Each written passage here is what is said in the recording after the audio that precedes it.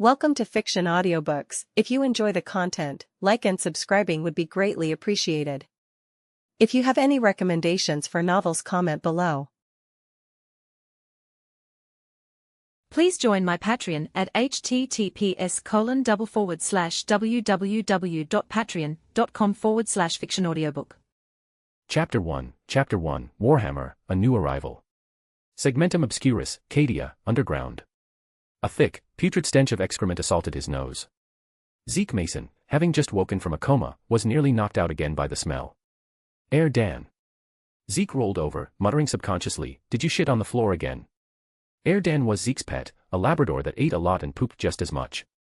He used to stink up the whole house until, under the threat of Zeke's slipper, he finally learned to do his business in the right spot and behaved much better. Zeke pinched his nose, shook his groggy head, and looked around. A tunnel stretched out in both directions, its end swallowed by darkness. Rusty fuel drums lay scattered about the tunnel. The drums were riddled with bullet holes, leaking a viscous, oily liquid, the source of the stench. This wasn't his home.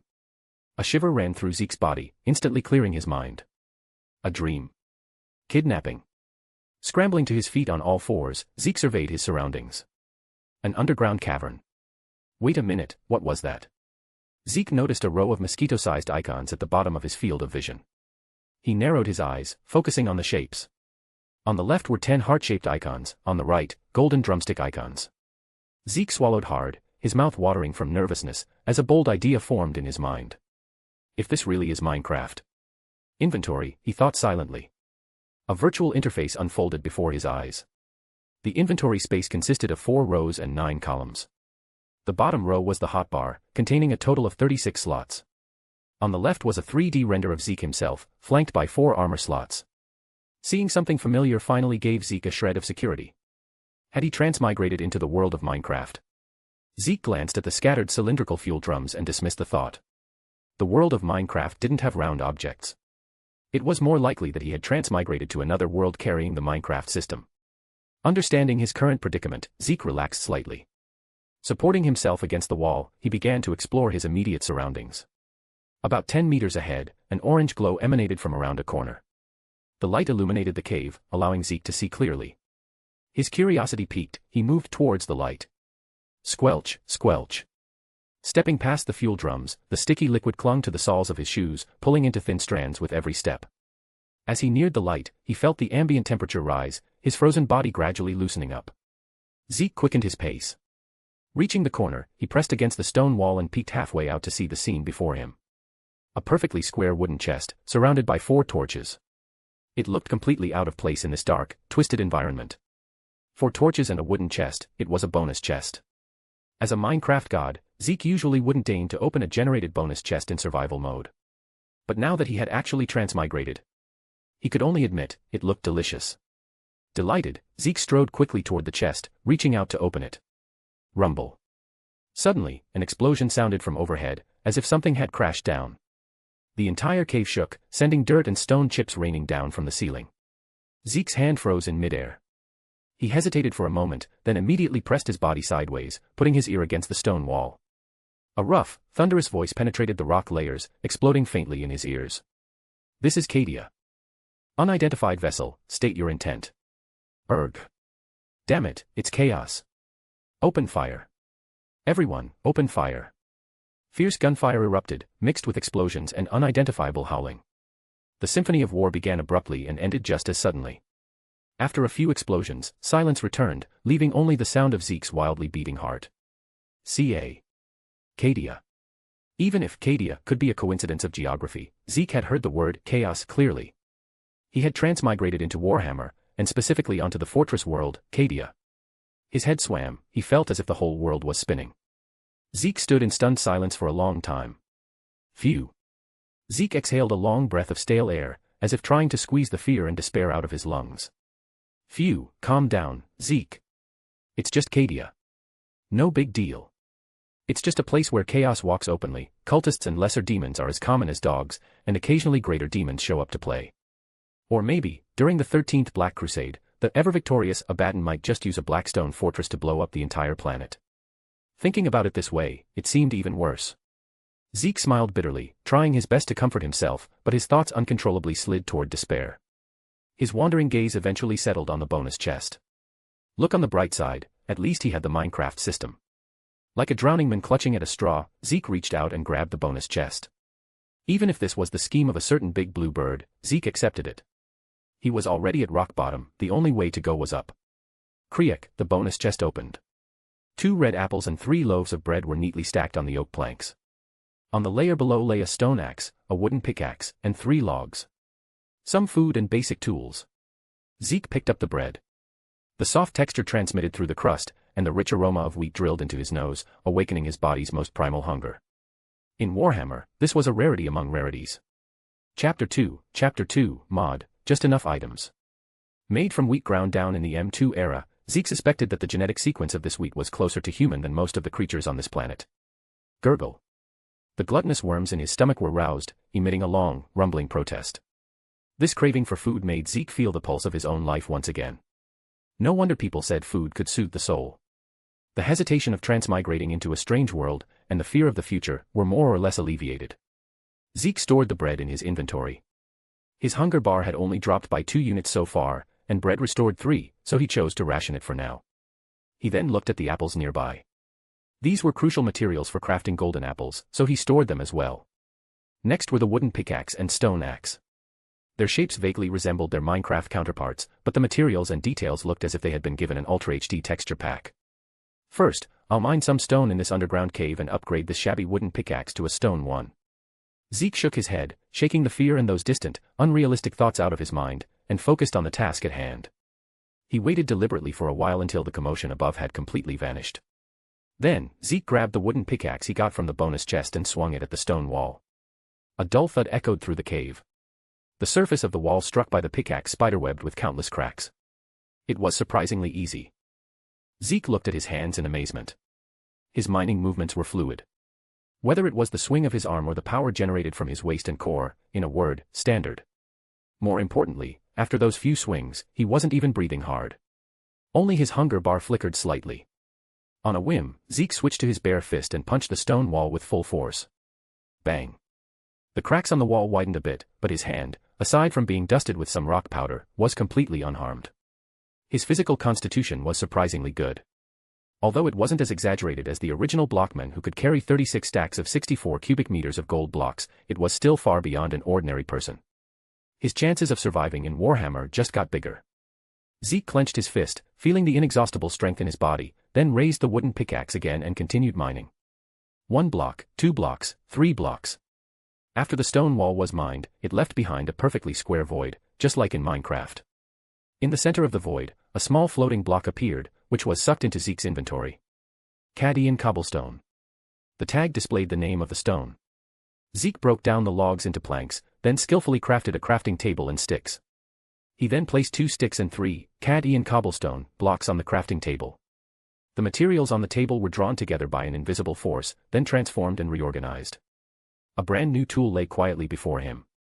Minecraft crafting, no matter how many times I see it, it still feels incredible. Witnessing the whole process, Zeke couldn't help but sigh with emotion. Just needing raw materials to skip the process and obtain a finished product, in a sense, this was even superior to an STC template. If the cog boys, tech priests, saw this, they would probably go completely insane on the spot. Zeke reached out and gripped the handle.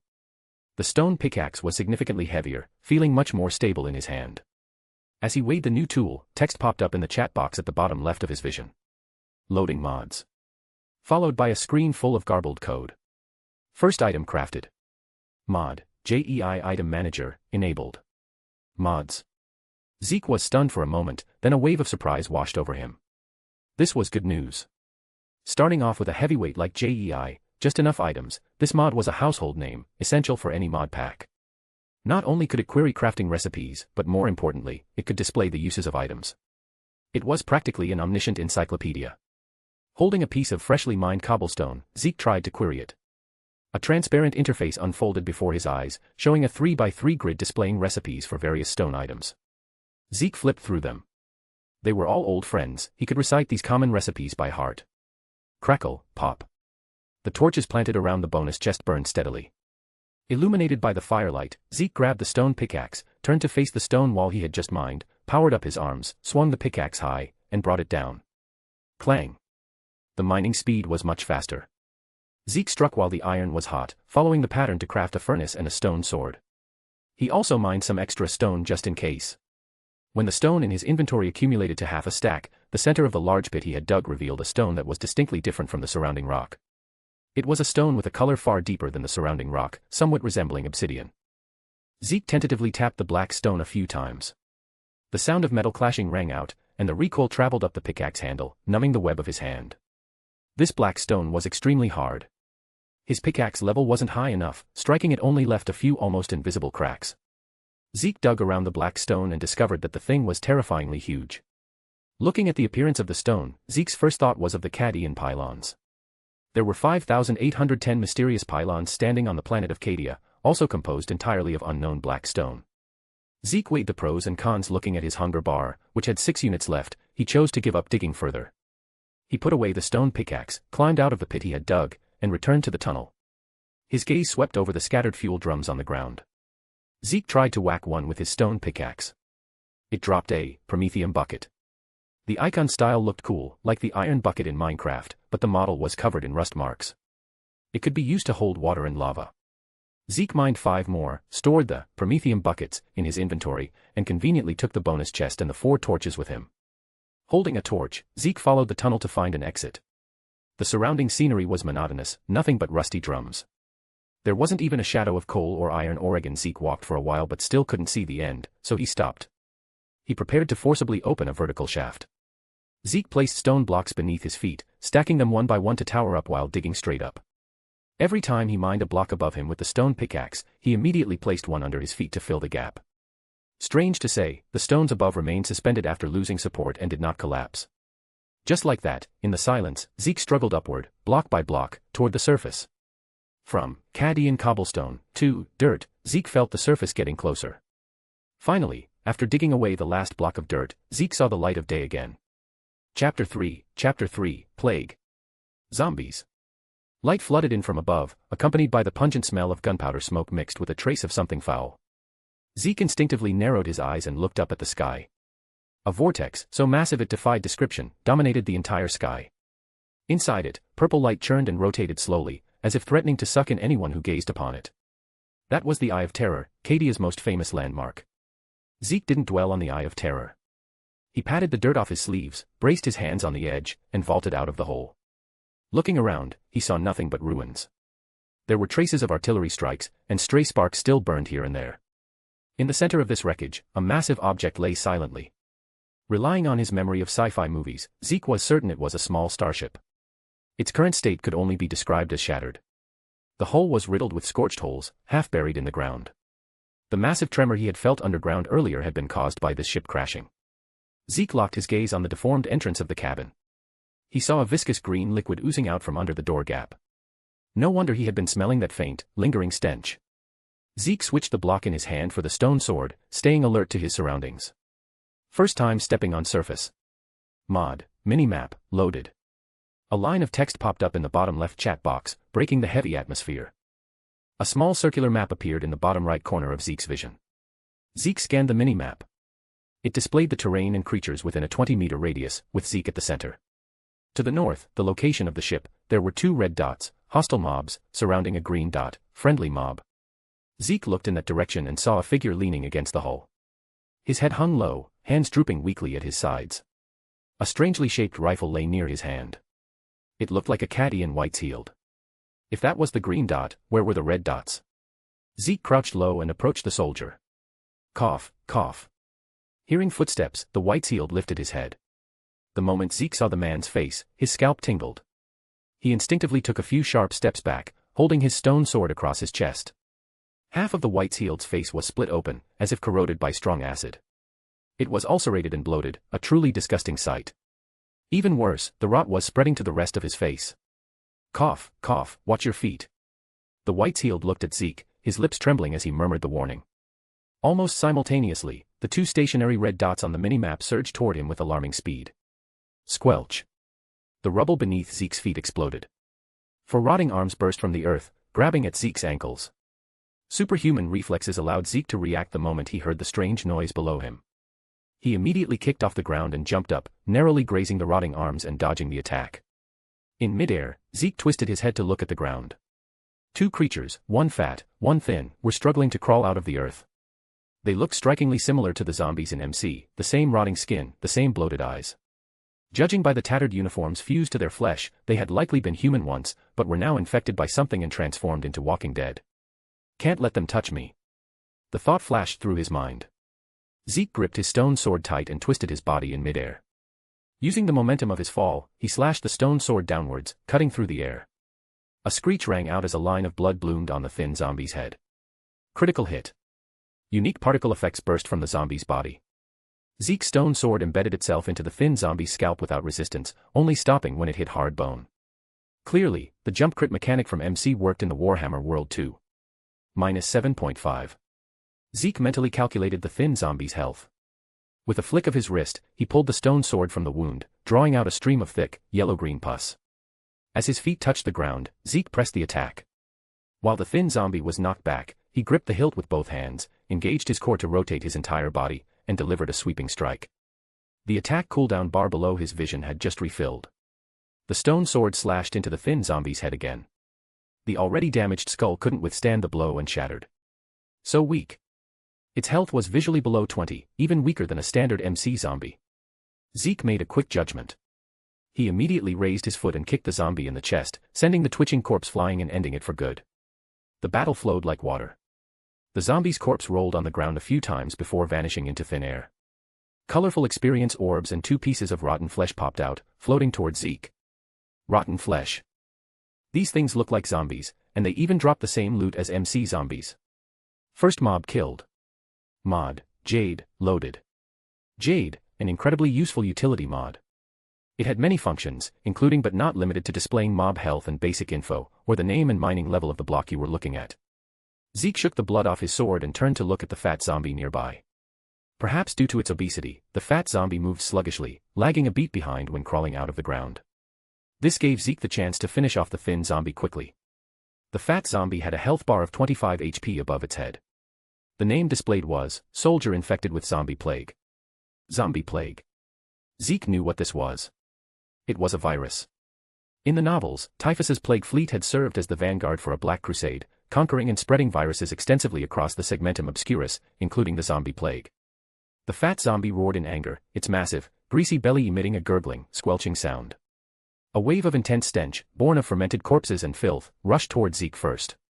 Following close behind was a stream of turbid, green, unidentified liquid. Zeke's stone sword struck first, chopping toward the enemy's head, while his body dodged to the right, narrowly avoiding the stream of mystery liquid. But the intense stench emitted by the liquid still drilled into Zeke's nose. Just one whiff made Zeke's head spin with dizziness. His buff bar lit up, nausea, 10s, weakness I, 30s, and hunger, 60s. His hunger bar, already depleted by mining and with only 6 units left, began to shake. It was in critical danger. The fat zombie didn't dodge. It used its massive belly to meet the stone sword. Under the effect of weakness, the stone sword struggled to cut through the skin, blocked by the thick layer of fat, unable to penetrate deeper.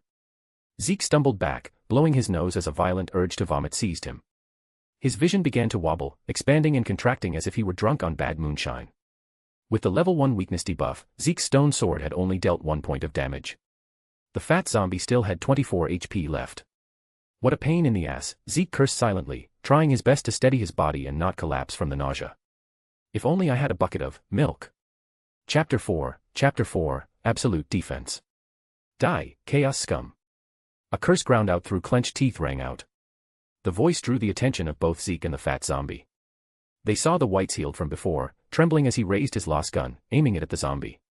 While Zeke had been fighting fiercely, this whites-healed soldier had been struggling to reach the fallen lost gun. Nice assist, Zeke thought to himself, immediately backing away. Sensing something, the fat zombie roared and charged toward the whites-healed. The whites-healed soldier didn't fire blindly. He knew his physical condition, so he waited quietly as the fat zombie got closer and closer. Die, the whites-healed growled low, using the last of his strength to squeeze the trigger. Firing from the hip meant the last gun's accuracy was poor, the shots scattering wildly. But the close range made up for it perfectly. Several laser beams slammed into the fat zombie's torso. The sickening sizzle of burning grease filled the air. The fat zombie howled in pain, its body swaying. In the final moments of its life, its oily green eyes locked onto the dying whites-healed in front of it. Its bloated body began to expand like an inflating balloon. It's going to explode. At this distance, if Zeke turned and ran, he would definitely survive. But that white-heeled soldier was right next to the fat zombie. The white-heeled obviously realized this too. A fleeting fear of death and a longing for life crossed his eyes. But soon, those emotions were burned away by a fire within, leaving only grim determination. Grandfather, father, brother. I'm coming to join you. He clenched one hand into a fist, hammered it heavily against his chest, and shouted with all his might. Cadia stands.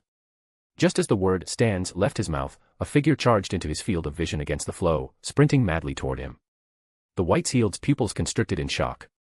Damn it, get out of here, the white-heeled shouted at Zeke. The next second, he saw a sight he would never forget for the rest of his life. Facing that rapidly expanding body, the newcomer simply pulled out a cube. Clack clack clack clack clack. Square stone blocks were placed on the ground, snapping together seamlessly, stacking layer upon layer. In the blink of an eye, a rough stone wall rose up, forming a barricade. This scene, which defied all common sense, made the white-heeled soldier's mind go blank for a moment.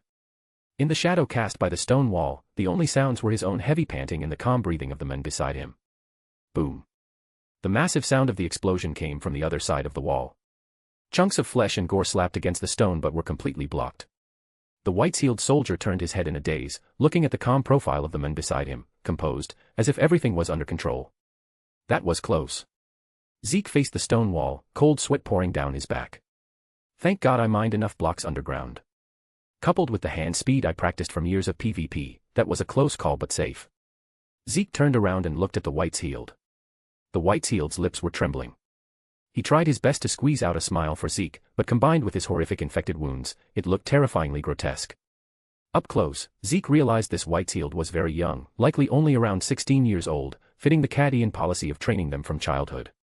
His irises were purple, bearing a striking resemblance to the Eye of Terror. The mod displayed that his 20 HP bar had only 5 HP left. He also had a debuff called Zombie Plague, with a duration of 72 minutes.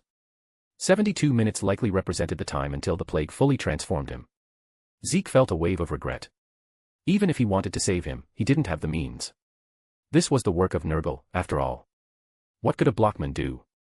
Wait a minute. Maybe I actually do have a way. Zeke's eyes lit up. Since this so-called zombie plague was displayed in the buff bar, that meant it was treated as a status effect. Did this mean milk could clear this state? The more Zeke thought about it, the more possible it seemed. But soon, a bucket of cold water was poured over his hope. Cows have been extinct in Warhammer for ages. Where am I going to find one? Seeing the strange man in front of him remain silent for so long, the white-heeled's eyes subtly swept over the stone sword in Zeke's hand, flashing with suspicion. A strange man, holding a primitive weapon, yet his movements are agile, comparable to the Khazarkan. Was that weird trick he just used the power of the warp? The white-heeled was very conflicted. On one hand, this man was arguably his savior. But on the other hand, he had heard stories from the Khazarkan veterans. Some chaos demons love to play the savior, giving hope first, extracting intelligence, and then torturing you to death. The white-heeled unconsciously shifted his body toward the lost gun on the ground. I'm Zeke Mason. You. Zeke looked at the white-heeled. The response was tight lips and a guarded stare. You look alert on the surface, but your heart has already betrayed you. Zeke had already seen through the rookie soldier's disguise. Why? Because the bright discount on the trading interface exposed everything. Villager, novice weaponsmith. 15 coal - 1 emerald. 16 emeralds - iron sword, fire aspect. But why a weaponsmith? In Minecraft, a villager's profession is determined by their workstation. But in Warhammer, what determined the profession? Zeke first guessed it might be related to personal experience. He cleared his throat and asked, "Do you have experience forging weapons?"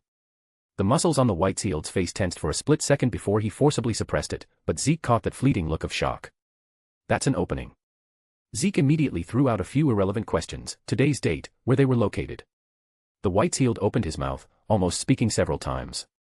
Until Zeke's third question, why are you here? The white-heeled's Adam's apple bobbed, and he finally spoke. Damn it, it was that ship. It forced its way into Cadian airspace without permission. Multiple warnings were ignored. Plagues have been rampant in the sector recently, so command ordered it to be shot down directly.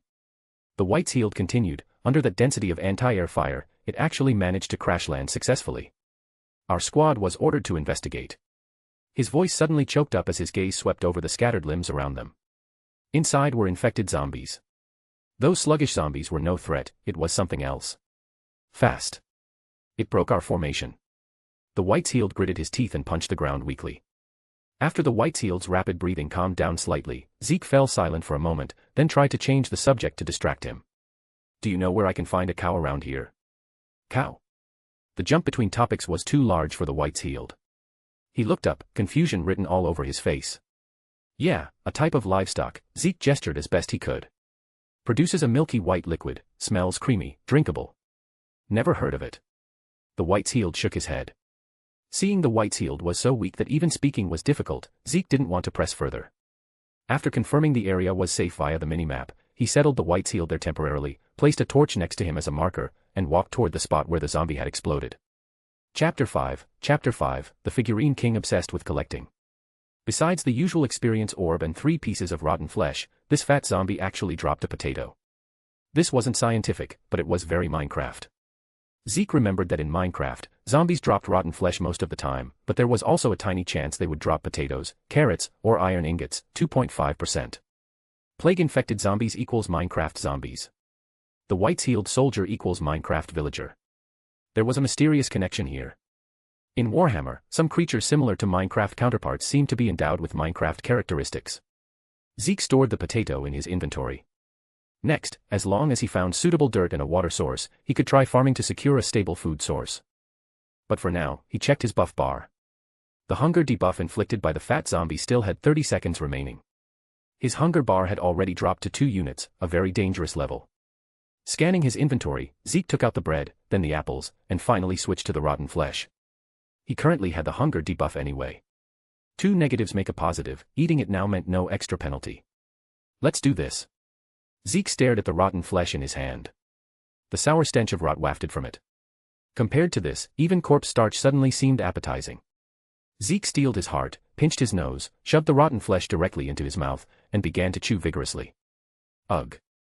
An indescribable taste exploded in his mouth. Veins popped out on Zeke's forehead as he fought back the urge to retch. 1 piece, 2 pieces, 3 pieces. In one go, he ate all 5 pieces of rotten flesh in his backpack, filling his hunger bar completely. He suppressed the churning in his stomach and waited quietly for the hunger status effect to fade. As soon as his physical functions recovered, he set off toward the damaged merchant ship embedded diagonally in the earth. The main airlock was severely deformed from the impact and couldn't be opened at all. Airlock door. Composition, 80% plasteel. Mining level, iron. Zeke didn't have an iron pickaxe, so he had to brute force it with his stone pickaxe. Its hardness was comparable to iron Oregon. About 3 seconds later, the deformed door shattered and vanished, revealing a pitch-black corridor behind it. He raised his torch. The light dispelled the darkness at the entrance, and air mixed with the smell of machine oil rushed out from inside. Zeke took a deep breath. He remembered how he used to love adding adventure mods to his mod packs, which would always generate special structures. And his favorite thing to do was explore those randomly generated dungeons. As a merchant ship, there should be some good loot, right? Zeke gripped the torch tighter and stepped into the darkness ahead. Meanwhile, back among the ruins. The torch stuck in the ground next to the White-Sealed burned steadily, illuminating the immediate area. An ominous hum tore through the silence as reality let out a struggling wail. Space rippled, tearing open like silk. Accompanied by eerie green lightning shooting from the rift, a mechanical hand reached out from the void. So cold. The young White-Sealed soldier curled up, pressing himself tightly against the torch, the only thing providing him warmth. Whoosh. The flame of the torch Zeke left behind flared up, its gentle halo turning blazing hot. A sound of confusion came from within the rift. Then, all anomalies were wiped away, leaving only a deathly silence, as if nothing had just happened. The White-Sealed lay on the cold ground. As his body temperature and life force drained away bit by bit, his thoughts began to sink into eternal chaos. Just before his consciousness was completely cut off, faint footsteps approached from the distance. The sound of cold mechanical whirring drilled into his ears. Functions similar to a black stone obelisk, capable of suppressing the warp. No, not quite. It feels more like a rule. Incredible. Its material composition is mundane, and its combustion principle is merely the most common oxidation reaction. Theoretically, it should only be a temporary, disposable light source. How is this achieved? And this? Length, width, height, precise to exactly 1 meter. A cube that ignores gravity and structural mechanics. I didn't expect such a delightful surprise on this trip. Worthy of the collection. The white's heel jolted, straining to open his heavy eyelids. The ruins before him were still empty. However, the life-saving stone wall Zeke had built was now missing a corner, and the torch had vanished. Walking inside the merchant ship, aside from the torch in Zeke's hand, the only light came from the red emergency lights flickering in the darkness, signals of machine failure. Zeke stared at the minimap. The structure of this merchant ship was simple. There was a main corridor in the center, with small rooms distributed on both sides. Zeke moved forward, trying his best to ignore the severed limbs and corpses scattered in the hallway. He arrived at the first door. Peering through the twisted gap, it looked like a mess hall. Zeke mined the door open with his pickaxe and stepped inside. The scene that greeted him was total chaos. The floor was littered with various cans and jars. In the center stood a metal dining table, and further in was a row of lockers, with piles of white objects underneath. Grok's can. Zeke bent down to pick up an iron can that had rolled to his feet. He remembered a joke circulating in the Warhammer community. How do you tell a recruit from a veteran? Answer: a recruit covers his nose while opening a can, while a veteran stabs the can violently with a dagger. The reason was simple. The raw material of Grok's cans, the Groks, was a creature with such potent vitality that even when processed into canned food, its meat still carried larvae known as flesh-boring worms. If you didn't want them bursting out of your stomach, it was best to process the food first. Methods included hacking it with a knife or axe, or roasting it with a flamer. Unfortunately, Zeke wouldn't get to taste this delicacy. The can in his hand had already been sliced open, its contents missing. Looking at the cut on the can, it didn't look like it had been opened by a human, but rather by some kind of beast. He picked up the cans on the ground one by one, but they were all empty. Zeke could only sigh with regret. Dropping the empty can, Zeke rummaged through the garbage on the floor. Finding nothing else of value, he turned toward the row of lockers deep in the dining hall. Only when he got close did he realize the white objects under the lockers were bones. There were even scraps of meat on them. As Zeke approached, the bones floated up and were sucked into his inventory. Bones X18. Looking at the lockers, they were covered in claw marks. The first few had been pried open, their contents scattered everywhere. Only the very last locker remained tightly shut. Faint claw marks on its surface told the story of the intruder's fury at failing to open it. Strange. Zeke's gaze shifted between the last locker and the others. They were all lockers, but the last one had obviously been reinforced. Custom locker door. Material: 15% adamantium, 80% plasteel. Mining level: diamond. Adamantium was one of the strongest materials used by the Imperium of Men. Most ordinary weapons couldn't penetrate it. It was often used to make the Eternity Gate or combined with ceramite to craft Terminator armor. Zeke couldn't understand why such precious metal would be used for a locker door. But that's my gain. Zeke circled around it and found that all 6 sides were made of the same material. He picked a side at random and prepared to brute force it. Chapter 6, Minceraft's strongest single-target control. The crack spread at the speed of a tortoise. A minute passed, and it was only halfway done. When the mining progress bar hit 90%, just about to finish, a red dot suddenly flashed across the minimap. It was so fast that if Zeke hadn't been focusing most of his attention on the minimap, he wouldn't have noticed it at all. Zeke's movement faltered, and the locker door, which he had painstakingly mined halfway, reverted to its original state. Do you know the despair of mining obsidian with your bare hands, only to be ambushed at 99%? Zeke cursed inwardly but raised his guard. This must be the creature the White-Sealed mentioned. Sure enough, it was still on the ship. The quality of Cadian soldiers was a cut above the average planetary PDF. Whatever could wipe out their squad was definitely no ordinary opponent. Need to make some preparations. Zeke took out the crafting table and placed it on the floor. From the 3 logs obtained from the bonus chest, he had crafted 12 planks. 4 went into the crafting table, 2 into sticks, leaving 6 planks remaining. Enough. Zeke took 5 of the planks and arranged them on the crafting table. Fast, are you? Let me show you Minecraft's strongest single-target crowd control. Zeke resumed mining the locker door. 2 minutes later, the door was finally smashed open, revealing the contents inside. Egg X3, Grok's Jerky X2, Recipe X1. The locker was messy with egg yolk and broken shells, but fortunately, 3 intact eggs remained. Further inside were 2 strips of Grok's jerky, wrapped perfectly in waterproof cloth, with a note stuck on top. A true Warhammer gourmet. The items in the locker, whether the eggs or the Grok's jerky, were ingredients not easily obtained. In Warhammer, chickens had long since gone extinct, so eggs were generally cloned. And Grok's jerky, made from a large, farmed herbivore called the Groks, was far superior to Grok's meat in a can in both taste and safety. Zeke picked up the note next to the food. When his fingers touched the paper, text popped up in the chat box. Mod, Warhammer's Delight, Farmer's Delight Warhammer Edition, unlocked. Recipe learned, Grok Sandwich. Grok Sandwich, restores 5 hunger, 6 saturation, grants regeneration I for 30 seconds. At the same time, the recipe information rushed into Zeke's mind. 3 wheat on top, 3 wheat on bottom. In the middle row, from left to right, egg, Grok's jerky, egg. This recipe was similar to crafting a cake. For a food item, it was considered complex. However, it provided powerful buffs, making it absolutely worth the cost. This trip to the merchant ship had already paid for itself. Zeke unfolded the note. It was the menu for this mess hall.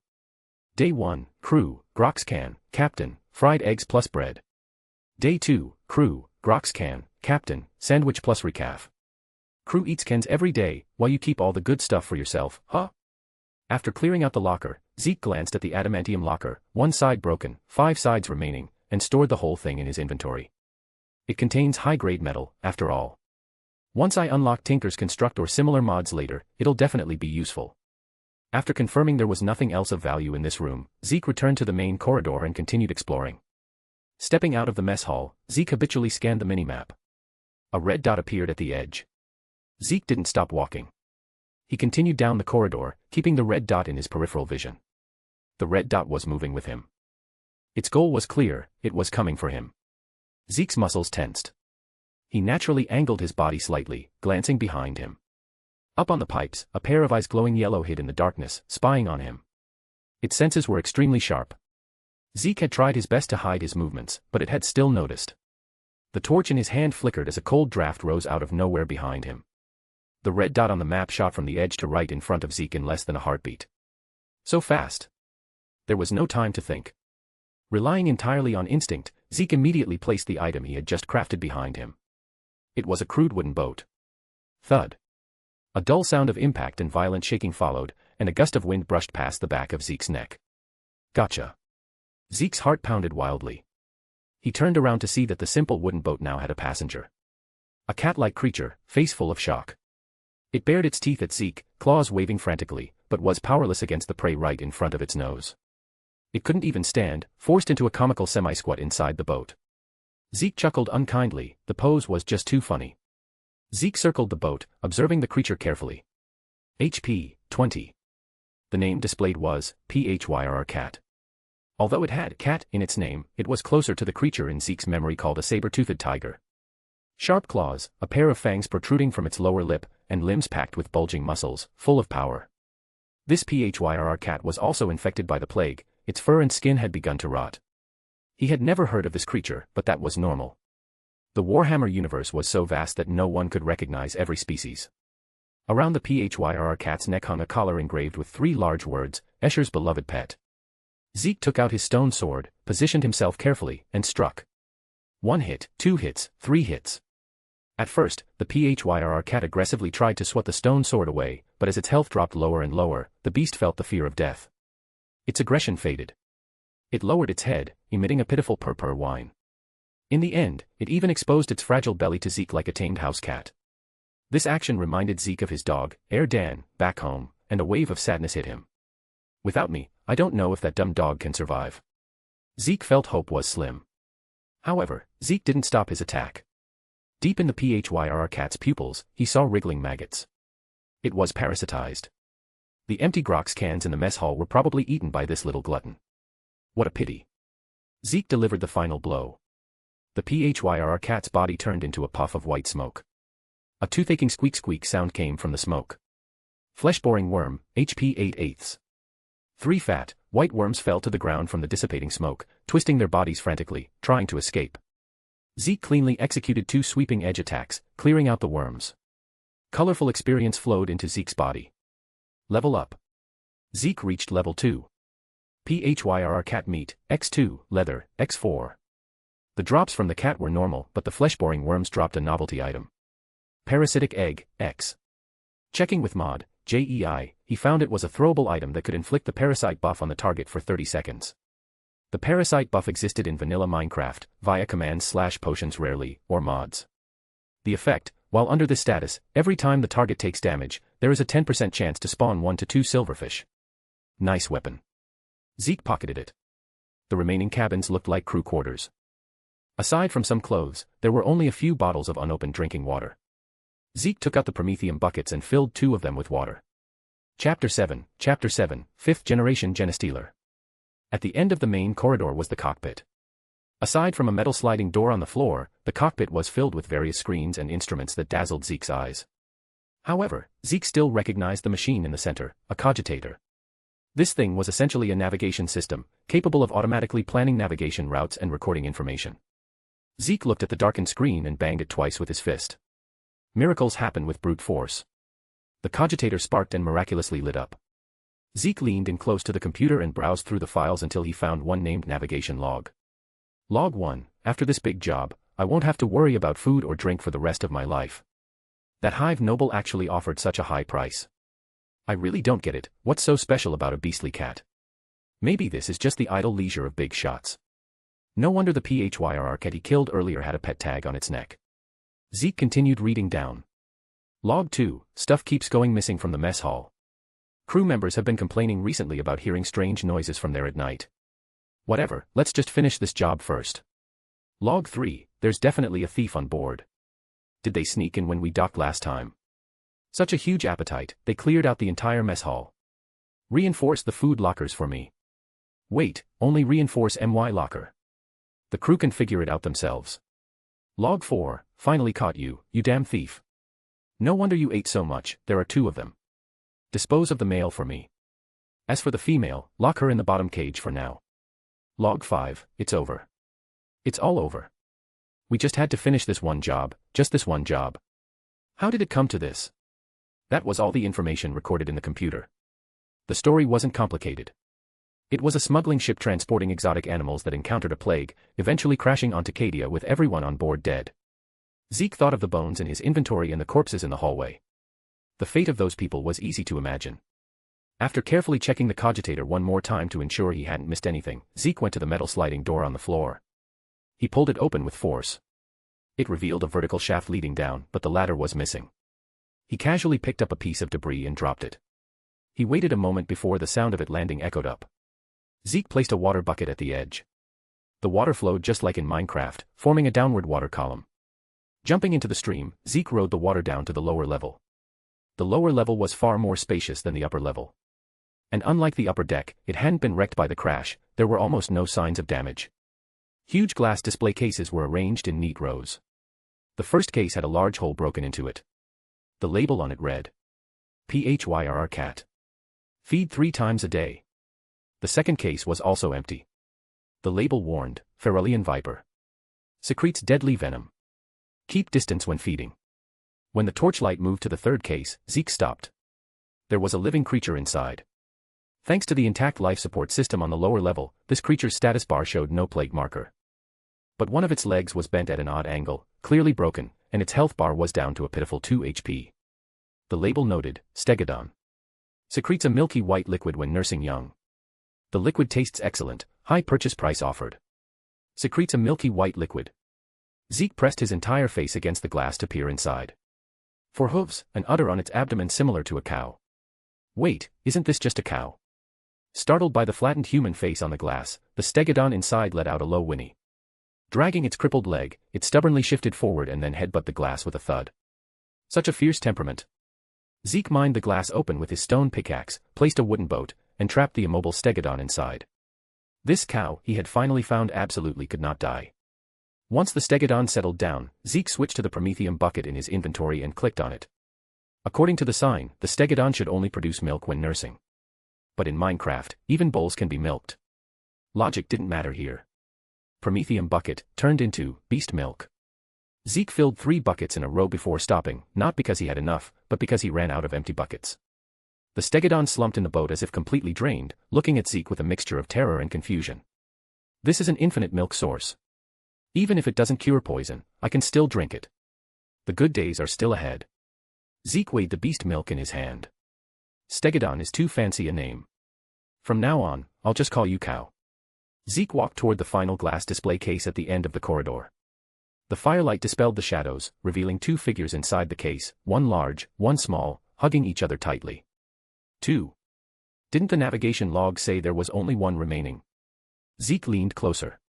The larger figure was vaguely recognizable as a female. She was curled up on the ground, long devoid of life, her arms locked in a death grip around the small thing in her embrace. Zeke raised his stone pickaxe and smashed the glass.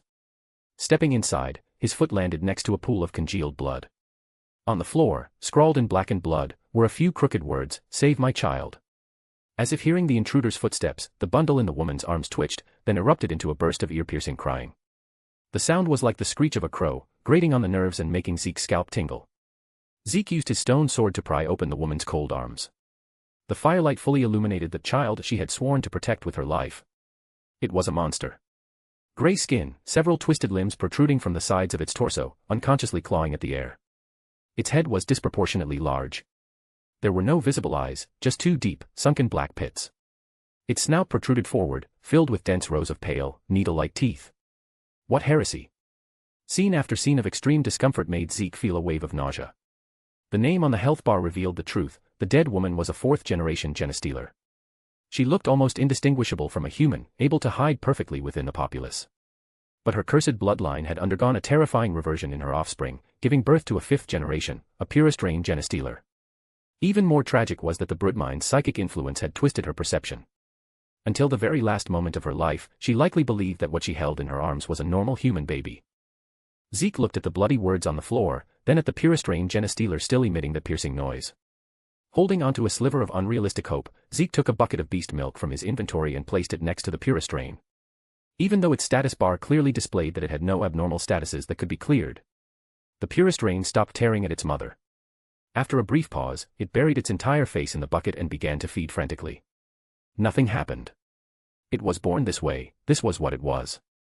Zeke's heart sank, plunging into a cold void. As expected, it doesn't work. Maybe those infected later in life can be cured by milk, but natural-born monsters like this, ultimately cannot. Zeke sighed silently, waiting quietly for the purest-reign to finish all the milk in front of it. The dead mother had a faint smile on her lips, as if thanking Zeke for feeding her child. In the underground space, the torch suddenly extinguished. Darkness swallowed everything, including the ear-piercing crying. An instant, or perhaps longer. The darkness was dispelled by a freshly lit match. The firelight danced again, reflecting on Zeke's expressionless face. A purest-reign genestealer's combat power is no joke, even as an infant. Feeding it milk was partly to see if the infection could be cured, but mostly to lower its guard so he could launch a surprise attack. String X4, Spider Eye X1, Genestealer Claw X1. Part of the loot table was from spiders. Genestealers equals spiders, both are arthropods, in a sense, so it made sense. As for the Genestealer Claw, the JEI description was interesting. The claws of a purest-reign genestealer are covered in a biofield, allowing them to easily destroy hard metals. Upon death, the biofield vanishes. Perhaps you have some way to restore it and craft it into a weapon. Like this book? Please leave a review. Want more chapters daily? Every 100 power stones equals 1 bonus chapter. Chapter 8, a milk a day keeps Nurgle away. As an ordinary person, killing Xenos with his own hands had somewhat changed his mindset. I am a technical player. As everyone knows, technical players have no emotions. After chanting this self-comforting mantra, Zeke's mood improved significantly. He walked back to the wooden boat trapping cow, the Stegodon, and dragged the boat to the water stream he had left earlier. Rowing the oars, the men and the cow returned the way they came, boating on dry land, all the way out of the ship and back to the surface. Hey, where's my torch? From a distance, Zeke saw that a piece of the wall corner he had built was missing. What tightened his chest even more was that a torch planted on the wall was also gone. Zeke hadn't mined any coal yet, so he had to be sparing with every torch. He remembered clearly where he put them. Jogging over to the white-sealed side, he saw the soldier gasping for breath on the ground. Zeke suppressed his questions and put the issue of the missing torch aside for now. At this point, the white-sealed's skin had turned pale, and his scalp was beginning to slough off. Zeke lifted the bucket, the size of a wash basin, and poured the entire bucket of beast milk directly into the white-sealed's mouth. The white-sealed's consciousness was sinking into boundless darkness. In the blur, he saw his long-departed family, and a figure radiating golden light. He almost teared up. Is that you? A powerful force yanked him back. Hey. Can you hear me? The white-sealed looked around blankly, his gaze finally settling on Zeke, who was holding an empty bucket. The plague effect was gone. It really worked. Zeke watched with his own eyes as the zombie plague icon vanished from the white-sealed status bar. A wave of joy washed over him. So much for Nurgle's infection. A great entity is displeased with your actions. Attract the attention of the remaining 4 entities to unlock mod artifacts. Seeing the text appear in the chat box, Zeke's face froze instantly. Cough, cough, cough. The green hue on the white-sealed's face faded, and color returned to his cheeks, though the corroded flesh did not regenerate. The white-sealed felt something surging up his throat. Wretch. The beast milk gushed out from his throat like a dam bursting. I'm still alive. The infection is gone. Memories came flooding back like the tide. The white-sealed looked at his hands in disbelief. It took a long time for him to digest everything that had just happened. Holding the empty bucket, Zeke took a deep breath. Offended is offended. It was bound to happen sooner or later anyway. He took it in stride and opened the white-sealed's trading interface. Villager, novice weaponsmith. 15 coal - 1 emerald. 11 emeralds - iron sword, fire aspect. The price dropped again. If he fully turned into a zombie villager and I cured him with a splash potion of weakness and a golden apple, maybe I could get it even lower. The thought flashed through Zeke's mind. Of course, he was just thinking about it. For one, golden apples were expensive. For another, the person in front of him wasn't a villager who only knew how to say oomph, but a living, breathing human being. Zeke crouched down and leaned in front of the white-sealed. My reputation with him has increased so much, I should be able to get answers to my earlier questions now. What's your name? Dance. He paused, looking at Zeke. My name is Dance. Zeke then asked for the time and location. He learned that it was currently the end of the 41st millennium, and the place he was in was the Tyrock Fields. While answering Zeke's questions, Dance crawled toward the nearby ruins, where a corpse, long devoid of vital signs, was buried. Seeing the grief on his face, Zeke chose to give the soldier some time alone. Passing by the stegodon, Zeke refilled the milk buckets. The cow, with dull, lifeless eyes, shook its body twice, gave up struggling, and allowed itself to be milked. After saving Dance, Zeke trekked along the ruins, looking for wood. The logs he got from the bonus chest were all used up. Because of the ship's explosion, the few trees in this ruin had been ignited and burned into charcoal. Chopping them with the stone axe yielded a few pieces of charcoal. Charcoal. In Minecraft, Zeke rarely used this stuff. After all, mining coal usually yielded a huge stack, so there was no need to burn logs into charcoal. Zeke cleared the remains of the trees, pocketing the pieces of charcoal. A burnt tree dropped about 4 pieces of charcoal. In no time, he had collected 24 pieces in his inventory. At the edge of the ruins, trees gradually became more common. The trees on Cadia were shorter than imagined, their gnarled branches reaching toward the sky. To get rich, first punch trees. Zeke walked to the nearest tree, raised his stone axe, and began what should have been the first step. A few chops later, the mine trunk shattered, turning into drops that flew to Zeke. Without support, the trunk sections above didn't fall according to gravity but remained suspended in midair. He chopped down 8 trees in one go, collecting 64 logs and 3 saplings. After finishing the logging, Zeke put the stone axe back in his inventory and looked at the weeds by the tree. The soil under the tree was compacted, with sparse grass stems crawling over it, perfect for getting wheat seeds. Zeke took out the one bone from his backpack, crafted it into bone meal, took a pinch, and sprinkled it on the nearest withered grass. The withered, curled grass stems came to life and stood upright. Not enough. Zeke continued to sprinkle bone meal. The second handful landed on the cracked, compacted soil nearby. Tender green shoots broke through the soil, poking their heads out to form a patch. Zeke took out the water bucket and placed it on the ground. Under the wash of the water current, the weeds were broken, and a wheat seed dropped. Mission accomplished. He collected the water. Looking at the last pinch of bone meal left in his backpack, Zeke thought about how keeping it would waste a slot, so he casually sprinkled it at his feet. Green grass surged up again, but this time, there was a splash of red, a poppy. Zeke's nose twitched, and he instinctively took a deep breath. The stench of Nurgle's creations didn't need further explanation, since transmigrating, his nose had suffered quite a bit. Zeke leaned toward the poppy to pick the flower, but something beat him to it. It was a gust of wind. At first, it was just a breeze ruffling the hem of his clothes. Then, the wind intensified, kicking up dust and ash from the ground. The poppy was swept up, spinning as it flew toward the sky. My flower.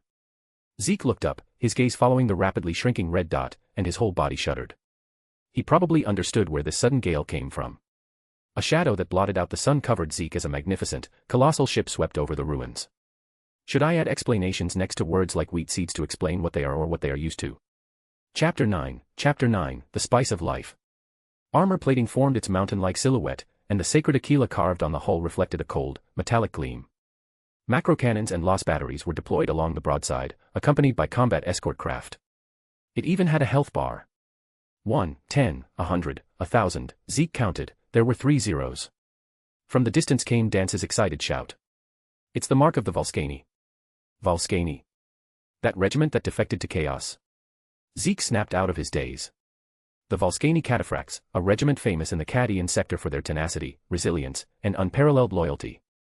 They had fought on the front lines for years. But few knew that this regiment had actually been corrupted long ago. High in the sky, the poppy carried by the air currents drifted toward the majestic ship. As it approached, the petals curled and blackened, withered and decayed, turning into a pinch of ash that scattered in the gale. No matter how beautiful or brilliant something was at birth, once fallen, all that remained was its ugly, rotting essence. Zeke withdrew his gaze and walked back quickly. He knew that time was running out. Everything was heralding the imminent 13th Black Crusade. Inside the Volscani Cataphract's massive ship, soldiers clad in artificer armor, holding custom-pattern loss guns, stood in neat rows, solemn and silent. They looked at each other, a hint of fanaticism in their eyes. In the front row, a soldier raised his hand and spoke slowly, "For chaos." Immediately, a second voice joined in, "For chaos." The third, the 10th, the 100th, more and more voices repeated the same short phrase. "For chaos. For Cadia. May you have a safe journey." Dance wanted to chase after the massive ship, but his newly recovered body couldn't support such strenuous activity. He could only salute, watching the ship sail into the distance, offering his most sincere blessings to his comrades in arms. Zeke, who had hurried back, saw this scene. He stopped, opened his mouth, but ultimately made no sound. Should I tell this kid that the reinforcements he sees are actually already corrupted? No, forget it. Some truths are too cruel. Better to let this illusory hope linger a moment longer. The support you mentioned just now, who were they? Zeke feigned ignorance. It's an order from high command. Dance withdrew his gaze. To deal with the increasingly complex situation in the sector, all available regiments are being recalled to defend Cadia and assemble near the Tyrock fields. As Dance explained, he struggled to pull a corpse half buried under rubble out and placed it on the relatively flat clearing nearby. Only then did Zeke notice that while he was away looking for wood, Dance had been doing this work the whole time. Several bodies were already neatly arranged in the clearing. I intended to burn them, Dance wiped the sweat from his forehead. Otherwise, the plague might spread again through the corpses. Unfortunately, I can't find any promethium nearby. Zeke fell silent. He had forgotten that plagues could spread. After all, the monsters he killed left nothing behind except EXP and loot drops, let alone issues like spreading plagues. While Dance busied himself, Zeke turned and walked to the side, selecting a relatively flat piece of ground. He dug a 2x2 hole, 1 block deep, with his bare hands, and took out 2 buckets of water. He poured the first bucket into one corner of the pit. The water flowed out, filling the block and flowing toward the sides. Immediately after, Zeke poured the second bucket into the diagonally opposite corner. When the second stream was released, the other 2 empty blocks in the pit simultaneously filled with clear water. The 4 blocks of water reached equilibrium, forming an inexhaustible, infinite water source. Zeke took a bucket, scooped water from the pit, and splashed it outside. He repeated this cycle a dozen times, but the water in the pit didn't decrease. If anything, it looked like there was plenty. After concluding that infinite water was possible, Zeke placed down the crafting table. He had enough wood and charcoal now. First, he crafted 16 more torches, then made the remaining stone tools, a shovel and a hoe. He tilled a small patch of land next to the infinite water source, planted the wheat seeds, and took out the bone meal to force grow them. Moo. On the wooden boat, the listless cow raised its head, its eyes fixed on the golden wheat. Zeke picked a few stalks of freshly harvested wheat and moved them slowly in front of its eyes. With an attraction comparable to Slanish, cow's eyeballs followed the wheat, turning from left to right, up to down. After teasing it for a while, Zeke fed the wheat to cow. Hearts bubbled up from cow's body, and its critical health bar began to slowly recover. Zeke patted its head and continued production. After consuming nearly half of his bone meal reserves, he harvested a total of 16 units of wheat and potatoes. And, thanks to his luck, he also got a useless poisonous potato. With the ingredients for the sandwich gathered, Zeke rubbed his hands together. He arranged the wheat, eggs, and Grok's jerky according to the recipe. Golden light burst forth. With an excited heart and trembling hands, after enduring untold hardships, Zeke finally created the Grok sandwich. It was the size of a whole hand. 2 slices of perfectly toasted bread sandwiched a golden, glistening fried egg and a piece of crispy, Maillard-reacted jerky. What a unique taste. Mod, Spice of Life, Carrot Edition, unlocked. You can now gain permanent max health increases by eating different types of food, every 5 types. Zeke stored the precious sandwich in his inventory, then put 1 piece of charcoal and 8 potatoes into the furnace. On the other side, Dance had managed to pile up a rough burial mound using rubble from the ruins. He knelt before it, hands clasped over his chest, whispering a prayer. May your souls return to the golden throne and enjoy eternal peace. That probably won't work. The Emperor is currently sitting on the golden throne half-dead, Zeke thought, roasting potatoes while mentally roasting the situation. A savory aroma wafted over. Dance looked up. He saw Zeke holding a potato with skin so roasted it had cracked open, tossing it between his hands to cool it down while hissing from the heat. Want one? Noticing Dance's gaze, Zeke took another one from the furnace and handed it over. Dance hesitated for a second, then took it. He blew on it and took a bite. The simple, pure sweetness of starch melted in his mouth. On the wooden boat, Cow's eyes widened, watching helplessly as the 2 humans cruelly stuffed themselves in front of it. The wheat in its mouth suddenly didn't seem so tasty anymore. It smells so good. Dance took another big bite, speaking indistinctly. I haven't eaten anything this good since I left home to join the army. True. Zeke agreed. Much better than rotten flesh. Dance swallowed the food in his mouth, staring at the bonfire. The night before I enlisted, my father prepared a bottle of amasec, some stewed cabbage with pork, and grox meat at that old round table in our house. He paused. I don't know if you've ever had it, but I have to say, that was the best meat I've ever eaten in my life. Father got dead drunk. Dance's voice became drifting. He pointed at me, pointed with the bottle. Dance raised his head, looking toward the eternally leering eye of terror in the sky. You are my pride, son. The smile at the corner of his mouth slowly faded. That was the last time I saw him. 100 Power Stones equals 1 bonus chapter. Chapter 10, Create, Blueprints. The sky gradually darkened. Night was coming. Dance knelt on the ground, fiddling with the device. Zeke saw that it was something Dance had scavenged from a soldier's corpse. It looked like a Voxcaster radio. Please respond if received. Please respond if received. This is Dance, identity code. Dance knelt on one knee, holding the Voxcaster's receiver in one hand while carefully adjusting the knob with the other. Intermittent static crackled from the radio. ZZZZT. ZZZZT. Under Dance's adjustment, a distorted voice finally came through. ZZZZT. This is 101st Regiment. A response. Dance stopped turning the dial, carefully moving it back to the position where he had just caught the signal. Zeke was also drawn in, crouching beside him. The fuzzy voice cut in and out. I am stationed at Colonel Benedict. Heading to Tyrock Fields. Soldier, why are you? The radio died at the most critical moment. Except for the noisy static, there was no sound. Damn it. Dance punched the ground hard. Zeke was greatly disappointed. What kind of place is the Tyrock Fields exactly? Zeke asked. He had heard this name several times now. Dance straightened up, recalling. It's a miracle. An impregnable fortress. He paused. In Tyrock, you won't see ordinary streets. Instead, there are maze-like passages. Flanking the passages are the houses where residents live. I say houses, but, well, they are actually small bunkers. Rectangular slit windows, machine gun emplacements on the balconies.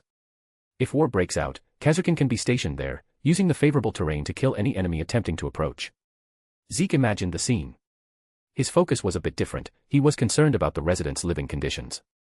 A whole family squeezed into a dark, damp room, constantly guarding against everything. Isn't that just a caveman? Zeke knew the feeling well. When he was a Minecraft newbie, he would usually find a hill, hollow it out, and use it as his home. Ugly and uncomfortable. Suffocating, really. Even a matchbox house is better. Living inside must be pretty tough, right? Zeke said. Dance was clearly stunned. He fell silent for a long while before whispering, just some necessary sacrifices. He didn't continue the topic, choosing instead to wipe the lost gun in his hands. Ripples of interest stirred in Zeke's heart. He had long been curious about this iconic standard-issue weapon of the Warhammer world. Can I try it? He asked. A clear hesitation crossed Dance's face. The gun was a soldier's second life. But the person in front of him had literally given him a second life. He looked at the lost gun in his hand, then up at Zeke. Solemnly, he lifted the lost gun with both hands and handed it over. Its name is Peak's Cry. It's been with me for 4 years. The gun showed obvious signs of use. The grip was wrapped in cloth, and there were clear traces of manual modification. My father taught me some forging knowledge. From casting iron swords to modifying firearms, he covered it all, Dance said. No wonder your profession is weaponsmith. Zeke took the weapon. Regrettably, no text popped up in the chat box. Having achieved his goal, Zeke played with it for a moment before returning the lost gun to Dance. Dance took the gun, slung it over his back, glanced at the sky, and warned. We need to find a safe place to spend the night before dark. Cadia has many native nocturnal predators. Plus, with chaos forces infiltrating everywhere, the night is much more dangerous than usual. Night. A safe place. Zeke immediately switched to a stone shovel. Leave it to me. The shovel flew in Zeke's hands. Dance, gradually getting used to Zeke's endless tricks, stood aside. The stone shovel cut into the ground. As the digging went deeper, Zeke sank underground, soon leaving only a square hole on the surface. Dance peered down into the hole. Zeke dug down to about 7 or 8 meters. The depth was sufficient, so he began to expand the space horizontally to the sides. Breaking and placing. I've never seen a psyker like this, Dance muttered to himself. Also, no matter how I look at it, this looks like a coffin. Done. Zeke's voice came from below. Zeke planted torches on the ground, looked at this underground matchbox he had built, and clapped his hands in satisfaction. Then he made some ladders out of wood to connect to the surface, and incidentally brought the cow underground as well. Where I'm from, at night, we usually just dig 3 down and plug 1 up. This counts as the deluxe edition. Dance looked around. As a native Cadian born and raised on a fortress world, his professional instincts made him speak up. He squatted down, rubbing the dirt on the wall with his fingers. The wall structure is too loose, it lacks reinforcement. We usually use a mixture of plasticine clay and limestone powder to coat it. After drying, it's very hard and moisture-proof. He stood up and tapped the ground with his foot. Drainage ditches are also essential. They can guard against poison gas or corrosive liquids the enemy might use. As Dan spoke about these things, the look in his eyes changed. As the most important fortress world on the Imperium's front lines, Cadia was in a state of perpetual war. For the locals, building fortifications was survival knowledge carved into their bones. Zeke listened, stunned. New text floated up in the chat box at the bottom left of his vision. Dance is teaching you basic fortification construction experience. Blueprint, Cadian underground bunker, recorded. Create mod architectural blueprints. As long as you provide all the necessary materials, you can generate a specific building in an instant. A must-have artifact for lazy people. The crafting method was also simple, a piece of paper plus blue dye. A veritable blueprint. Actually, the biggest use of this blueprint was to popularize automation. Usually, when redstone or tech experts built a complex device, they could upload the device directly to a blueprint. When building it again, it would save most of the effort. In front of him, Dance had finished explaining all the key points of the underground bunker. Zeke sat on the ground, sitting up straight. Master Dance, can you be a bit more detailed? Master. Dance was startled by the sudden title, a trace of embarrassment crossing his face. I'm no master. This is just the most basic knowledge from the Cadian Whites-Heeled boot camps. Dance coughed lightly, squatted down, picked up a piece of gravel, and began to draw on the dirt floor. Regarding underground bunkers. Outside the hole, the Cadian night had fallen. No stars, no moonlight. Occasionally, 1 or 2 flashes swept through the darkness, the pupils of some predator. Later on, Dance's voice became lower and lower until his head leaned against the wall, and he fell into a deep sleep. Zeke quietly digested the new blueprint information unlocked in his mind. Blueprint, Cadian surface bunker, recorded. Blueprint, standard trench, recorded. The former was a surface firing point constructed using terrain and materials, while the latter was a defensive fortification utilizing the earth itself. Chapter 11, a very whack mine. Zeke sat down against the wall and closed his eyes. After working for half the day, both his body and mind needed rest. Half an hour passed. Zeke stared blankly at the ceiling. Can't sleep. Can't sleep at all. Without a bed, he couldn't sleep at all. Zeke kicked up, flipping himself back onto his feet. On a dangerous night, with incomplete equipment, what would you choose to do at this moment? For a Minecraft player, the answer was almost instantaneous, go mining, of course. Before that, he sorted all the food in his inventory. Counting the rotten flesh and baked potato he ate earlier. Zeke then ate the raw PHYRR cat meat, cooked PHYRR cat meat, raw potato, and the bread from the bonus chest, gathering a total of 5 types of food. What a unique taste. Your max health +1. Zeke walked to the crafting table, crafted 3 brand new stone pickaxes, and went to a section of the wall near the entrance. Instead of adopting the most aggressive vertical digging method, Zeke chose the classic staircase mining method, dig 2 blocks down, then 1 block forward, and repeat. This maximized exploration while leaving a path to return. The sound of mining echoed in the narrow passage. Every so often, Zeke would leave a torch behind him. Clack, clack clack, clack clack. Nothing but stone, stone, and more stone. To relieve the boredom, Zeke began to hum a tune. The tune shifted, gradually turning into a familiar melody, sweetened by C418. It was the background music that would play in Minecraft when it rained. A familiar sense of loneliness quietly wrapped around him. The world turned, there were winds, rains, dawn, and dusk. There were the low growls of monsters. But aside from himself, there was no response from any other living thing. All exploration, building, harvesting, and even danger were witnessed only by himself. This was the ending all single-player survival players eventually walked toward, being alone. Thinking of this, Zeke suddenly felt a bit fortunate that he hadn't transmigrated into vanilla Minecraft, but into Warhammer. At least in the Warhammer world, he still had people to communicate with, unlike Minecraft, which only had villagers who could go HRRM. Although, sometimes the people he communicated with might not be so friendly. Inventory full. Mod, sophisticated backpacks, unlocked. Zeke had already mined 3 full stacks of stone, cobblestone, and his inventory slots were completely full. Checking the recipe for sophisticated backpacks with JEI, leather X4, string X4, chest X1. He happened to have exactly all of these materials. Zeke followed the recipe and crafted a standard sophisticated backpack. The main body of the backpack was made of tanned dark brown leather, with silk threads stitched along the edges. The standard sophisticated backpack provided an extra 27 slots of space and 1 upgrade slot. Later, it could be upgraded further using copper, iron, gold, diamond, and netherite. Zeke continued digging downward. He didn't know how much time had passed. All he knew was that the backpack now held 6 full stacks of stone, half a stack of torches was gone, 3 stone pickaxes had broken, and he hadn't seen even a shadow of ore. The ore generation in the Warhammer world definitely couldn't compare to Minecraft. Searching like this was like looking for a needle in a haystack, he might not find a single ore all night. No, I can't go on like this. Zeke started to have second thoughts. I'll use up 1 more pickaxe. If I still don't find anything, I'm retreating. Just as the stone pickaxe's durability was about to run out, the goddess of luck smiled upon him. A cave appeared at the edge of his minimap. There's hope. Zeke changed direction and dug toward the cave's location. Crash. The rock wall in front shattered, and the view opened up. A bottomless cavern. Water droplets dripped constantly from the ceiling, and the cave was permeated with a dim green phosphorescence. But none of that was the main point. The main point was in the center of the cave, iron ore. Hematite. Composition, 70% iron. Mining level, stone. A completely exposed vein of ore. Beside the cluster of hematite, there were obvious signs of chiseling. Someone has been here. Is this an abandoned man-made mine? Zeke didn't hesitate. Whoever it was, the iron was right in front of him, there was no reason not to take it.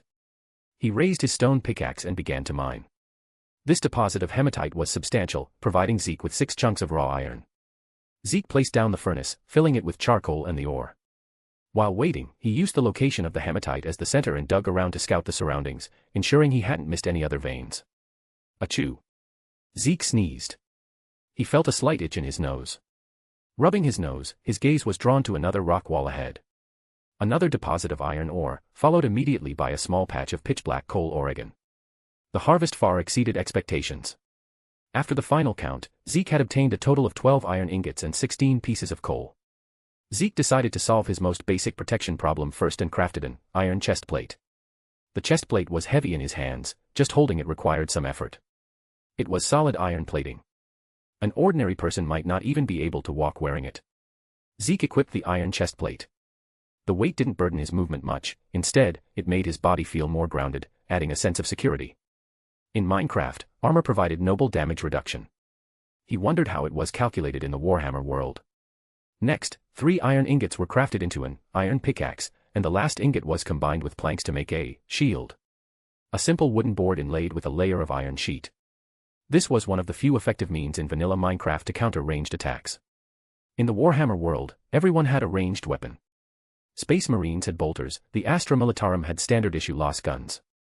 Without protection, an individual in an open area would be instantly taken out by crossfire. Achoo. Zeke sneezed again. A debuff appeared in his status bar. Spore Infection Eye. The icon featured a humanoid creature with dark green skin and ferocious tusks. That was an orc, a Warhammer race whose survival philosophy was, fighting is fun. One of their most headache-inducing characteristics was their bizarre method of reproduction. Like fungi, they multiplied by spreading spores. Places where orcs had been active were often filled with these spores, which were extremely difficult to clean up. This meant that this mine was an orc excavation site. Zeke's itchy nose earlier was because he had inhaled orc spores. The fate of humans who inhaled orc spores was generally miserable. The spores would take root in the host's body, absorbing nutrients. Eventually, the human would likely die in madness, turning into fertilizer. Fortunately, Zeke had milk. He took out a bucket of beast milk from his backpack, tipped his head back, and drank it down. The spore infection buff disappeared.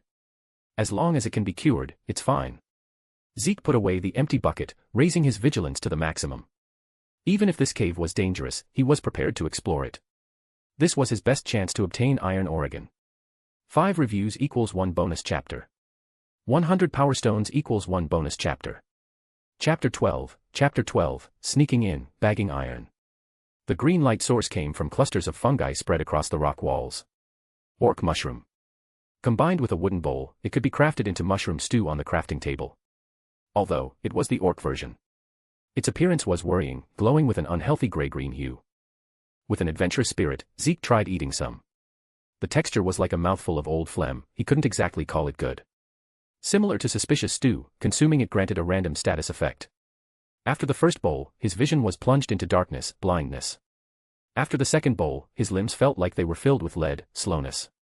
Seeing the negative effects appearing one after another in his status bar, Zeke abandoned the idea of trying further.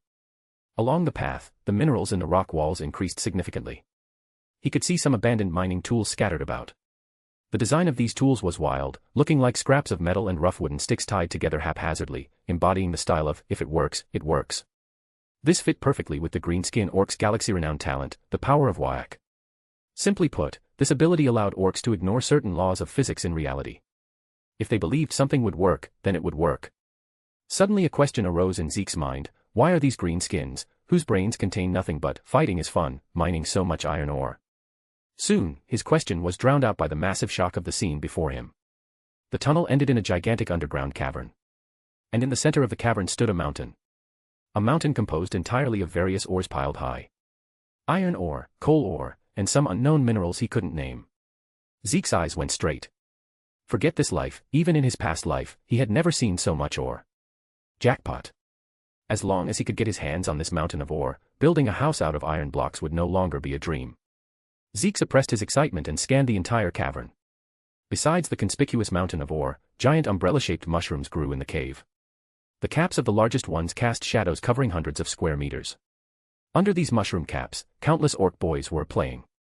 Of course, playing here meant punching each other until heads bled and bodies hit the floor, then collecting the loser's teeth. Among greenskin orcs, teeth were currency. Zeke also spotted a mech boy, the inventors among the orcs. Most of their vehicles and weapons were born from their hands. It was scrawnier than the average mech boy, draped in various scraps, with one hand replaced by a mechanical claw. At this moment, it was taking a gun broken in two from a gleeful orc boy, along with a large bag of clinking teeth. The mech boy cocked its head, looked at the broken gun, then casually pried a piece of roughly similarly shaped iron ore from the mountain. It swung a massive hammer nearby, clang clang clang, and smashed it onto the gun. After a shower of sparks and some unintelligible roaring, the gun was actually fixed. Or rather, forcibly mashed back into one piece. The orc boy took the brand new gun, dancing with excitement and howling wildly. Zeke didn't see a war boss. The strongest orc he observed so far was a Runthard. It held a giant warhammer, with a Gretchen standing on its shoulder. Honestly, facing such a quantity of greenskins, even a squad of Astartes would likely find themselves in a tough battle. But the bigger the storm, the more expensive the fish. Let's do it. Zeke measured the distance from the ore mountain to his hiding spot and marked it on the minimap. His plan was simple: dig a secret tunnel from underground leading directly to the underside of the ore mountain. This tunnel had to be deep enough to absolutely avoid alerting the orc boys above. No sooner said than done. He retreated a sufficient distance, took out his iron pickaxe, and began digging vertically downward. He dug 20 blocks down. Feeling that wasn't safe enough, he continued digging another 20 blocks before stopping. After setting up ladders, he began to dig horizontally, straight toward the ore mountain. The underground world was silent. A depth of 40 blocks effectively insulated sound. This should be about right. Zeke stopped, judging that he had arrived directly beneath the ore mountain. He placed a pool of water on the bottom floor, then began digging upward while placing ladders. Zeke intentionally widened the upward shaft by 1 block. 35 blocks, 36 blocks. He stopped just a few blocks away from the surface and dug out a small platform to stand on. Then, he gently poked the final layer of rock and dirt above his head. Whoosh! Like poking a hole in a sack full of rice, or poured down. Zeke scrambled to plug the hole with cobblestone, terrified that the noise would alert the greenskins above. In less than 3 seconds, his inventory had gained over 40 pieces of raw iron and a stack of coal. This was way faster than stupidly mining block by block. Zeke set up a row of furnaces, filled them with coal, lit the fires, and began smelting iron ingots. These ores had already been mined, so they could be sucked directly into his inventory. Zeke thought for a moment and came up with an idea: hoppers. This might solve the issue of making too much noise. Zeke crafted hoppers and chests. He connected a hopper beneath the temporarily plugged hole and placed a chest at the hopper's output. He dug a small opening again. The raw iron flowed into the chest through the hopper, the entire process silent and smooth. Before long, the output speed of the hopper couldn't keep up with the input speed. Zeke simply built another identical setup right next to it. So satisfying. Watching the endless stream of iron ore flow through the hoppers into the chests, then into the furnaces to become iron ingots. Zeke felt an unprecedented satisfaction. As iron ingots accumulated at a visible rate, Zeke waved his hand extravagantly. He crafted a full set of iron tools, including an iron hoe that he might never use. And a full set of iron armor. He also upgraded the sophisticated backpack on his back into an iron sophisticated backpack. On the surface, west side of the ore mountain, the mech boy was burying its head in work, tinkering with a metal wheelchair strapped with several things that looked like rockets. An orc shoulder boy tilted his head, looked confusedly at the ore mountain behind him, and scratched his bald green head with a claw. Oi, why's I feelin' like the mountain got a lil bit shorter? His mumbling caught the mech boy's attention. The mech boy stopped his work, sized up the ore mountain, and frowned. Maybe a lil bit. Who cares? He waved his hand rudely, his attention immediately pulled back to his great creation. The important thing right now is perfectin' me new masterpiece, the flyin' wheelchair. Flyin' wheelchair. What's that good fare? Another orc watching the excitement nearby leaned in curiously. Good question. The mech boy perked up, pointing at the bomb-like thing strapped to the side of the wheelchair. You just sits on it, then take your boomstick, aim at these shush cans, and bam. It blasts you straight into the sky. And den what? The questioning orc boy pressed. Den. What den? The mech boy's face dropped instantly. It blasts you straight into the sky. Don't you think that's dead whack? Dead cool. The surrounding orc boys froze for a few seconds, then erupted. Dead cool. Whack. Make one fair me too. 100 power stones equals 1 bonus chapter. Chapter 13, the jig is up, time to run. Zeke, who was stealing or right below them, heard the entire conversation. The corner of his mouth twitched uncontrollably, and he struggled to keep a straight face. Can't be helped. That's greenskins for you. Their brain circuitry is just wired that way. By now, he had obtained a full 6 stacks of raw iron. Because the smelting speed of the furnaces was too slow, he only had 2 stacks of iron ingots. To save inventory space, he had specially compressed these 2 stacks into iron blocks. Logically speaking, Zeke had enough iron. His best course of action now was to retreat. Honestly, Zeke was getting a little carried away. This feeling of a full inventory was just too satisfying. Moreover, the ore mountain above wasn't just filtering out iron ore, there was also a lot of coal. If he waited a bit longer, maybe he could even filter out diamonds. Since I'm already here, I can't leave empty-handed. With this mindset, Zeke continued to stay below, stealing ore. Don't run, you damn grot. Catch him. Extra rations tonight. 2 orc boys were shouting and chasing after a Gretchen. The Gretchen let out high-pitched wails, scrambling on all fours in panic. Seeing the distance closing, it recklessly dived headfirst into a crack at the bottom of the ore mountain. Damn it, where'd that little runt go? The 2 orc boys circled the crack. Quit your yappin', let me fish, I'm out. One orc boy lay down and reached his arm into the crack. I got time. Just as he was about to succeed, a massive shadow loomed over the 2 of them. It was the burly Runthard. You 2 useless gits. What you muckin' about fair instead of workin'? The 2 orc boys froze, silent as cicadas in winter. The Gretchen in the crack seized the opportunity to wiggle out and hug the Runthard's thick mechanical leg. Boss. They tried to eat me. The Runthard narrowed his beady eyes. Before the 2 orc boys could explain, casserole-sized fists smashed ruthlessly into their faces. The two orc boys screamed as they rolled on the ground, blood and broken teeth flying together. Sigh, useless. Completely useless. The Runthard looked at them with disappointment. All day long, just chasing grots. You'll never amount to nothing. The more he spoke, the angrier he got. A proper orc needs a proper opponent. Only by smashing your muscles against the hardest bones can you get stronger, bigger, harder, and more whack. But, didn't we get killed by Datman and end up hiding underground? One of the orcs on the ground covered his swollen face and said timidly. Hidin'. How many times I gotta tell ya? Dis ain't hidin'. Orcs ain't never afraid. Dis is fair to plan. A great plan. Rage rose from the Runthard's heart, and he swung his massive warhammer, taller than a man. Lemme teach you a lesson. The warhammer smashed down. The two orc boys were scared out of their wits and rolled away to dodge. The hammer missed its target. Following its immense inertia, it slammed solidly into the mountain beside them. Rumble. The ground shook and the mountain trembled. Dust shot into the sky. Under the gaze of the Runthard and all the nearby orc boys, the mountain, which should have been incredibly solid, collapsed inward. The Runthard's eyes nearly popped out of his head. I thought this mountain was solid, how could one hammer smash it flat? Wrong. Something's very wrong. Dear's a thief. They hollowed out our mountain. The entire underground cavern ignited. Roars, the clash of weapons, and chaotic footsteps merged into a din. Thief. Feeling the vibrations from above, Zeke, underground, knew the jig was up. He swept everything in the chest into his backpack, not even bothering to retrieve the hoppers.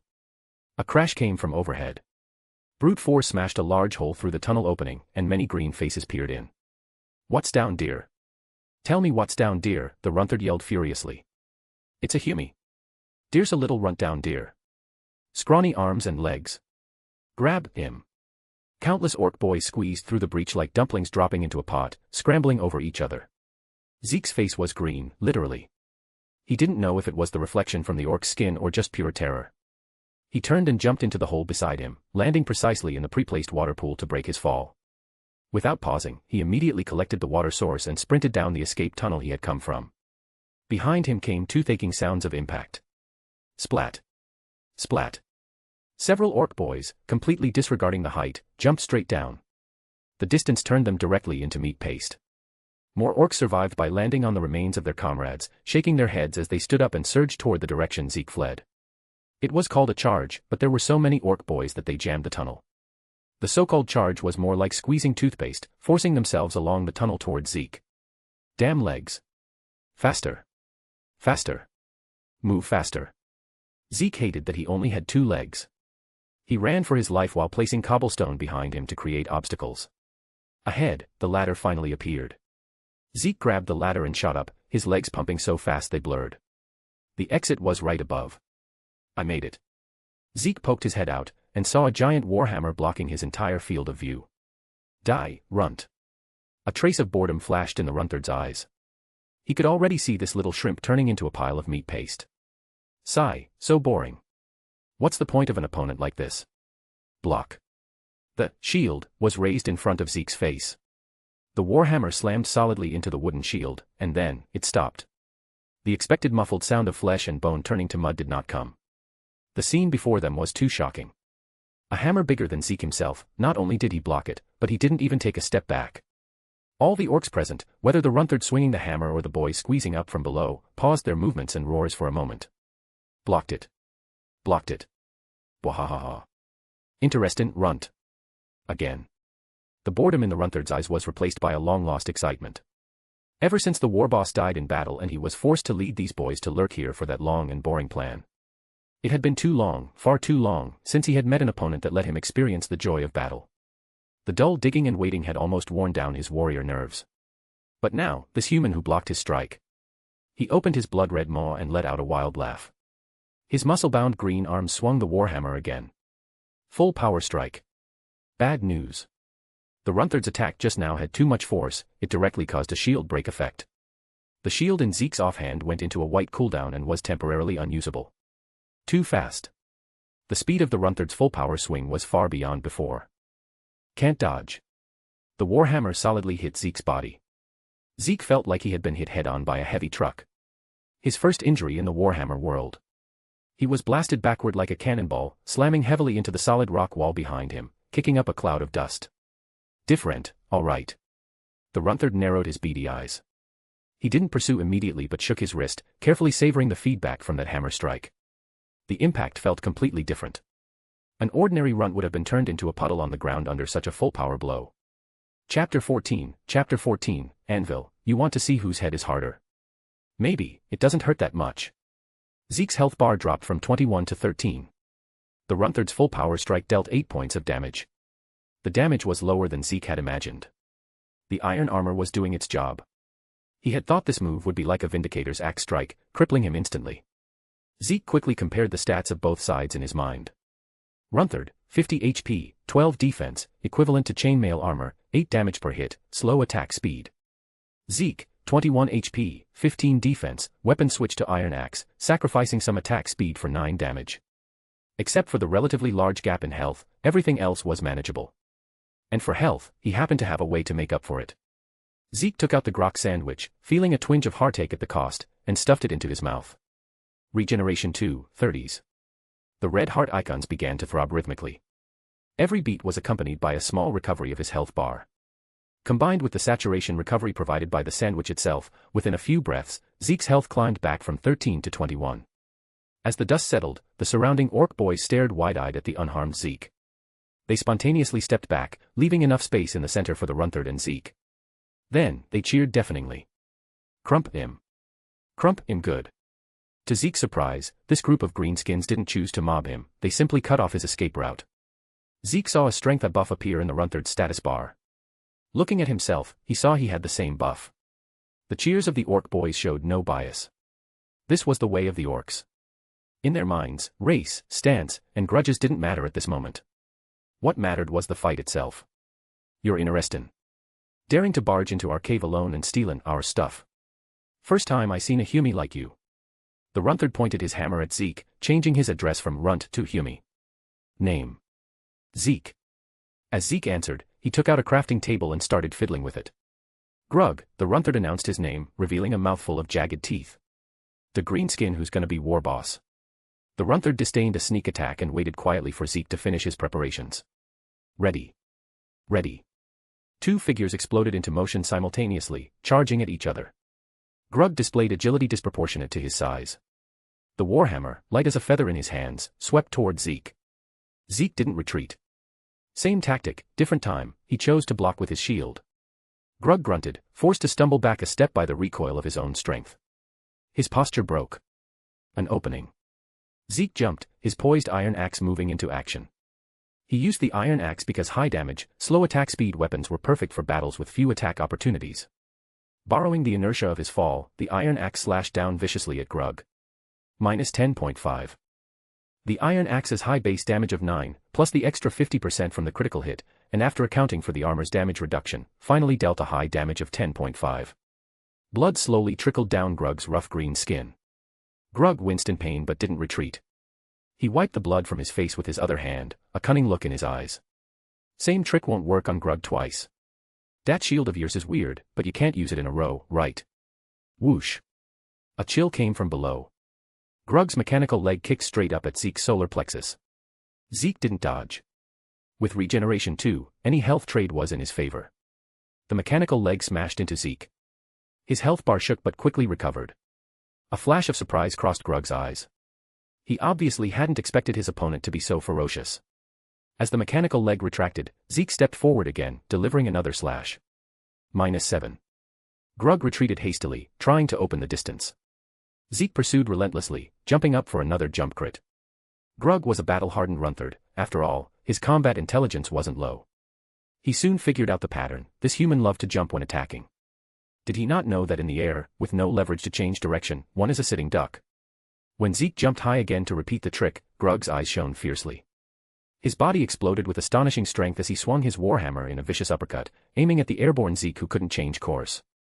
Zeke looked at the shield in his inventory, which had finished cooling down, but chose not to block. Everything is going according to plan. From the first time Grug attacked him, Zeke had noticed that the knockback from this hammer was incredibly powerful, often sending him flying. So throughout the fight, he had been intentionally or unintentionally jump attacking. Partly to deal critical damage, but partly to bait Grug into knocking him upwards. What he wanted was the knockback from this hammer. The surrounding scenery plummeted, and wind roared in his ears. Zeke flew toward the high vaulted ceiling of the cave. Zeke reached the highest point of his trajectory, just close enough to touch the rock ceiling above. In the split second before he started to fall, Zeke waved his arm. Aiming at the block directly above Grug's head, and the surrounding area, he placed several anvils in quick succession. Under the ruthless summons of gravity, the anvils detached from the ceiling. Turning into black meteors of death, they fell straight toward the crown of Grug's head, who had just swung his hammer and was in a brief state of exhaustion. "Watch your head," the watching orc boys roared. Grug just looked up and saw only a rapidly expanding shadow. "Must run." Grug's instincts screamed alarms. He summoned all his strength to lunge to the side.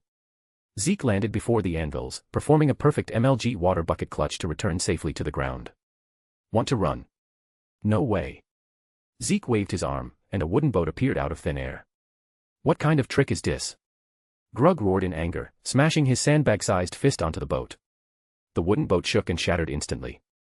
As expected, for a creature with some intelligence like Grug, the boat's trapping effect was very limited. But that moment of delay was enough. Clang. The sound of an anvil colliding with a skull echoed throughout the entire cave. The orc boys gaped, watching their incredibly tough Runthard get smashed square on the forehead by a weird block falling from the sky. Grug's massive body stiffened for a moment, his beady eyes squeezed out of shape. A vague gurgle came from his throat. His massive frame swayed, then with a crash, he collapsed face first onto the ground. He turned into a scatter of experience orbs and a weapon drop. Grug's Warhammer, attack damage 8, attack speed very slow. Special ability, can be charged. Damage increases during charging, reaching a maximum of 13 after 3 seconds, and deals immense knockback. Zeke scooped up Grug's Warhammer from the ground. While the cave full of greenskins was still immersed in the shock of their Runthard being killed, he turned and ran without a shred of hesitation. He wasn't going to bet on the orc's sense of honor. Running away first was the respectful thing to do. He rushed toward the cave wall. A stone pillar rose beneath his feet, lifting him high.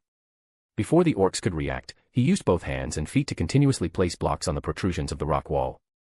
In a few leaps, agile as a mountain goat, he vaulted out of the encirclement and dove headfirst into a mining tunnel.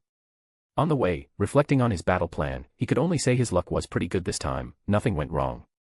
If the knockback from Grug's hammer had been a little weaker and hadn't sent him high enough, or if he hadn't adjusted in time midair to place the anvils precisely, the plan would have failed.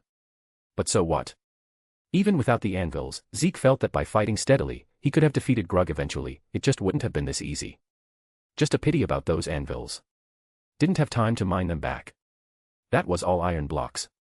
Zeke thought regretfully, looking at his backpack full of iron ore. 100 power stones equals 1 bonus chapter. Only 30 left, let's complete the goal tonight. Chapter 15, Departure, towards Tyrock Bastion. Zeke retraced his steps along the mining tunnel back to the opening he had originally excavated. He pulled cobblestone from his backpack, stone matching the color of the surrounding rock layers, and sealed the entrance from the inside. Zeke quickly ascended the stairs he had cut. Along the way, he knocked down and collected the torches from the walls, doing his best to seal off sections of the path behind him. He returned to the crude base, it was empty. Climbing out via the ladder, he found it was already early morning. He hadn't realized he'd spent the entire night mining. Please respond, over. Please respond. This is Dance. The static-filled noise of a radio drifted from nearby. Zeke walked over briskly. Dance was still there, relentlessly trying to tune the equipment. Zeke offered no explanation for his disappearance the previous night, and Dance, sensing the mood, didn't ask. He simply gave Zeke's iron armor a lingering glance. No time to explain. We need to move, Dance. Zeke spoke rapidly. He pulled a sheaf of wheat from his backpack and waved it before the lethargic cow's eyes. The cow's nose twitched, its spirit instantly lifted, and it began to trot after the wheat. What's going on? Dance followed without wasting words. It's too much to explain right now, Zeke said, guiding the cow with the wheat while frequently checking behind him. He needed to ensure the greenskins weren't on their tail. By the way, do you know a good place we can head to? Preferably somewhere far from this area. A destination. Dance thought for a moment, then raised his hand to point toward the east. Zeke gazed into the distance in that direction. Beyond the rolling hills before them, a patch of green emerged at the edge of his vision, a jungle of considerable size. Beyond the jungle stood a peak towering into the clouds, its upper half capped in pristine white snow. If we cross the axle sea of trees, then traverse Mount Lesra, we can reach Tyrock Bastion, Dance said, his voice tinged with excitement. Then what are we waiting for? Zeke withdrew his gaze and patted the cow's neck. Let's move out. The distance between the hills and the forest wasn't great. Half an hour later, low-growing ferns appeared, and the air grew humid. The group formally stepped into the fringes of the axle sea of trees. Sunlight filtered through the gaps in the leaves, casting coin-shaped spots of light on the ground. It felt a bit like a jungle biome. Zeke held the wheat in his left hand, leading the pack animal, while Dance brought up the rear with his lost gun. As they walked, Zeke idly toyed with a freshly obtained emerald in his right hand. He had traded 15 lumps of coal with Dance to get it. Unfortunately, he only got one. The option to trade coal for emeralds had turned gray, preventing further transactions, a far lower limit than what standard villagers offered. In the dappled light, the emerald sparkled, radiating an almost surreal beauty. Zeke subconsciously weighed it in his hand, the gem lifted slightly from his palm, defying gravity for a moment before slowly settling back down. Zeke was certain Dance didn't actually carry any gems on him. So where did the trade come from? Zeke pocketed the emerald. If he couldn't figure it out, he wouldn't dwell on it. Moo. The cow behind him let out a long, pained cry. Zeke turned to see a gray shadow flash past the pack animal's ankle. Blood spurted from the side of the cow's hoof, a chunk of flesh was missing. Careful, it's a wild rat. Dance reacted instantly, training his gun on the target. The rat dove straight into a burrow, vanishing without a trace. One isn't a problem, but if they swarm, they can strip a man to the bone in minutes. Dance lowered his voice. Zeke finally noticed that the roots of the trees on either side were riddled with bowl-sized holes. Several heads popped out, eyeing the group. The rats of Cadia were much larger than the ones Zeke had seen in his previous life, with the characteristic incisors of rodents looking far sharper. One of them held a bloody chunk of fresh meat in its front paws, torn from the cow, and gnawed on it nonchalantly. Noticing Zeke's gaze, most of the rats zipped back into their holes. A few bold ones stood their ground, emitting threatening noises from their throats. Another gray figure burst from the flank, aiming straight for the lumbering cow, clearly marking it as an easy target. Again. Zeke drew his iron sword and slashed horizontally. The gray shadow twisted midair with surprising agility, dodging the blade. It even turned to squeak at Zeke upon landing, a sound that felt like mockery, before diving into another hole without looking back. Little punk, think I can't handle you? Zeke walked straight to one of the larger holes. Under Dance's confused gaze, he casually pulled out a water bucket. You, what are you? Dance started. Zeke placed the water source at the entrance. A torrent surged into the depths of the burrow. Moments later, bubbles gurgled up, followed by 2 or 3 soaking wet rats, gasping for air as they floated to the surface. Rat meat, X4, rat hide, X6. Zeke repeated the process, flooding every hole within his line of sight. The final harvest was bountiful, 16 units of rat meat and 32 rat hides. The hides felt tough, similar to rabbit hide, for could be crafted into one piece of leather. Leather was incredibly useful, whether for the books needed for an enchanting table or for a saddle. Speaking of saddles, Zeke glanced at the cow. He hadn't observed it closely before, but looking now, it had a broad back and sturdy, connective tissue around its limbs. It would likely make a decent mount. Taking out 2 iron ingots and some leather, Zeke crafted a saddle on the crafting table and threw it over the cow. It was a long road ahead, having a mount would save a lot of trouble. Zeke climbed up and sat down heavily. The cow froze for a moment, then twisted uneasily, snorting rough breaths from its nose. Zeke stroked its neck to soothe it, but the beast was unappreciative. Abandoning its previous docility, it tilted its massive body violently from side to side, trying to buck the intruder off its back. Caught off guard, Zeke clamped his arms tightly around the cow's thick neck. Dance, lend a hand. Seeing the struggle, Dance braced his body against the cow's flank. Under their combined force, the cow's struggles gradually weakened until it finally let out a grunt of resignation. TL/N, remember it's a stegodon, not a normal cow. I am just using cow everywhere because our MC thinks it's too fancy of a name for it. Zeke steadied himself. Even though he had never truly ridden an animal before, his body seemed to trigger some built-in riding memory. Forward, he commanded, lightly nudging the cow's belly with his legs. Reluctantly, the cow began to move. However, the speed was agonizingly steady. It felt like leading a pig would be faster than this. Once the novelty wore off, Zeke looked at the cow's leisurely pace and couldn't resist slapping its rump. The cow simply flicked its tail, its pace remaining unhurried. Zeke scratched his head in frustration, then had a flash of inspiration. He took out a unit of wheat, leaned forward, and dangled it right in front of the cow's eyes. Snort, it huffed, its pace unconsciously quickening. It stretched out its tongue, trying to wrap it around the delicious treat so close at hand. But as the cow moved, the wheat moved with it, the distance remaining constant. The cow got desperate. It surged forward, craned its neck, and managed to snatch the wheat into its mouth. The first attempt ended in failure. His arm was too short. He needed a fishing rod to make a wheat on a stick variant. But then, Zeke had a better idea. Chapter 16, Warlord Class Titan, Entering Tyrock, Bonus. Bonus chapter for 100 Power Stones. I have to say, having a local in the squad really pays off. Under Dance's guidance, Zeke soon spotted a massive web-like structure stretched between two trees. It looked like it had been abandoned for a long time, but judging by the size, its previous owner was likely not something to be trifled with. Zeke used his iron sword to tear down the spider web, looting 5 string. Adding 2 sticks to the mix, Zeke crafted a fishing rod at the crafting table. He then took out a unit of wheat, tied it to the fishing rod's line, and voila, wheat on a stick, was complete. Signaling Dance, Zeke mounted the cow again and dangled the bait right in front of the beast's eyes. It was positioned perfectly, just where the cow could almost reach it if it stretched its neck, yet always remaining just out of reach. Driven by the illusion that it was mere inches away from a meal, the cow ran faster and faster. Not bad speed at all. Zeke crouched low. Fuel consumption, 1 unit of wheat per 100 kilometers. What a bargain. The mount shortened their journey significantly. About 2 hours later, the trees began to thin, and they reached the edge of the forest. Mount Lesra. That's what we locals call it. It's the final barrier before Tyrock Bastion. A rare smile appeared on Dance's face. Zeke looked up.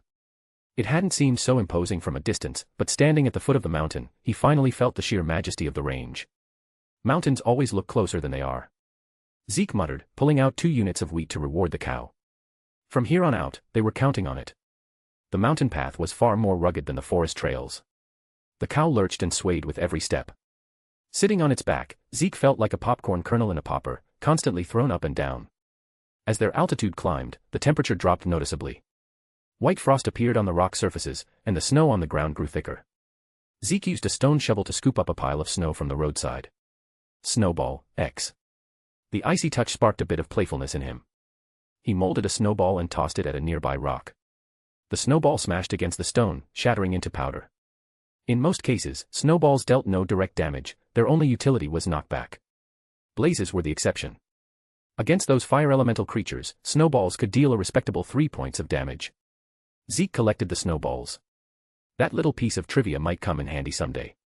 The higher they went, the colder it got. The freezing wind cut like a knife. The cow beneath him had thick fur to keep warm, and Dance behind him wore standard combat fatigues designed to withstand the elements.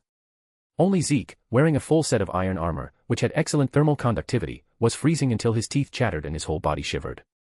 He quickly took out 4 pieces of leather, crafted, leather boots, and hurriedly swapped them on. Any leather armor prevents a biological entity from entering the freezing state.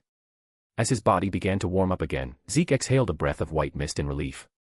He realized more clearly than ever that mastering the modules and mechanics of Minecraft was his greatest asset in the Warhammer universe. The Eye of Terror hung high in the center of the sky. It was already noon. Protected by the leather boots and carried by the tireless cow, Zeke's group successfully reached the summit around midday. Atop the snowy peak, the wind roared. Zeke reined in the cow and gazed into the distance. His mouth fell open involuntarily, forming a perfect O.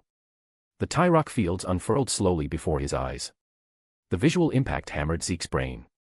He stood there, stunned into silence. It was hard to imagine using the word crowded to describe such a vast plain. There were boundless tents, countless armored personnel carriers.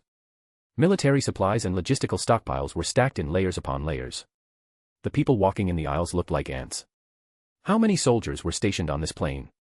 100,000. 1,000,000. 10 million. Further away, in the hazy mist, a slowly moving silhouette emerged. It was a Warlord-class Titan. A genuine god machine. With every step it took, a low resonance echoed through the earth. Flanking it was a Leviathan aircraft. The Leviathan sounded a siren in salute to the Titan, and the Titan returned the gesture with a series of high-pitched, deafening warhorn blasts. "This is Tyrock Field's navigation channel," a clear voice crackled over the radio on Dance's back. "Welcome home, soldiers. I repeat, welcome home. Transport Shuttle 4532, please proceed to Landing Pad 3 on the left to clear the berth for incoming ships." Dance pressed his hand tightly against the radio. This Cadian soldier, who hadn't broken down despite facing death multiple times, now lowered his head, his shoulders trembling slightly. Dance looked up, his eyes red. "We're home. I never thought I'd actually make it back alive. Thank you, Zeke. Villager, weaponsmith. 1 emerald, iron sword, fire aspect. A fracture price. Forget 21, just 1 emerald. Zeke snapped out of his shock. Fire aspect was pretty tempting. However, he had just obtained a decent weapon, Grug's Warhammer. That thing had a base damage of 8, reaching 13 on a fully charged hit, plus powerful knockback. It felt solid in the hand. In comparison, the iron sword only had a base damage of 6. Even with the enchantment, it seemed a bit lacking. Trade it. The hesitation lasted only a split second. Zeke was too curious to see what a Minecraft enchantment would look like in Warhammer. Besides, completing this trade would further increase Dance's trading level, unlocking even better goods. Zeke placed the single emerald from his backpack into the trade slot and clicked confirm. Pop. The emerald shattered, turning into countless motes of light that flowed into Dance's body. Simultaneously, a shimmering iron sword appeared in Zeke's hand. Zeke gave the blade a tentative swing. The trajectory left a trail of flame in the air. Cool. We should head down, Dance's voice broke in. Zeke nodded and stowed the fire aspect sword. They say it's easy to go up a mountain but hard to go down. For Zeke, it was the exact opposite. He had 100 ways to descend quickly. He could place a water stream and slide down, or sit in a wooden boat to fly down, utilizing the immunity to fall damage. Zeke decided to combine the two for a rapid rapids adventure. He switched to his iron pickaxe, dug a 4-block hole in the frozen earth beneath his feet, and created an infinite water source. Then, transforming into a human water pump, he used his bucket to scoop and pour repeatedly. Column after column of water was placed, the liquid rushing down the steep rock face, merging to form a water slide that ran straight from the summit to the valley below. Do you know how to row, Dance? Dance turned to see Zeke placing yet another wooden boat on the ground. Looking at the crude wooden vessel equipped with only 2 oars, Dance felt a pang of apprehension. Zeke noticed it and reassured him, don't worry. As long as your technique is good enough to not smash into the cliffs, it won't break. Usually. Dance silently mulled over that word, then nodded. He trusted Zeke. This mysterious partner always had all sorts of bizarre methods, and surprisingly, they worked. Next goal, 200 power stones. Only 3 days left before the power stone reset, but it's possible, I think. Chapter 17, Sprint, Sprint, and Sprint. An untimely purple progress bar appeared in Zeke's field of vision. At first, Zeke thought it was the health bar of the Warlord Titan. That was until the word, raid, appeared in bold letters above the bar. What the hell? Isn't this supposed to appear when illagers attack a village? Why would this thing show up here? On the distant Tyrock fields, a blinding crimson fireball bloomed. Looking down from the snowy peak, countless debris spiraled upward from the point of the explosion. It wasn't just Zeke who was confused, the Cadian soldiers were equally stunned.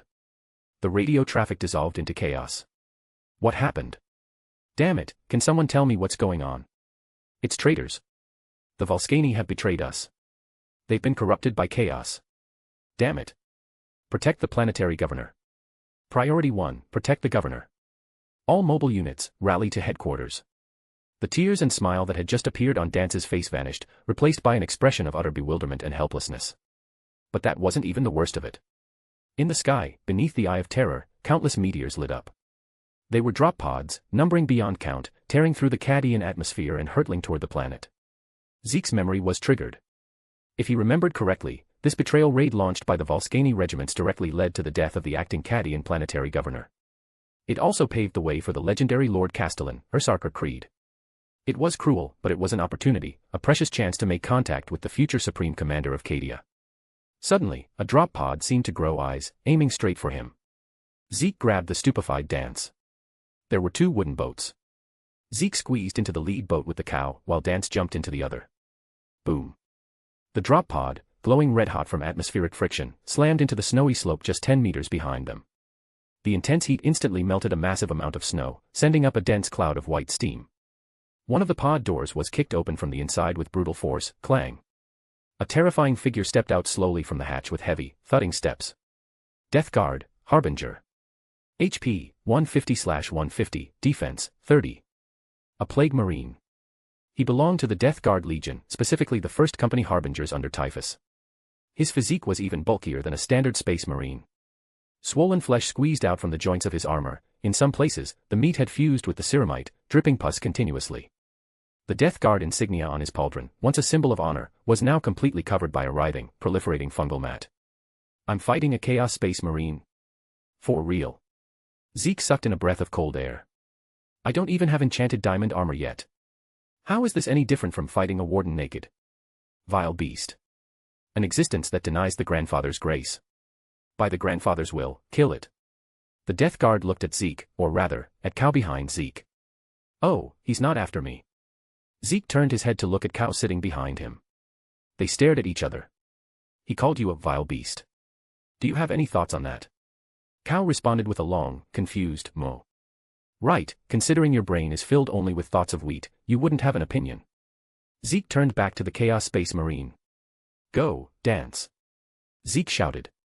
He pushed hard against the rock wall and managed to scoop up some of the water source blocks, preventing the enemy from using his water slide.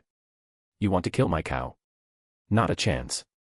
The two wooden boats, caught by the turbulent current, shot off the edge of the cliff and plunged into the rapids below. Weightlessness seized Zeke. Water sprayed over his face, and the rock walls on either side turned into blurred gray shadows rushing upward. Moo, oh. From the boat behind, Cow's cry was stretched by the fall, turning into a comical tremolo. At the edge of the cliff above, the death guard watched his targets fleeing below. Without hesitation, he took a step forward and jumped. No way, he can keep up with this. Zeke looked up, his face distorted by the rushing wind. After falling for a distance, the death guard jammed his hand directly into the cliff face. Under his immense strength, the solid rock was penetrated as easily as tofu. Using his hand anchored in the rock as a pivot, he kicked off the cliff wall with his legs, launching himself further down. Stab, kick, drop. Repeat. Seeming to find this too slow, after a few repetitions, the death guard adjusted his posture. Feet planted on the cliff face, he began to sprint down the near 60-degree slope in a display that defied physics.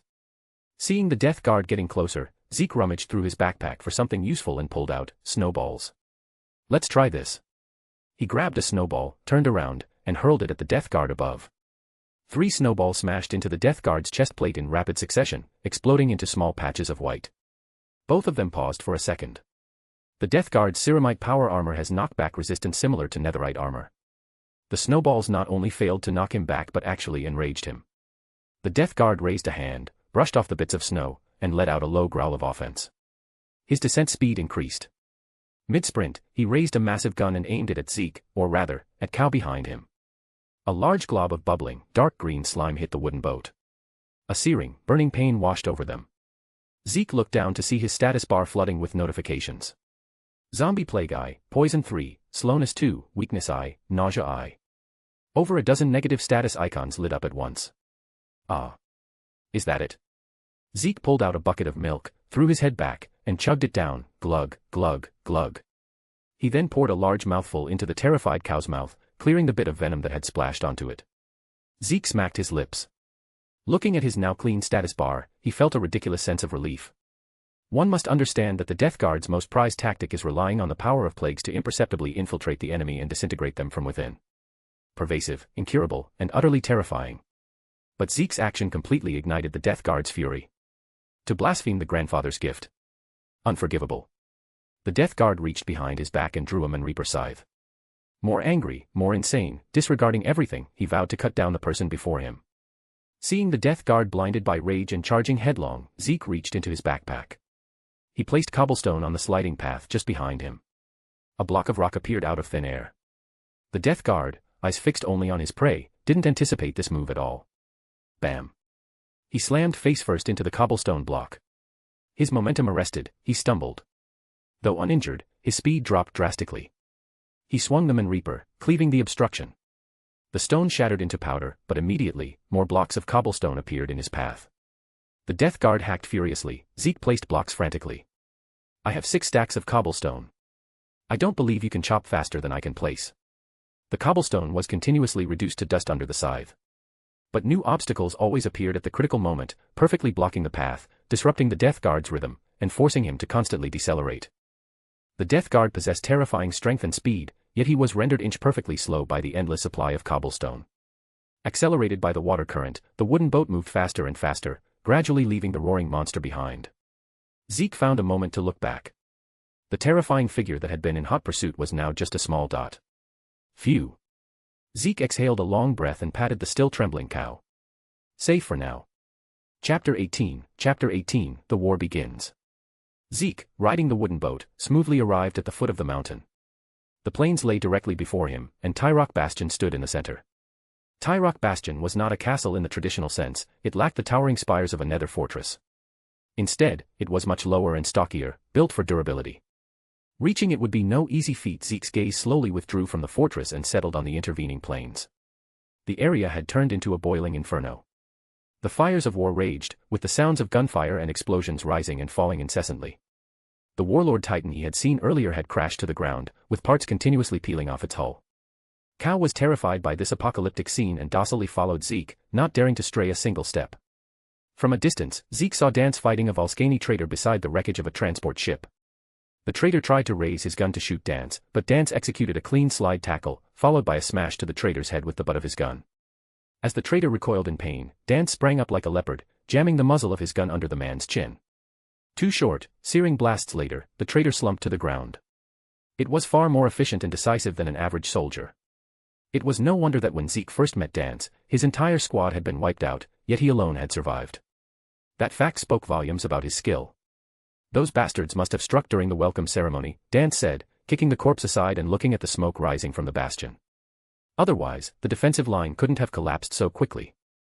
Zeke took out a few baked potatoes and filled his saturation bar completely, preparing for the battle ahead. With a shield in his left hand, Zeke deliberated for a moment between the Warhammer and the enchanted iron sword for his right. He ultimately chose the iron sword. When dealing with small units, the Warhammer tended to knock enemies back too far, which could sometimes be counterproductive for dealing damage. Dance and Zeke exchanged a look, nodded, and began to advance.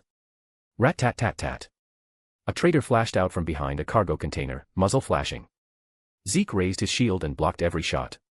The shield was truly the bane of ranged weapons. Its only drawback was that against fully automatic fire, its durability dropped a bit fast. The gunfire stopped as the magazine clicked empty.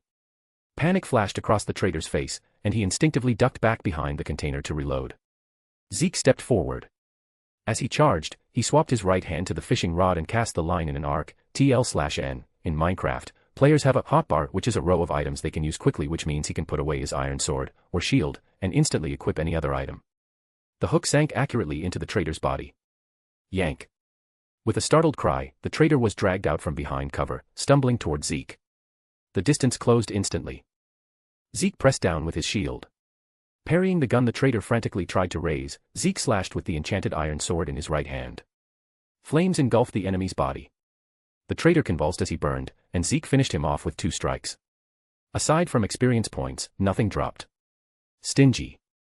Zeke's level had reached 15, though most of that experience had come from smelting iron ore. Suddenly, a red dot appeared on the ground in front of him. Sniper, Zeke realized.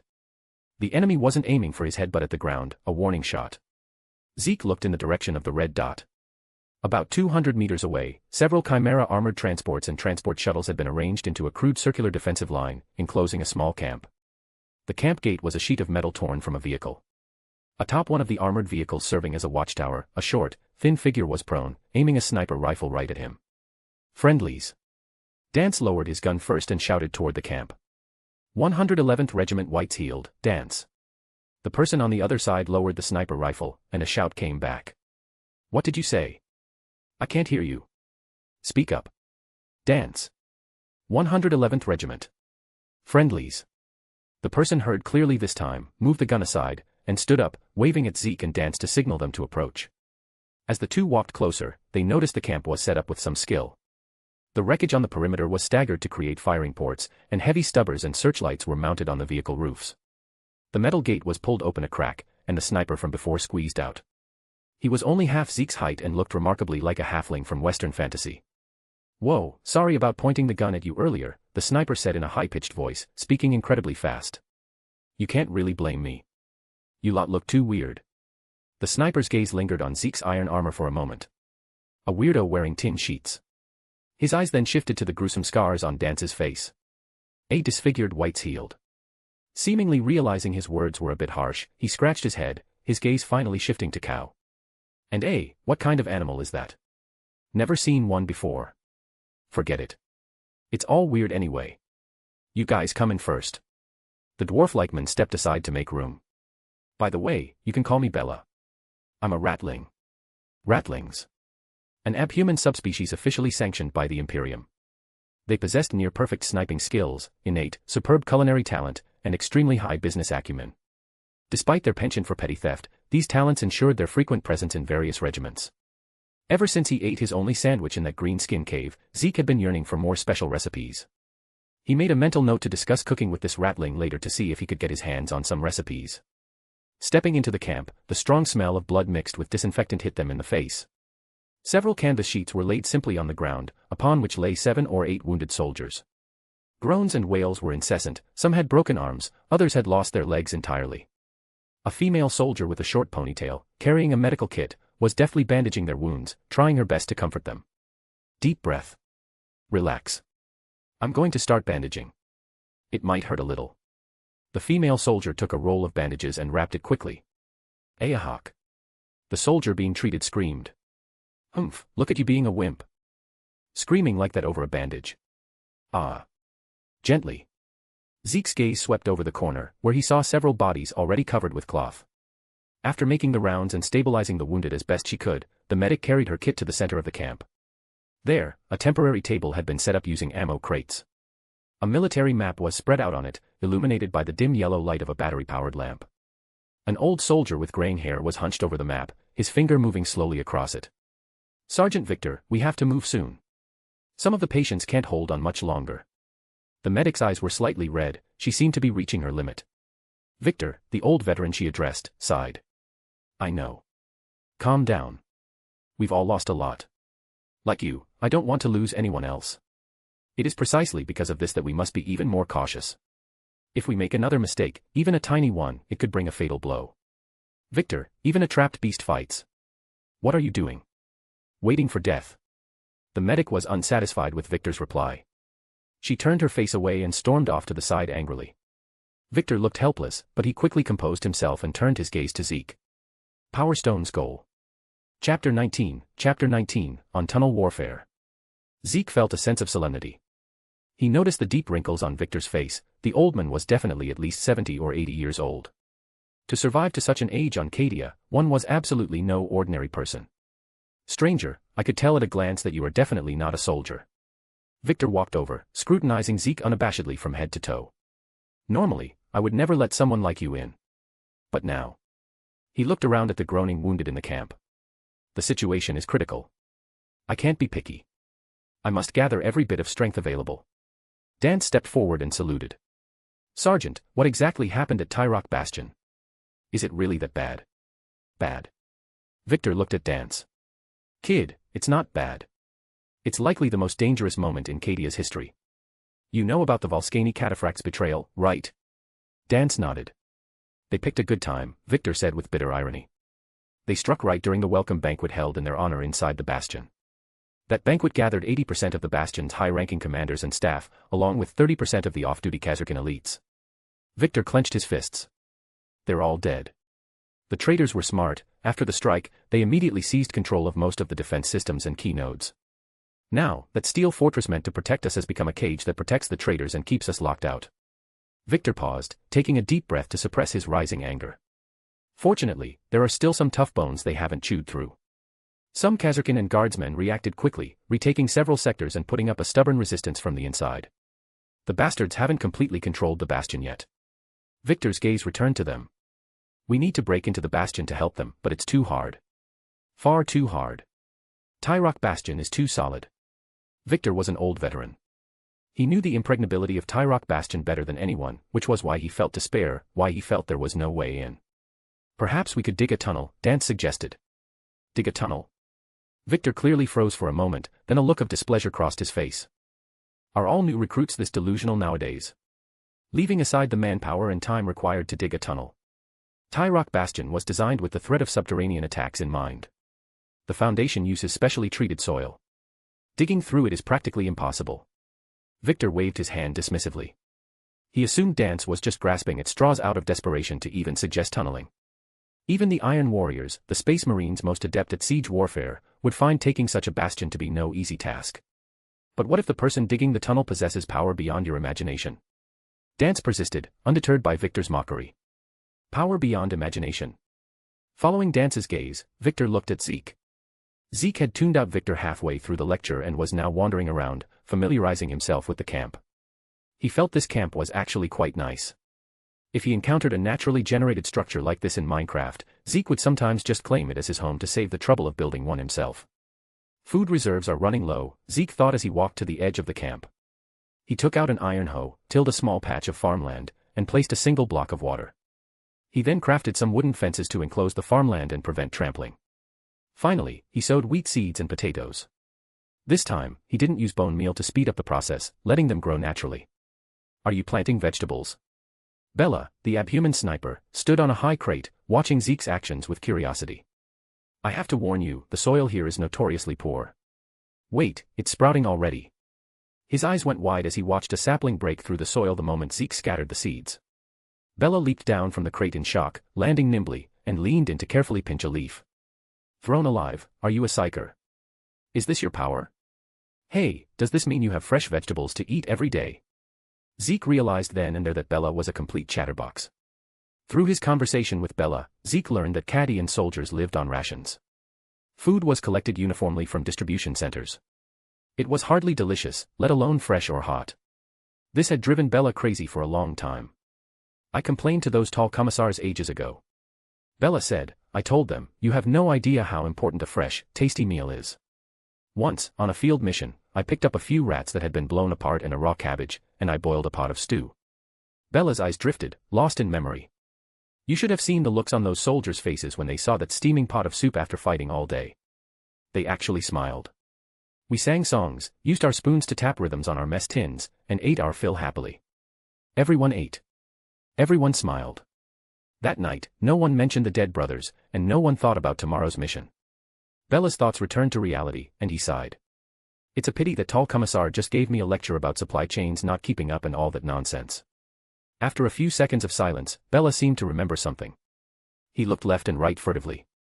Carefully, he took out a small, meticulously folded square from an inner pocket close to his chest. He unfolded it layer by layer, revealing a few plump seeds inside. Here, cabbage seeds. He looked a little smug. Borrowed them from a tech priest. You plant them for me, and afterward, I'll give you 10%. How about it? 10%. Zeke almost laughed out of anger.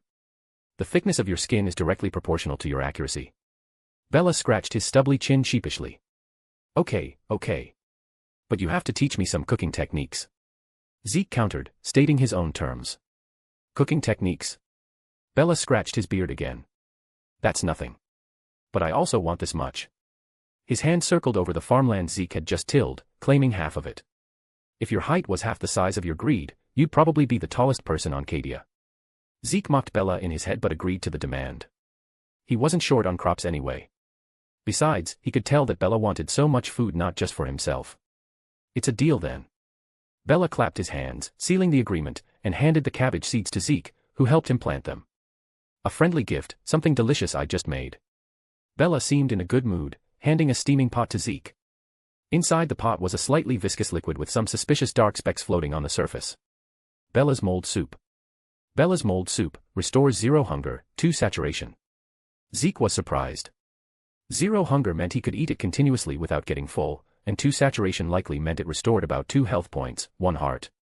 It didn't look like much, but this was soup. The system display likely referred to the value restored per sip. Zeke took the mold soup and took a sip. The texture was unexpectedly decent, warm, a bit like oatmeal porridge, and the taste was actually okay. Gurgle.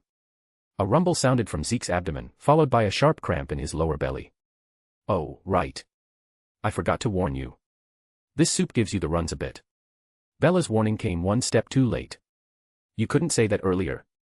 Zeke's face changed color. Clutching his stomach with one hand, he sprinted toward an unnoticed corner of the camp.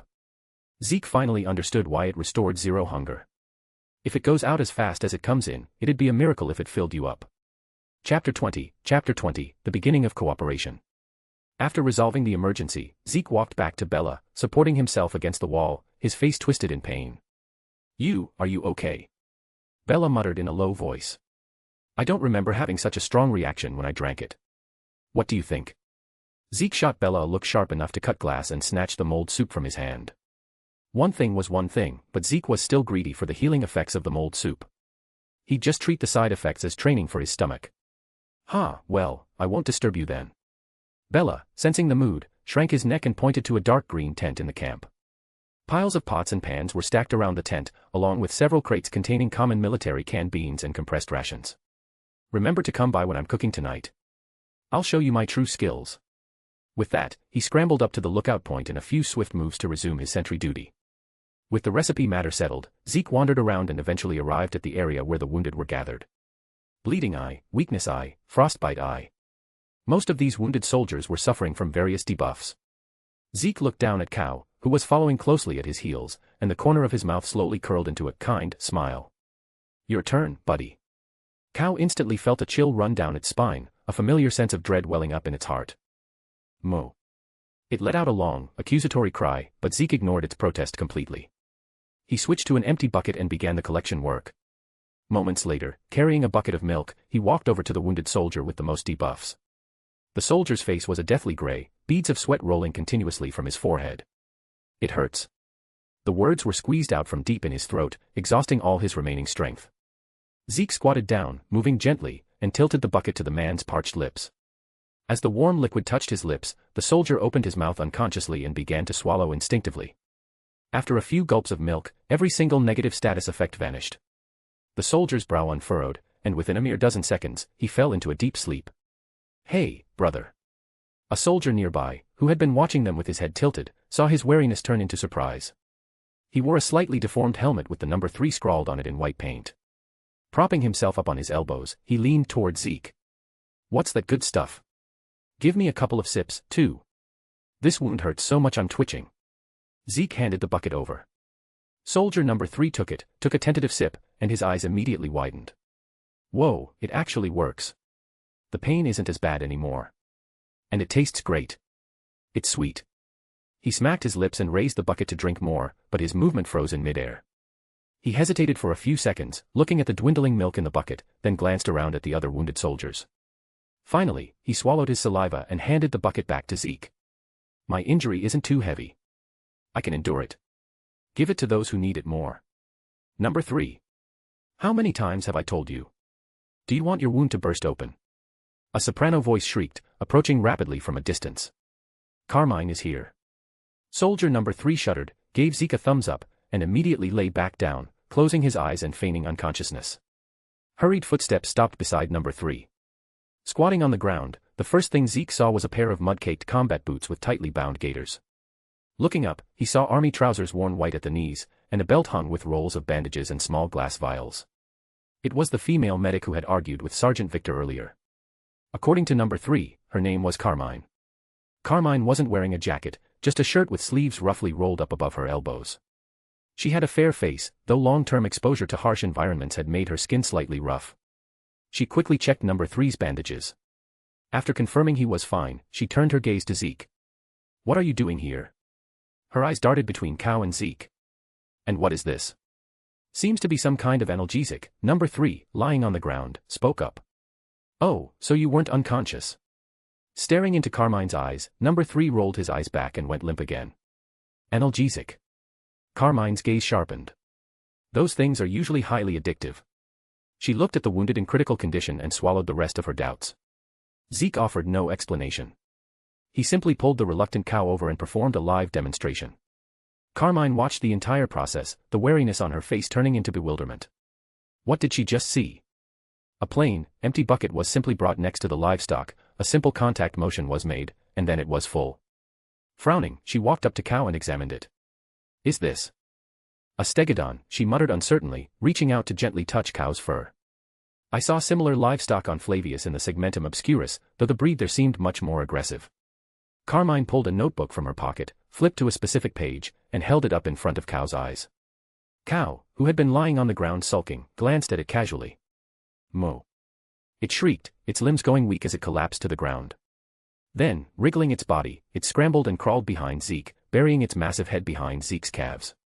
Zeke looked at the terrified Cow, then leaned over to see what was in Carmine's notebook. On that page, sketched with skilled and precise strokes, was a venomous snake rearing its head and flicking its tongue.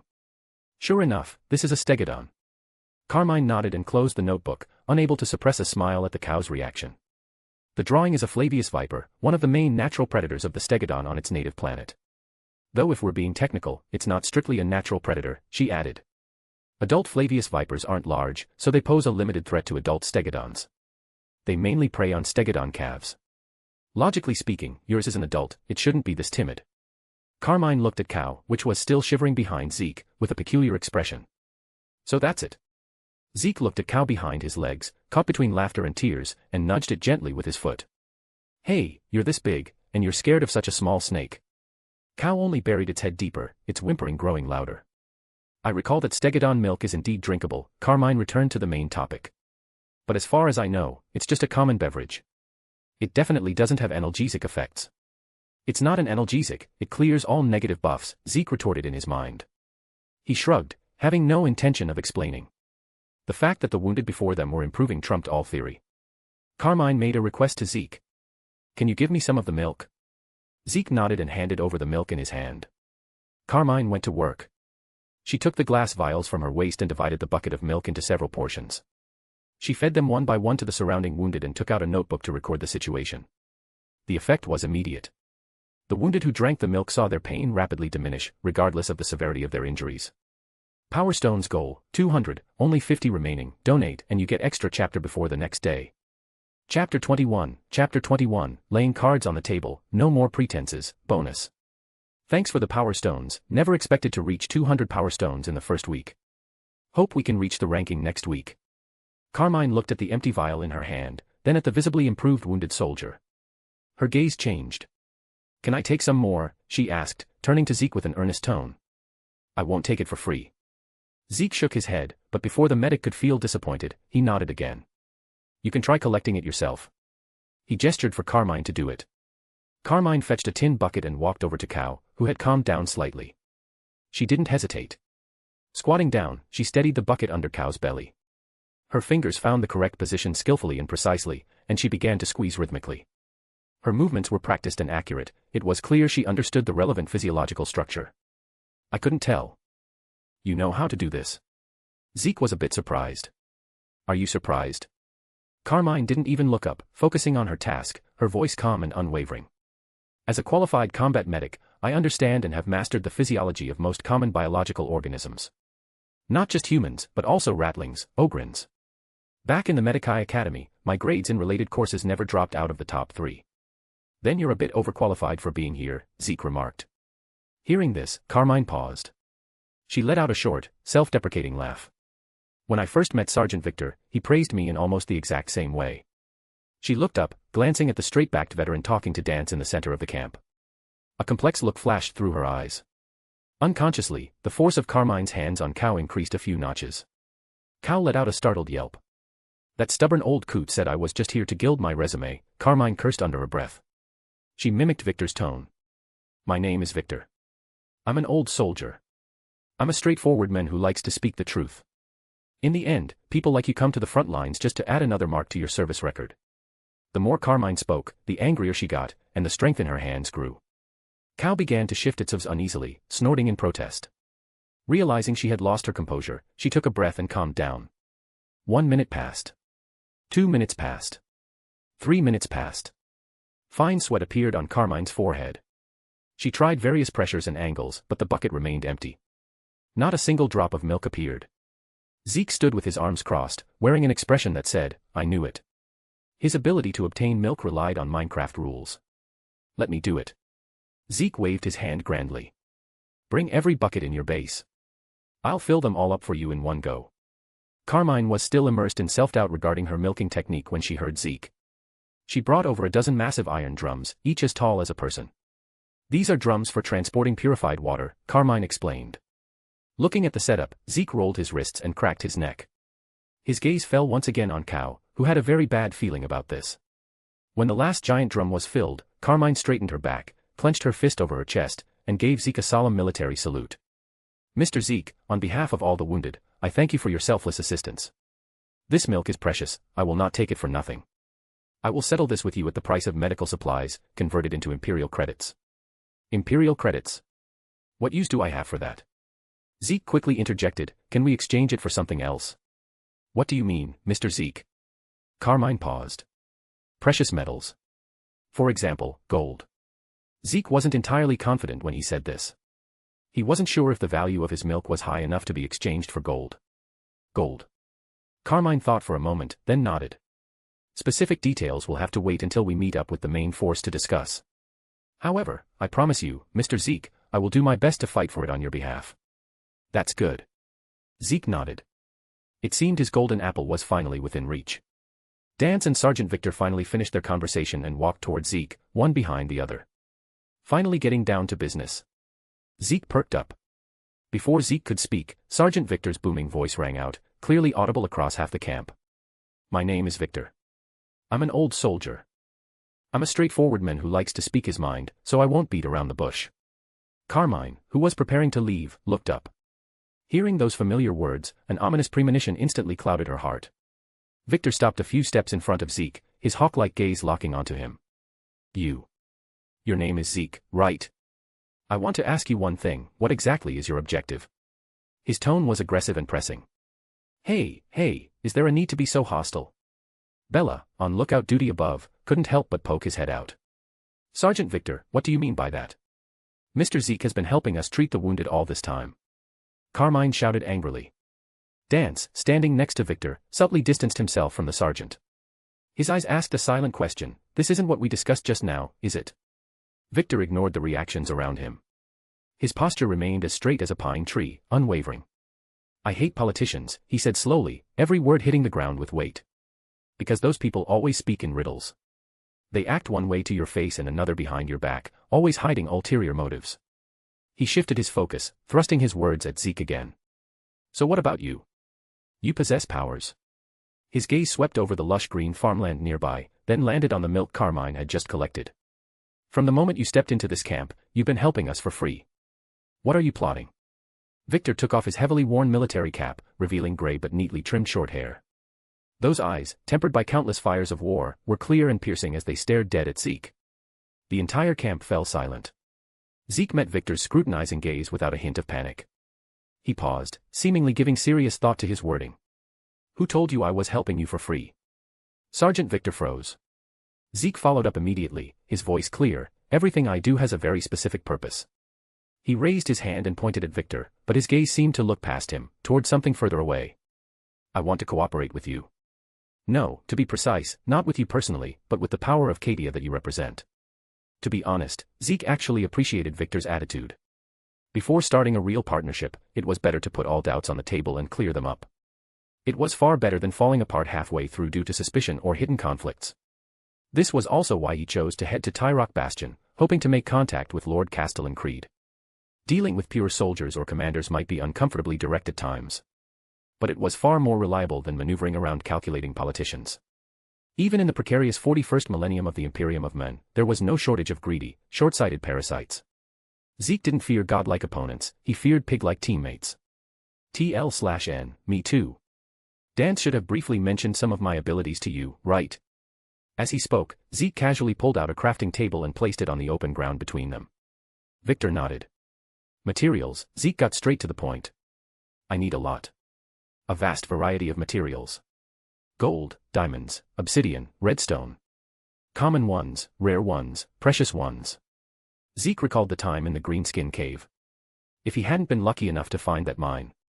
He didn't know how much time he would have wasted just to gather the basic resources for a set of iron armor.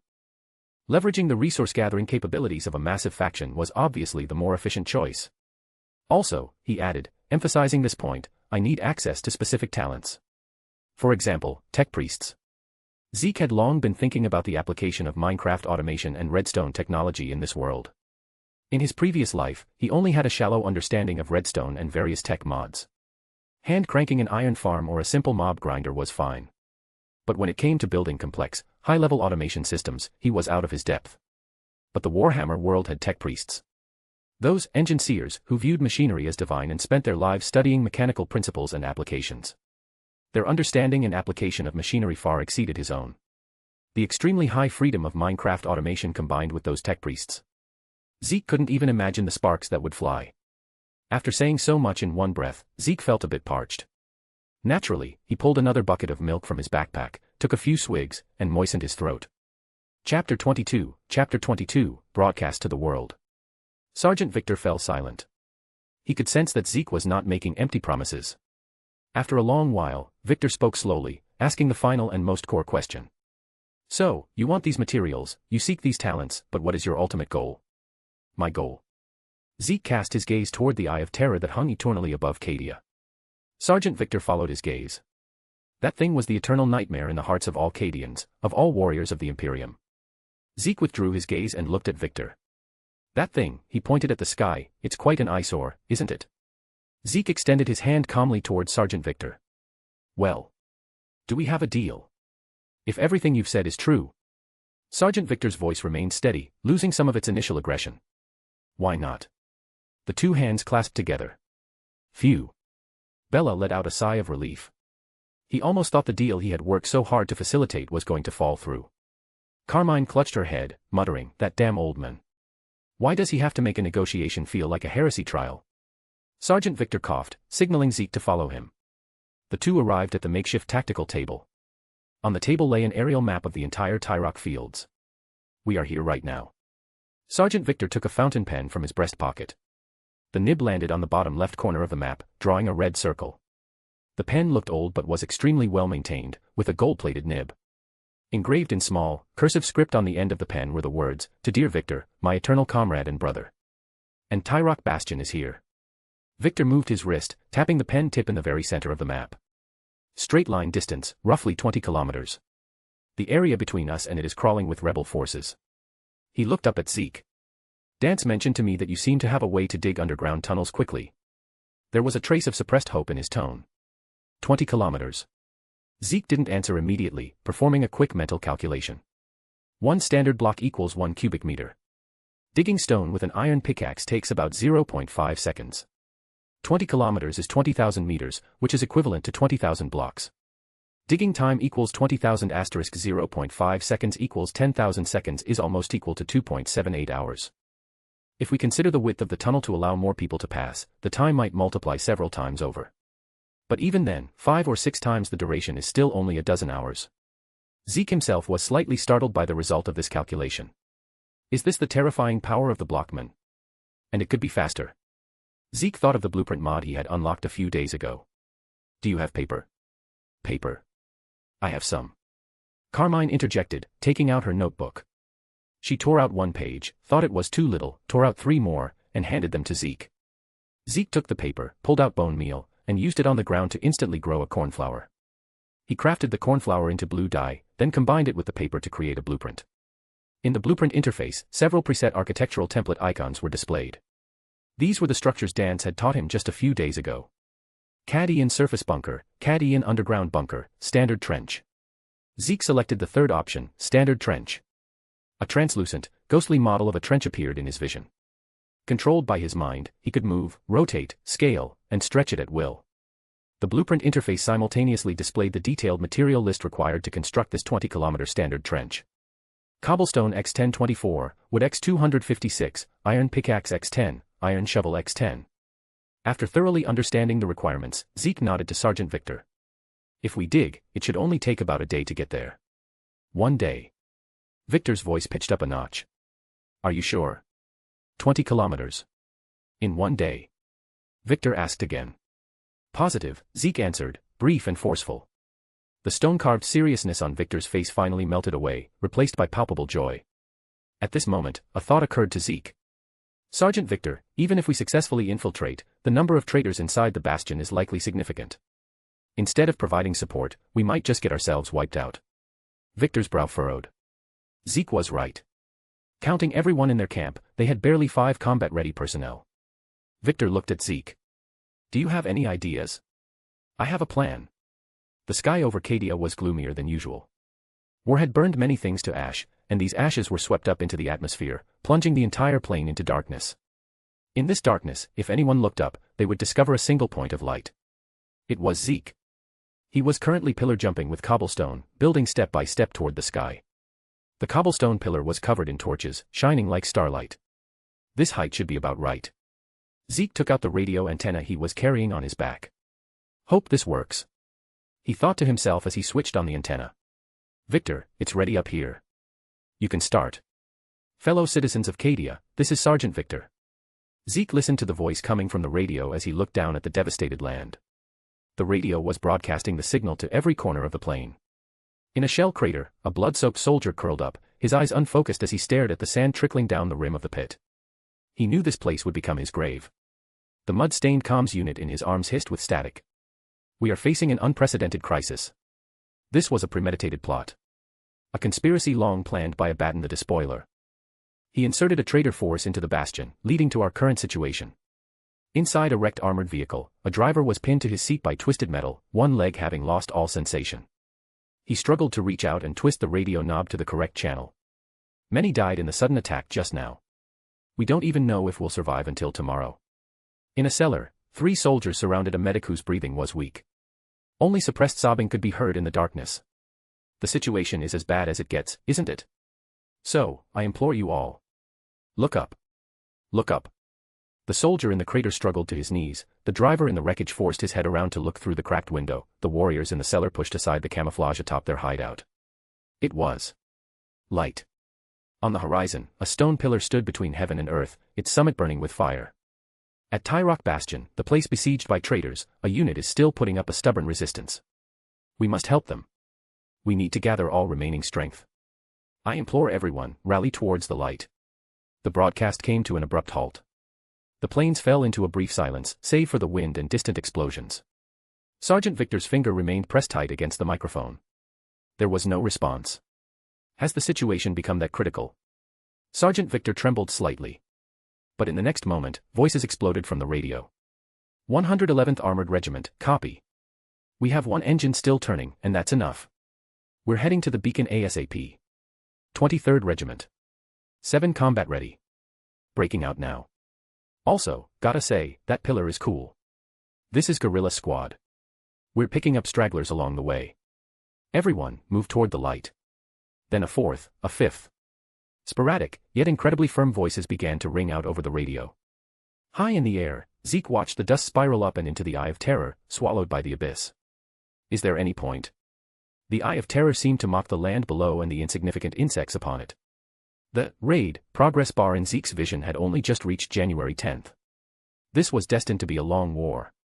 Chapter 23, I am a Minecraft master builder. Just before the darkness completely swallowed the last glimmer of twilight on the plains. The first wave of troops responding to the call arrived. The roar of engines and the grinding of treads vibrated the air around the camp. Good lord, is this a Lehman Russ battle tank? Zeke leaned in close to one of the steel behemoths, looking up at its heavy, sloped frontal armor and the short, thick barrel of its battle cannon. Curious, he reached out and knocked his knuckles against the metal side plating covering the tracks. Clang, clang. The tank hatch opened, and a middle-aged man with tired but sharp eyes jumped down, striding toward Sergeant Victor. The two began talking rapidly, using hand gestures, while the middle-aged man scanned the crude campsite. Seeing that no one was paying attention to him, Zeke quietly slipped behind a tank. He pulled out the blueprint and aimed it at the majestic Lehman Russ. You can only copy devices you have built yourself or fully understand the principles of. Figures. Zeke realized he could copy the blueprints for the previous buildings because they were structurally simple, and Dance had explained them to him. Sergeant Victor and the armored captain were still speaking in low tones. Zeke saw Carmine directing others to carry out crates of the portioned milk, distributing them to the newly arrived tank crews. Bella was busy by the dark green tent, having set up a larger pot with a fire roaring beneath it. He even sneakily swiped a few freshly grown potatoes and wheat from Zeke's farm. He thought his movements were covert, unaware that Zeke saw everything clearly. The conversation between Victor and the armored captain drifted over. Your camp is too small and too primitive. The armored captain looked around, his tone blunt. My tanks need space to deploy for maneuvering and firing lines. As it stands, if the rebel artillery spots us, one barrage will wipe us out. Victor realized the problem as well. Zeke walked over and interjected, I can solve that. The armored captain turned his head, seeing a young man in strange iron armor, and looked puzzled. And you are? Sergeant Victor coughed dryly. This is a key figure in our next phase of operations. You don't have the clearance to know the specifics yet. You said you wanted to expand this base, right? Zeke confirmed, the builder's itch beginning to stir within him. The underground matchbox he showed Dance last time had too small an audience, it wasn't satisfying enough. Now that the camp was bustling with newcomers, it was time to show them some real technique. He reached out his hand directly to Sergeant Victor. Lend me your pen. Victor hesitated for a moment but handed over the gold-plated fountain pen. Zeke spread the paper out on a relatively flat crate and began sketching rapidly. First, we build a ring of walls, expanding the entire camp by 5 times. Zeke drew a large circle on the paper, then framed a grid in the upper left corner. This area will be converted into farmland. 1 block of water can hydrate an 8 by 8 area. We can dig 2 more layers underground to serve as planting levels, ensuring the food supply keeps up. Victor opened his mouth to say that there was no sunlight underground, but remembering the plants that had fully matured in less than an hour, he wisely shut it again. The pen nib scratched across the paper, moving to the bottom right corner to draw a small circle. We'll put an infinite water source here. Soldiers can fetch water, clean wounds, and bathe. You guys really need to do something about the smell. Next, Zeke drew a large area of neatly arranged rectangles in the middle right section of the circle. Residential area. What style do you guys prefer? The classic matchbox or the classical matchbox? Is there a difference? Sergeant Victor asked. Beside him, Dan seemed to recall some less than pleasant memories and gave Victor a meaningful look. The difference? Zeke looked up, his face dead serious. The basic matchbox is square and boxy. The classical matchbox is boxy and square. Victor and the armored captain. And here, Zeke ignored their reaction and continued marking the blueprint: defensive walls, watchtowers, a centralized medical bay. Zeke got more and more excited as he drew. He was practically planning a small fortress. Zeke, Sergeant Victor had to interrupt him, his tone somewhat helpless. There's no need to go to such lengths. The troops are only resting here temporarily. No, no, no, no, Zeke shook his head repeatedly, cutting Victor off. Soldiers need rest, and they need a relatively good environment to recover their stamina and morale. Besides. He paused, a confident smile appearing on his face. Building these things won't take me much time at all. He patted Victor on the shoulder, shoved the pen and the densely scribbled paper back into his hands, and gave him a look that said, "Relax, watch this. Let me show you a thing or two." Taking advantage of the fact that Carmine was busy attending to the newly arrived critically wounded, soldier number 3 sneakily scooted off his bed and slipped out of the medical area. His wounds were mostly healed thanks to the milk, but he had been ordered to rest quietly and was bored out of his mind. Ah, the scent of freedom. He excitedly lifted the canvas flap and stepped outside the camp zone. Then, he froze. Wait, where is this? Where was the messy, crude camp from before? Replacing it was a territory ringed by towering walls of cobblestone. The walls looked to be over 3 meters high, thick and solid, with protruding firing embrasures spaced at regular intervals. The internal space of the camp had clearly expanded several times over. Even more striking was that on one side of the camp, several matchboxes had already risen from the ground. A growing crowd of people and soldiers had already gathered at the scene. The newly arrived tank crews and the original camp soldiers had all put down their work. Holding their distributed portions of milk, they stood nearby, watching this inconceivable scene. Soldier number 3 squeezed into the crowd in a daze and whispered, "What's the situation?" The tanker he asked didn't even turn his head, muttering, "I don't know. I swear I've never seen psyker powers like this. He built a house in 32 seconds. Emperor above, did you see that? 32 seconds. You call that a house? That's just a matchbox," another soldier chimed in. So what if it's a matchbox? It's 100 times better than huddling under wreckage or lying in a mud pit freezing to death. The crowd buzzed with eager discussion, their eyes following Zeke's figure. Zeke's vanity was greatly satisfied. "Hey, Master Builder," a bolder young soldier shouted, scratching his head.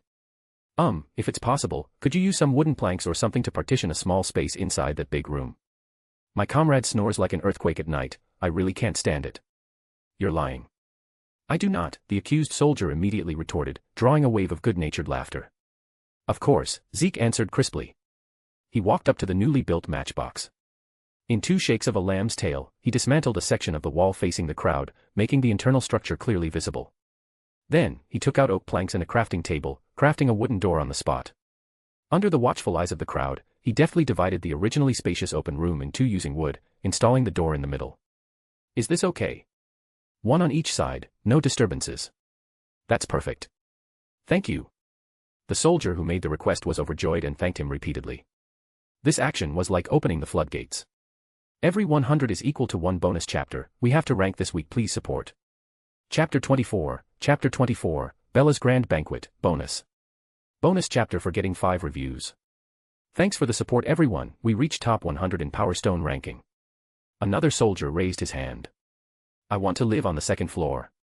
"No problem," Zeke said without hesitation. He selected a house and directly built a 2nd story, connecting the levels with a wooden ladder. "Is it going to collapse?" The soldiers looked at the unscientific construction with a mix of concern and fascination. A suspended one. I want to live in a floating house, like a bird's nest, a younger-looking soldier shouted excitedly. Yes, yes, whatever you want. Zeke built with gusto, and the soldiers' enthusiasm only grew. They chimed in with all sorts of ideas, some reasonable, some completely wild. Zeke accepted them all, and for a moment, the scene was almost festive. What's all this racket? A stern shout rang out. The middle-aged commander of the armored units walked over, his face grim. His gaze swept over the excited soldiers. You're just increasing the engineering burden for no reason. Everyone, quiet down and return to your posts. Don't be too hard on them, Commander, Zeke said, patting the men on the shoulder. It's only the difference between 30 seconds and 40 seconds. It's no trouble at all. When building a house, the most important thing is that the people living there are happy. Zeke's eyes drifted over the group. These soldiers had just emerged from a life-or-death situation, having survived both betrayal and the threat of extinction. Moreover, many of them, like Dance, still had the lingering innocence of youth on their faces. The commander's lips twitched, but in the end, he said nothing more and stood to the side with his hands behind his back. Zeke looked back at his handiwork. It was orderly and practical, but he felt something was missing. Right, it lacks the colors of nature. Zeke pulled out several saplings. He walked to the front of each newly built house and placed a sapling in the dirt beside the door. He then took out some bone meal to force their growth. Trees shot up, and flowers burst from the soil. Vibrant red poppies, pale purple violets, and pristine white daisies appeared. Some soldiers looked on with expressions of utter confusion. Others recognized them. Those look like flowers. I saw them once in an encyclopedia. All right then. Zeke clapped his hands and spread his arms wide. Don't just stand there staring. Go check out your new homes. Cheers erupted again, even louder than before. The soldiers shouted with joy as they swarmed toward the places they could finally call home. The commander's cold, hard expression softened slightly, a flicker of emotion passing through his eyes. Standing to the side, Zeke listened to the endless stream of praise and watched those radiant faces.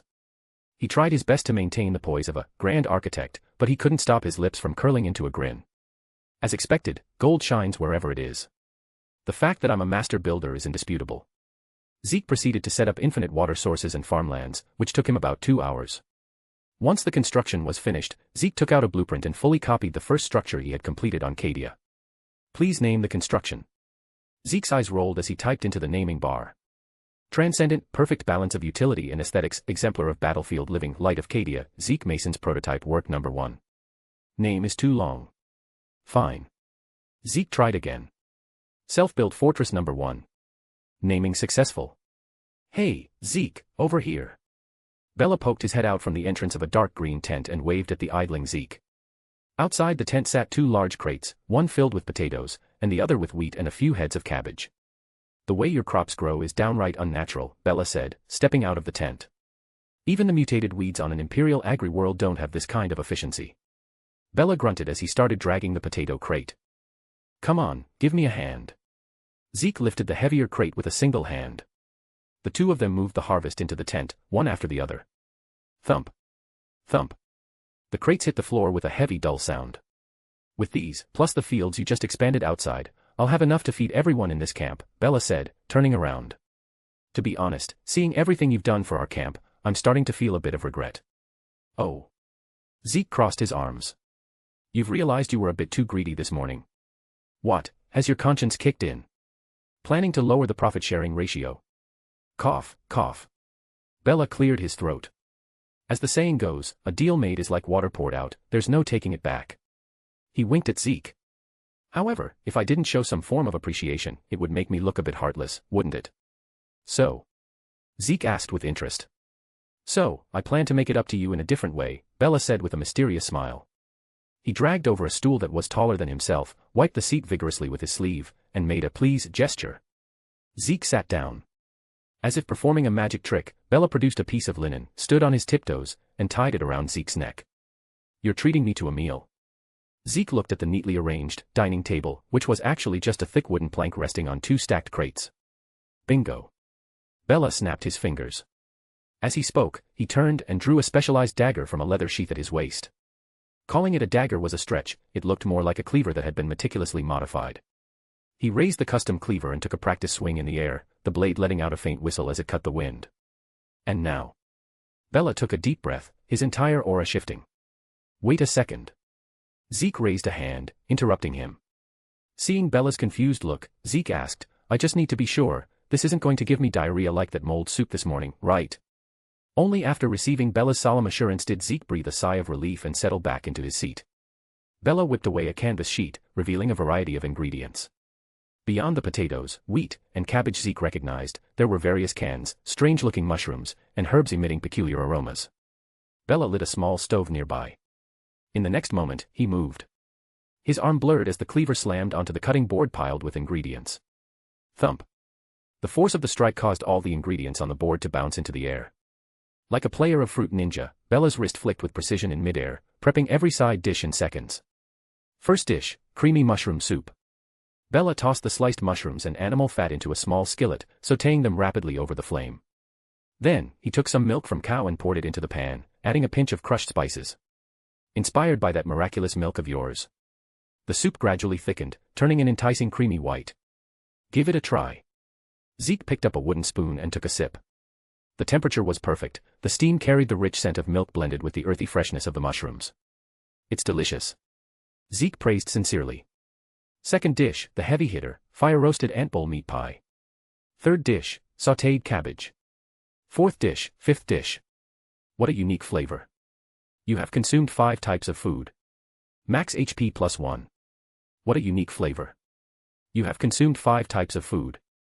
Max HP +1. Zeke's max HP reached 23.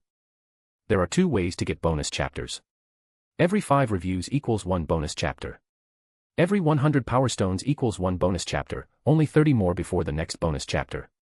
Chapter 25, your final payment will be settled.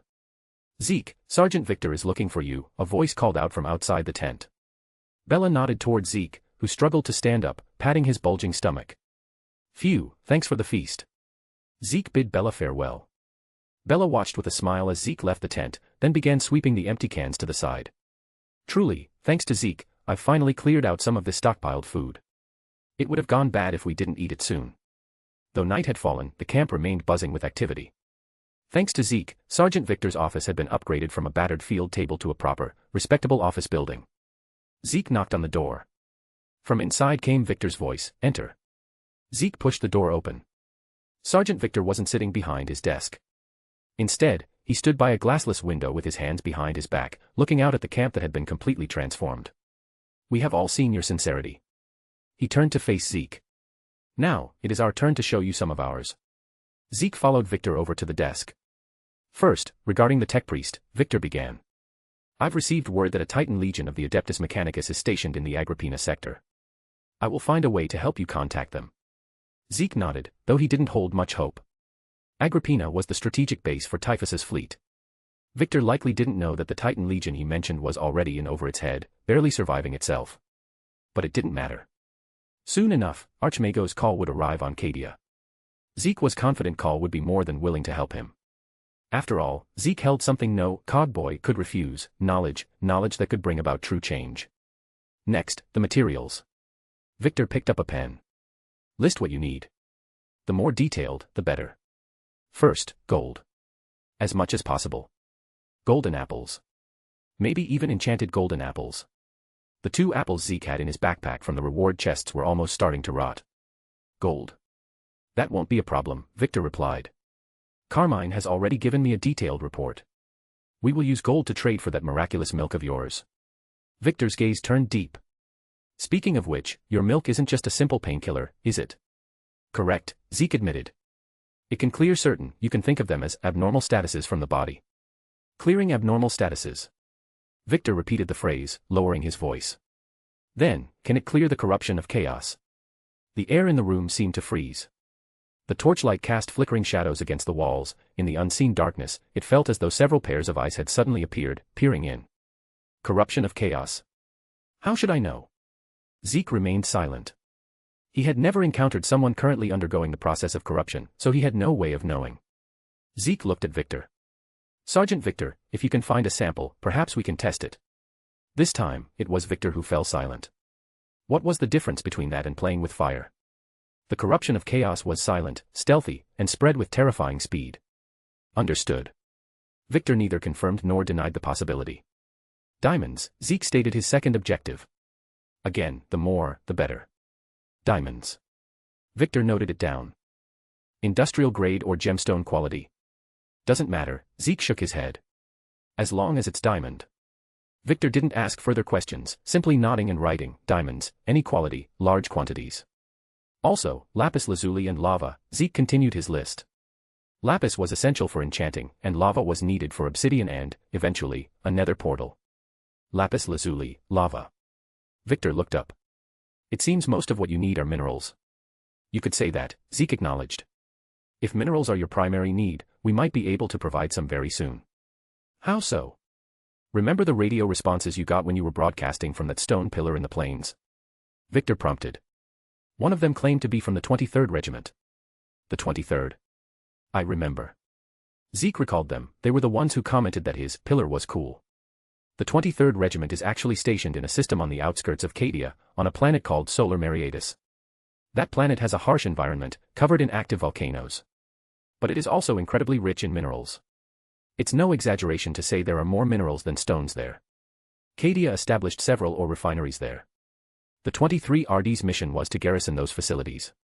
Victor sighed. After Cadia issued the high-level recall order, part of the 23rd was ordered to take transport ships back to the home world as reinforcements. You know what happened after that? The remnants of the 23rd are expected to arrive here tomorrow, Victor continued. If they have the materials on them, I will provide them to you immediately. This was an unexpected windfall. Zeke hadn't expected to settle the final payment so quickly. Sergeant Victor was proving to be quite reliable. In that case, Zeke didn't see the need to hold back.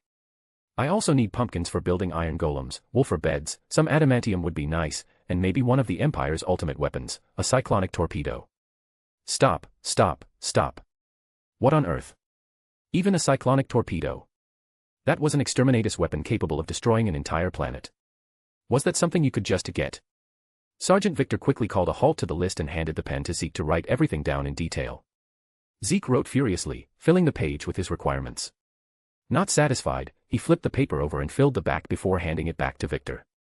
Victor took a quick glance, closed his eyes in a moment of despair, and tucked the paper away. Let's leave it at that for now.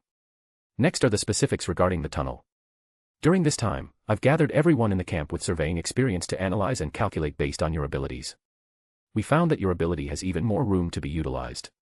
He walked to the table and pulled out a blueprint covered in lines and annotations, handing it to Zeke. We have decided to expand the scale of the tunnel several times over. Zeke took the blueprint. It showed a cross-section of an underground passage. It could no longer be called a secret path, it was a full-blown tunnel. Inside the tunnel, something Zeke had recently seen was drawn.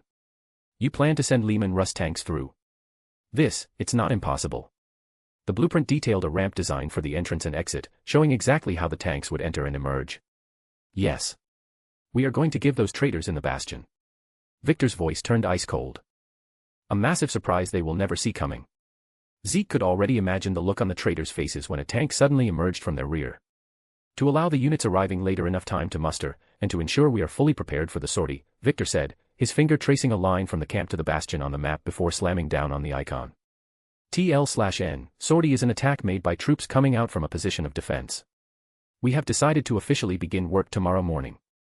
The tunnel is scheduled for completion by the day after tomorrow. Then, we retake the bastion. His words were firm and final, leaving no room for doubt. Chapter 26, Cow takes flight. The next day, dawn still did not arrive. The sky over Cadia remained a canvas of gloom. Everyone in the camp suddenly was jolted awake by a deafening boom and a blinding flash of white light striking down from the heavens above. No one knew what it was. Soldiers could only whisper amongst themselves, offering guesses. Zeke saw more drop pods falling from the sky. They were scattering, landing across every corner of the planet.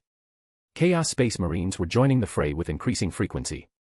The word-bearers were plotting to destroy the Blackstone pylons on Cadia, the Iron Warriors were bringing their siege engines to assault other bastions, and the Noise Marines of Slaanesh.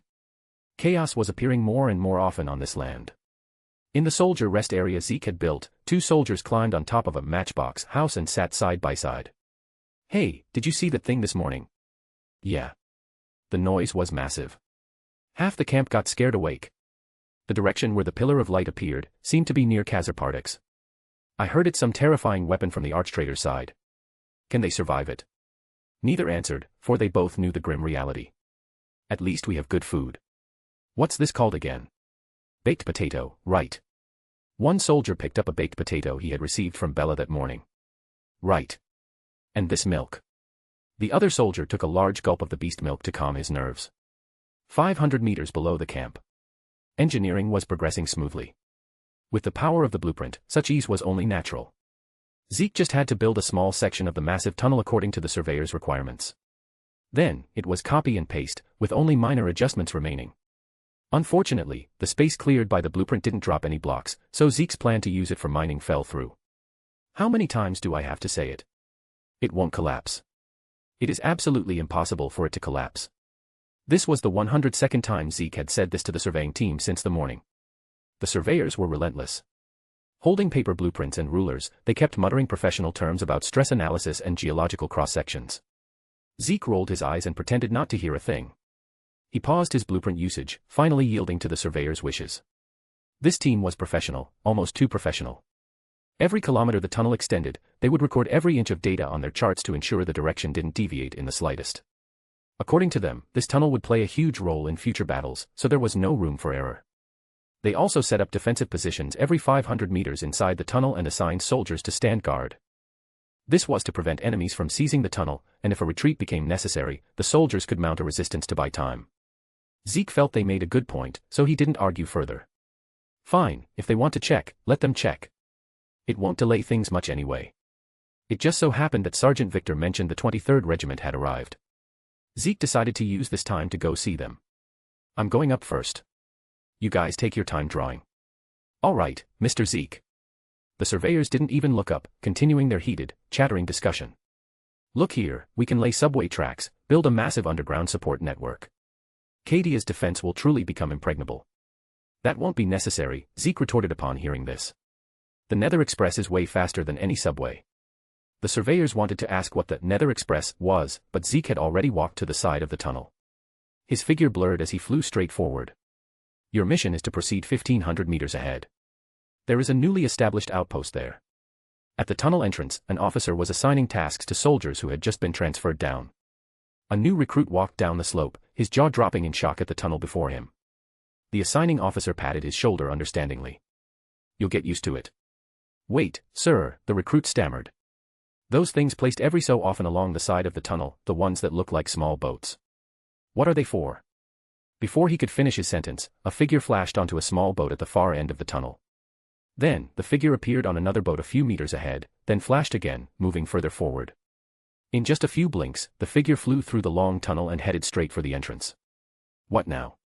You look like you've seen a ghost. The officer, having just tied his shoelaces, looked up to see the recruit's dumbfounded expression. Nothing. I think I might have actually just seen a ghost. That, of course, was not a ghost. It was Zeke. He had placed a boat at regular intervals in the tunnel. This way, he only needed to constantly fly out of the tunnel quickly, a time-saving measure. Soon, Zeke arrived at the start of the tunnel. Here, a massive slope led to the surface, designed to allow Leman Russ battle tanks to pass through. People were scattered along the slope, walking up and down as they handed over work.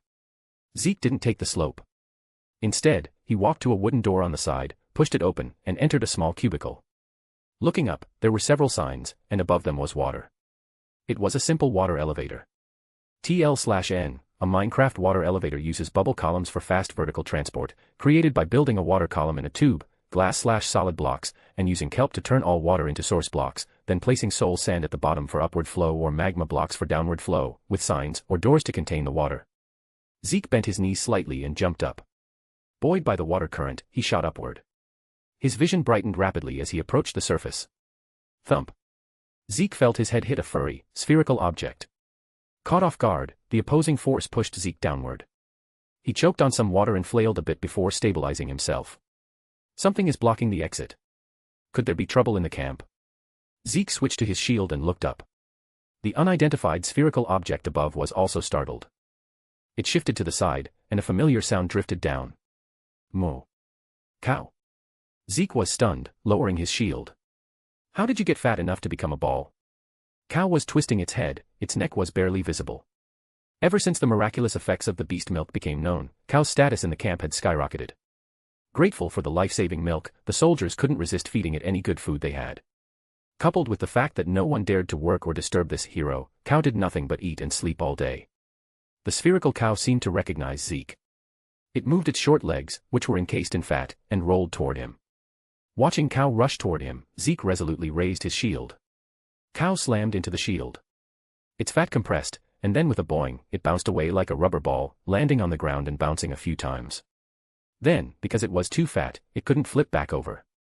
Its four limbs flailed wildly in the air, trying to right itself. Time for a diet, Zeke thought as he looked at the ball-shaped cow.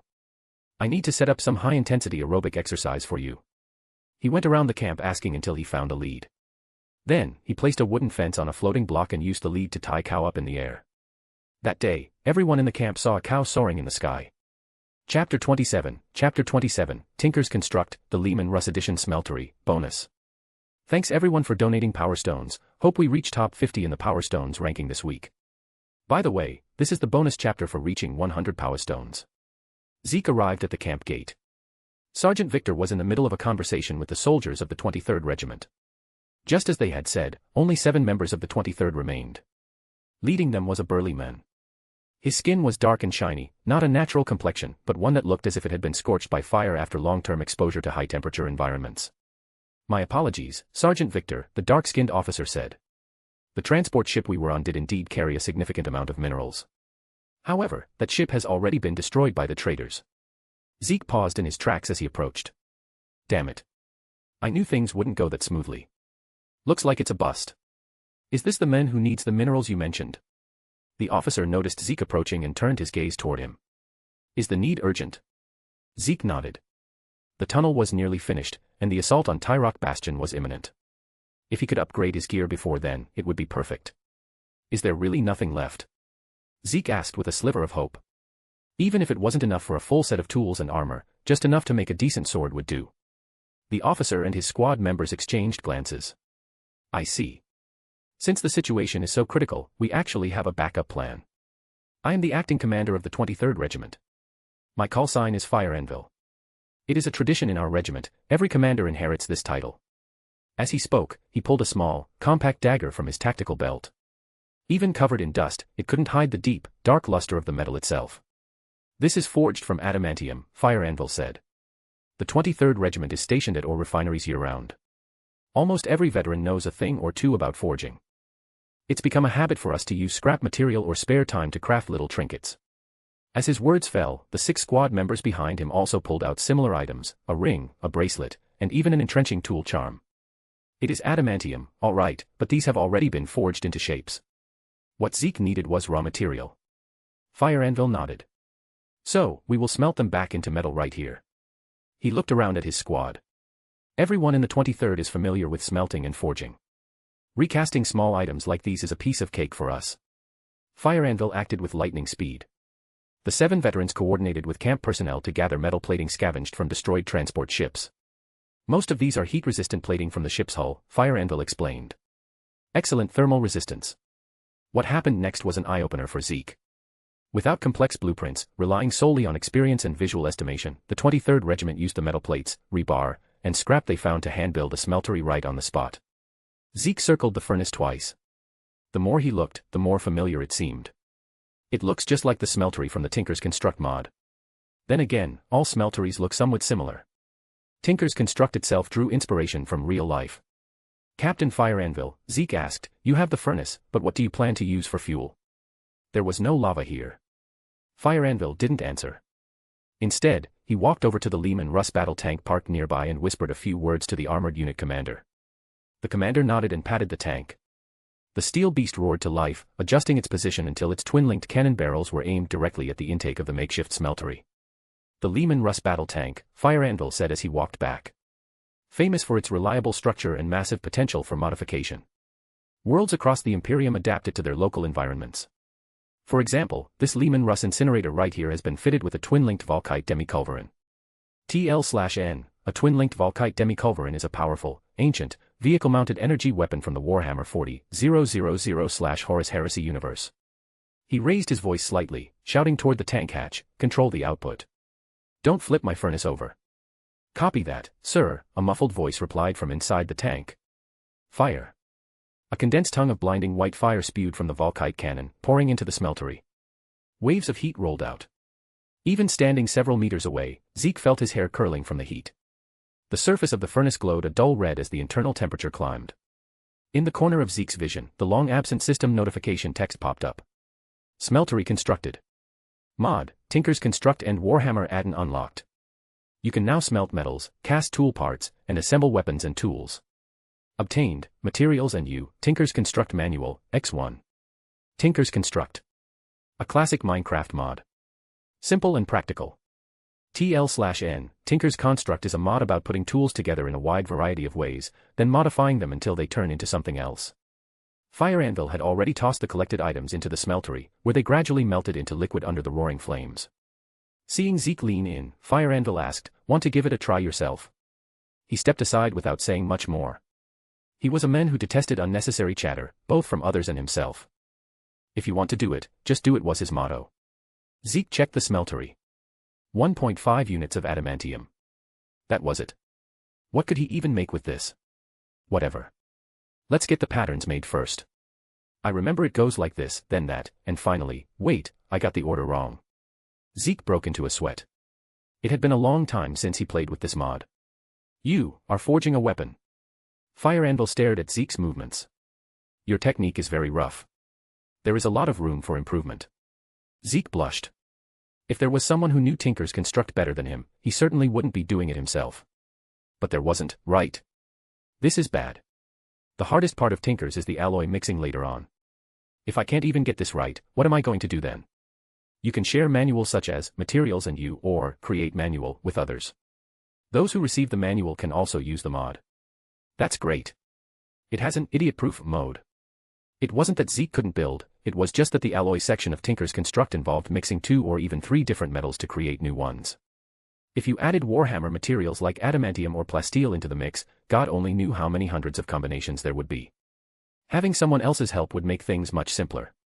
He could commission them to do the work and then plagiarize, their recipes. Zeke decisively pulled out the materials and manual. Mr. Fire Anvil, I need your help. Fire Anvil took the book and flipped through it roughly. The method isn't difficult. It says here that depending on the material, the weapon can be imbued with various traits. Is this true? Zeke nodded. That was the fun of Tinker's Construct, forging unique weapons based on the materials used. For example, defensive gear made of cactus had a thorns effect, while weapons made of bone had armor-piercing capabilities. Fire Anvil finished reading the manual and began assisting Zeke. According to the usage rates in the book, this amount of adamantium won't make anything. Zeke remembered the adamantium cabinet in his backpack that he had found on the Genestealer ship. What if we add this? Zeke threw the cabinet into the furnace. Still not enough. What weapons do you have on you right now? Let me take a look for reference. Zeke took out the weapons he currently used. There were only 3, the shield, the iron sword, and Grug's heavy hammer. Some strange, primitive weapons. Again, Fire Anvil disliked judging others, so he kept his thoughts buried deep in his heart. Fire Anvil thought for a moment. Perhaps I can coat your shield with a layer of adamantium. Since there is very little, it will only be a thin plating. Also, that Genestealer claw you have, it would make excellent material for a blade edge. If he hadn't mentioned the Genestealer claw, Zeke would have almost forgotten about the item he scavenged from the bottom of the ship. Fire Anvil truly lived up to his experience in forging. Relying on the manual, he quickly devised the best crafting recipe for Zeke. Good, good, good. Zeke nodded repeatedly. Professionals really were different. It was a pity he couldn't make an adamantium pickaxe, but a shield would do. As Fire Anvil got busy, Zeke watched him and saw a familiar shadow. Back when he played mod packs, he also had a fixed group of friends for New World runs. Everyone had their role. Those good with tech mods handled automation, those good with forging mods made weapons, those good with magic handled spells. Since Zeke knew a little bit about everything but mastered nothing, he was responsible for general planning, slacking off, and distributing the supplies they made, freeloading. Those times were happy. No matter how perverted the monsters in the mod pack were, as long as they worked together, it was just a small level they could clear in a night or two. Until later, when they encountered a monster named Life. Zeke was utterly defeated and rarely had time to contact them again. Zeke looked at Fire Anvil. The world really is a circle. After wandering around, he had returned to the starting point. In his original world, he went from discovering Minecraft alone to having a group of friends, and then to being separated. And in this Warhammer world, he started alone, met Dance, then Carmine, and now Fire Anvil. What about the ending? Zeke wondered. What will the ending be this time? Forging complete, Fire Anvil's brief, powerful voice cut through his thoughts. Every 100 power stones equals 1 bonus chapter, next bonus at 200, so only 70 power stones before next bonus chapter. We also got 2 more reviews, so only 3 more needed before another bonus chapter. Chapter 28, Entering Tyrock Bastion, bonus. Bonus chapter for reaching 10 reviews, and with this we finally achieved a rating of 4.88. From now on, every 10 reviews equals 1 bonus chapter, though the power stone goal is still the same, every 100 horsepower equals 1 bonus. This furnace is truly magical, Fire Anvil said as he handed a shield and sword to Zeke. Adamantium items are generally extremely hard to reverse engineer. Recasting them is difficult work. Shield, adamantium plating. Trait, almost indestructible. This shield can withstand the vast majority of physical attacks. When the guard is broken, it will jar the opponent's weapon, effectively disarming them. The adamantium shield was a deep, dark purple all over, sharing a color scheme similar to the Warden from Minecraft. Iron sword, Genestealer blade. Trait, biofield. An iron sword fitted with a Genestealer claw, inheriting the original biological field. Every successful hit lowers the opponent's defense value until it reaches 0. Attack power, 7, attack speed, medium. The Genestealer sword used iron as a base, but the blade featured irregular, serrated patterns.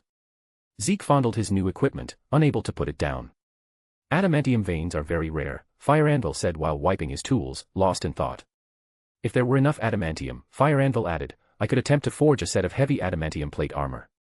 However, adamantium is incredibly dense, I fear only an Ogren would be able to move in such armor. Zeke only heard the first half, adamantium plate armor. He gripped his newly acquired sword and shield, feeling his body surge with endless motivation. He took back the Tinker's Construct Manual, Materials and U, that Fire Anvil handed back. Fire Anvil, if you didn't have this book, could you still forge these? Fire Anvil subconsciously tried to recall. I just read the contents of the book, I should, wait, my memory is fading. Hearing this, Zeke actually breathed a sigh of relief and patted Fire Anvil on the shoulder. Not being able to remember is a good thing. In the Warhammer universe, knowledge was not always a benevolent force. Even books that carried knowledge were strictly controlled by specialized personnel. Reading a few lines and dropping dead was the best-case scenario, the worst was having your mind silently altered, leading to betrayal. A great being is very interested in your Tinker's Construct Manual. Attract the attention of 3 more beings to unlock mod, Enigmatic Legacy. Again. Zeke looked at the notification, much calmer this time. First time's a shock, second time's a routine. Zeke picked up the manual and flipped through it, discovering many strange and bizarre materials. For example, Nurglings, Angren's butcher's nails, and an old friend, Blackstone. It was that same black rock Zeke couldn't dig through when he first spawned underground. His top priority now was to hurry up and get a higher tier pickaxe. Zeke set off immediately, heading back to the tunnel to push the engineering effort forward. We're almost there. We can start excavating upward now.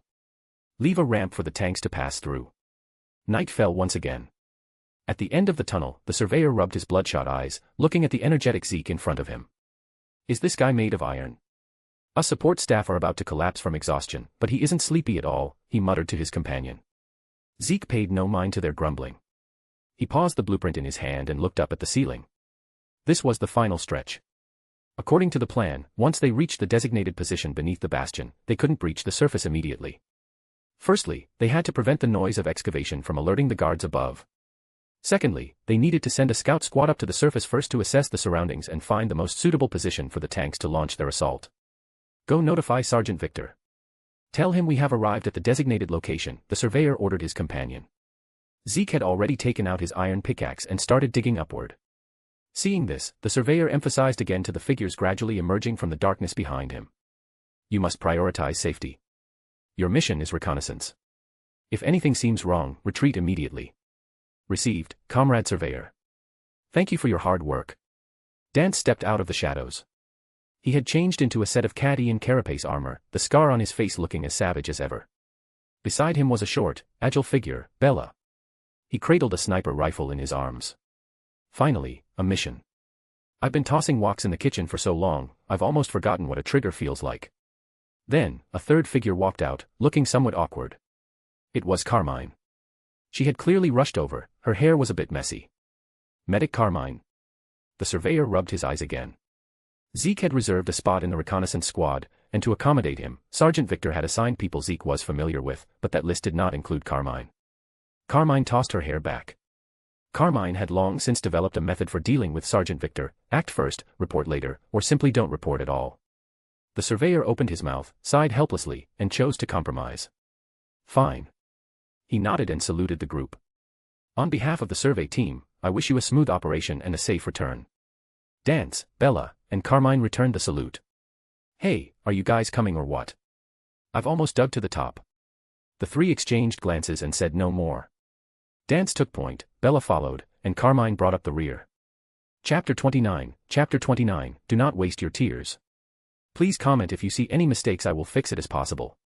In a tunnel barely wide enough for one person, the four of them walked in single file. Nervous. Dance, walking second, tilted his head to ask Bella and Carmine behind him. A little. Bella hugged the sniper rifle tighter to his chest. I'm all right. Carmine's voice sounded relatively calm. Walking at the front, Zeke looked up and tapped the layer of soil above his head twice. With a poof, air rushed down from above. Zeke put away his pickaxe, jumped straight up, grabbed the edge of the hole with both hands, and performed a clean pull-up. He scanned the surroundings. After confirming it was safe, he reached his hand down. Come on. Dance grabbed his hand, and Zeke pulled him up with some effort. Next came Bella and Carmine, who were much lighter and easier to pull up. They were inside a room with a layer of dust covering the floor. Zeke squatted down and picked up a chunky object by his feet. He pinched it, and white powder showered down. Chalk. His gaze swept across the room. It was a classroom. Several rows of desks and chairs were askew, some were already broken. At the very front was a blackboard, broken in half and hanging limply on the wall. Do not waste your tears. I was not born to watch the world grow dim. Dance read the sentence on the blackboard aloud, his eyes glazing over in a trance. Scenes from the past floated before his eyes, young cadets sitting straight as ramrods, boys boasting in low voices by the wall, and the annoying drill instructors. Everything was gone.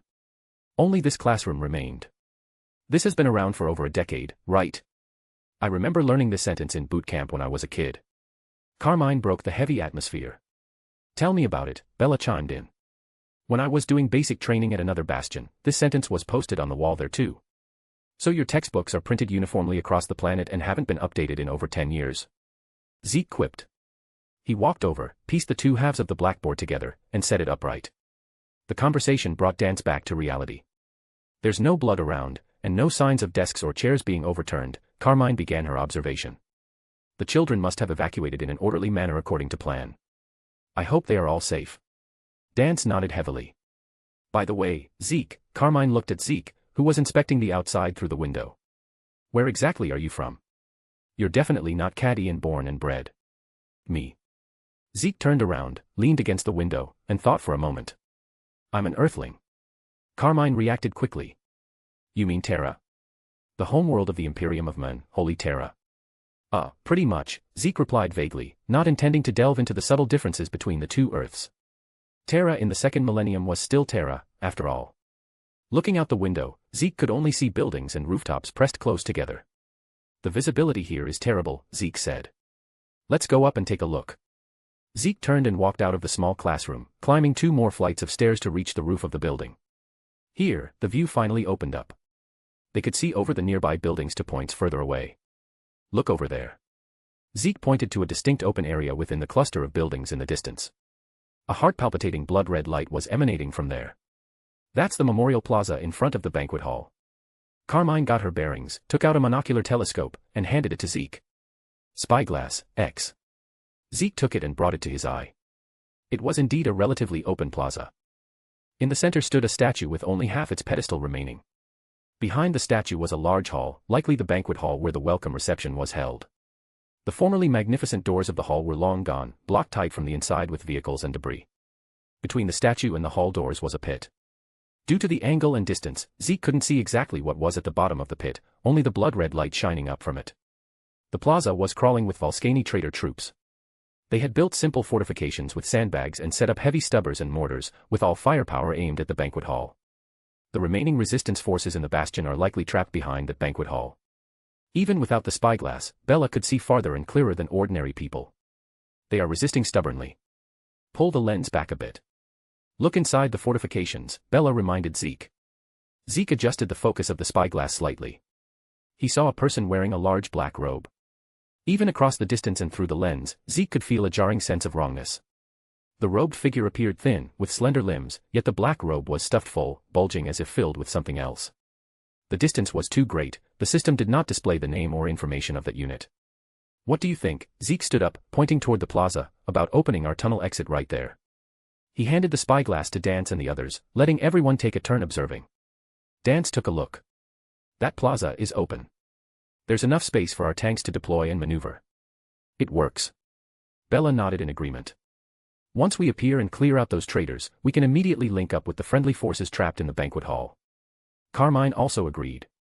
I suggest getting a bit closer to get a better grasp of the specific situation.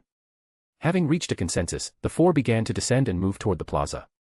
It wasn't until they truly stepped into the alleyways inside the bastion that Zeke fully understood what Dance meant by a maze. Looking down from above, it just seemed like dense construction. But once inside, he realized it was a three-dimensional labyrinth meticulously constructed from countless houses. The paths wound and extended between buildings, with numerous forks. Often, a single turn would present several choices that looked almost identical. This is the internal defense philosophy of Tyrock Bastion. Using dense buildings and complex passages to cut up the space. People who don't know this place can't possibly get through. Before Dance could finish, he heard a soft clang from the side. Zeke had already taken out his iron pickaxe, dug a hole large enough for a person to pass through, and crawled in. The shortest distance between 2 points is a straight line. Easy. What were you saying, Dance? Zeke poked his head out of the hole and asked, puzzled. Dance. He looked at the passage and swallowed the rest of his sentence. By the way, Zeke's voice came from the other side of the wall, does this count as destroying property?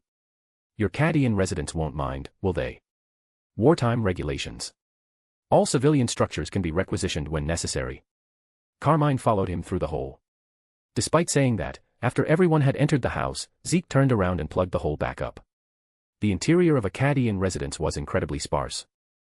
Listening to Dance's description wasn't enough, seeing it with his own eyes was shocking. There were no decorations, only the most basic pieces of furniture. Zeke rummaged through a chest in the house and found a piece of flint. Flint, X. Perfect for making flint and steel. Zeke pocketed it. TL/N, in Minecraft, flint and steel is a tool made from an iron ingot and a flint used to start fires, activate nether portals, and ignite TNT. His gaze fell on the hard plank bed. He walked over and swiped his hand across the thin blanket spread over it. Bed, X. Hey, a ready-made bed. Zeke pocketed it. Now, this house could truly be described as having bare walls. Zeke swung his pickaxe and began a straight-line demolition. His efficiency was extremely high. Soon, he had pierced through several houses, getting closer and closer to the plaza. From the other side of a wall, voices could be heard. Zeke stopped his movement and signaled the three behind him to be quiet. Hey, we have so many people surrounding them for so many days. Why haven't we cracked those hard nuts inside yet? A complaining voice asked. Idiot. Do you know who's leading them inside? Another voice trembled. It's Ursarker Creed. It's him. Then can we win? Fool, the advantage is ours. The second traitor tried to pump himself up, raising his voice again. We've trapped them in there for days. They have no supplies, we can starve them out. Besides, isn't the ritual ongoing? But I heard our numbers are dwindling, and we won't be able to hold out much longer. The voices gradually faded away. General Creed. It's him. Dance's eyes revealed a look of admiration. Carmine muttered, when I was a kid, the phrase I heard most often was, look at Creed. As the footsteps faded into the distance, Zeke dug open the final wall. Chapter 30, what do you mean a tank grew out of the ground? A small hole appeared in the wall, and the blood-red light from the plaza outside filtered in. Everyone could see the scene outside. A complex magic circle had been drawn over the pit in the ground. Inside the circle lay corpses, Cadian guardsmen and civilians, all dead in gruesome ways. There were even some bodies of Volscani traitors among them. The robed figure was currently standing in front of the circle. He raised both arms high, his sleeves sliding down to reveal limbs covered in scales and feathers. He began to chant loudly. Oh, Master of Knowledge and Fate, Weaver of 1,000 Possibilities, Reflection of Change and Eternity. I, your humble servant, offer these souls and beg for your gaze. His prayers grew higher and higher in pitch, turning into shrieks. A traitor commander walked over impatiently. He looked at the silent pit and demanded, You've been babbling for half a day. Is it working or not? Friction between the various Chaos factions was constant. They were fighting together on the battlefields of Cadia only because their superiors had reached an agreement. This did not mean they got along well. The robed figure stopped praying and turned around. This is Cadia. The entire planet is covered in black stone. Do you think communing is as simple as you pulling a trigger? With that, he resumed his chanting. It was a standard tactic of the Chaos forces, a ritual of soul sacrifice. The word-bearers had once conducted a massive sacrifice in Guilliman's 500 worlds, generating a ruin storm that altered the course of the war. The faces of Zeke's squad were grim. They had all seen the bodies in the circle. Sacrifice on the battlefield was inevitable, but dying in such a manner was too humiliating. Damn it, Bella cursed. Dance and Carmine began plotting specific coordinates on the map. They will pay for this, Dance said. Zeke held the spyglass, his gaze never leaving the robed figure. Tsench cultist leader. HP, 50/50ths, armor, 11. Zeke saw a shadow of an old acquaintance in this robed figure. Tall, thin, entirely black, with purple glowing eyes under the hood. An Enderman. The mapping was complete. The squad returned to the underground tunnel to hand over the mission. Everything was ready. Several hours later. The Tsench cultist was still in the same spot, repeating his lengthy prayers over and over in that shrill voice. The traitor soldiers nearby were already annoyed to death. Their ears were practically calloused, and they were all staying far away. A bunch of foolish, short-sighted mortals. The cultist glimpsed the soldiers distancing themselves from the corner of his eye. Deep down, he knew the truth. On Cadia, where Blackstone was everywhere, trying to summon any decent warp entity or power with a sacrifice and circle of this scale was essentially a pipe dream. But appearances had to be maintained. The War Master he served did not have a good temper. Hear me, great Lord of Change. Thinking of this, the cultist waved his scaled arms and prayed even harder. Hum. The ground seemed to vibrate slightly. It wasn't just the cultist, the surrounding traitor soldiers felt it too. They stopped what they were doing and looked at each other in confusion. Finally, their gazes unanimously converged on the cultist. Their eyes held a mix of shock and a trace of, did you actually do it? The cultist's prayer stuck in his throat. What's going on? I clearly didn't feel any response from the warp. Could it be that my piety moved? Impossible. What use is the piety of someone like me? The great powers only notice the important pawns. After a brief moment of astonishment, the feeling of being in the spotlight caused a surge of hope in his heart. Heed my call. He raised his arms higher, his voice pitching up. The vibrations in the ground clearly intensified, and the frequency increased. Something massive wanted to come out. Now, all the traitors truly felt it. The disdain on their faces faded, and some began to slowly move closer to the cultist position. Reveal yourself, power from beyond the veil. Kill these stubborn enemies. The cultist was practically screaming his lungs out. The ground vibrations reached a peak, and the entire plaza seemed to shake. Rumble, rumble, rumble. The ground collapsed downward, sending dust flying. A short, thick metal barrel was the first thing to emerge from the dust. It rose slowly, pointing directly at the cultist standing at the edge of the sinkhole. Staring at the barrel right in front of him, the cultist subconsciously reached out, wanting to touch the cold metal surface. Is this a war machine granted to me by a machine spirit responding to my call? The cultist's voice was filled with disbelief and ecstasy. Excellent. With such a powerful creation of war, we will surely break through in one fell swoop. Wait, why are you backing away? He realized that the traitor soldiers around him, who had been looking on with expectation, were now stepping back one by one. The cultist's gaze followed the barrel backward. A Lehman Russ battle tank, its tracks still slowly turning. In the tank's hatch, a middle-aged officer swept his gaze over the surroundings. Finally. He straightened his cap and looked at the group of traitors before him, flames of hatred erupting from his eyes. Fire. The entire Lehman Russ jerked backward as a torrent of fire spewed from the cannon, pouring over the cultist. The impact of the flames sent his entire body flying. The black robe turned to ash, revealing the twisted, abominable true form beneath. A beak-like mouthpart, dozens of eerie blue eyes covering his face, and bird-like claws at the ends of abnormally long, thin limbs. A being deeply corrupted by the power of Tsench. The tank's fire sounded the horn for the counterattack. For Cadia. Charge. Sergeant Victor took the lead, rushing onto the surface. The veteran's gray hair flew in the shockwave like a war banner. He wasted no words, simply waving his hand forward. From the massive underground breaches on either side of the tank, Cadian soldiers who had been waiting for a long time roared as they surged out. The frustration of days past and the strength accumulated during their rest were all vented in this moment. Who can tell me how a tank grew out of the ground? The traitor commander's face was pale as a sheet. He screamed hysterically, grabbing a person in front of him at random. "You useless trash. How did a tank that big get in here?" Saliva flew onto the traitor's face. Looking at the traitor shaking like a leaf, the commander threw him aside and scrambled to grab his lost gun lying nearby. But several lost bolts hit the traitor commander simultaneously in the chest, head, and arms. He didn't even touch his gun before he was turned into a sieve by crossfire, collapsing to the ground in a heap. The tables had turned. A few days ago, the traitors had used despicable ambush and betrayal to slaughter their unprepared comrades and superiors. Today, it was their turn to taste the flavor of a surprise attack. The Volscani traitors also had excellent equipment. They had Leman Russ battle tanks, Chimera transports, and other war machines. But the drivers were all outside. Under the artillery fire of the Cadian warriors, no one dared to risk climbing into the vehicles. The traitors were like an ant colony poured with boiling water, scattering in panic and terror. Their formation collapsed completely. Cadian soldiers, operating in squads, seized the high ground around the plaza. They took over the traitors' fortifications and various vehicles. Heavy stubbers and mortars were turned around, their muzzles aimed at their former masters. In the underground tunnel. "Move. Move. Faster." Urging shouts echoed. Soldiers ran forward in dense, orderly columns. Armored vehicles transporting ammunition and supplies shuttled through the gaps in the ranks.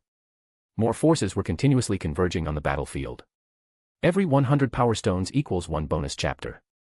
Currently we are around top 90, if we reach top 50 I will upload one more bonus chapter, so please continue donating. It's not hard considering over 500 people are reading this daily. Chapter 31, Ender Pearl, bonus. Bonus chapter for 200 power stones. In the center of the battlefield, the Tsench cultist, having taken a direct hit from the Leman Russ battle tank, was still alive. Zeke almost thought his kill had been stolen again. If someone else killed it, the Minecraft loot wouldn't drop. Zeke charged at the Tsench cultist, who had only 14 HP left. The Genestealer sword in his hand slashed toward the cultist's slender neck. Flames still crackled on the cultist's body as it sensed the impending threat of death. Its bird-like head turned toward Zeke. Several eyeballs burst with light, and an unintelligible phrase erupted from its beak. The figure of the Tsench cultist suddenly vanished, causing Zeke's sword to strike empty air. Teleportation. This Tsench cultist is a psyker. The cultist's form rematerialized near a pile of rubble 10 meters away. The flames on its body had been suppressed and extinguished by the teleportation. It knelt on one knee, its feathers completely charred and curled, looking like a vulture in the most wretched state possible. Zeke missed his strike but didn't stop moving. He twisted his body and sprinted forward again. The Tsench cultist's multiple eyes once again glowed with eerie blue light, and the space around its body began to distort and ripple. Splat. Something cold and icy smashed into the cultist's face. The cultist's body uncontrollably tipped backward. The slight knockback effect of the snowball perfectly interrupted its casting. The Genestealer sword in Zeke's hand plunged viciously into the Tsench cultist's chest. The blade tore through flesh. The biofield attached to the Genestealer blade ripped through the cultist's scales, feathers, and twisted chitinous structures. This single strike made its already meager HP even worse, conveniently reducing its defense value from 11 to 4. The Tsench cultist let out a cry of horror, grabbing the blade piercing its chest with a claw to stop Zeke from twisting it further. Its multiple eyes stared at Zeke's face from close range, pupils reflecting Zeke's image. "Are you a psyker?" "No, you are a blank." "No, that's not right either." "What exactly are you?" "A block." The Tsench cultist's voice trembled. As a psyker, the cultist possessed powerful perception abilities, able to see through the physical body to a person's warp essence. TL/N, in Warhammer 40,000 lore, a person's warp essence refers to their soul, a psychic signature that exists simultaneously in the material universe and the immaterium, the warp. This essence is not just a spiritual component, but a tangible reflection of a being's emotions, subconscious, and willpower. It had never seen such a bizarre warp essence before. What's wrong with blocks?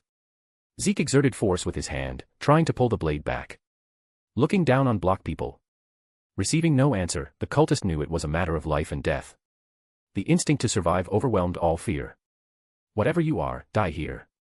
Summoning its last reserves of strength, the Tsench cultist opened its beak to an exaggerated angle. Zeke raised his adamantium shield with his offhand and shoved it directly into the cultist's face. Gah!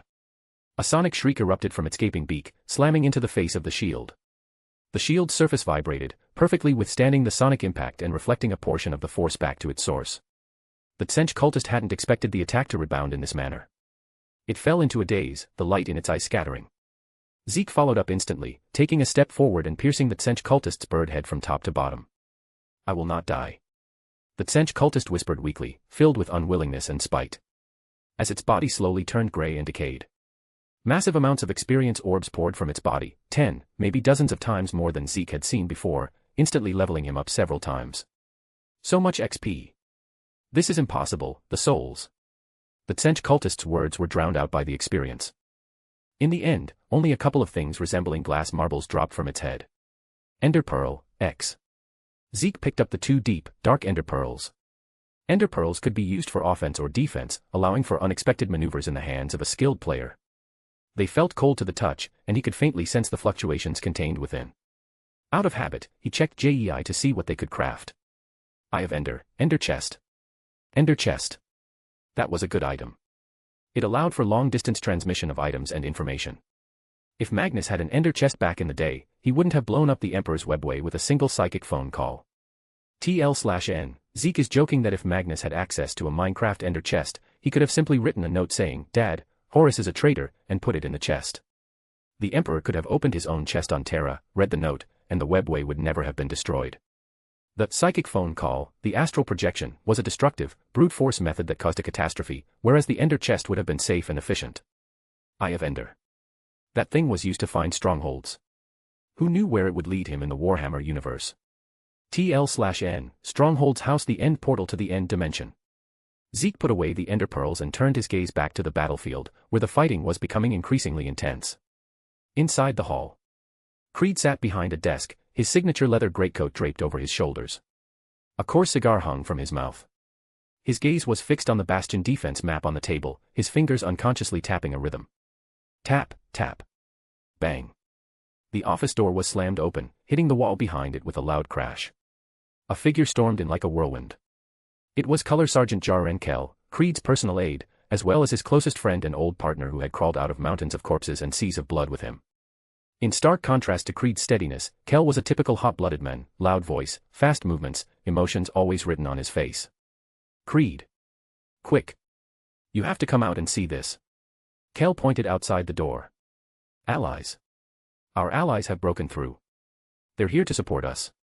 Creed bit down on his cigar, sending sparks flying. He stood up from his chair, the two hell pistols at his waist clanking against each other. Which unit? Which regiment? Creed looked at Kell. Many. I saw the insignia of the 23rd Regiment, and the 111th. The one leading them is a sergeant named Victor. I heard them say they gathered on the outskirts of the Bastion. Kell tried to describe the incredible scene. And then dug a tunnel straight to the soles of our feet. A tunnel. Creed's brow furrowed tighter. Now wasn't the time to discuss logistics.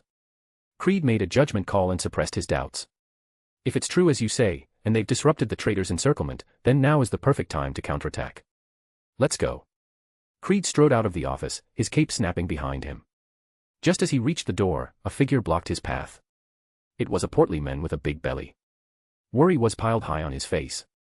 General Creed, what is the rush? What requires such exertion from you? Creed didn't stop walking, nor did he spare the fat man a second glance. He simply spat out a few concise words, "Support has arrived." Support. The fat man shook his head like a rattled drum. Support. Pardon my bluntness, but how can you be sure it is truly support? What if this is a new trick by the traitors? Staging a rescue just to lure us out. This logic, full of holes, didn't cause even a ripple in Creed's gaze. He walked straight past the fat man. A trace of annoyance at being ignored welled up in the fat man. Creed strode meteorically through the simple yet sturdy corridors, heading straight for the main hall. Once again, thank you for all the power stones everyone has donated. As we are currently around top 70, please continue donating so that we may reach top 50 this week. Chapter 32, The Leviathan Super Heavy Assault Transport. Inside the hall, the 8th Cadian stood ready. As the oldest regiment among the Cadian shock troopers, they were an elite force bearing the title, the Lord Castellan's Own. Despite enduring a brutal siege, the soldiers of the 8th Regiment within the hall maintained an impressive spirit. When Creed's iconic greatcoat appeared, every soldier of the 8th Regiment looked up simultaneously. Lord Castellan Creed. Someone shouted first. Like a chain reaction, hundreds of voices merged into a torrent, Lord Castellan. No speech was needed, no encouragement required. Creed simply had to stand there. His very presence was like the most powerful war drum, enough to ignite the unquenchable fire of battle in the hearts of all his warriors. Creed's gaze swept over his soldiers, and he simply nodded. This simple gesture made every soldier stand even straighter. Brothers of the 8th Regiment, Creed began. We have just received word that a reinforcement force has broken through the traitors' blockade, arrived at the outskirts of the bastion, and successfully engaged the external traitor forces. Now, Creed's voice rose, is our time to counterattack. Yes, Lord Castellan. As the orders were issued, the soldiers of the 8th Regiment were already moving spontaneously. At the entrance to the hall, the Fatman narrowed his eyes, taking everything in. His power is growing greater and greater, the Fatman murmured in a voice only he could hear, almost a whisper. On the main battlefield, defeat came like a collapsing mountain, and survival was a dead end. The morale of the Volscani traitors had utterly collapsed. Swept by the Cadian soldiers, they were beaten into a steady retreat. Zeke saw that in the rear, Sergeant Victor was talking to a figure who must be Creed. As the Lord Castellan, Creed assumed all command authority from Sergeant Victor the moment he appeared. His aide, Kell, stood by his side, holding a power sword, constantly alert for any potential danger. With all due respect, General Creed, you should not be on the front lines. It is too dangerous. Creed did not speak, he simply held a voxcaster. Soldiers of Cadia, this is Creed. Spread out. Use the alleys. Assault the traitors. Hold the line. Do not overextend. TL/N, military commands. The Cadian soldiers were far more familiar with Tyrock Bastion than the traitor outsiders. They split the traitor forces and flanked them. Under Creed's efficient command, the Cadian soldiers began to consciously tighten the encirclement. Advancing step by step, they gradually compressed the remaining traitors. A cornered beast will still fight, let alone traitors in a desperate situation. Creed ordered the troops to maintain a considerable distance, using long-range firepower to apply continuous pressure and prevent the traitors from launching a mad counterattack in their despair. Creed knew the traitors still held an unplayed ace. Zeke used blocks to climb onto a nearby high roof, building a path along the rooftops to follow the main force. In the distance, buildings shattered one after another. At the edge of the bastion complex, a behemoth was crushing everything in its path. A Leviathan Super Heavy Assault Transport, also known as a Leviathan Command Vehicle. 90 meters tall, like a moving fortress of steel. It was covered in meters of composite armor plating, its surface bristling with turrets of various sizes, truly 360-degree armed coverage. At the front of the vehicle was a massive doomsday cannon. A full power shot from this main gun could severely damage even a Titan. Here it comes. Creed had expected this. This Leviathan command vehicle was originally intended for high-ranking officials to review troops and give speeches at the welcome banquet, but it had fallen into traitor hands when the rebellion broke out. Seeing this steel beast appear, many Cadian soldiers instinctively aimed their weapons at it. But translucent shields unfolded layer by layer, enveloping the entire Leviathan command vehicle. All incoming fire, whether loss beams or solid projectiles, merely rippled across the shields upon impact. Void shields. Experienced veterans lowered their guns. Zeke lay on the roof, raising his spyglass to observe carefully. Void shields, a type of defensive shield capable of blocking most long-range firepower by absorbing attacks and displacing them into the warp. Methods to break the shield include either overloading it instantly with massive firepower exceeding its specifications, or use the most primitive method, boarding action. Send infantry to forcibly board the vehicle and destroy the power core supplying the shields from the inside. Creed's voice rang out again, cease fire. Prepare for boarding action. Use the buildings for cover to approach. Board the vehicle, find an entrance or weak point, and destroy the power core. The order was clear, concise, and devoid of emotion, exactly what soldiers needed on the battlefield. Cadian soldiers holstered their long-range weapons and began to charge toward the Leviathan from multiple directions, using the complex, narrow alleys of the bastion. The traitors on the Leviathan opened fire with everything they had, raining destruction downwards. Void shields were one-way shields, those inside could shoot out, but those outside couldn't shoot in. Boarding actions were destined to be assaults paved with lives. Zeke put away his spyglass. He pried a small stone from the roof and threw it hard toward the distant void shield. The stone traced a parabola. Upon contacting the void shield, it caused almost invisible ripples and passed through without hindrance. As expected, there's a velocity threshold. Zeke felt reassured. Void shields had a velocity threshold, low-speed objects could pass through, and only objects exceeding a certain speed would be intercepted. Zeke's gaze turned to the midsection of the Leviathan command vehicle. There was a heavily guarded hatch there, possibly leading to critical facilities. Same idea as breaking a bed in Bed Wars, Zeke muttered, pulling an ender pearl from his backpack. TL/N, breaking a bed in Bed Wars requires you to destroy the protective blocks surrounding the enemy's bed and then attack the bed itself. The most effective strategies involve rushing early, using explosives, or employing stealth. He estimated the distance, swung his arm back, and then threw the ender pearl with all his might. as the Cadian soldiers continued to draw most of the attention from the traitors on the Leviathan. Lying on the roof, Zeke began a countdown in his mind. 5. The ender pearl smoothly penetrated the outermost void shield. 4. Below, a Cadian recruit had just charged past the void shield when he was locked onto by a broadside autocannon turret. A string of shells tore him apart along with the rubble beneath his feet, leaving only half a blood-stained military cap drifting down. 3. The pearl continued flying inward, effortlessly passing through the second and third layers of shields. 2. Zeke adjusted several stacks of iron blocks to the most accessible position.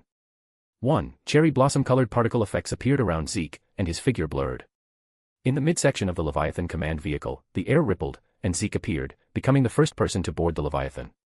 The strong smell of ozone rushed into his nose, emanating from the void shields. All around, traitors were pouring fire downwards. The continuous gunfire made the ears of the traitors operating on the platform ring, leaving them completely unaware that a guest had arrived behind them. Until a traitor changing the ammo belt on a heavy stubber instinctively turned back to grab a spare ammo box. A face bearing no regimental insignia was looking at him calmly. Who are why? Before he could finish, Zeke stabbed his sword through the traitor's chest, piercing the heart. Chapter 33, Sneak Attack. Before he could finish, Zeke stabbed his sword through the traitor's chest, piercing the heart. The fall of his comrade caught the attention of other nearby traitors. By the time the other soldiers reacted and fired at Zeke, but he was already encasing himself behind a barricade of iron blocks.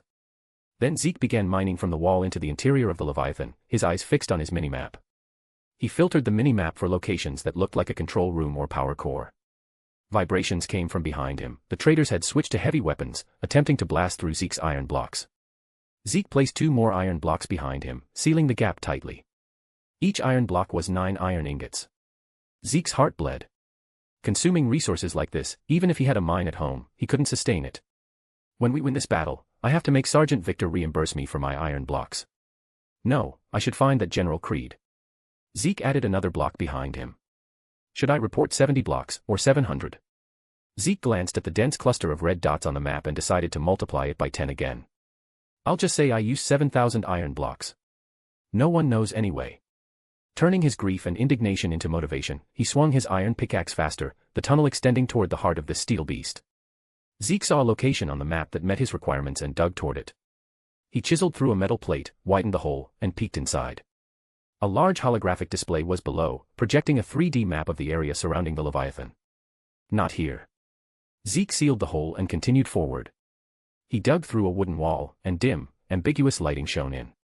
This was a luxurious, extravagant room. In the center was a bed covered in wool and goose down, surrounded by mahogany furniture, all decorated very ornately. On a table, a few red fruits were placed on a plate with ice cubes. Apple peach, X3. A fruit only nobles could afford, requiring cold storage. Zeke had developed a habit: if he saw food, he tasted it first. He picked one up, popped it into his mouth, and crunched down. Tastes like an apple. Zeke turned back and continued forward. Finally, in the third room, he found the location he wanted. Instruments flashed inside the room. There was a secondary console on the left and right, and in the center was a larger, more complex main console. People were seated at all 3 consoles. Next to the main console stood a man with a handlebar mustache, looking at a screen in front of him. The screen displayed the image of a well-dressed man. The mustachioed officer spoke to the screen, "Commander, we're about to lose." "Shut up." A roar erupted from the screen. "We haven't lost yet. We still have this Leviathan." The mustachioed man braced himself and reported, "The Cadian soldiers are very close to the Leviathan. Small units have even successfully boarded. Defeat is likely only a matter of time." "The main cannon." "We still have the main cannon. That's a macro cannon weapon capable of shattering titans. Fire the main cannon. At this range, it will blow us up along with them. Even the void shields won't be able to withstand it." The mustachioed man tried to calm the lead officer down. "Your duty is to obey orders. Fire. Even if we lose, I won't let Creed have an easy time, not even a little." The mustachioed man took out a white handkerchief and wiped his forehead. "Understood." He walked to the main console and ordered, "Deflect the main cannon downward by 45 degrees. Prepare to fire." Suddenly an anvil dropped on his head. In Zeke's eyes, he was crushed to death by the anvil and turned into experience. But in the eyes of everyone else, the mustachioed man simply vanished into thin air. The traitor at the main console witnessed this bizarre scene with his own eyes. "Don't move," a voice said from behind him. "Or you'll be the next one to disappear." Zeke pressed the tip of his sword against the back of the main control soldier's heart. Zeke's gaze swept over the equally terrified traitors at the left and right secondary consoles. First, aim that cannon up. Point it at the sky. Zeke increased the pressure on his sword tip slightly. Don't try anything funny. The color drained from the main control soldier's face. I won't. His answer was a strike from Zeke's sword. Zeke shoved the corpse off the seat and curled his finger at the traitor at the left secondary console. You. Come here. You operate it. I'll do it. I'll do whatever you say. The traitor scrambled off his seat, crawled over to the main console, and took control.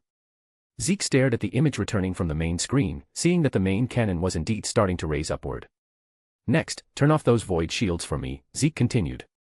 The traitor nodded hurriedly, his fingers working the controls. No. You can't do that. The operator on the right secondary console couldn't sit still.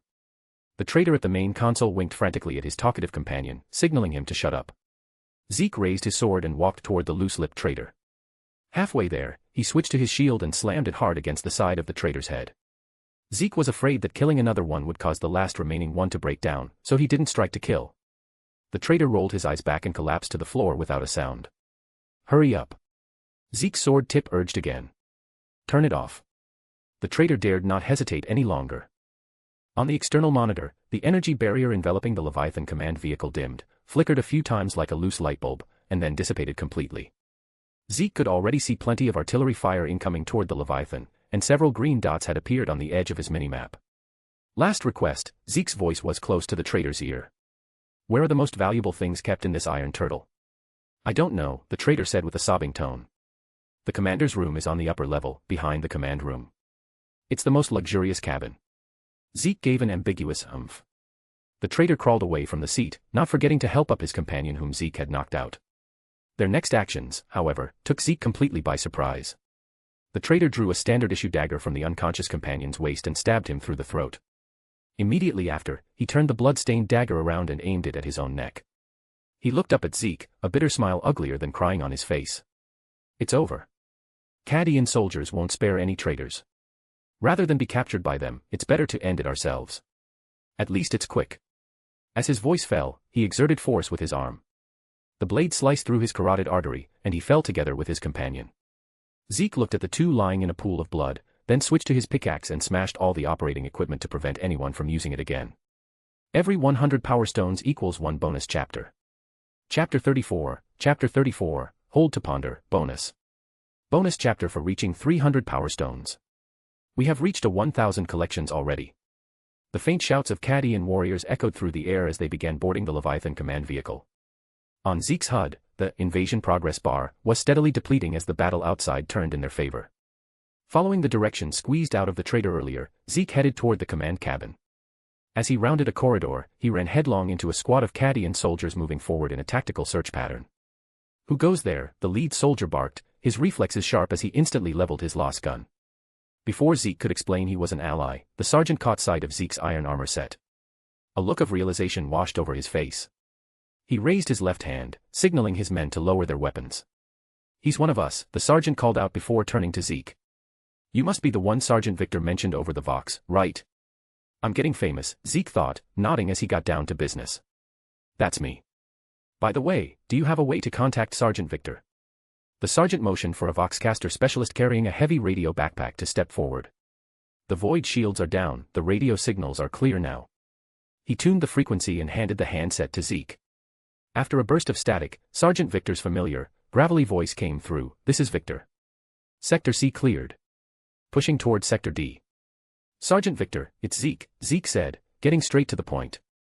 You know me, I'm a blunt man, so I'll say it plainly. He intentionally mimicked Victor's previous phrasing. I'm the one who took out the void shields. No wonder, Victor's tone became solemn. You've performed a great service, Zeke. On behalf of... Save the pleasantries, Sergeant, Zeke interrupted. You know what I'm looking for. I've already spoken with Lord Castellan Creed, Victor replied. The warehouses at Tyrock Bastion were mostly pillaged by the traitors, but there are still leftovers. We can clear out a portion of those supplies for you today. Finally, Zeke thought, Victor is being reliable for once. Also, Victor continued, Lord Castellan Creed wishes to meet with you personally. Understood. Zeke ended the call and handed the handset back to the Voxman. Without another word, he turned and strode deeper into the Leviathan. The corridors behind him had already been swept by follow-up Cadian squads. Aside from traitor corpses and scorched bulkheads, the path was clear. Zeke went into sprinting mode, weaving through the complex internal structure. Soon, he reached a fork in the road. Before him was a staircase leading upward. According to the traitor, the commander's luxury cabin lay above. However, next to those stairs was a set of steps leading downward. The entrance was cordoned off with striking yellow and black hazard tape. A metal sign was bolted to the wall. Maintenance access. Strictly prohibited to all except certified tech priests/maintenance personnel. Heat-resistant suits mandatory. Strictly prohibited. Zeke's foot, which had been set toward the luxury cabin, paused. The more he was told to stay out, the more he wanted to see what was inside. Zeke stepped over the hazard tape and descended the stairs. At the bottom stood a heavy, airtight iron door reinforced with thick chains. Seeing how well guarded it was, Zeke pulled out his iron pickaxe and smashed through. A wave of blistering heat hit him instantly. Behind the door lay a different world. He stood on a suspended walkway made of welded steel plates, with no guardrails on either side.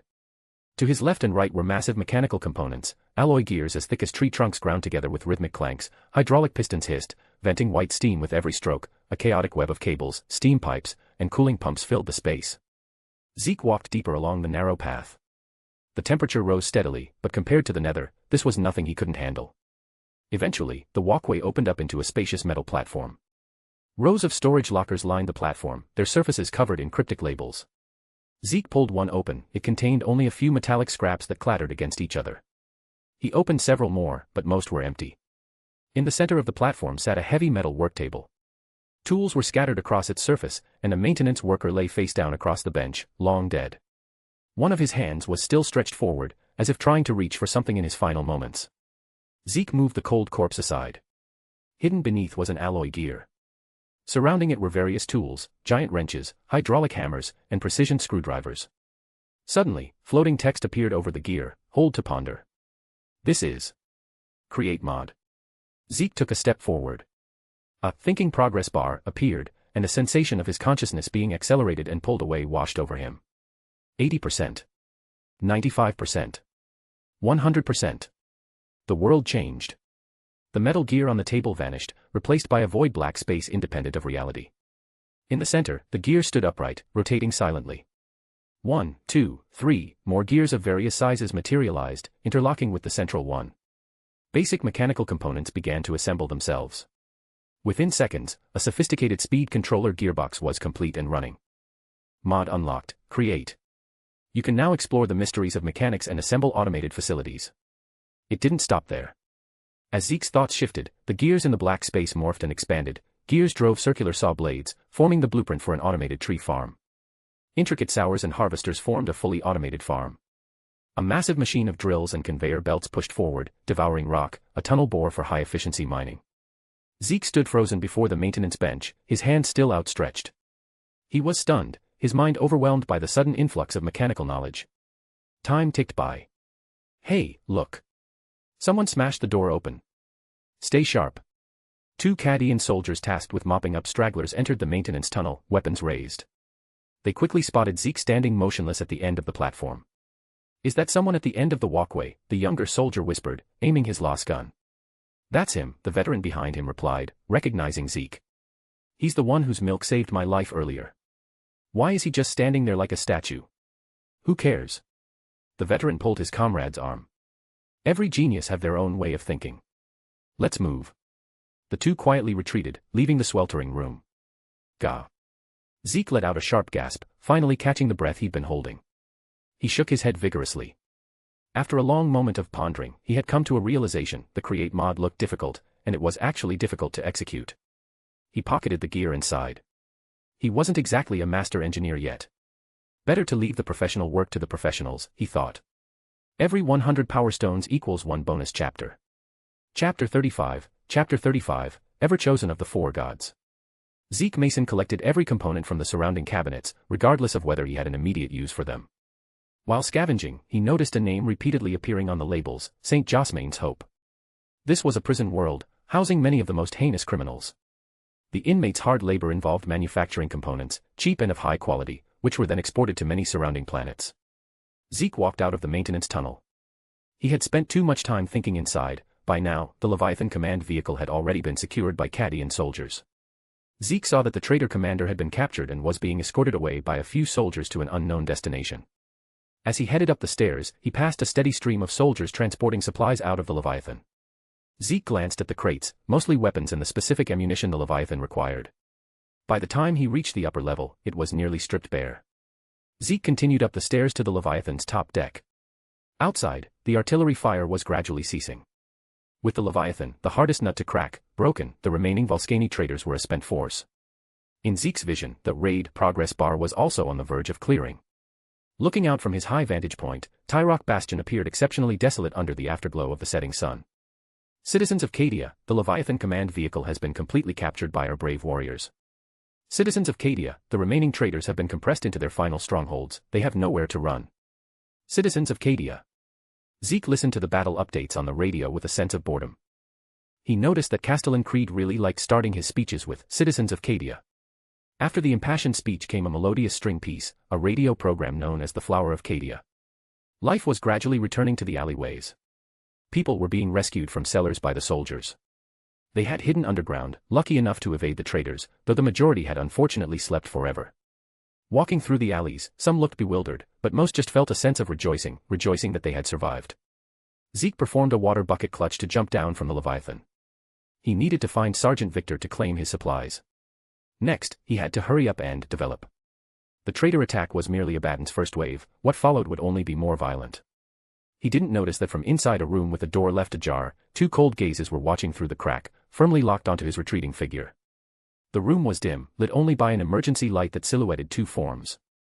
That is him. You are certain? Her gaze was pinned on Zeke. Yes, Lord Inquisitor. The assistant beside her took out a photograph and presented it with both hands.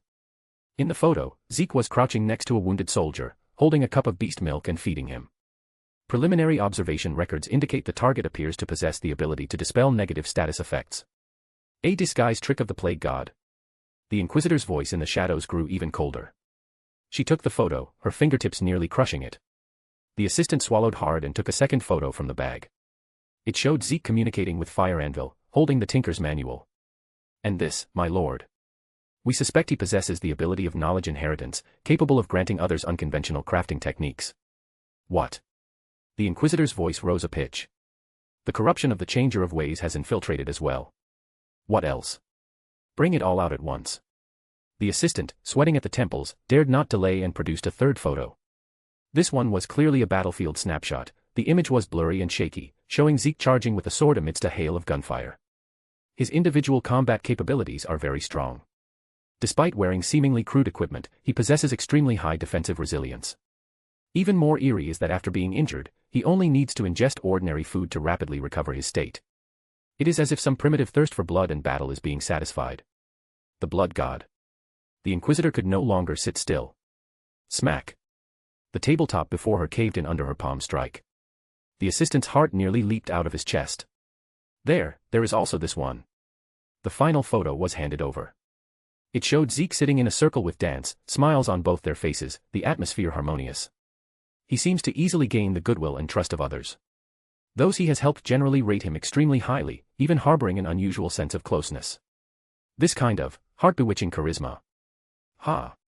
The Inquisitor let out a short, cold laugh. Even the Prince of Pleasure is involved. Heretic. A heretic through and through.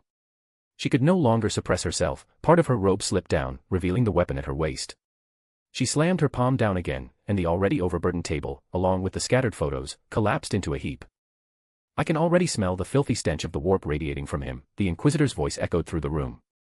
As an Inquisitor of the Ordo Hereticus, seeing such filth walking safely on the soil of Cadia, what a disgrace. Calm down, Lord Inquisitor, please calm down.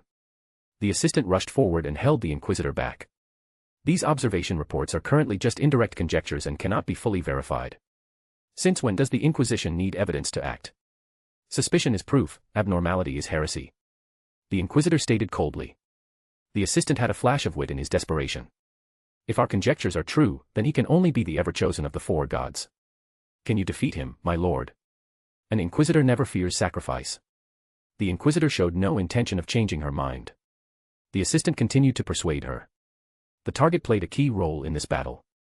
Many Cadian soldiers saw with their own eyes how he helped us. If you move against him now, it will undoubtedly trigger dissatisfaction among the troops. Humph, just a bunch of Cadian soldiers. Do you think I fear them? What about Castellan Creed? Castellan Creed certainly won't allow you to do this. The Inquisitor fell silent. She looked at the assistant beside her. Why do you keep speaking for him? Have you been influenced by him as well? The assistant shivered in fright, daring not speak another word, only lowering his head to look at the floor. After a long while, the Inquisitor finally broke the silence. His name is Zeke Mason, right? He will show his tail sooner or later. The Inquisitor slowly raised her head. When that time comes. She placed her right hand on the hilt of the sword at her waist. I, the Chief Inquisition Investigator of the Cadian Gate, shall personally judge him. Chapter 36, Golden Apples, Diamonds, and Iron Golems. Zeke found Sergeant Victor at the temporary supply point that had just been erected next to the assembly hall. Soldiers were handing over various supplies seized from the traders to the quartermaster to be logged into the register, after which they would be redistributed. Amasek, 120 credits, the quartermaster, a meticulous veteran, said while pointing his finger at the dividing line in the ledger. 1 pound of pan-fried grok steak, genuine, 200 points. Dextrose, 5 points per bag. 5 points. A soldier queuing up voiced his confusion. Wasn't it 10? The troops found an entire unopened container of it on a trader's Leviathan command vehicle, so the price dropped. The soldier nodded and asked for 2 extra bags. Zeke looked at the long queue and nudged Victor with his elbow. For a sergeant of your rank, how many credits do you roughly make a month? TL/N, the author is using a single currency named Imperial credits that are not canon in 40k since there are too many different currencies in the Imperium. Me. Sergeant Victor replied. I hand over all my credits to the unit, for those who need them more. Zeke was a bit puzzled. Sergeant Victor's tone was flat. The unit issues basic supplies every month, enough to guarantee basic survival. Credits are more of a reward mechanism designed to encourage the soldiers. They can be exchanged for better rations or alcohol. I don't really need those things. Zeke looked Victor up and down, from the collar of his uniform, washed until it was faded white, to his heavily worn boots. Sergeant Victor, what did you think of the baked potatoes and bread I gave you earlier? How was the taste? Victor hadn't expected him to ask that, but he nodded. It was delicious food. On Cadia, getting to eat food like that every day is not easy. Since Cadia's warehouses have always been tight, Sergeant Victor explained. It's fine, they won't be tight soon, Zeke thought to himself. Just wait until I get the automated farm running. Zeke followed Sergeant Victor into the assembly hall. It had become a temporary command center, with countless soldiers and officers rushing about, exchanging documents. Victor led Zeke through a winding path, eventually arriving at a heavily guarded area in the side wing of the hall. It was isolated by an iron gate, leaving only a reception opening with an armored window. Sergeant Victor, here to collect designated supplies. Victor stated his identity and the command code.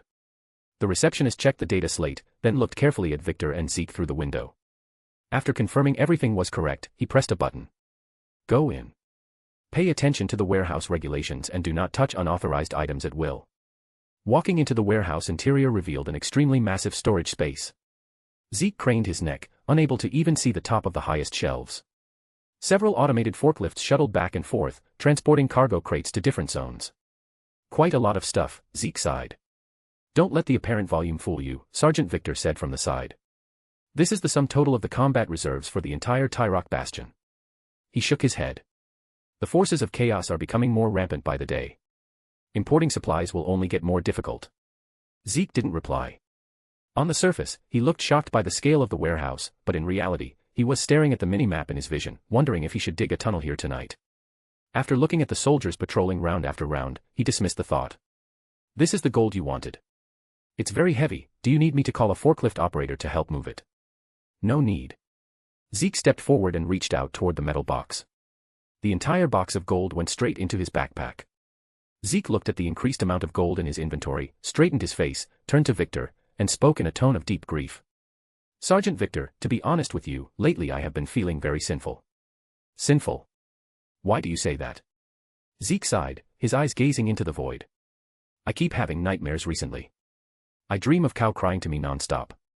He says he can hardly stand this day-after-day exploitation anymore, but for the welfare of the Cadian people, for the warriors, he keeps holding on.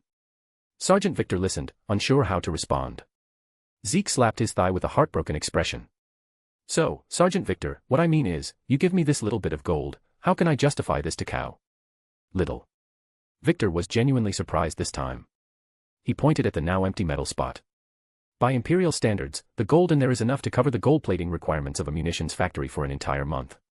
Now Zeke couldn't really say much, by weight, it was indeed a lot. But there was no helping it. In Minecraft, a single enchanted golden apple required 8 gold blocks. The amount Victor provided was only close to a stack of gold ingots. I'll hold off on the enchanted golden apples for now. I'll just make a few regular golden apples to make do. Sergeant Victor then pulled down a box from a nearby shelf and placed it in front of Zeke. Diamonds. Zeke's eyes lit up as he opened the box and collected them. This time, a genuine smile appeared on his face. There were actually quite a few diamonds, over 100 of them. They looked like they had been pried off jewelry and decorations. You know, the traitors killed a large number of high-ranking officials at the banquet, Victor said. Zeke nodded. With this many diamonds, as long as he didn't make a beacon base, it was more than enough. And the other thing you wanted? I recall it's called a pumpkin, right? Sergeant Victor handed over a small packet wrapped in waterproof cloth. Zeke opened the package, inside were a few seeds. Carmine helped get these, Victor added, handing over a picture at the same time. She said she saw this kind of orange, giant, edible plant when she was on an agri-world. Zeke took the picture, which showed a pumpkin of a size that was somewhat bafflingly large. A pumpkin this big. Zeke looked at the seeds in his hand, and the words, pumpkin seeds, floated in his vision. That's right, this is it. Zeke confirmed it was correct. He could finally build an Iron Golem.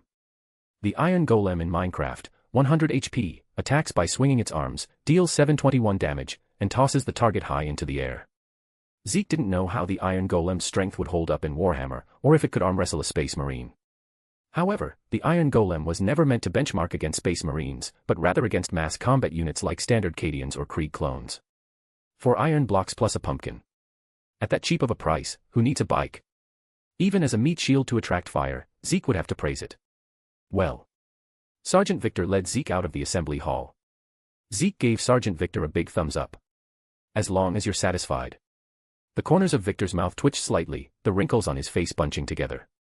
Please continue donating Power Stones so that we may reach top 50 this week. Chapter 37, a brief respite and spawning the Iron Golem, bonus. Thank you for the Power Stones. This is the bonus chapter for reaching 400 Power Stones. One more thing, Victor added as they parted ways. Creed wants to speak with you personally tomorrow morning regarding the details of our next collaboration. Zeke didn't look back, he simply raised his hand in an okay gesture as he merged into the crowds on the Bastion's streets. Tyrock Bastion was slowly catching its breath, recovering from the agony of battle. Zeke even spotted a burst of colorful, albeit not particularly spectacular, light exploding over the Bastion, scattering motes of light. Some children were setting off fireworks. Fireworks. Zeke recalled the Flower of Cadia broadcast he had heard earlier. It seemed to be a Cadian tradition to celebrate victory. Suddenly, an emerald badge with a red ribbon floated past Zeke's eyes, spinning before merging into his status bar. Hero of the Village I.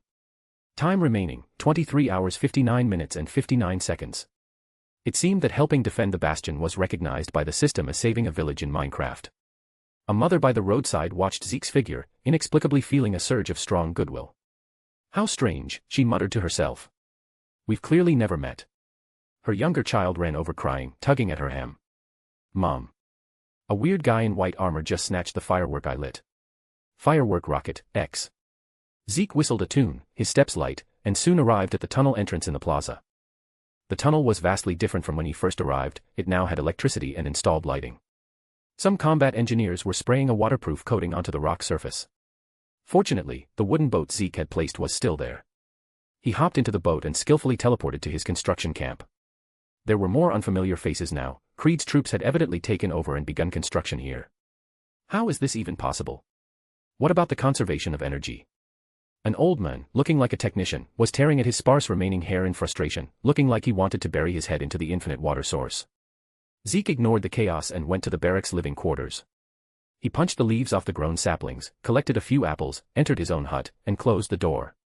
First, the golden apples. Zeke arranged gold ingots in a square shape on the crafting table, placing an apple in the center. Golden apple appeared in the crafting slot. The fruit glowed with a warm, golden hue throughout. Zeke scratched it with his finger, confirming it wasn't just gold-plated, it was a real golden apple.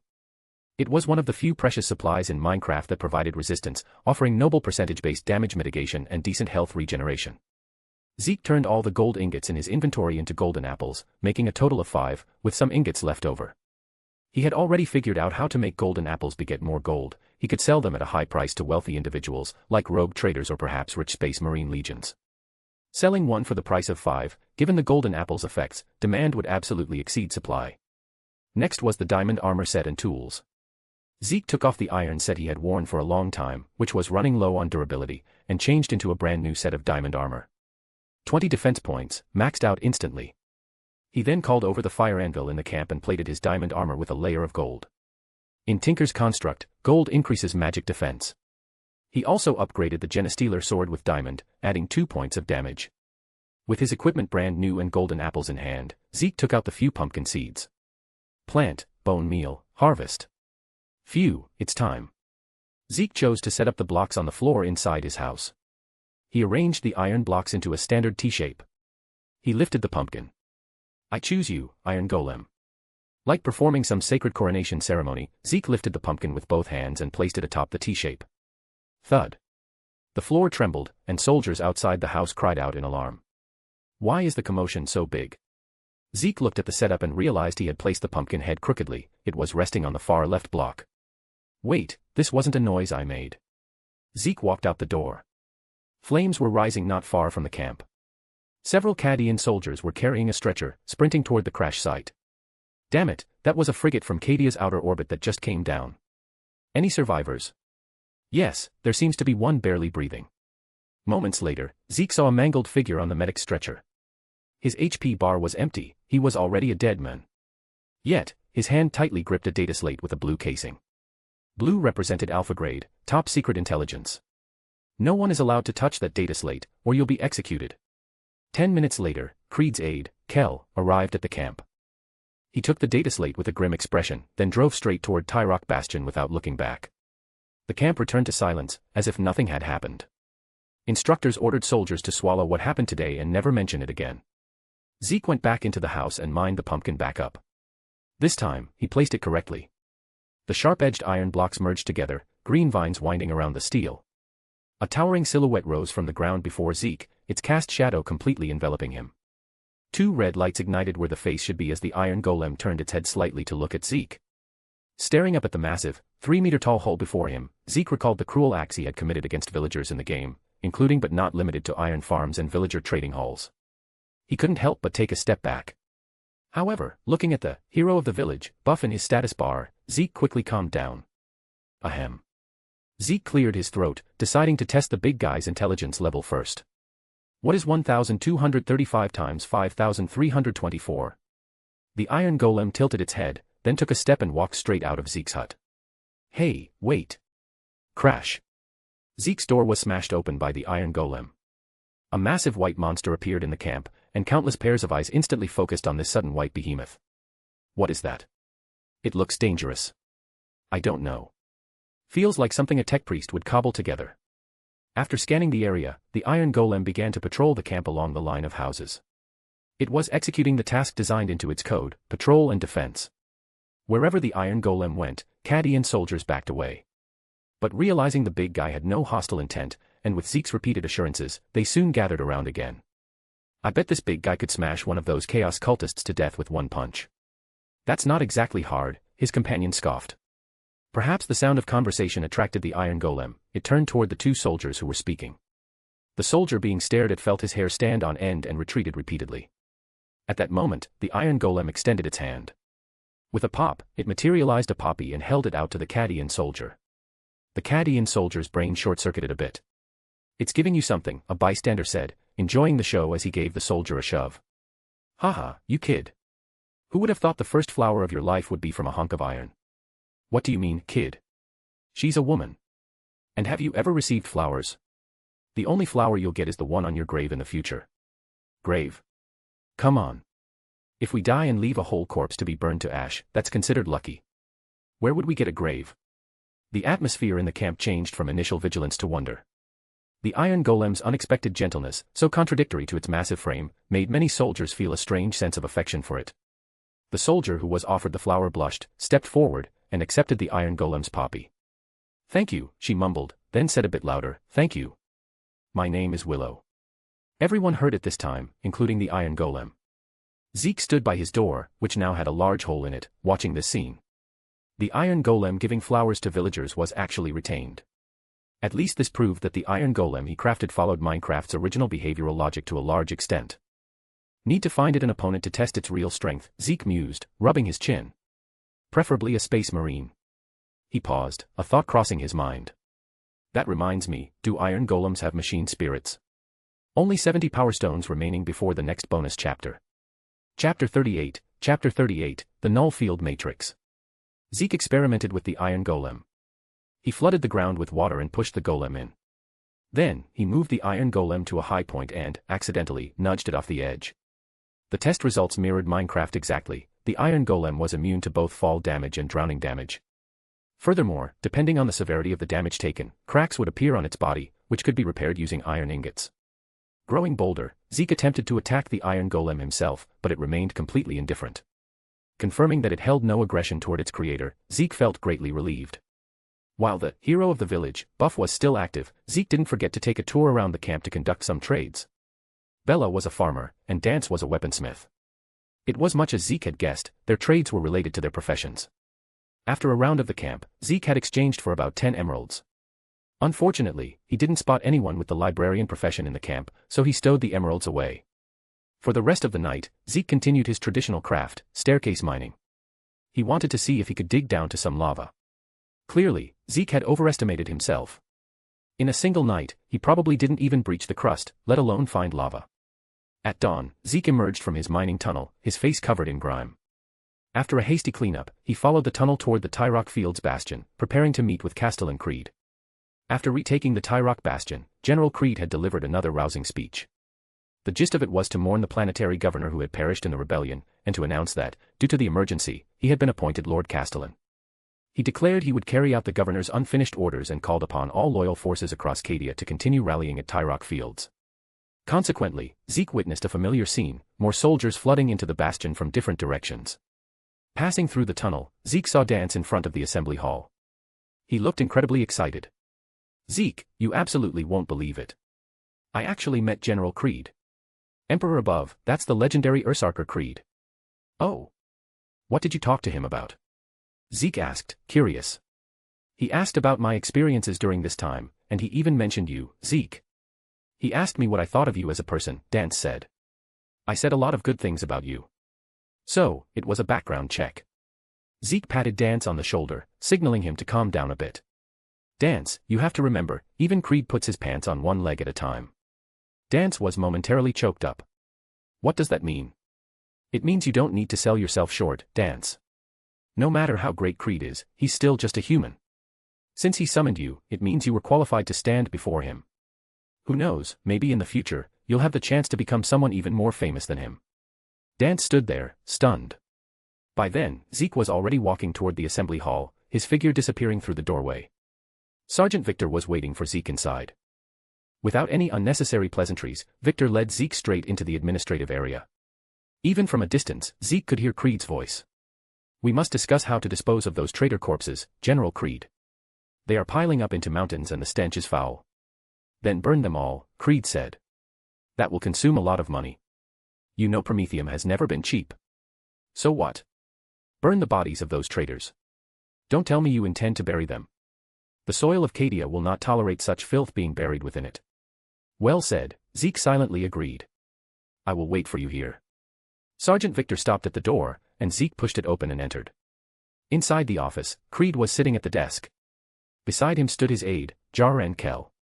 As for the men who had just been discussing burning corpses, Zeke noted the badge on his chest, Logistics Minister Rake. It seems the great hero of this campaign has arrived. Zeke's entrance drew everyone's attention. There were gazes of scrutiny, appreciation, and suspicion. "He is younger than I imagined," Kell commented in a low voice. He pulled a chair from the side, placed it opposite the desk, and gestured for Zeke to sit. Zeke didn't stand on ceremony, he walked over and sat down. This distance allowed him to see Creed more clearly. Creed's complexion wasn't great, it looked like he hadn't slept well the night before. "It seems I'm no longer needed here." Rake shrugged, glanced at Zeke, and walked out the door. Only Creed, Kel, and Zeke remained in the room. Creed crushed his cigar ruthlessly against the ashtray, extinguishing it, and got straight to the point. I just summoned Dance. He is a good soldier, loyal, resilient. Creed clasped his hands on the desk and leaned forward slightly, exuding an oppressive pressure. I asked him for intelligence regarding you. What he knows is very limited. Where you come from, what you are, the answers to these questions remain a blank slate. Zeke met his gaze without dodging, staying silent and simply listening. Castellan. Creed leaned further forward. This does not mean we cannot cooperate. I think the transaction between Sergeant Victor and yourself is a very good example. We provide the materials, and you utilize your miraculous power. An exchange of interests is far more reliable than trust, isn't it? Creed was forceful, his sentences coming one after another, leaving Zeke no room to interrupt. His aide, Kel, spread a massive map out in front of Zeke. Zeke looked at it. 7 or 8 bastions were marked on the map, but one, labeled Kazakhrov, was heavily highlighted. Do you know of the null field matrix? The null field matrix, what is that? Zeke looked at Creed. Zeke, of course, knew what a null field matrix was. It was a device discovered by the Adeptus Mechanicus. Legend had it that the Blackstone fortresses were creations of Vol, the smith god of the Eldar, possessing a massive warp cannon capable of drawing power from the Sea of Souls to pierce through anything. If there is the sharpest spear, there must naturally be a corresponding shield. The null field matrix was a defensive matrix capable of resisting the warp cannons. Since Creed mentioned the null field matrix, it meant Abaddon had already deployed his Blackstone fortress. Zeke hadn't expected Abaddon's offensive to come so quickly. He had thought that after quelling the rebellion, he would have some time to develop and build up his resources. There is a null field matrix located at Kazakhrov, Creed continued. General, Kel couldn't help but interject from the side. Is this something we should be discussing? It's fine. It won't be a secret for much longer anyway. Zeke, your abilities are very useful. I want to invite you to participate in this afternoon's War Council. At that time, all the factions on Cadia will be present at the meeting, including the Astartes, the Sororitas, and the tech priests that Sergeant Victor mentioned you've been wanting to meet. Chapter 39, The Art of Seating Arrangements. Canoness Eleanor, the alarms are sounding. Creed is convening an emergency war council. We must send a representative. Failure to attend would bring shame upon our order. When do we depart? Not we. It is I, my dear sister. You are to remain here at the sanctum. Canoness Eleanor kissed her prayer book, fastened it to her belt, and performed the sign of the Aquila before standing up. Aboard the Firemain's Fong, one of the few surviving warships in Cadia's orbit. High Command believes the despoiler is brewing a new wave of attacks. They suggest we withdraw to discuss countermeasures. Discuss countermeasures? Sven Bloodhowl, one of the 2 space wolf lords stationed on Cadia, stared out the ship's viewport. Offense is the best defense. In my view, we should drive straight into the heart of the enemy and board Abaddon's flagship directly. Are we going, then? We go. Why wouldn't we? Having finished his conversation with Creed, Zeke obtained the coordinates for Kazakhrov. The afternoon's war council was to be held at Kazakhrov. This bastion, possessing the null field matrix, would serve as the primary strategic point against Abaddon's second wave of attacks. Zeke picked up his blueprints again, connecting his own camp to Kazakhrov. In this way, his camp would link the 2 critical strategic points, Tyrok and Kazakhrov. Perhaps in the near future, the camp Zeke built would serve as the transportation hub connecting all the bastions of Cadia. When that time came, Zeke was definitely going to set up a toll booth and make a killing. Zeke set out early, taking the Iron Golem with him this time. Since he was about to face elite figures from Cadia's various factions, Zeke felt it necessary to show a little muscle. The oppressive presence of the Iron Golem was just right for the occasion. Passing through the new tunnel, Zeke arrived at Kazakhrov. At a first glance, this place looked as if it had been cut from the same mold as the Tyrok bastion. It had the same layout for residential areas, the same intricate web of alleyways, and even the central square featured similar statues of Cadian heroes. Even the exterior of the assembly hall was virtually identical. Zeke led the Iron Golem toward the assembly hall. He had arrived too early. The hall was empty, save for a few guards and logistics personnel bustling about. Pushing open the hall doors, he saw rows of heavy seats arranged neatly beneath the dome. A servitor was busy in the center of the venue. This servitor had reverse-jointed mechanical legs for a lower body, while its upper body retained some human components, with several mechanical arms extending from its back. It was grabbing the seats and scanning the data slate in its hand. Hearing footsteps, the servitor raised its head and began scanning Zeke. Identity confirmed, Zeke Mason, the servitor stated in a synthetic voice. Apologies, your seating has not yet been arranged. Please wait a moment before taking a seat. Zeke walked a few steps closer. Are you in charge of setting up the venue? Yes. I am a servitor in service to Archmagos Klein. As the servitor answered, it grabbed a chair with a mechanical arm and shifted it approximately 10 millimeters to the right. I am currently executing a highly complex coordination task. It paused. As you know, there are historical frictions between the various factions meeting today. It pointed to 2 seats that had been deliberately separated. You would not wish to see the Space Wolves and the Dark Angels arranged in adjacent seats. That could lead to terrifying consequences. That is true, Zeke imagined. Given the legacy issues between the primarchs of those 2 chapters, putting them together, let alone holding a meeting, made it uncertain whether anyone would make it out of the room alive. Furthermore, the servitor turned to a few seats in the front row. You certainly would not want to see the Cadian representatives seated further from Lord Castellan Creed's main seat than the Navy representatives. If such a situation were to occur, it is highly probable they would file a complaint immediately after the meeting, alleging discrimination. Damn, is arranging seats really this much trouble? Zeke stood by the side, watching the servitor move the chairs back and forth like chess pieces. Finally, after the layout of a certain area was completed with great difficulty, it turned abruptly back to Zeke. Mr. Zeke, regarding your seat, its voice rang out again. Comprehensive analysis, given that the majority of Astartes chapters generally hold a poor attitude toward ordinary humans, arranging you within the chapter seating area is ruled out. The light in its optical lenses began to flicker. Given that you are not formally part of the Cadian military establishment, I cannot insert you into the delegation seating. Wisps of blue smoke began to rise from the vents of the servitor's metal skull. Stop, stop, stop. Zeke waved his hand. Don't trouble yourself. I won't sit. Standing and listening is fine. That is wonderful, the servitor's synthetic voice replied. You are truly a reasonable gentleman.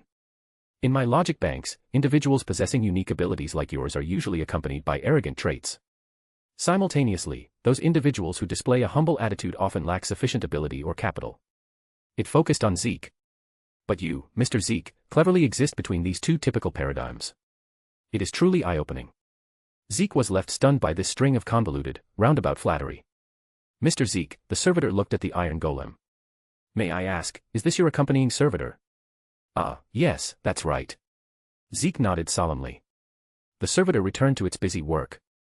Watching its figure, Zeke mused inwardly.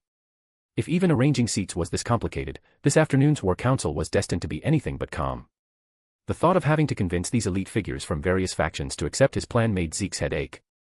He glanced back at the Iron Golem behind him. The best method wasn't to waste breath trying to persuade them. A proper display of the fist was often more useful than any eloquence. The doors to the hall were pushed open.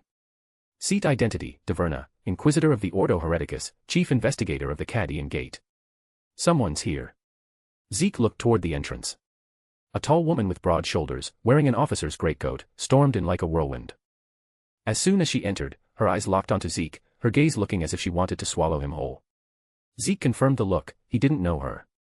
But hearing the title, Inquisitor, he didn't need to think hard to know why she held such hostility toward him. Respected Lady Diverna, the servitor slid over to her. Your seat is here.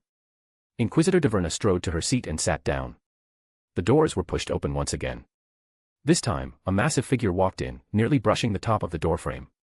His face was tattooed with lines in some kind of pigment, dark long hair cascaded over his pauldrons, and his eyes were sharp. Seat identity, Wolf Lord Sven Bloodhowl, of the Space Wolves Firehowlers Great Company. Bloodhowl's gaze swept across the hall, landing on the Iron Golem behind Zeke. He looked it up and down. Then, taking wide strides, he clanked his way toward his seat. Come on, only 30 more power stones before next bonus chapter. Chapter 40, Blackstone. Fortress, bonus. Seat identity, Company Master Corahale, Dark Angels. Temporarily absent, attending remotely via holographic image. Seat identity, Marshal Amalrich, Black Templars. Seat identity, Canoness Eleanor, Order of Our Martyred Lady. Seat identity, Magos Klein, Adeptus Mechanicus. The mouthful of lengthy names and titles made Zeke's head ache. Barely managing to sort through his thoughts, he noted there were 4 Astartes present. Bloodhowl of the Space Wolves, Amalrich of the Black Templars, Corahale of the Dark Angels. And Arshal of the Raven Guard, who had remained silent in the corner. There was 1 Inquisitor, 1 Canoness of the Sororitas, and 1 Magos of the Mechanicus. Aside from them, there was a whole host of Cadian leaders. Of course, while it looked like a lot to Zeke, it was actually far fewer than before. Most had already perished in the previous rebellion. Creed and his aide Kell ascended to the main seat. Without any opening pleasantries, Creed picked up the vox in front of him. Gentlemen, his voice resonated through the speakers, suppressing all chatter in the hall. Time is short. I have summoned you all here to announce a terrifying truth. The Volscani traitors sent by the despoiler, Abaddon, were merely the first step of his conspiracy. His darker plan is yet to come. A burst of static came from the speakers as Creed continued. According to intelligence I have just acquired, Abaddon the despoiler holds a terrifying weapon capable of changing the tide of war. Aide Kel stepped forward quickly, connecting a blue data slate to the main projection unit. Zeke recognized it as the very one he had taken from the dead men on the crashed frigate the previous night. Kel operated it for a moment, and a video clip began to play. The perspective was low, the camera shaking. A voice, weak as a thread, whispered, "They've come from the Eye of Terror, too many to stop. It's a broken black stone fortress." The voice cut off abruptly, the screen turned to static, then darkness. The video ended there. That is what we know now. Abaddon possesses a black stone fortress. Creed looked at the people before him. A black stone fortress. That filth has actually brought a black stone fortress. This is enough for him to wipe us all out without ever setting foot on Cadia. Bloodhowl of the Space Wolves stood with hands on hips and spat to the side. The saliva hit the floor with a sizzling sound of corrosion, even the spit of a genetically modified Astartes was toxic. Blackstone fortresses. According to the tomes I have studied, there is more than one. Canoness Eleanor raised her hand, voicing a question. The despoiler seized 3 Blackstone fortresses during the Gothic War. Are you certain he has brought only one? May I say a word? Inquisitor Diverna raised her hand, her gaze still fixed on Zeke. As far as I know, although the despoiler seized 3 Blackstone fortresses, he only managed to take 2 of them away. The third was recaptured by the Navy. So, in the best-case scenario, the despoiler has only 1 Blackstone fortress. After speaking, Inquisitor Diverna sat back down. May faith protect us. It was Marshal Amalrich of the Black Templars. He remained utterly motionless, like a statue. Fortunately, it is not only faith that protects us, Marshal. Creed turned to Muggos Klein of the Adeptus Mechanicus. There is also technology. Muggos Klein, could you reveal our countermeasures? Muggos Klein stood there, choosing to stand just as Zeke did. Several mechanical arms extended from his back. He wore deep red robes, his hood obscuring his face. Zeke adjusted his angle, casually or not, until he finally caught a glimpse of the true face beneath the shadows from the right spot. A metallic cranial frame, modified mechanical eyes, and countless insulated cables. Praise the Omnissiah. Of course, Lord Castellan Creed. Since the painful lessons of the Gothic War, the Adeptus Mechanicus has known of such terrible weapons as the Blackstone fortresses. For the thousands of years since then, we have been researching how to defend against them. Finally, on Cadia, we have found it. A mechanical arm at Muggos Klein's side raised up, pointing to the projection area. A new image appeared, the black stone pylons on the planet Cadia. These black stone pylons, which have stood for unknown millennia, possess a passive attribute that suppresses the warp. Muggos Klein spoke with a hint of fanaticism. At Kazarkrof, we have developed a device capable of converting this passive attribute into an active defense, thereby resisting the attacks of a Blackstone fortress. This is the reason I have summoned you all, Lord Castellan Creed said. Kazarkrof has the ability to block the Blackstone fortress. I hope that everyone present can gather your forces here. With Kazarkrof as the core, we will build a defensive line to jointly resist the despoiler. Creed's gaze swept over every face present. The response he received was an awkward silence. Zeke sensed something was wrong with the atmosphere. Creed's plan was likely going to fall through. Protecting the sanctum of St. Morican is the duty of our sisterhood. To flee to Kazarkrof and watch our precious sanctum be defiled, that is impossible. Canoness Eleanor was the first to refuse. I knew it. The Holy Sisters condescending to come here was already giving you face. Did you expect them to listen to you? Bloodhowl said impatiently. Creed cast a hopeful look at Bloodhowl. Honorable Wolf Lord Bloodhowl, Creed turned and said, is your great company willing to assist us? Bloodhowl fell silent. His eyebrows knitted together as he leaned heavily back into his chair. Unwilling. Bloodhowl's answer shattered Creed's hope. The wolves of Fenris never refuse a summons, Lord Castellan Creed, Bloodhowl said. But we are wolves. We should be galloping across the plains, fighting guerrilla warfare. Huddling inside a fortress is not our style. Zeke could hear the grinding of teeth coming from Creed's direction. Facing the Astartes, Castellan Creed was enduring immense pressure and frustration. Creed turned his head, casting his gaze toward Company Master Corahale of the Dark Angels, present via hologram. Company Master Corahale. He attempted to ask. I refuse. The Dark Angel shook his head. We are currently still on the Sword of Defiance, and the situation here isn't good. Corahale pointed at himself, he couldn't even get away physically, only able to attend the meeting via remote communication. Let alone come to support Kazarkrof. Could you not even spare a few men? Castellan Creed hadn't given up yet. Spare a few. Company Master Corahale's tone carried a hint of anger. Creed, what do you take us Dark Angels for? You're expendable Cadian soldiers. Cannon fodder for you to squander. I apologize, Company Master Corahale. I did not mean to offend you. Creed lowered his head. The room fell into silence. For a moment, it seemed no one would take up the mission to defend Kazakhrov. I'll do it. A hand went up. All eyes swiveled in unison toward the sound, focusing on the young man standing at the edge of the hall. It seems our Lord Castellan Creed has a savior. Ars Hal of the Raven Guard let a faint smile flit across his lazy face. It's that heretic. What is he trying to do? Thought Inquisitor Diverna seeing Zeke raise his hand. Next bonus chapter at 600 Power Stones. Chapter 41, Don't Make the Iron Bro Laugh. Castellan Creed cast his gaze toward Zeke. His original intention in inviting Zeke was to utilize the man's excavation abilities to reinforce the Bastion's tunnel system and add some mobility to their defenses. He had never imagined this young man would step forward at this moment. You. Wolf Lord Bloodhowl looked Zeke up and down. To be precise, Zeke took a step forward, shifting his body slightly to the side. It's not me. It's the big guy behind me. Zeke tilted his head slightly and whispered, Relax, Iron Golem. Just treat it like an interview. The position is for what you do best, defense. The Iron Golem showed no reaction, continuing to fiddle with the poppy in its hand. Zeke stepped aside, completely exposing the Iron Golem to everyone's view. This is. Muggos Klein of the Adeptus Mechanicus had actually noticed the strange construct in the corner quite some time ago. It does not appear to be the work of my colleagues. Zeke, is it? Perhaps we can have an in-depth discussion later.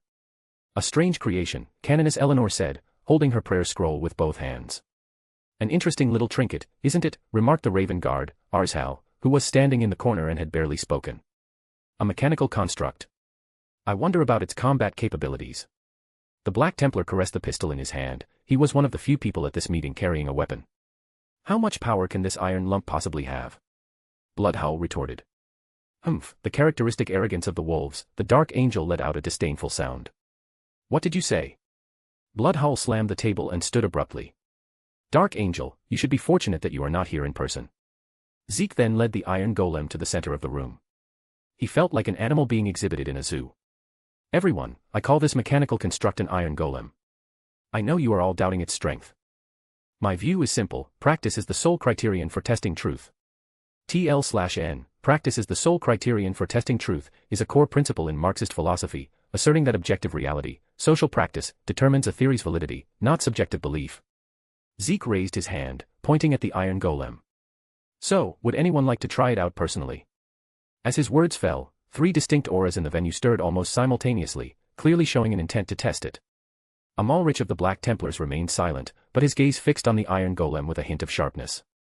Since arriving on Cadia, it had been too long since he had encountered a worthy opponent. Inquisitor Diverna, rather than wanting to test the Iron Golem, seemed more interested in finding an excuse to purge Zeke along with his blasphemous creation. However, the fastest to act was the Wolf Lord of the Space Wolves, Bloodhowl. Watch closely, Dark Angel. This is the consequence of challenging me, Bloodhowl said to the hologram of the Dark Angel behind him. He then turned to Zeke. I'll test this thing for Creed. I hope it's sturdy enough. Bloodhowl stepped out from his seat. He carried no weapons and wasn't even wearing a helmet. He walked to the front with bare hands, standing face to face with the Iron Golem. Everyone, this. Kel tried to intervene. Let him try, Castellan Creed's voice rang out. Who could have predicted that this meeting would evolve into a fight? Countless Cadian officials silently scooted their chairs backward. Zeke quickly compared the data of both sides in his mind. The length of their health bars looked about the same. In terms of defense, Bloodhowl in his power armor certainly had the advantage. However, since he wasn't using a weapon, the Iron Golem's knock-up effect might create some opportunities. There was some suspense, but not much. After all, the opponent wasn't just an ordinary tin can, but a Wolf Lord of the Space Wolves.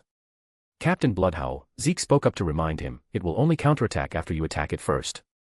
Oh, is that so? Bloodhowl grinned, revealing sharp canines.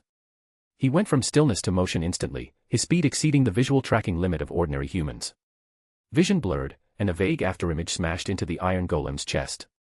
Bloodhowl's punch hit home, knocking off 1/8 of the Iron Golem's health, though the Iron Golem suffered no knockback. As expected of a space wolf known for speed, Zeke asked himself honestly, knowing he definitely couldn't have dodged that strike. The successful attack triggered the Iron Golem's hostility mechanic. The Iron Golem turned toward the attacker, its arms sweeping upward from below. Space wolves were known for their agility. With Bloodhull's speed, he was fully capable of dodging. Come on, let me measure your strength. Bloodhull didn't dodge. He crossed his arms and met the giant steel limbs head-on. The moment they collided, the imperious expression on Bloodhull's face froze, turning into shock. He was sent flying. Pfft. The Dark Angel, who had been watching, couldn't help but laugh out loud. Bloodhull quickly adjusted his posture in midair and landed. That hit, after damage reduction, only took about 7 health points off Bloodhull. Zeke had a rough idea now. In pure melee combat, it would probably take multiple Iron Golems to effectively suppress Bloodhull. Having suffered from the knockup, Bloodhull began to utilize his agility advantage, circling and weaving around the Iron Golem. He always managed to dodge by a hair's breadth before the Iron Golem's attack landed. Then, in the brief interval after the Iron Golem's attack, he would seize the opportunity to strike. Dull thuds rang out rhythmically in the auditorium. Cracks on the Iron Golem's body became more numerous and dense.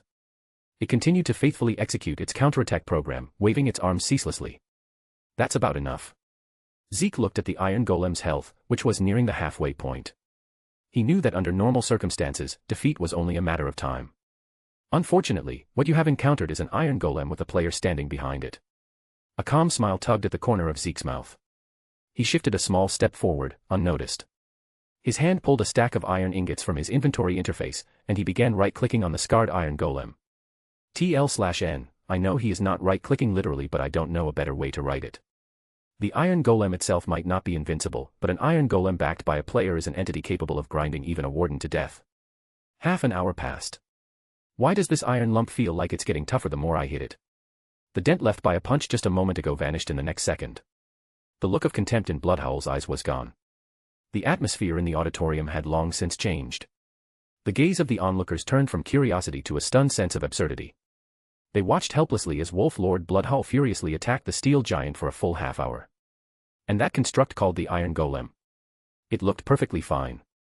Many people, like Muggos Klein, had noticed Zeke's subtle movements early on, which only made them more curious. Can it perform real-time battlefield repairs? Muggos Klein began to suspect that this Iron Golem was created from some STC leftover from ancient times. This damn thing just won't die. Bloodhull's breathing began to grow heavy. High-intensity, sustained explosive combat was beginning to place a massive burden even on an Astartes. His stamina was draining rapidly. This Astartes' stamina is ridiculous, Zeke secretly complained to himself. I've almost used up 2 stacks of iron ingots. It's fine. As long as I make a name for the Iron Golem, I won't lack for iron blocks in the future.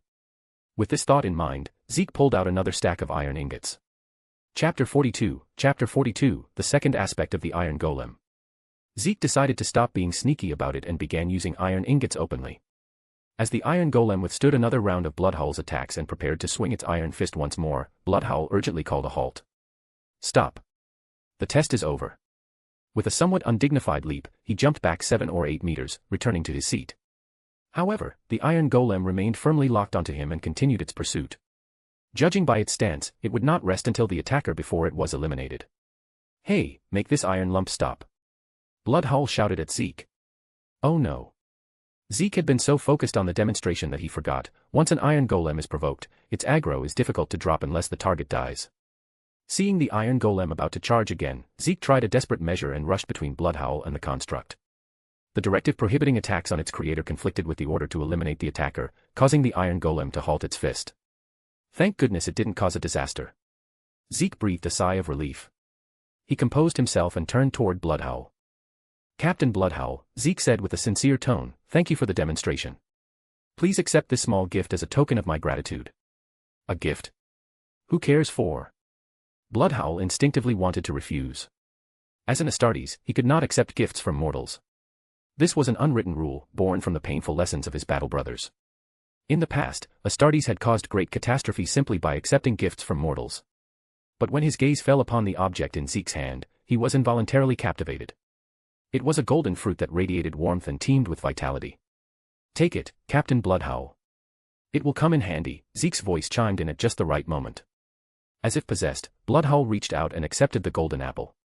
Zeke had calculated the move to gift this golden apple carefully, first, to pave the way for potential future business cooperation, and second, to earn a favor. Bloodhull's ship, the Firemane's Fong, was one of the few vessels on Cadia capable of breaking through the Chaos blockade and driving straight into Abaddon's Blackstone Fortress. Since the Blackstone Fortress was a place he would have to visit sooner or later. This one is free, Zeke smiled, then shifted his tone. However, if you want more in the future, there will be a fee.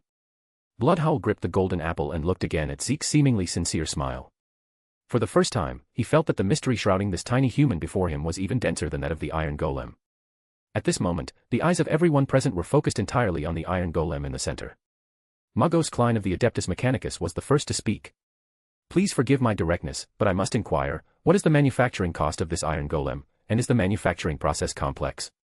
These two questions addressed the very concerns on everyone's mind. Facing the countless burning gazes, Zeke nodded firmly twice, his voice clear and powerful. It is very cheap. The manufacturing difficulty is very low. It can be mass-produced. These brief answers were like heavy bombs, detonating the auditorium.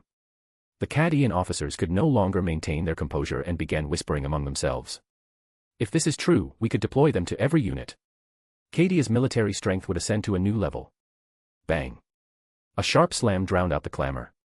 Inquisitor Diverna had slammed her palm onto the table before her, the sound causing everyone to shut their mouths reflexively. Here it comes. Zeke waited to see what fault the Inquisitor would find. I have a question. Inquisitor Diverna stood up. The tragedy of the Volscani traitors, the smoke has yet to clear, the blood has yet to dry. Have we forgotten it so completely? As I see it, she turned to Zeke, neither this object nor its creator is worthy of the slightest trust. She took a step forward, her aura imposing. How can you guarantee the safety of these constructs? What if, after being deployed on a massive scale, they suddenly turn traitor en masse and attack the very things they are meant to protect? Zeke was momentarily at a loss for words. He couldn't exactly pat his chest and say, don't worry, these are Minecraft rules, Iron Golems are born to protect villagers. As Zeke rapidly thought of a response, a mechanical voice cut in.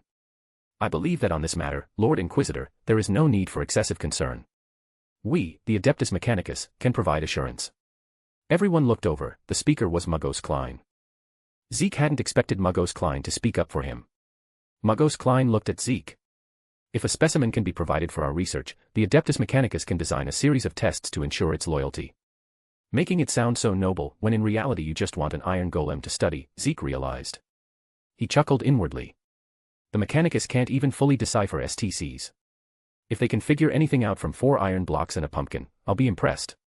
Inquisitor Diverna did not back down despite Magos Klein's endorsement. Zeke spoke up.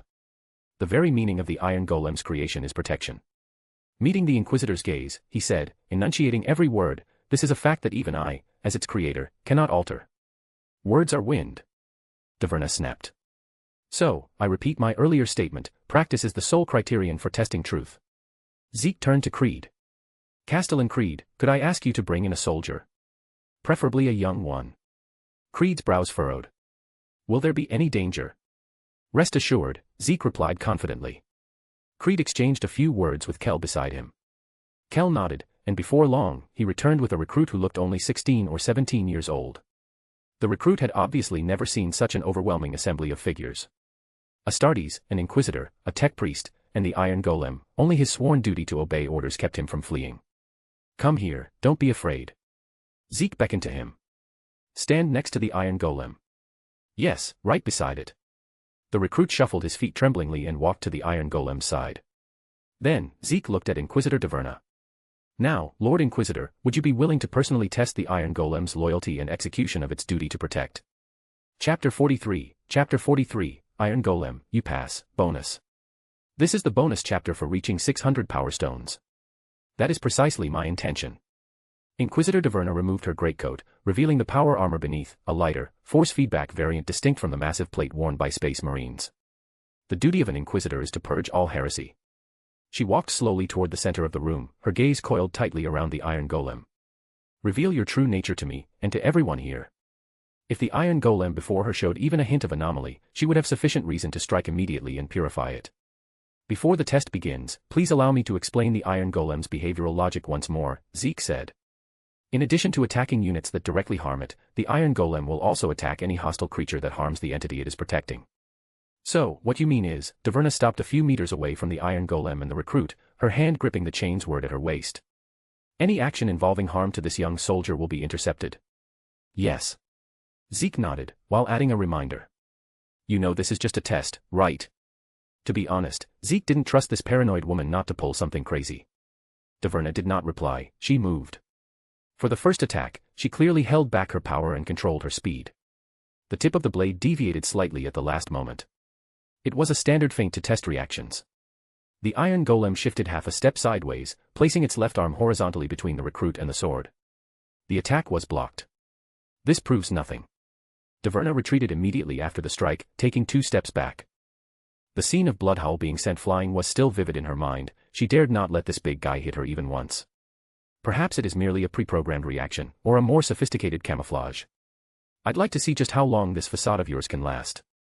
This time, she held nothing back. She became a storm. Her power armor was driven to its maximum, allowing her to twist and turn within the small area so fast she left only after images. The chain's word struck at the pitiable recruit from the front, back, left, and right. Every strike aimed for a vital point, and every strike was intercepted by the Iron Golem at the last moment, sometimes even taken directly with its body. The Iron Golem acted like the most faithful reef, standing firm before the trembling recruit. It allowed the Inquisitor's attacks to crash against its body like ocean waves. Of course, the Iron Golem attempted to counterattack, but its fatal flaw, slowness, was fully exposed. However, this stance of using its own body as a shield began to cause a subtle shift in the mentality of the onlookers. It can actually hold out to this extent, an old Cadian soldier muttered, clenching his fist. Loyalty. This quality, supreme to the Imperium, was exactly what the Iron Golem was demonstrating at this moment. Castellan Creed's gaze grew deeper. Watching the scene unfold, his judgment of the Iron Golem began to lean towards trust. Later, after verifying it with Muggos Klein of the Adeptus Mechanicus as an added insurance measure, the Iron Golem could definitely be put into service. You may stop now, Inquisitor, Creed's voice rang out. Everyone has seen the Iron Golem's performance. Yet, Inquisitor Diverna seemed not to hear. She gritted her teeth. The Iron Golem's actions were indeed flawless, she couldn't pick out a single error. Could I really be wrong? Is this fellow of unknown origin, and his creation, truly loyal? A sense of humiliation mixed with unwillingness churned within her heart. Her movements became sharper, even carrying a trace of killing intent that she herself failed to notice. The recruit let out a short, sharp cry. Although ignorant, he sensed the dangerous aura radiating from the Inquisitor. The big white thing was protecting him. Realizing this, he shrank further into the Iron Golem's embrace. People said Inquisitors were fanatics, and now Zeke believed it. These lunatics. Zeke raised his adamantine shield, preparing to intervene. The Iron Golem's red eyes clearly reflected the Inquisitor's attack, which was breaking through its defenses once again. It had become sluggish from taking continuous hits, it knew it could no longer block them all. Countless unfamiliar memories flooded the Iron Golem's mind. It seemed that in another spacetime, it had wanted to protect a creature called a villager, and it had always ended in this same outcome. So, am I to fail this time as well? No. Steam erupted violently from the Iron Golem's crevices. The meaning of my existence. The Iron Golem's body gradually turned crimson, like red-hot iron. I must protect. By any means necessary. A resonant bell toll burst from deep within the Iron Golem's chest. Praise the Omnissiah. This is. Muggos Klein exclaimed, the mechadendrites on his back trembling uncontrollably. Zeke lowered the shield in his hand. As expected of my iron bro, reliable. Everyone in the venue stood up in unison, all looking at the white figure in the center of the stage, no, the figure that had now turned red. The Imperium believed that within all mechanical devices existed a rudimentary consciousness known as the machine spirit. The Imperium possessed many complex and tedious rituals to please the machine spirit, because when the machine spirit was delighted, the machine could unleash power far beyond the ordinary. Amidst the steam and red glow, the Iron Golem moved. Its movements were no longer heavy, its body seemed to lose its weight. In an instant, only a trail of steam remained. Inquisitor Diverna felt an oppressive aura appear behind her flank. She didn't have time to turn around, she only heard the whistling of the air. The Iron Golem's crimson right fist, moving with speed that transcended its limits, smashed toward her waist. Crap, someone's going to die. Zeke didn't necessarily like the Inquisitor, but he didn't want his Iron Golem to be branded a killer of an Inquisitor, even if she had asked for it. So Zeke moved. Before attending this meeting, he had specifically taken off his diamond armor. He opened his inventory, equipped the diamond set, grabbed his adamantine shield, and accelerated to intercept the Iron Golem's giant fist. The Iron Golem saw its creator blocking its path and tried to retract the attack, but the massive inertia made it impossible. The fist still slammed forward. A deafening noise erupted against the shield, causing the mortals at the meeting to cover their ears. It was the first time Zeke had seen the adamantine shield enter a shield break state. If that punch had hit a body, wouldn't it have turned them into paste? Zeke blocked the attack and breathed a sigh of relief. After this strike, the iron golem in front of him seemed to deflate.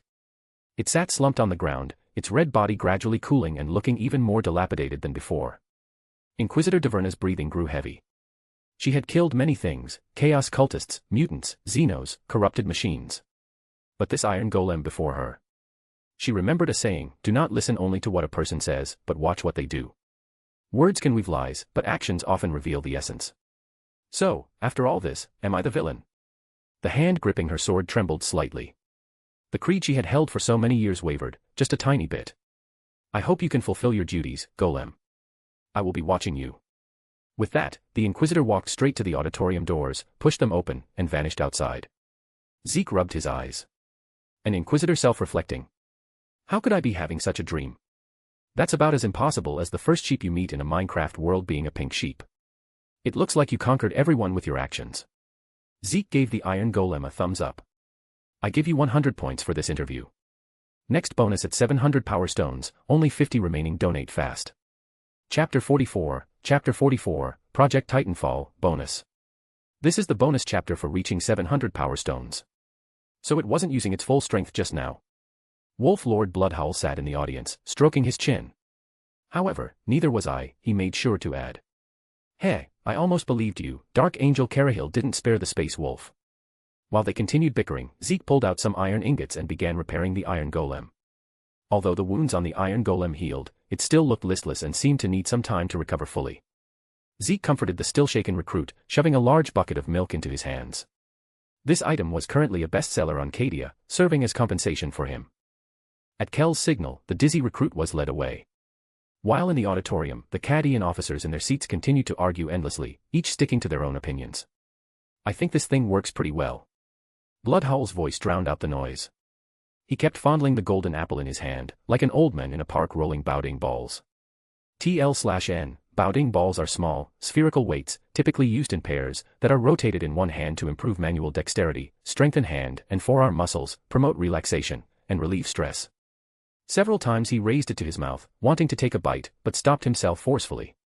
Space Marine intuition told him that eating this thing now would be a waste. Agreed, Dark Angel Carahill surprisingly expressed affirmation. Not just for mortal troops, Space Marines could also attempt to utilize them as targets to draw fire. Quiet. Creed raised the megaphone. Since everyone intends to discuss this in depth, the meeting is adjourned for now to give everyone ample time for consideration. With that, Creed stood up and walked toward the side door behind the podium, shooting Zeke a look to have Kel follow him. Assistant Kel understood and quickly led Zeke with him. The three of them passed through the internal corridor and arrived at an office at the end. Closing the door shut out the faint noise from the auditorium.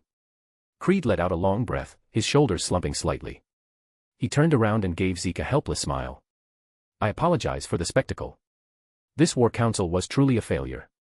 I intended to gather all the elite forces still available on Cadia at Tyrock Bastion to construct the strongest line of defense. He shook his head. I didn't expect them to have their own agendas. It nearly turned into a farce. But it wasn't all bad. At least the initial objective was achieved. Zeke didn't respond to Creed immediately, he had an idea in his head. Zeke's original plan was to deploy Iron Golems directly to various defensive nodes of the Bastion to help resist Abaddon's attacks. The Iron Golem's extraordinary performance in protecting the recruit just now gave him a flash of inspiration, leading to a bolder idea. Castellan Creed, Zeke spoke up, could you select a specific group of soldiers? The number doesn't need to be large. Creed turned around, gesturing for him to continue. I have a plan. Let's match each Iron Golem with a specific Cadian soldier. Let them live together, train together, and face battle together. Zeke took a step forward. Just like what happened earlier. That recruit subconsciously relied on the Iron Golem, and the Iron Golem did its utmost to protect him. If this bond can be actively cultivated, the combination of one Iron Golem plus one soldier will achieve an effect far greater than the sum of its parts. Zeke voiced his imaginative idea. Creed and Kel were stunned after hearing it. Soon, a light burst into Creed's eyes. Deeply binding with a specific soldier to cultivate affection. Creed muttered to himself. This is similar to how some elite veterans in our army activate machine spirits. His speech quickened. Some veterans wipe their lost guns with high-quality oil before every battle and whisper prayers to their weapons. These weapons, infused with emotion, often unleash unexpected power at the most critical moments. The more Creed thought about it, the more he felt Zeke's idea was simply a stroke of genius. It not only solved the Iron Golem's loyalty issue to a certain extent but also greatly enhanced its combat effectiveness. "Kel," Creed ordered, "bring the files of soldiers from the recent training camps." Kel acknowledged the order and left the room. Before long, he returned carrying a thick stack of paper files. "Considering the Iron Golem's reaction just now, I believe younger soldiers might find it easier to establish a deep bond with them." Kel analyzed as he placed the files on the table. "Young soldiers tend to be emotionally rich and highly malleable." Creed nodded, signaling Zeke to start browsing. Zeke picked up the file and opened it. The photo showed a lad who looked only 16 or 17, with bright eyes and the fearless spirit of a newborn calf. The data indicated he came from a border farm, and his marksmanship was outstanding among his peers. The second and third files mostly featured similar young faces. When Zeke flipped to a file past the middle of the stack, his fingers paused. The photo in the file was of a girl. She looked thinner and smaller than the boys before her, with a gloomy expression and tightly pursed lips. Most striking were her eyes. She didn't look directly at the camera but looked downward, revealing a deep wariness. Zeke's gaze moved to the text below. Name, Rumi. Age. Background, Rumi Sterling. Both parents were killed in action during a chaos-purging operation when she was 12. Subsequently, the ward was taken in by the unified Cadian orphan custody institution. Behavioral observation record. After transferring to the custody institution, the ward exhibited social avoidance and rarely initiated communication with others. There have been reports of minor bullying incidents. Institution instructors have increased attention and intervention, but such incidents are difficult to completely eliminate. Psychological evaluation. Observation reveals that when alone, the ward often engages in unconscious doodling behavior. The drawings are mostly of tall, humanoid shadows. Preliminary judgment suggests this behavior may reflect a strong subconscious desire to be protected. Comprehensive potential assessment. The student shows talent far above average in shooting training, with good memory and comprehension in theoretical courses. However, due to severe psychological issues, she is not recommended for consideration. Zeke finished reading the file. Creed walked over, his gaze falling on the photo and assessment. There are many children like her on Cadia. Parents die in battle, and they become war orphans, raised uniformly by the institution. She is a very suitable candidate, Zeke said, his voice tinged with complex emotion. Isn't that a bit too cruel? Kel was a straightforward man. His evaluation of the Iron Golem was that of a stern, reliable partner. If such a creation barged into this girl's life, Kel speculated that she would likely cling to the Iron Golem like a lifeline, relying on it with her whole heart. They would establish a very deep connection. Kel spoke up, "The Iron Golem is a war machine. It will be thrown onto the battlefield. This hard-won warmth will be torn apart sooner or later. To give hope to someone in despair, only to take it away with one's own hands, I cannot in good conscience agree to such an act." Zeke didn't refute immediately. Looking at the photo, a trace of regret did indeed flit through his heart. "Mr. Kel," Zeke raised his head. "I understand your concerns.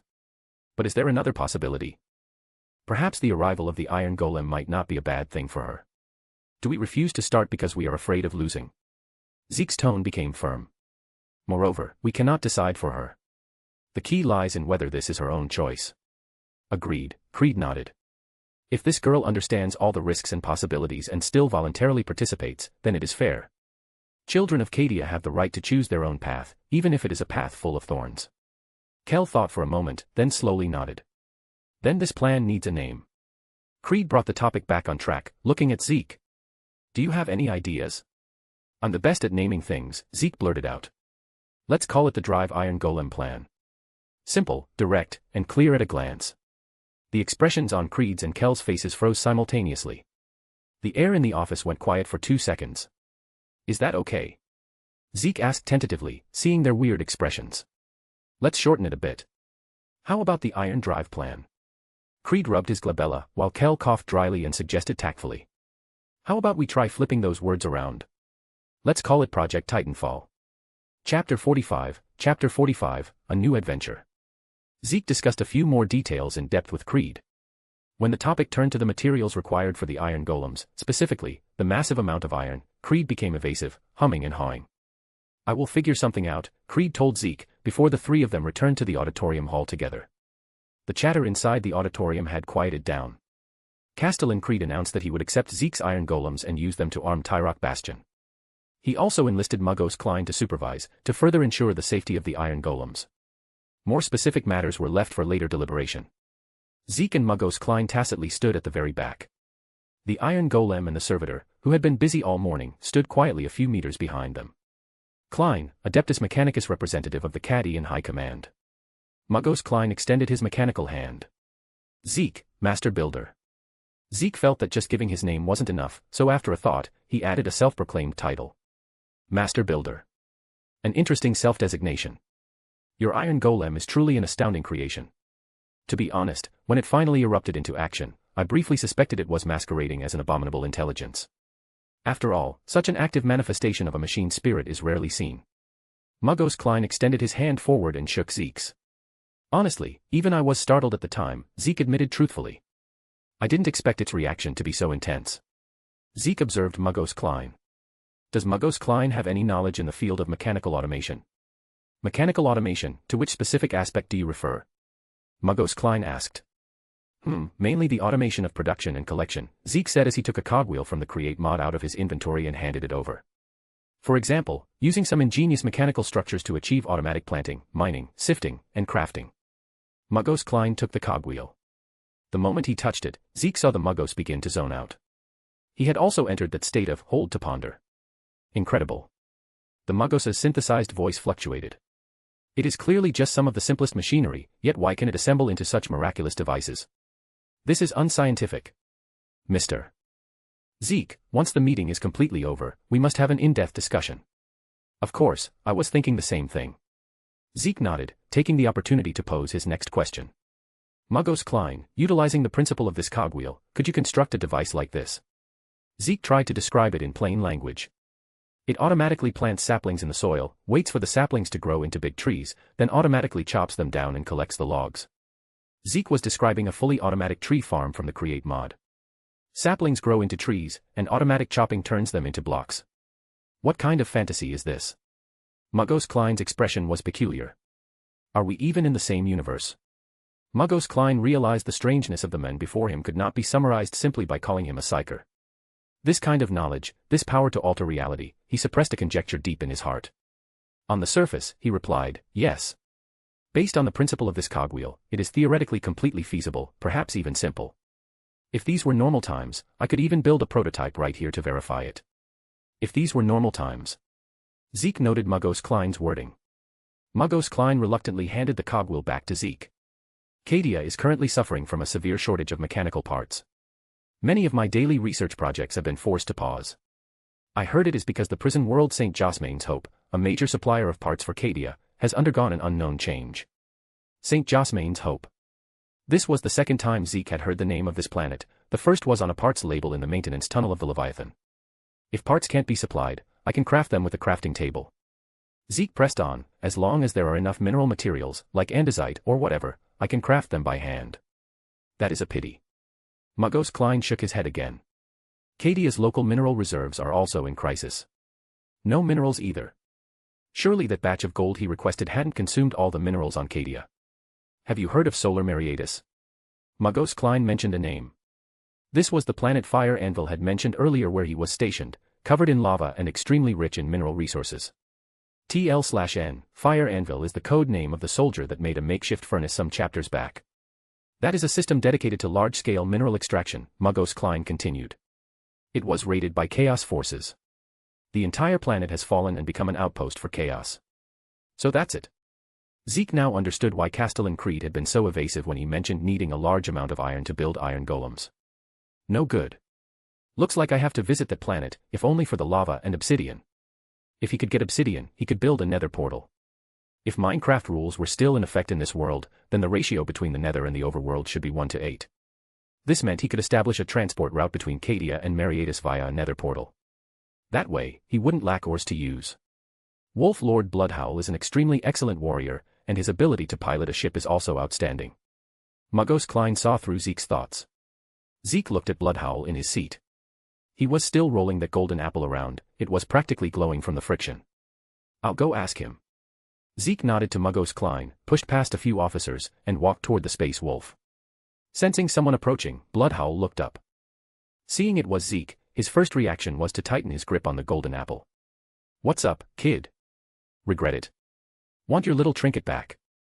It seems the golden apple one gave him had an effect. At least the space wolf is willing to talk to me. Zeke got straight to the point. Wolf Lord Bloodhowl, I wanted to ask if you could take me to the planet Mariatus. Mariatus. Bloodhowl's eyebrows shot up.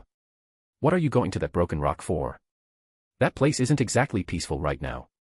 But if you're dead set on getting yourself killed, he weighed the golden apple in his hand, and if you provide me with some of those iron lumps of yours that seem decent. I'm going to pay a visit to the despoiler in a few days. I can give you a lift. Bloodhowl's words were shocking. You're going to attack the Blackstone Fortress. What's so surprising about that? Offense is always the best defense. Bloodhowl grinned. He raised his hand, fingers together, simulating the shape of a ship. My Firemane's Fang has the power to tear through the Chaos Fleet and drive straight into the Blackstone Fortress. Then, he opened his other hand, palm up, simulating a massive fortress. We just need to ride the Firemane's Fang and blast a path open. His ship hand crashed into his fortress hand. That way, all the troubles are solved. How perfect. Reckless to the point of suicide, Zeke evaluated. Wolf Lord Bloodhowl also realized his plan wasn't entirely reliable. If we succeed, everything's great. Even if we fail, we can delay the Blackstone Fortress's arrival. Wolf Lord Bloodhowl looked calm. Clearly, his mind was made up. He was simply making the choice any space marine would make, striving for that sliver of hope, however slim. Chapter 46, Enderpearl, Hiration no Jutsu. The voices of Wolf Lord Bloodhowl and Zeke were so loud that everyone present heard his plan to kill Abaddon. This time, the long-range hologram of the Dark Angel did not offer a cynical remark. Wolf Lord, this is a joke, right? Creed asked. Of course not, Bloodhowl shook his head like a rattle. To be honest, I already had this intention before I even arrived. Lord Castellan Creed was momentarily speechless. But we don't have to take such a risk. No one knows what is inside the Blackstone Fortress. The risk is too great. Zeke remembered that in the original lore, Bloodhowl's raid was actually half successful, causing Abaddon a great deal of trouble. I support Bloodhowl's plan, Zeke spoke up. Even if we can't kill Abaddon, the Bloodfist's Fang can disrupt the progress of the Blackstone Fortress. Can't kill Abaddon. Kid, those are some unpleasant words. But I agree with the second half. Lord Castellan Creed, you can't keep hiding in your shell on Cadia forever. Bloodhowl's words hit Creed where it hurt. It was true. Even if he chose to defend blindly, he could at most save a single Khazar. But what about the other Khazars on Cadia? After a long silence, Creed finally managed a sentence, I support you. That's the spirit, Lord Castellan, Bloodhowl grinned. The Adeptus Mechanicus can also provide some Skitarii aircraft to assist you. They understand the internal structure of the fortress better than ordinary men, Muggos Klein announced. I can ask my brothers, if they are willing, the Raven Guard Arzhal added. The Cadian 13th Regiment. This is the greatest help I can offer you. May the Emperor protect you. Creed waved his hand, declaring the meeting over. Then I'll rest here for a few more days. Once the troops are assembled, I'll find a way to give Abaddon a real blast. Before leaving, Wolf Lord Bloodhowl said to Zeke. Kid, if you want to come, you'll recognize the reddest and most dazzling ship at a glance. Remember to bring your iron heaps along, I have a feeling they'll be of great use on the Blackstone Fortress. Zeke asked a question, how do I return? He didn't think for a second that Bloodhowl's plan included a safe return trip. You'll have to figure that out yourself. After all, this is a one-way trip, and we're only going that way as a detour. Bloodhowl laughed heartily and swaggered out of the hall. You're going with him? Creed expressed his disapproval. Lord Castellan, Zeke didn't answer directly, I need a lot of gold. Do you have any? He also needed various types of andesite, granite, and massive amounts of iron, all essential materials for developing his Minecraft abilities. I will do my best to collect them for you, Creed said, still trying to persuade him to stay. Too slow. And while I wait for you, I might as well go there. The two aren't mutually exclusive. Don't worry. Before I leave, I will help you create enough Iron Golems to launch Project Titanfall. Then how will you get back? Creed asked again. Zeke smiled. I want to ask you to find something. Consider it a down payment for the Iron Golems. What is it? A stasis field. Zeke watched as Lord Castellan Creed spoke with the Black Templars. Creed had to pay a significant price to convince them. Since it is the Lord Castellan's request. Amalrich stood up, and Zeke followed him out to a Tauros Venator. The storage hatch at the rear of the vehicle slid open, revealing an internally sophisticated device. This stasis field was originally intended for storing precious artifacts, Amalrich explained. The device's interior lit up. In the space about half a meter above the device, light began to bend toward a central point, forming a transparent spherical region. The image inside the sphere became blurred, time was being stretched thin there. Zeke pulled an ender pearl from his backpack. He took a few steps back, stood firm, aimed at the spherical area enveloped by the stasis field, and threw the ender pearl. The pearl traced an arc through the air. Before entering the range of the stasis field, it followed the laws of gravity like any ordinary projectile.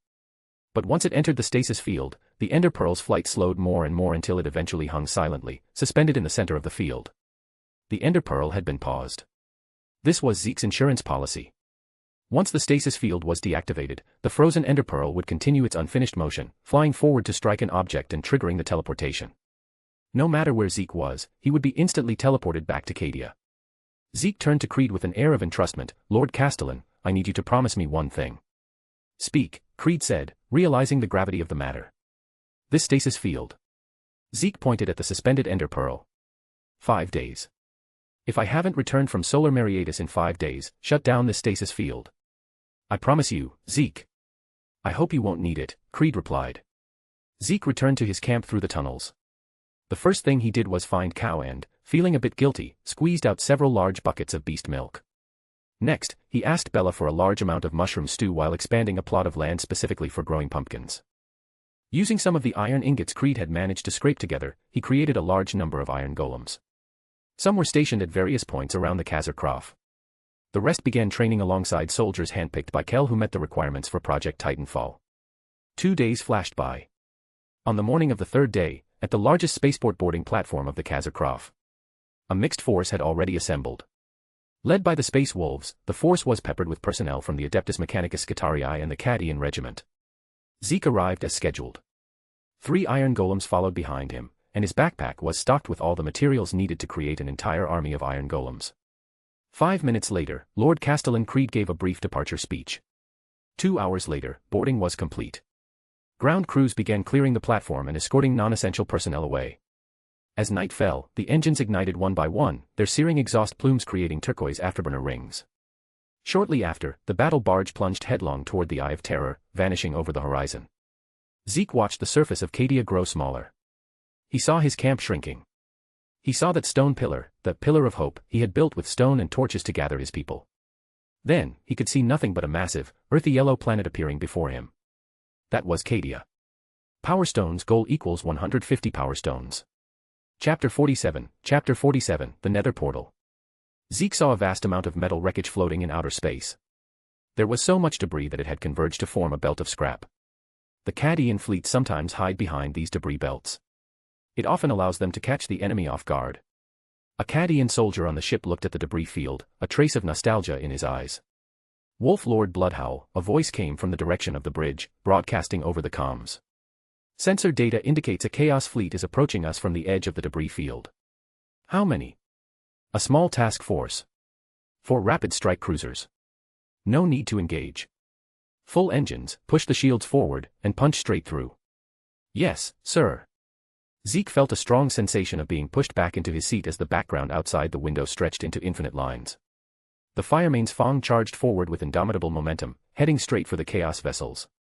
The Chaos strike cruisers were not in the same weight class as the Firemane's Fong and could only hurriedly dodge. The Firemane's Fong tore through in a cloud of dust, leaving the Chaos ships far behind in its engine wake. "At this speed, we can drop you off at Mariatus within half a day," Bloodhowl estimated. "What about you guys? After dropping me off, we'll find a relatively safe zone to land temporarily," Bloodhowl said crisply. "We rest for half a day, then continue with our main mission, heading to the Blackstone Fortress." Seeing that there was nothing for him to do, Zeke found a corner, opened his inventory, took out a bed, and placed it on the floor. It had been night back on Cadia when they left, so getting some extra sleep seemed like a good choice. Zeke right-clicked on the bed. TL/N, again, no better way to explain other than this. He instantly teleported onto the bed. The light before his eyes dimmed, and his field of view was reduced to just the chat box interface. Main bridge of the Firemane's Fong. "Wolf Lord Bloodhowl," the sensory officer reported. "Spectral sensors have detected a strange vessel." In the corner of the screen, a segment of footage was extracted and slowed down dozens of times. The ship's hull was constructed from an unknown metal, it was not of Chaos design. Bloodhowl stared at the black, strange ship on the screen. He observed symbols resembling temples painted on its hull. Bloodhowl remained silent for a few seconds before making a judgment. It's Xenos. But it doesn't look like the Eldari, it looks more like the undead legions. Bloodhowl watched as the strange ship vanished into the vastness of the universe. Zeke lay in the bed, his sense of time becoming blurred. It felt like only a second or two had passed before he felt someone vigorously shaking him. A soldier looked down at Zeke and informed him that they had reached their destination. I actually envy that you can still sleep at a time like this. The soldier forced an ugly smile at Zeke. Outside the porthole, the scenery had changed drastically. A dusty, gray planet appeared before them. Glowing red dots could be seen on the planet's surface. Zeke deduced that they were magma. Everyone look alive. This planet has already been occupied by chaos. As the order was issued, the Firemane's Fong adjusted its attitude and dove toward the surface of Mariatus. The chaos forces on the ground also noticed this uninvited guest falling from the sky. Sporadic anti-air fire began to rise from several strongholds, shooting toward the Firemane's Fong, though most attacks were intercepted by the void shields. The ship's hull rubbed against the atmosphere, glowing with heat and carving a conspicuous streak of fire across the sky. On the ground, at a long-defunct ore processing plant. Beneath a concealed manhole cover, two men wearing miners' uniforms were hiding. Look at that streak of fire in the sky. One of the men pointed upward. My gut tells me that it is definitely chaos.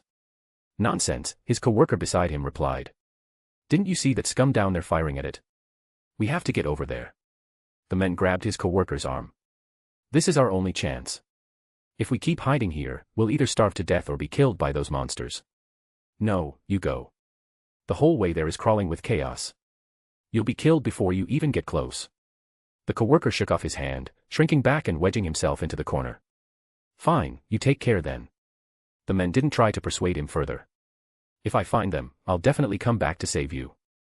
He looked at his co-worker, gritted his teeth, lifted the manhole cover, and ran toward the direction of the Firemane's Fong. As the altitude continued to drop, Zeke could gradually make out details on the ground. Bottomless open-pit mines, refineries belching thick black smoke.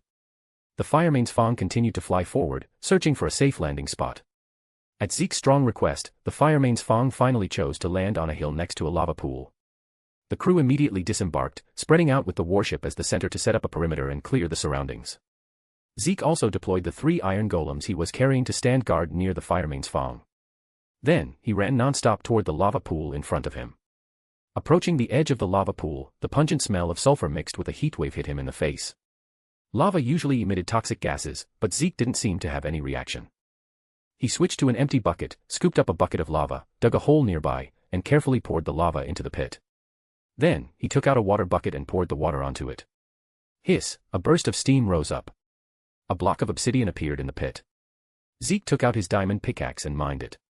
He repeated the process, digging a hole, pouring lava, watering it, and cycling through. The only issue was that mining obsidian was incredibly slow, but Zeke collected dozens of blocks of obsidian. Zeke had experienced several occasions where, upon just entering the nether, a ghast would seize the opportunity to blast the portal apart with a single shot. It was better to mine a little extra obsidian, just in case. After mining enough obsidian, Zeke used ordinary stone to fill in the 4 corners, building a classic rectangular frame, 4 blocks wide and 5 blocks high. He took the flint and iron ingot he had swiped from a resident's home in Cadia to craft a flint and steel, then ignited the obsidian frame. Swirling dark purple patterns spread across the door frame. The nether portal was successfully activated. It won't lead to the warp or something like that, will it? Zeke hesitated for a step, but ultimately stepped into the portal. Everything in his vision began to distort continuously, making him dizzy. Then, Zeke saw a line of text. Loading terrain. Chapter 48, A Trip to the Nether. The Warp. A place where the concepts of time and space do not exist. That is, until the appearance of a block. In the ever-formless warp, this block seemed entirely out of place. It was like a single, solitary note inserted into a chaotic symphony of dissonance. The entity most adept at perceiving change was the first to notice this anomaly. His visage flickered constantly. One moment he was a gentleman holding an ancient tome, the next a shapeless monstrosity covered in tentacles. Everything is going according to plan. His face finally settled on a sharp, avian beak, a beak that looked incomparably stubborn. More blocks appeared. The blocks formed a continuous crimson continent that kept extending outward, as if it had no end. Magma began to flow through this continent, and flames ignited out of thin air upon the blocks, burning perpetually without being extinguished. This scene of conflagration triggered a neighbor. A figure sat upon a throne cast from molten brass. Beside the throne lay his favorite decoration, a mountain of skulls. His eyes turned toward that red continent, then back to his own fortress. There were many differences between the two, but there were even more similarities. Plagiarism. This was naked plagiarism. In the nether, various colors began to emerge, embellishing the monotonous continent.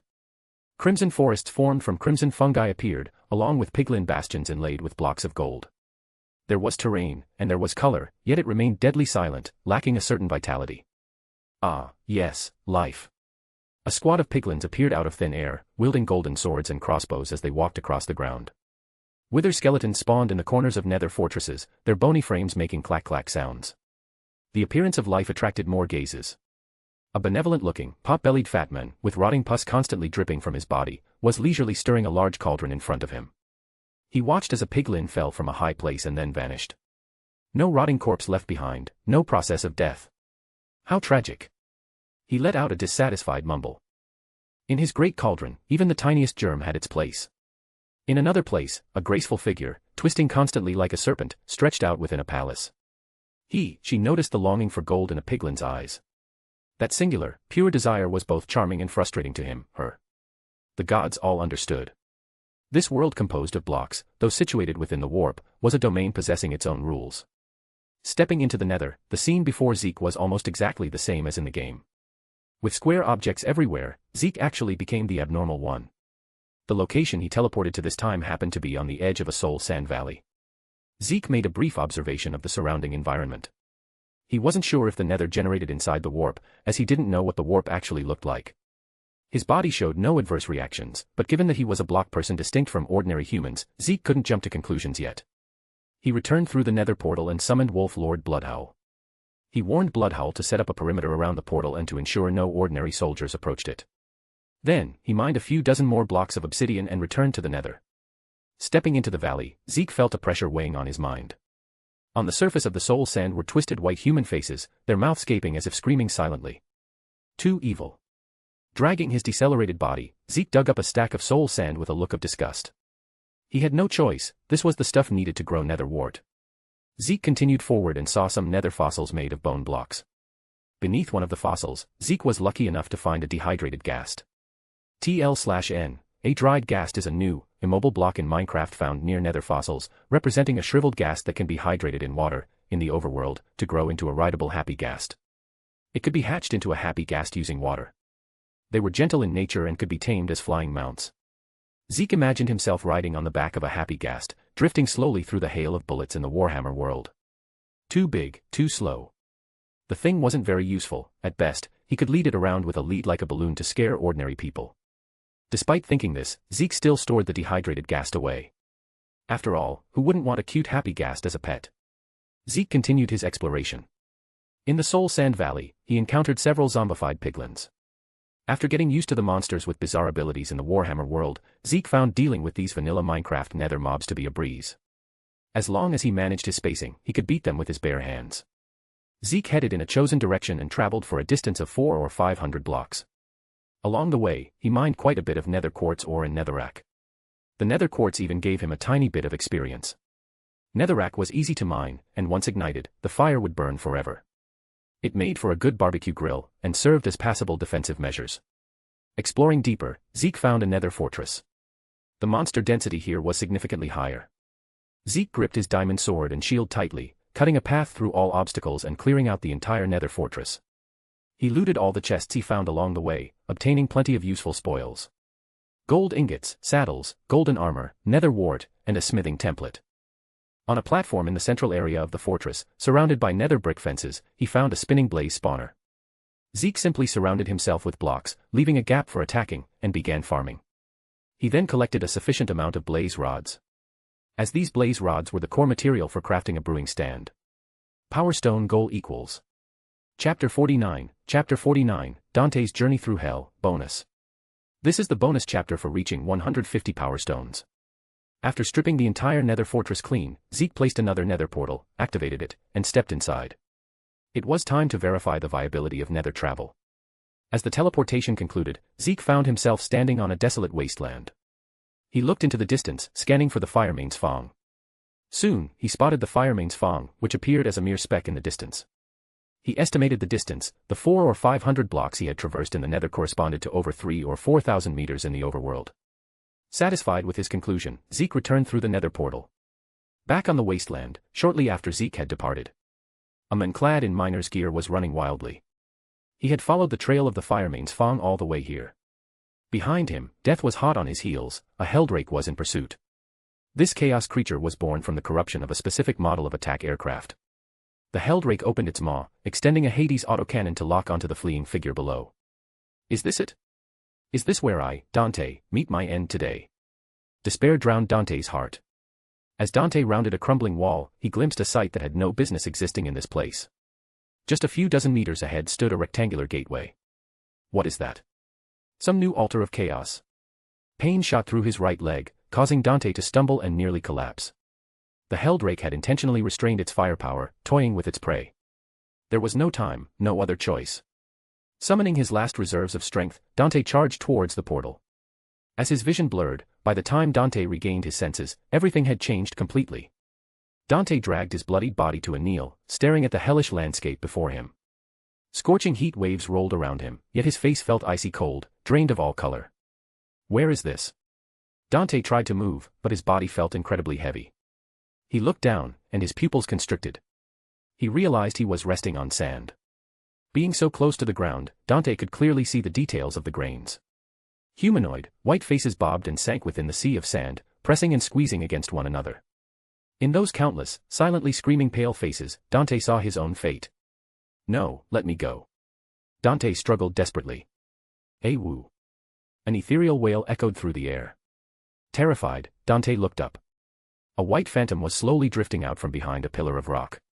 It possessed a jellyfish-like umbrella body, with several trailing tentacles dangling beneath it. The weeping demon spat a fireball at Dante. Terrified out of his wits, Dante did his best to roll to the side. He had barely left his original spot when the fireball struck the rock he had just been on. The shockwave slammed into Dante. He felt as if his internal organs had shifted. The blast lifted him off the ground, sending him plummeting off the side. His hands flailed in the air, trying to grab anything to stop his fall. His right hand snatched a vine. Gasping for air, he looked down. Below lay an area glowing with an eerie, spectral green light, populated by plants resembling trees and fungi. Am I saved? In a daze of survival, Dante used the vine to descend, eventually landing on the slick, rocky ground. Still shaken, he looked around. The white demon was nowhere to be seen, but in its place, he spotted a black silhouette. Standing there was a tall, lanky humanoid shadow with a pair of flickering purple eyes. Dante's heart pounded. He narrowed his eyes, trying to make out the details of the shadow. Just as his vision focused, the creature sensed his gaze and whipped its head around. Dante immediately realized that his stare had provoked the monster. The thought had barely formed when the tall shadow vanished. Dante froze. Did it run away? Unfortunately, things went contrary to his wishes. The towering black figure materialized out of thin air right in front of Dante, its hands brushing against him. Dante felt his life draining from his body. If it touches me a few more times, I am definitely dead. Dante scrambled backward, crawling on hands and knees across the wet, slippery ground. His back hit something rough. He turned his head and found he had retreated to the base of a fungus tree. The tree had a broad cap, dark purple bordering on black, with many vein-like hyphae hanging down. I'm dead. The life-stealing shadow was in front, and there was no retreat behind. Dante pressed his back against the trunk of the fungus tree and curled up into a ball. The anticipated touch never came. Dante saw the tall, thin black shadow standing motionless about 3 paces away from him. Its slender frame was just barely obstructed by the fungus tree. It did not advance any further. A moment later, just as eerily as it had arrived, the shadow vanished without warning. Dante's tight nerves snapped loose. It was as if his bones had been removed. He slid down the trunk of the fungus tree and sat on the ground. Hey. He let out a few dry gasps, unsure if he was laughing or crying. A white demon that spat fire. A black demon that teleported and stole life. Dante tipped his head back, staring blankly at this world. There was no sky here, only a ceiling of rock. Oh Emperor, what sin have I committed to fall into such a purgatory? Dante's voice was faint, like a dying man's whisper of confession. He regretted it. He regretted coming to find the ship. Just as his co-worker had said, hope is often the beginning of disappointment. So be it. Dante's eyes gradually lost focus. He stopped watching his surroundings. He was ready to accept his fate. What kind of new creature is this? I don't recall this monster being in vanilla Minecraft. A strange voice came from above and to the side. Using the last of his strength, Dante looked up. A figure clad entirely in blue armor was standing on a protruding rock not far above him. It looks quite human. Is this a special mob added by some mod? Zeke looked down, sizing up Dante. He had just finished looting the Nether Fortress and was returning fully loaded to the overworld when he heard a scream and followed the sound. Zeke leaped lightly from the rock, reaching Dante's side in a few steps. Only upon getting closer did he see that it really seemed to be a human. Zeke reached out and patted Dante. Dante only managed a weak groan from his throat. Looks like he's about to die. Zeke drew his adamantine shield and dispatched the Enderman attempting to ambush him from behind, which dropped a few more Ender Pearls. Did he come through the Nether portal I built? That certainly verifies the theory that ordinary people can survive in the Nether. Hoisting the dying miner onto his shoulder, Zeke sprinted back along the path he came, returning to the overworld through the portal. Zeke didn't seek help from the space wolf, Bloodhowl. He felt the man on his back was too heavily injured, it didn't look like something standard medicine could fix. Might as well test out the newly acquired brewing stand. Zeke crafted a brewing stand using a blaze rod on the crafting table. Next, he grabbed a few empty bottles. Based on the materials in his inventory, magma cream, gas tears, and blaze powder collected from the Nether, plus a spider eye dropped by a genestealer earlier, he got to work. He brewed potions of fire resistance, regeneration, poison, and strength. Then, using some glowstone dust, he upgraded the strength potion to strength 2. Zeke propped up Dante's head, pried open his jaw, and poured the potion of regeneration down his throat. The moment the potion entered his system, Dante's body began to recover. The gruesome wounds started to knit together, and even his nearly severed right leg began to heal. So this is the effect of regeneration on others. It was even more exaggerated than Zeke had imagined. If this was any indication, the other potions wouldn't be weak either. Beside him, the unconscious Dante began to wake up. You're awake. The surgery was a success, Zeke said. Dante looked at the firemane's Fong beside him. I'm saved. That was his first reaction. Save my fellow workers, Dante implored Zeke, still remembering the promise he had made. Next bonus at 300 power stones. Chapter 50, the general takes the shortcut. After a round of questioning, Zeke finally understood the chain of events. Kid, you'd better explain fast, what is this thing? Bloodhowl had been studying the Nether portal for a good while, sensing something deeply unnatural about it. Zeke rattled off a long-winded explanation, that it was a teleportation gate connecting to another dimension, and that it was perfectly safe. Bloodhowl looked at Dante, who had just emerged from it. You call this safe? At least he's alive. Wolf Lord, we can proceed inside for preliminary reconnaissance, a soldier of the Mechanicus Scitarii interjected. They volunteered eagerly to explore. However, seeing their excitement, Zeke suspected they had ulterior motives, likely technical curiosity bordering on heresy. Bloodhowl studied the volunteers, pondered for a moment, and eventually agreed. I'll tag along too, Zeke added. The Nether can be a bit dicey, having me there adds a layer of insurance. Soon, the recon squad was assembled. With Zeke acting as their guide, they vanished into the Nether portal together. Bloodhowl watched them disappear into the purple swirl and lowered his voxcaster, which had lost connection the moment they crossed the threshold. A mere moment later, Bloodhowl saw the portal's surface ripple, and the Scitarii and Zeke emerged. Everyone, except for Zeke, wore expressions of excitement. Incredible, the Scitarii chattered among themselves, discussing the sights and data they had gathered inside. Hold on. Bloodhowl raised a hand to cut off the report. From the time you went into the time you came out, barely 2 seconds passed. You did all that in 2 seconds. 2 seconds.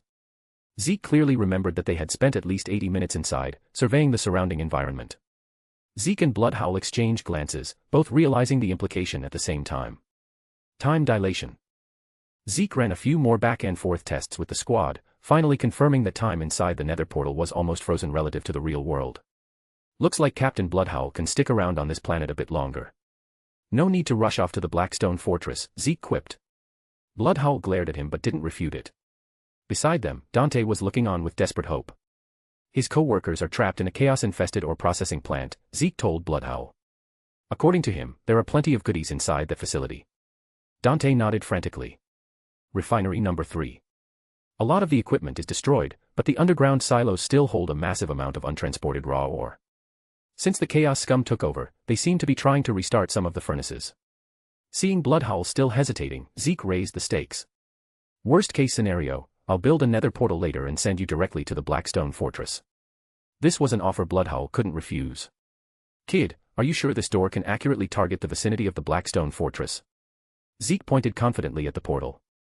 As long as we have a general directional coordinate, we can try a few times. We'll hit the mark eventually. Bloodhowl was thoroughly tempted. Charging the Firemane's Fang through Abaddon's fleet to ram the Blackstone Fortress was indeed a high-risk gamble. If he could silently project an elite squad near the fortress using this method, whether for reconnaissance or sabotage, the value was immeasurable. He even entertained a wilder notion: could this thing open a door directly to Terra to call for reinforcements? Kid, this gate is too small. Can you build it bigger? I can build it as big as you want, it's just a pain in the... Zeke paused mid-sentence, following Bloodhowl's gesture toward the Firemane's Fang. The Firemane's Fang was massive, larger than standard vessels by an order of magnitude. Zeke estimated he'd need a portal hundreds of blocks wide and high to fit it through.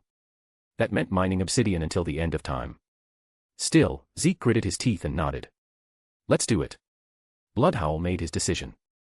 Zeke let out a sigh of relief, blooming with joy inside. Perfect. I just scored a team of top-tier heavies for free. This was no weak squad: Bloodhowl himself, a pack of space wolves, elite Cadian stormtroopers, and the Mechanicus Scitarii. Not having to do the dirty work himself was the ideal outcome. Dante, give us the exact location of the refinery. We're taking the shortcut to strike directly at their rear. Zeke addressed Bloodhowl and the others. By shortcut, he naturally meant the nether portal. Zeke stepped into the portal, returning to the nether. Based on the direction and distance Dante described, he chose a bearing and moved quickly. The rugged nether terrain and occasional monsters posed little threat to him. Zeke even had time to farm some endermen in a warped forest, collecting quite a few ender pearls. Every so often, Zeke would stop, construct a new nether portal, activate it, and step through to verify his position in the overworld. TL/N, the overworld is the primary place players spawn, explore, and build. The first 4 portals opened into unfamiliar wastelands or ruins. But when he built and activated the 5th portal and stepped back into the overworld, the sight before him made him instantly crouch low. He was there. Less than a kilometer ahead, a massive ore processing plant sprawled along the edge of a giant mining pit. Towering smokestacks pierced the sky, and clinging to the outer walls of these stacks were several held rakes. Inside the facility, red dots marked the presence of numerous chaos forces. Zeke returned to the nether and relayed the coordinates to Bloodhowl and the assault team waiting there. Then he walked forward another few dozen blocks and opened his 6th portal. Zeke was certain this one would open right in the center of the ore processing plant. Zeke pulled out a potion of fire resistance and a potion of strength too, downing them both. Get ready, let's go. At Zeke's command, Bloodhowl let out a low growl, shouldered his storm axe, and was the first to step through. The others followed in single file. Chapter 51, the development ramps up. Using the nether portal, the squad materialized out of thin air in the core area behind the refinery, completely undetected by the despoiler warband. On the platform, 7 or 8 members of the warband were patrolling with a leisurely air of certain victory. To these chaos lackeys, the planet of Mariatus was already in the bag. The Imperial forces had either been exterminated or were cowering in the last corners of the world, clinging to life. They didn't believe any organized threat remained that could penetrate this deep into their hinterland. When suddenly a sleek, black rectangular frame appeared out of nowhere in the dead center of their patrol route. What in the warp is that? The leading despoiler stopped in his tracks, staring in shock at the sudden apparition. An axe emerged from the purple veil of the portal. The storm axe in Bloodhowl's hand savagely cleaved into the nearest despoiler. The Chaos Warrior didn't even have time to scream before he was split in 2, armor and all. Warriors poured out of the nether portal one after another, seizing advantageous positions and enveloping the remaining despoilers in a crossfire net. Caught completely off guard, the despoilers scrambled to fight back. Zeke's fighting style was simpler. He locked eyes on a despoiler and dumped a bucket of lava at his feet. The lava spread across the ground, engulfing the despoiler. The extreme heat, combined with its viscous nature, slowed the warrior's movements to a crawl while setting him ablaze. The despoiler howled in agony, trying to break free. Zeke, having already downed a potion of strength 2, felt a surge of immense power flooding his limbs. He gripped his Genestealer sword and, boosted by the potion, sliced deep into the despoiler's body. Having dealt with one, Zeke repeated the process, pouring lava at another despoiler's feet. However, this time he switched to a bucket of water and poured it over the lava. The lava was instantly quenched into obsidian, encasing the despoiler inside the rock, freezing him in place. Zeke felt this wasn't efficient enough. He began constructing Iron Golems on the spot. 1, 5, 10. Countless Iron Golems joined the fray, bringing the already advantageous battle to an even swifter conclusion. The Iron Golems' attacks were simple yet lethal. The flesh and blood of the despoilers stood no chance against their absolute strength. The core area of the refinery was cleared. The remaining Chaos forces fled to the facility's perimeter or deeper into the underground tunnels. Zeke and his group had successfully recaptured the massive refinery number 3. Although they had temporarily repelled the enemy, the facility could face a Chaos counterattack at any moment. Zeke thought for a moment, then used a blueprint to add a lid over the refinery, which he then filled with lava. The lava flowed slowly down the sides of the lid, forming a curtain that shrouded the entire facility. The refinery was now like a bird in a cage, protected with absolute security. Anyone who wanted to break into the refinery would have to pass through this curtain of molten rock. Zeke, sitting inside the lava dome, could simply leave via the nether portal or drink a fire resistance potion to walk out. The place had been transformed into a fortress that was easy to defend and impossible to attack. As the battle wound down, Dante searched anxiously until he finally spotted a familiar manhole cover. The regeneration potion had healed his body well, there was no trace left of his near-death state. He heaved the heavy cover open. Below, there was only dead silence. Dante called out, searching for a while, but found his co-workers were gone. Dante. Zeke's voice called out. Come here for a second, I need you to identify some paths. Dante had no choice but to give up for now and head over to Zeke. He led Zeke to the underground or silo deep beneath the surface. Here, piles of raw ore were stacked like small mountains, iron ore, gold ore, copper ore, and many unknown metallic minerals. The underground silo also connected to numerous mining tunnels. Zeke picked out the gold from the pile and synthesized it into glittering gold blocks at a crafting table. Then, using these gold blocks, he added an apple to craft an enchanted golden apple. It was similar in size to a regular golden apple, but its surface shimmered with an extra layer of mystical iridescence. This was practically the most powerful buff item in the Minecraft world. Looking at the several stacks of gold blocks in his inventory, Zeke never thought he'd see the day he could eat enchanted golden apples like regular snacks. Several man-made tunnels branched out from around the massive piles of ore. Dante pointed to these passages and explained, these are the underground transport networks left over from when the main vein was excavated. They not only lead to deeper, richer ore belts, but more importantly, a few of them connect to the nearby refinery number 2 and refinery number 1. It's highly likely that Chaos cultists will launch a sneak attack through these tunnels. Then let them come. Zeke was actually eager to try. The more the better, saves us the trouble of hunting them down. Meanwhile, outside refinery number 3, the routed remnants of the despoiler warband met up with several scattered Chaos forces coming to support them. Before them stood a curtain of lava flowing from the sky, stretching as far as the eye could see. Are you sure this is the place?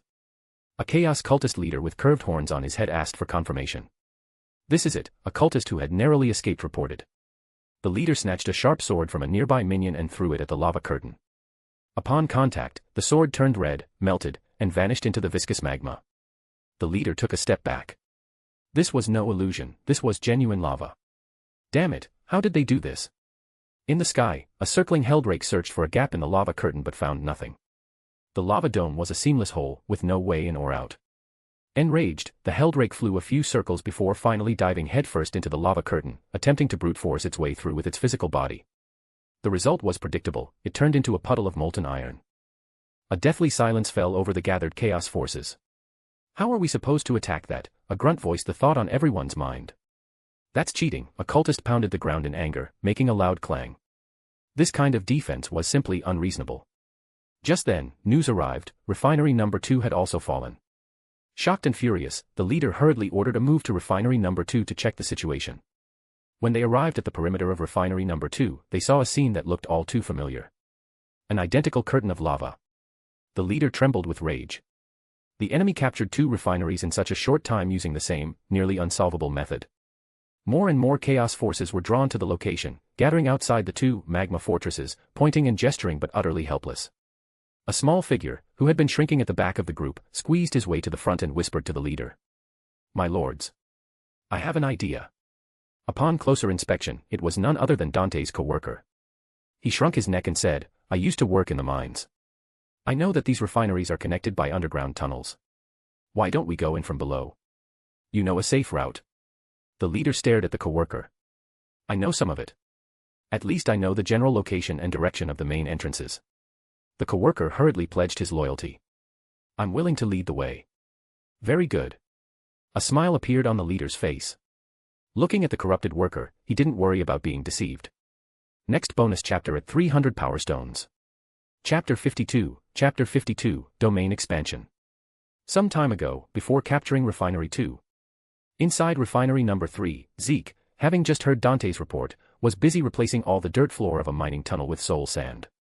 Knowing that enemies might sneak attack through these tunnels, Zeke was preparing a little surprise for them. It's a pity I don't have pistons and redstone, Zeke thought. Otherwise, I could rig up some traps and really give them a hard time. He placed some soul sand here, stationed a few iron golems there, then poured a layer of lava over it all. Finally, he added some netherrack and set it on fire. Done and dusted. Having dealt with the traps in the tunnels, Zeke gazed up at the lava curtain shrouding refinery number 3. He downed a potion of fire resistance and used an ender pearl to teleport onto the lava-covered lid. The structure was simple, a floor made of cobblestone, completely covered with lava sources. Because of the cobblestone floor, the lava could only spill over the edges, flowing down the outside walls. This formed a structure with a hollow center, perfectly protecting the newly captured refinery number 3. Brilliant. Standing amidst the searing magma, Zeke admired his own creation. The layer of stone flooring was the key. If he mined it away, the supported lava would pour straight down from the ceiling. At that point, this facility, originally built for defense, would transform into an offensive weapon. Zeke pulled out his blueprint, recorded the structure, and named it, Lava, Offensive Type. The blueprint shimmered, saving the placement of the lava along with the stone. Carrying the blueprint, Zeke returned to refinery number 3. Kid, Bloodhowl stared at the cascading curtain of lava. This thing certainly stops chaos from getting in, but it's not exactly friendly to my soldiers either. Zeke looked at the resting squad. The Skitarii and Space Wolves, due to their augmentations and physiology, didn't seem too bothered. However, Dante and the Cadian soldiers were already drenched in sweat, constantly wiping their brows. Because of the lava curtain enveloping the exterior, the internal temperature of the facility was far from ideal. It was like being inside a giant steamer. Fortunately, the lava Zeke had poured was chemically pure and didn't release any toxic gases, otherwise, they would have been in real trouble. Zeke brewed a batch of fire resistance potions and distributed them. He also added a ring of waterfall in the inner circle and dug out several small pools for the soldiers to cool off. TL/N, a ring of waterfall, in Minecraft is a decorative water feature where water flows in a circular, often animated or hidden, pattern around a central point. If anyone feels unwell, head back to the Firemain's Fong through the nether portal immediately. Don't force yourself, Zeke ordered. With the temperature issue addressed, Zeke bid farewell to Bloodhowl and used the nether portal to jump toward the location of refinery number 2, as described by Dante. He planned to reclaim all the surrounding refineries one by one. With enchanted golden apples and ender pearls in hand, Zeke was confident he could escape even if he ran into a squad of Chaos Space Marines. Zeke soon arrived near refinery number 2.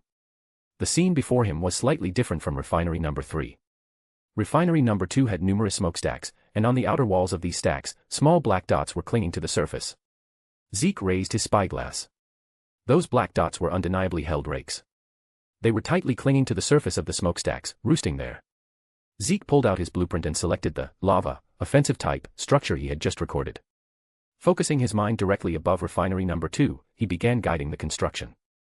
Domain expansion, coffin of the Iron Mountain. A massive amount of stone and lava buckets were consumed rapidly. A huge shadow appeared directly above refinery number 2, covering the facility below. Inside the refinery, the patrolling Chaos cultists suddenly felt the sky go dark. Confused, they looked up, only to see the stone underside of a lava pool, with sparks dripping down from the rocks. Then, from the edges of this stone slab, red lava began to flow slowly downwards.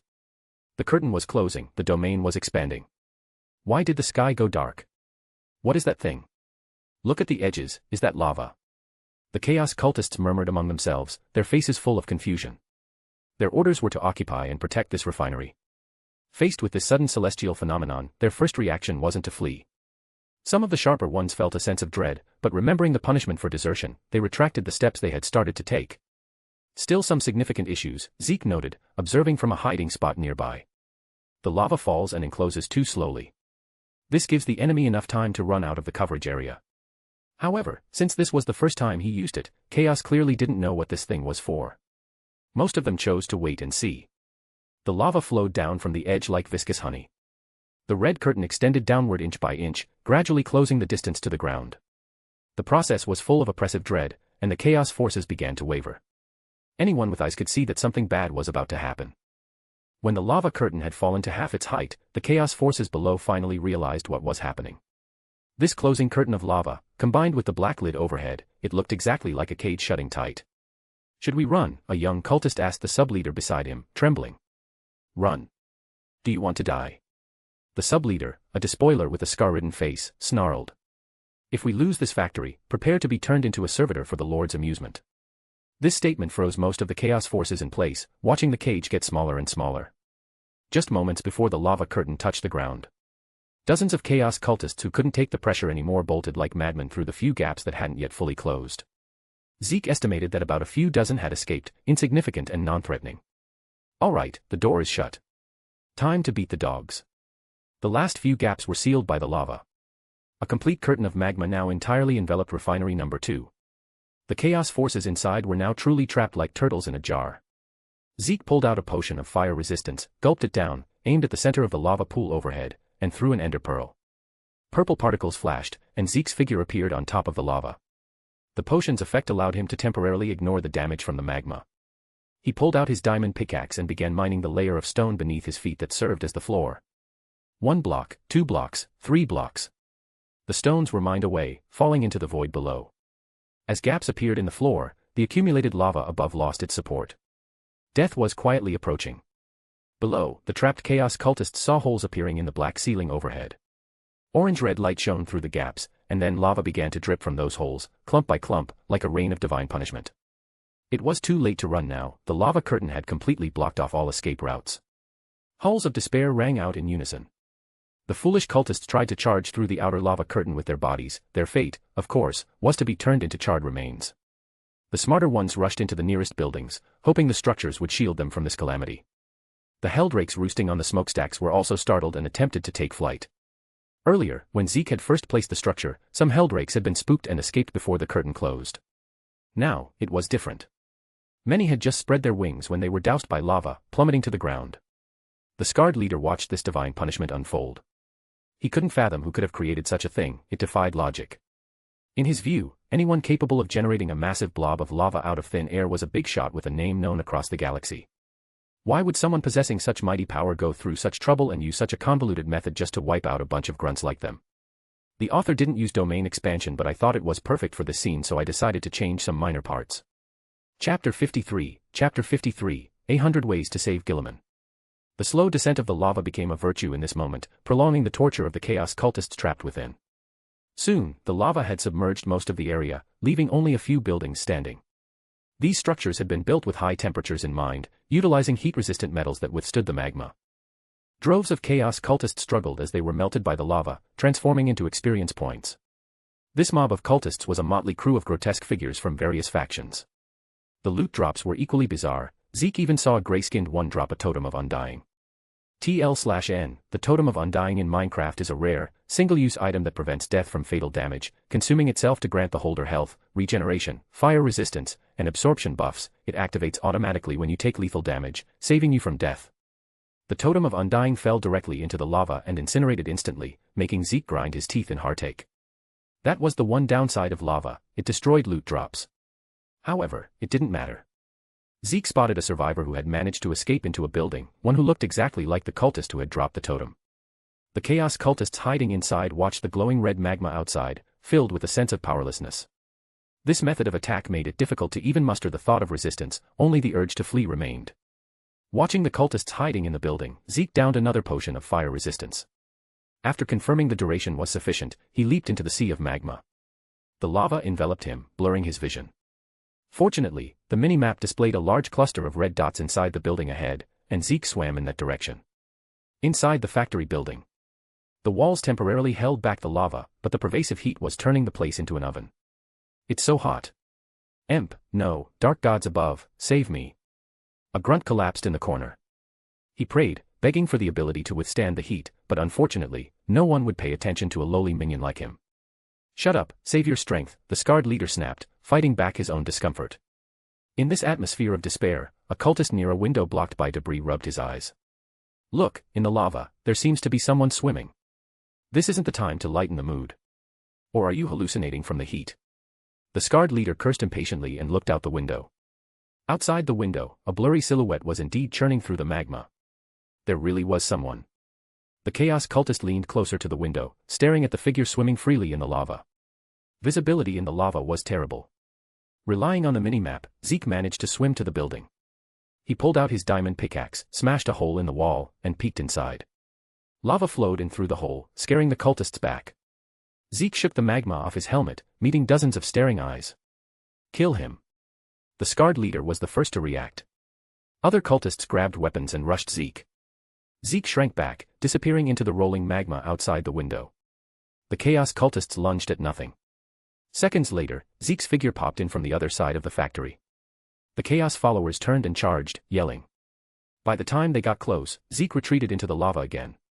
After a few rounds, the cultists were being played like fiddles by Zeke, unable to even touch the hem of his clothes. Enough. The scarred leader waved his hand to stop the pointless chase. He looked up, staring at Zeke, who appeared high up again, but didn't attack. Zeke stood by the window and, in full view of all the cultists, pulled out a potion of fire resistance. Under their gaze, Zeke uncorked the bottle, tilted his head back, and drained it. Then, he thrust his hand directly out the window, immersing it in the lava below. When he pulled it back, there wasn't a single burn, only a few dripping globs of magma. This potion can resist lava, Zeke said, shaking the empty glass bottle. Instantly, greed ignited in the eyes of every cultist. The scarred leader sensed the shift in atmosphere. Bad. What is this human doing? Even if you stay in this refinery and avoid the lava outside, Zeke whispered like a devil, how long can you last? The heat will cook you eventually. Zeke's gaze swept over the faces below. Without the potion, you are all dead men walking. Zeke made the move that broke the camel's back. He pulled a full potion of fire resistance from his backpack and weighed it in his hand. There is only one. With a flick of his wrist, Zeke tossed the life-saving potion into the densest crowd below. Mine. Give it to me. Everyone's eyes followed the potion as they lunged for it. The potion landed squarely in the lap of a cultist hiding in the corner. He caught it instinctively, then froze, looking up at the bloodshot eyes surrounding him. I didn't mean to take it. He stammered, terror written on his face. Hand it over. The nearest cultist didn't hesitate, kicking the scrawny cultist aside. The scrawny cultist's head hit the ground, blood splattering. No one cared about his corpse, they all pounced on the rolling potion like wolves. A chaotic brawl erupted. For that single bottle of potion that might bring survival, the chaos cultists, who had just been commiserating together, tore apart their last shred of discipline. Are you crazy? Stop. The scarred leader screamed, his eyes splitting with rage as he tried to stop the infighting. But against the drive for survival, his words were pale and powerless. A few blood-crazed cultists even turned to attack him. It's a trap. It's the human's trick. The potion might be fake, the leader cried in vain. Do you have a better idea? Asked a cultist who had just blown off half of his opponent's body. True. There was no better way. Without the potion, death was certain. With it, there was a glimmer of hope. Like the tactic of 2 peaches killing 3 knights, Zeke used 1 potion to kill a crowd of chaos cultists.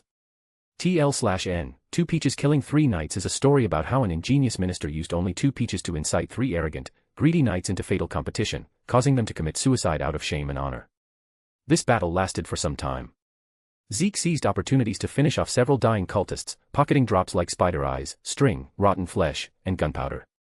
When the sounds of slaughter faded, Zeke finished off the last few gasping survivors. The scarred leader lay in a pool of blood, a large hole in his chest. He watched Zeke pick up the potion, miraculously unbroken after such a fight. Just you left. Zeke sent the scarred leader to the afterlife. A small, golden-glowing wooden statue dropped from the leader's corpse. Gold drop. Zeke reached for the totem. Counting his inventory, he now had 3 ways to wake Guilliman up. First, cow's milk, which could clear Guilliman's negative status effects. Second, the enchanted golden apple, with its powerful regeneration that could directly revive him. If neither worked, there was this totem of undying. Give it to Guilliman, then kill him. The totem should resurrect him. Though, Chapter Master Calgar of the Ultramarines might not appreciate that last method. Whoosh! A pale purple blur shot out from the shadows behind Zeke, reaching for the totem faster than he could. It was a tall, slender figure clad in streamlined bodysuit armor, wearing a strange metallic mask with a smiling face. Eldari Harlequin Shadowseer. Zeke saw her name tag. How did this Eldar evade the mini-map detection? A question popped into Zeke's mind. Did she lurk beside me the whole time without me knowing? That second thought unsettled him. As for his third thought, oh no, Guilliman's in-laws are here to ruin my plans. Chapter 54, The Harlequin, Bonus. Thanks everyone for the Power Stones, here's the bonus chapter for reaching 300 Power Stones. The Eldari Harlequins, one of the surviving Eldari factions, are devotees of Segarak, the Laughing God. They are a group of absolute riddlers with bizarre and unpredictable logic. They are known to do things as drastic as storming the Imperial Palace on Terra and slaughtering custodes right to their faces, just to deliver a warning to humanity. If you meet a Harlequin, the best course of action is to shoot first. Zeke didn't stop the Harlequin in front of him from reaching for the Totem of Undying. MC loot drops could only be picked up by him personally before being used or given to others. There was no way this Harlequin could grab the totem. Zeke took a step back, pulled out an enchanted golden apple, and started crunching away. Crunch, crunch. Regardless of this Harlequin's individual strength, the troops' record of killing custodes meant they couldn't be underestimated. Besides, he had so many enchanted golden apples now that eating one directly didn't hurt at all. As he consumed the apple, a boundless, majestic vitality flowed through his body. Zeke instantly gained 8 absorption hearts, golden hearts. Externally, his entire body was shrouded in an incredibly conspicuous golden aura, making him shine brilliantly. This special effect is flashy enough, Zeke thought, looking down at his glowing golden arms. If I didn't say anything, people might think the Emperor himself actually sent down a blessing. Taking advantage of the enchanted golden apple's effects, Zeke raised his Genestealer sword and thrust at the Harlequin. On the Harlequin's side, her slender fingers closed around the totem, only to pass right through it without any resistance, grabbing empty air. The Harlequin didn't seem surprised. Her masked face turned toward the totem, then toward Zeke. Is it truly as the Shadow Seer predicted? An ethereal female voice spoke. The hand that missed the totem pressed against the ground, using her fingertips as a pivot to execute a mid-air flip, transitioning her body from face down to face up. Watching the Genestealer sword thrusting toward her, she raised a slender blade in her other hand, a Harlequin's kiss, horizontally across her chest, parrying the blow. After the block, she didn't counterattack. She simply maintained her defensive stance, her eyes behind the mask fixed on Zeke. Human, I do not seek to be your enemy. I come here following the Shadow Seer's decree. According to her prophecy, the swaying threads of my people's fate, a crucial turn may manifest through you. Therefore, the purpose of my visit is to seek cooperation. People who want to cooperate don't use that tone, and they don't try to snatch things. Zeke didn't stop his attacks. Zeke knew perfectly well that the Eldari might say cooperation on the surface, but in reality, they just wanted a meat shield against chaos to carry out their own little schemes. Besides, the line of people wanting to cooperate with him could stretch all the way to the Imperial Palace. Do I really lack one more like you? With a flick of his left wrist, Zeke downed another potion of strength too. He pressed his wrist down. Boosted by the potion, the Genestealer sword forced the Shadowseer's Harlequin's kiss down inch by inch. Faced with this sudden burst of strength, the Harlequin's expression was hidden behind her mask. A fight isn't a bad idea either, her voice now held a hint of interest. Since the Shadowseer holds you in such high regard, let me verify it with my own eyes. As she spoke, her free left hand pressed against her belt. Gravity seemed to lose its hold on her. Without exerting any visible force, the Harlequin's body slid sideways. Zeke's sword hit nothing but air. High-tech Eldari gadgets. Zeke looked at her ornate belt. As a race with technology second only to the Necrons, even in their decline, they still possessed many novel trinkets. The flip belt was one of them, an accessory that mocked gravity, allowing the wearer to maneuver flexibly against enemies. Possessing such equipment meant this Harlequin was no ordinary member of the troop. Better eat another enchanted golden apple to calm my nerves. Seeing the Regeneration 2 effect fade, Zeke grabbed another apple and started crunching. Without stopping his movements, he pulled out a crafting table on the spot. Using the string he had picked up while clearing the chaos forces, he crafted a few cobwebs. Against high mobility units, restricting movement was always the top priority. Having completed her dodge, the Harlequin traced a bizarre and unpredictable trajectory, attacking once more. Zeke didn't even bother pulling out a shield. With the absorption hearts provided by the enchanted golden apple, he wanted to see just how high this Harlequin's damage output was. Faced with this provocative stance of neither dodging nor blocking, the rapidly approaching Harlequin concluded that her opponent was either absolutely confident in his defense or simply insane. The arrow was knocked, her short sword thrust toward the obvious opening, the exposed skin of Zeke's neck. Her Harlequin's kiss was designed to precisely penetrate any gap in armor, churning the enemy inside into a bloody pulp. The Harlequin noted the strange style of her enemy's armor.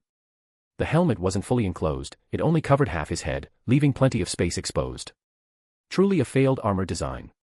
As the Harlequin's kiss entered Zeke's vicinity, it was visibly hindered by an unknown force, the resistance effect kicking in. When the tip of the blade finally touched the skin of Zeke's neck, the feedback from the weapon didn't feel like piercing flesh at all. How? The Harlequin was confused. I clearly aimed for his neck. The armor is just for show, the defense value is what's real. Zeke had seen the Harlequin aiming for his neck long ago. That move was useless against a blockman, his entire body was one solid unit with no weak points. He checked his health bar. Only 7 hearts of damage. Passable. As long as it doesn't take half my health in one hit, this damage can't one-shot me. As long as he timed his enchanted golden apple consumption right, he couldn't lose no matter how recklessly he played.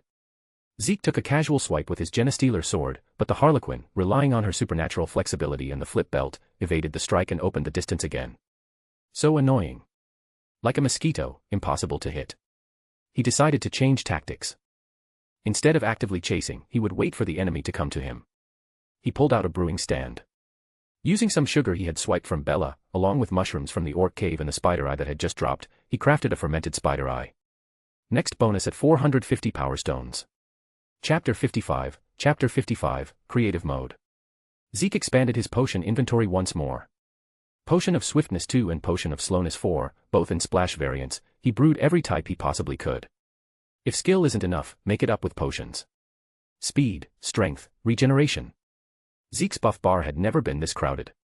The effect of Speed 2 was surprisingly good. It didn't just increase his physical speed, even his neural reaction time was enhanced. The Harlequin's movement trajectory became much clearer in his eyes, allowing him to barely predict her general direction. Zeke concentrated intensely. When the Harlequin attacked again, he proactively moved to meet her short sword. Simultaneously, his left hand unleashed the splash potion of slowness 4 he had prepared, throwing bottle after bottle at her, front, back, left, right, up, and down.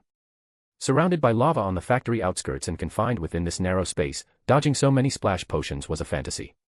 Glass bottles shattered, and gray-black swirls splashed out.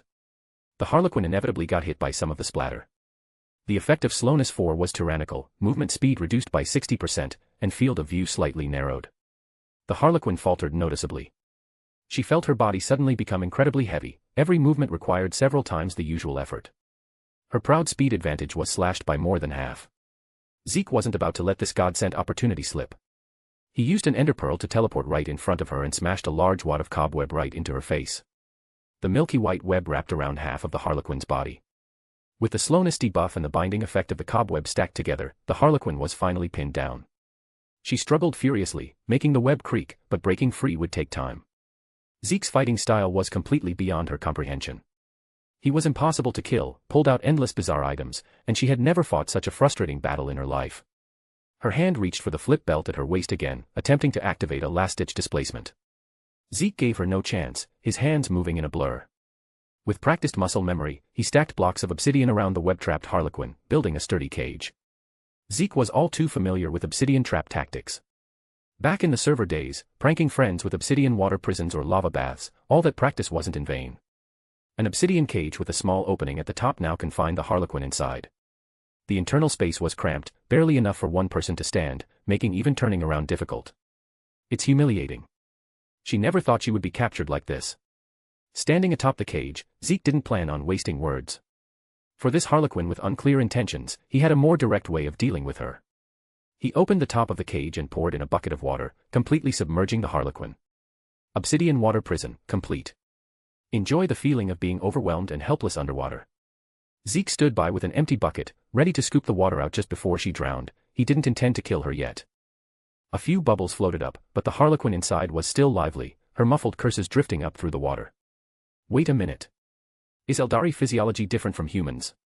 Can they not drown? That's a bit awkward. Zeke scooped up the water and swapped it for a splash potion of poison, throwing it down. Now that's effective. Zeke watched the Harlequin's 80+ health points steadily drop. Poison deals true damage and ignores armor. Zeke observed her health bar and confirmed this conclusion. Even the Eldari, a highly adaptable race, were susceptible to the poison effect.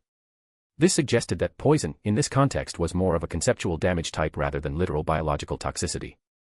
That meant whether it was mechanical lifeforms, necrons, or whatever other random entities, they would likely all be damaged by poison. Zeke threw in several more bottles of poison, suppressing the Harlequin's health until only half a heart remained. The rapid drain of vitality was too much, the Harlequin collapsed at the bottom of the obsidian cage, leaning against the wall. Before completely sealing the cage, Zeke reached in for her weapon and belt. The Harlequin felt a hand touching her body. What are you doing? Ignoring her, Zeke snatched the Harlequin's kiss and the flip belt, then sealed the top opening with 2 blocks of obsidian. Let her cool off in this dark prison for a while and grind down that arrogance. Accessory obtained. Accessory slot unlocked. The flip belt was recognized as an accessory. Simultaneously, slots for belt, ring, necklace, and charm appeared to the left of Zeke's armor slots. I have 10 fingers, I can wear 10 rings, so why do I only get 2 ring slots? Still, something was better than nothing. Zeke equipped the flip belt in the newly opened belt slot. Flip belt, cooldown 60 seconds. Grants, creative mode, flight, 4-5 seconds upon use.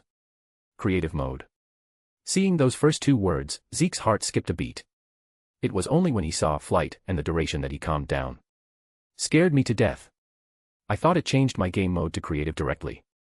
Turns out it just grants the ability to fly like in creative mode for a short time. Zeke tried activating it. He felt his body become weightless, his feet naturally leaving the ground. With a mere thought, he drifted forward smoothly. Turning was agile, requiring no wind-up. He tried ascending vertically, and his body rose straight up. With another thought, he slowly descended. There was even a sprint mode to increase speed. Pity it's only 5 seconds. Can't fly too high, or I might die from fall damage. Zeke dropped from about 3 meters up. After playing with the belt for a while, Zeke's attention turned to the other spoil of war, the Harlequin's Kiss. Harlequin's Kiss, damage 11 plus 3, piercing. Enemies killed have a high chance to drop their head. Wearing the head will have unexpected effects.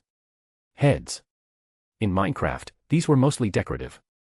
Aside from wither skeleton skulls used to summon the wither, they didn't have much use. But the description said wearing them would have unexpected effects. I'll have to farm a few heads later and try it out. But I have to say, as expected of the Eldari, their loot drops are top tier. Zeke approached the obsidian dungeon and knocked. The sounds from inside were faint. Hey, do you know about the Black Library? Zeke asked. The Black Library, the home base of the riddle-loving Harlequin troops, hid secrets even the gods coveted, along with endless treasures. Human. Release me at once. The Harlequin was still relentless inside, showing no intention of having a proper conversation. Seriously? Let's move to a different location then. Zeke mined the obsidian cage, built a nether portal, and reconstructed a blackstone prison in the nether. With the Harlequin at only 1 HP, he wasn't afraid of resistance. He dragged her directly into the nether and locked her in the blackstone cell. Before being locked in, the Harlequin witnessed this bizarre dimension. Wait. We can talk properly. The Harlequin's tone finally changed, but Zeke didn't give her the chance. He walked out of the nether portal, leaving the Harlequin stranded there. How is this possible? The Harlequin sat in the blackstone cell. Here, she couldn't sense her gaze, Slaanesh. Doesn't this mean the Eldari can finally be free of her? We can talk. We really can talk. The Harlequin's hysterical screams echoed in the nether, unable to settle for a long time. She remembered what the Shadow Seer had told her before she left, do not anger him. He will become the Eldari's most reliable ally. Chapter 56, Golden Apple and Potion of Weakness. Wait. We can talk properly. From within the blackstone cage, the Harlequin's voice finally changed its tune. Zeke couldn't be bothered with this belated request for negotiation, especially after she had just tried to have an intimate exchange with him using her weapon. By stepping into the nether portal, he had entered the deathly silence of the nether. For the Eldari Harlequin, this silence was profound. Leaning against the obsidian wall, she tentatively extended her psychic senses, which she had been suppressing. The Harlequin hadn't used her psychic powers during the previous battle. Using psychic powers in the material world was tantamount to suicide, it would attract the covetous gaze of the Prince of Pleasure. But here, it was different. Nothing. There was absolutely nothing. In this space, even Slaanesh's tentacles couldn't reach. How is this possible? The Harlequin murmured to herself. As an Eldari, and especially as a Harlequin, she knew better than anyone about the inescapable curse of her race. For 10,000 years, all of the Eldari's efforts at concealment were largely to gain a moment's respite from the hunt of the Chaos God. This dimension, which looked like a burning hellscape, had achieved something even the most powerful Eldari craft worlds found difficult to accomplish. What did this mean? It meant that if the Eldari could enter and survive in such a dimension, they might truly be able to escape Slaanesh. At the very least, they could find a safe sanctuary. We can talk. We really can talk. Anything is up for negotiation. She was afraid, not of death or imprisonment, but that this singular hope would be completely snuffed out because of her initial foolish probing. Amidst these extreme emotional fluctuations, she suddenly remembered the Shadow Seer's warning before her departure. Only now did she fully understand what the Seer had meant. Damn Shadow Seer. It's all your fault for always speaking in riddles and acting mysterious. Would it kill you to speak plainly? The Harlequin began to curse, unaware that she herself, and the entire Harlequin troop, acted the exact same way. Wait, with so many people in the troop, why did the Shadow Seer send her, the most reckless one? Was this also within your calculations, Seer? The Harlequin quieted down. Perhaps waiting was the only thing she could do now. She didn't know that the time flow in this dimension was vastly different from the material world. This wait was destined to be a long one. Stepping out of the nether portal, Zeke returned to refinery number 2, which had just undergone a trial by lava. Zeke temporarily retracted the lava source above the refinery. As the source disappeared, the lava gradually receded, revealing the scorched, blackened earth. Apart from the core factory building constructed with special alloys, most other facilities had melted into unrecognizable piles of slag. It was a gruesome sight. But Zeke didn't care. All he wanted was the ore inside, everything else was of little use to him. The storage warehouse of refinery number 2 was still filled with piles of ore, stacked like mountains. Years of mining accumulation on this planet had ultimately benefited Zeke. Mining like this is way faster than digging like an idiot with a pickaxe. After taking inventory, Zeke's backpack was flush with lapis lazuli, coal, iron, gold, and diamonds. He was no longer short on these basic resources. Zeke didn't see any redstone. The redstone present in the warehouse was literally just red-colored rock. These dark red marble slabs were building materials, not the redstone capable of transmitting signals in Minecraft. The Warhammer world is huge. I'll find it eventually, Zeke thought. Now that he had achieved ore freedom, Zeke finished his inventory check with satisfaction.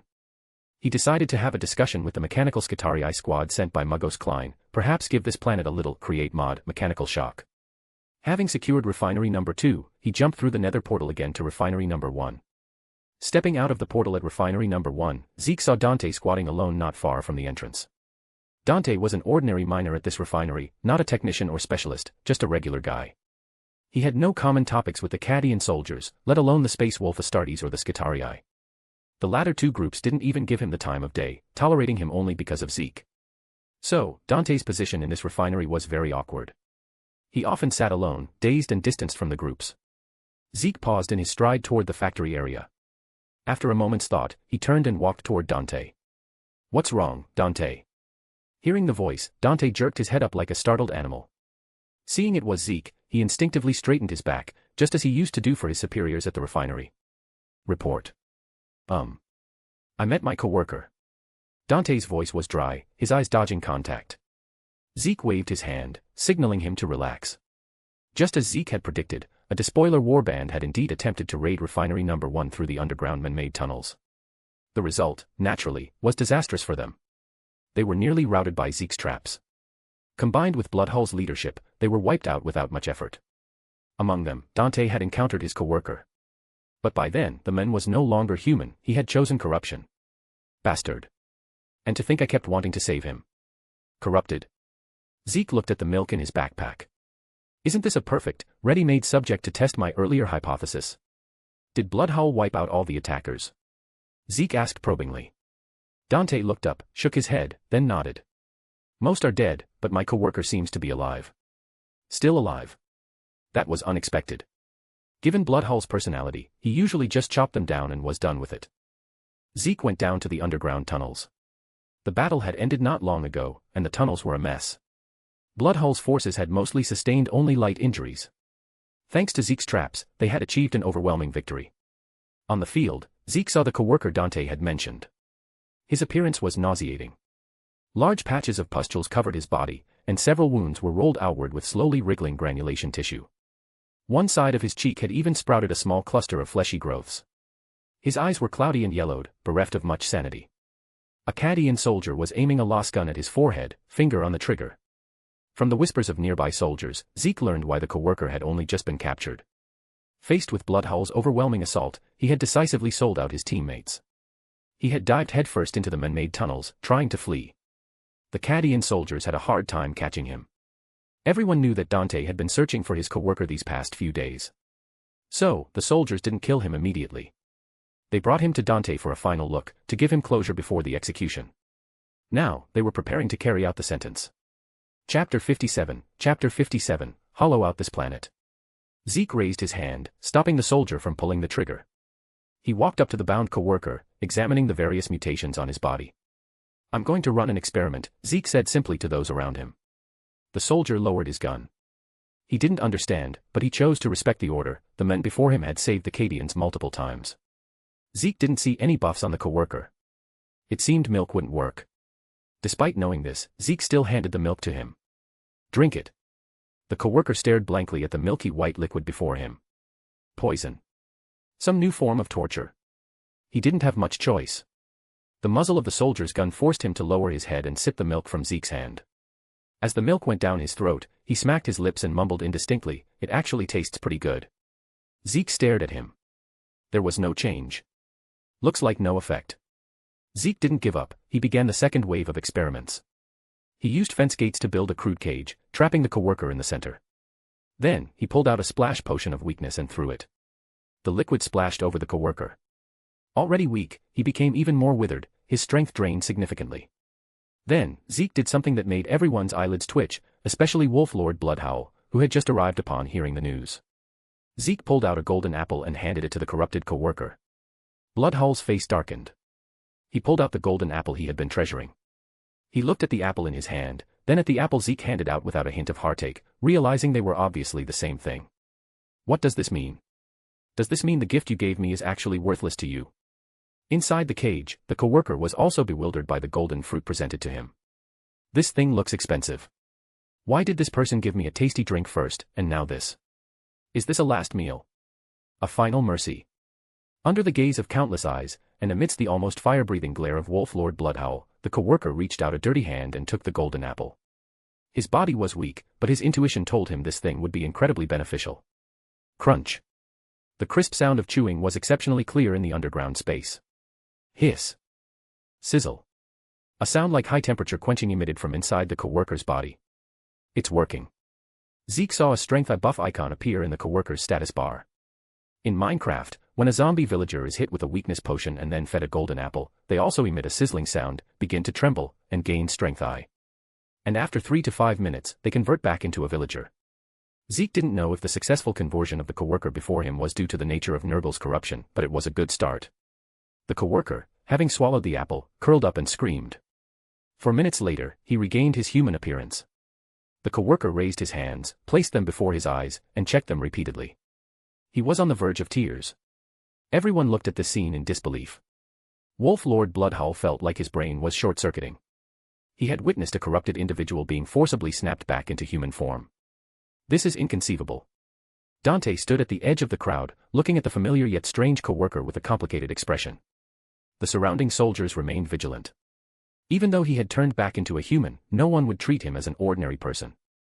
The coworker looked up only to see eyes filled with questioning, disgust, and suspicion.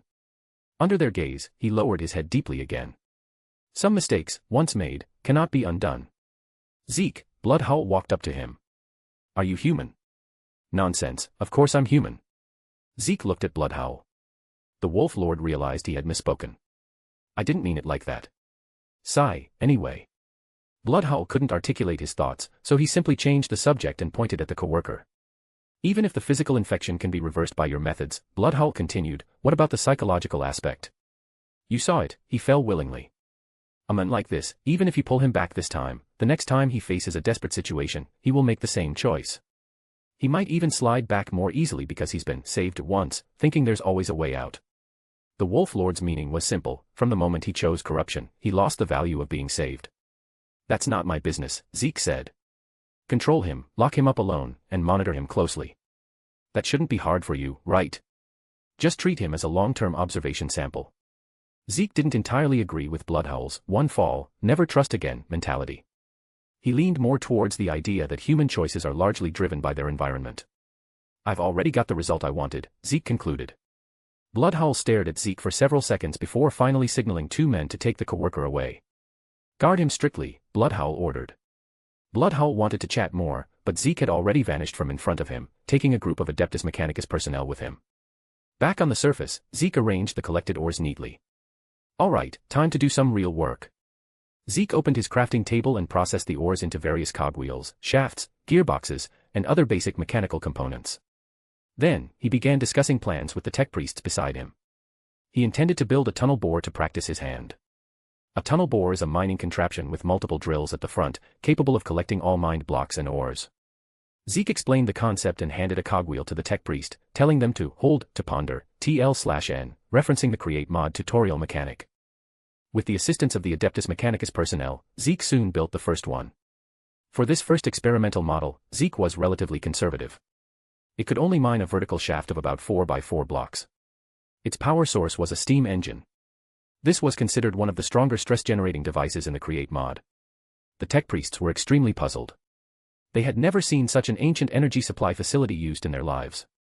You wouldn't understand, Zeke said. The older the tech, the more powerful it is. Shouldn't the Adeptus Mechanicus feel this more deeply than I do? After finishing the facility, Zeke recorded it with a blueprint and named it, Mining Rig Number 1. He went outside to test it, and then it failed. The tech priests gathered around, pointing fingers at the tunnel bore. Why isn't it moving? Why is it moving now? I thought it should be moving. There was a minor issue, but it didn't matter. Under the professional guidance, confused staring of the personnel, Zeke made some improvements, and this time it finally succeeded. The tunnel bore mined downward continuously, collecting ores with incredible speed and efficiency. With this small success, Zeke prepared to build something bigger. Let's go for a 10,000 x 10,000 area. Set a small goal, hollow out this planet first. Chapter 58, Eve of War. In the vast emptiness of the cosmos, a colossal ring-shaped object that blotted out the stars hummed and sang with an eerie resonance. This was the Blackstone Fortress. An ancient construct of the gods, nothing could stop its advance, or so Mochas had always believed. There was less than 2.5 days' journey left to reach Cadia. The Blackstone Fortress's weapon systems were fully activated. War Master Abaddon, her father, would get his wish. Cadia was destined to fall. Everyone had gathered in the war room to pay their final respects to their War Master. Skyrak, the Nurgle representative, was shrouded in a putrid cloud of decay. Urkrathos, the Khorne representative, dripped blood constantly, emitting a sickeningly sweet, metallic stench. Within 2 days, we will arrive at Cadia, War Master Abaddon said in a deep voice. Phase 1 will commence. Urkrathos, the War Master said, you will spearhead the assault, leading half the fleet to strike at Cadia's orbital defense platforms. But, War Master. No buts. Urkrathos lowered his head. As a representative of Khorne, he didn't care for hit-and-run raids. He wanted slaughter. Endless blood. Mission guaranteed, War Master. Urkrathos had no choice but to obey. Skyrak. The War Master turned his head, his eyes fixing on the Nurgle worshipper. You will. Suddenly the massive doors burst open. A psychic shockwave, like a gale force wind, slammed the doors against the walls with a resounding bang, drawing everyone's attention.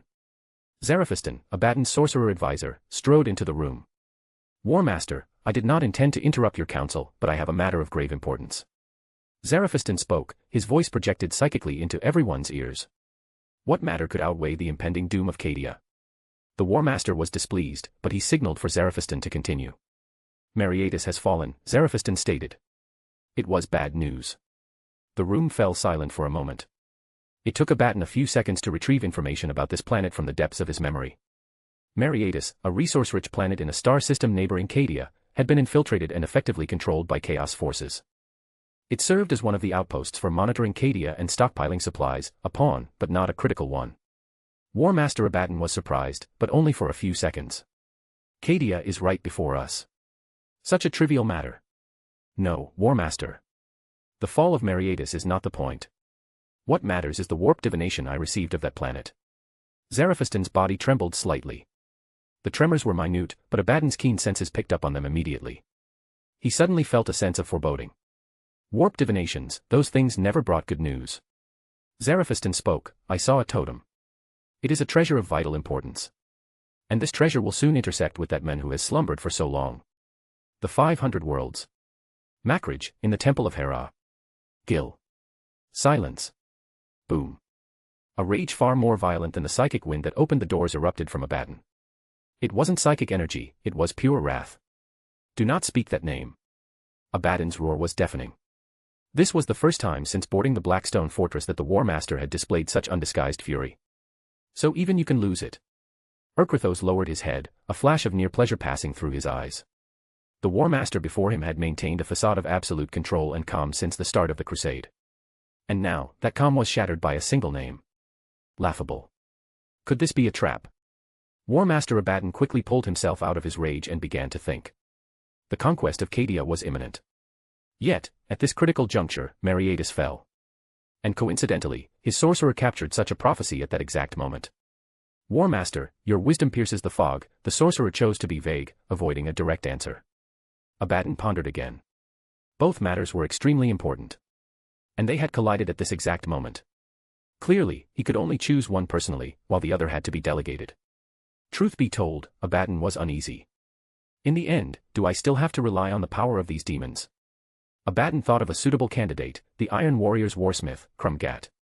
On the Blackstone Fortress, he didn't belong to any of the 4 Chaos Gods factions. He would be the right choice. Send Krumgat to me, Abaddon ordered. Mechanicus. Zeke originally thought scaling up the tunnel bore would be a simple task. In reality, it wasn't.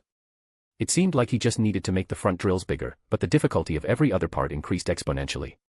The steam engine was clearly insufficient. However, this didn't stump Zeke and the Adeptus Mechanicus technicians. They quickly proposed a solution: build more steam engines. The massive tunnel bore was finally completed. Everyone at Refinery No. 2 saw the device that blotted out the sun.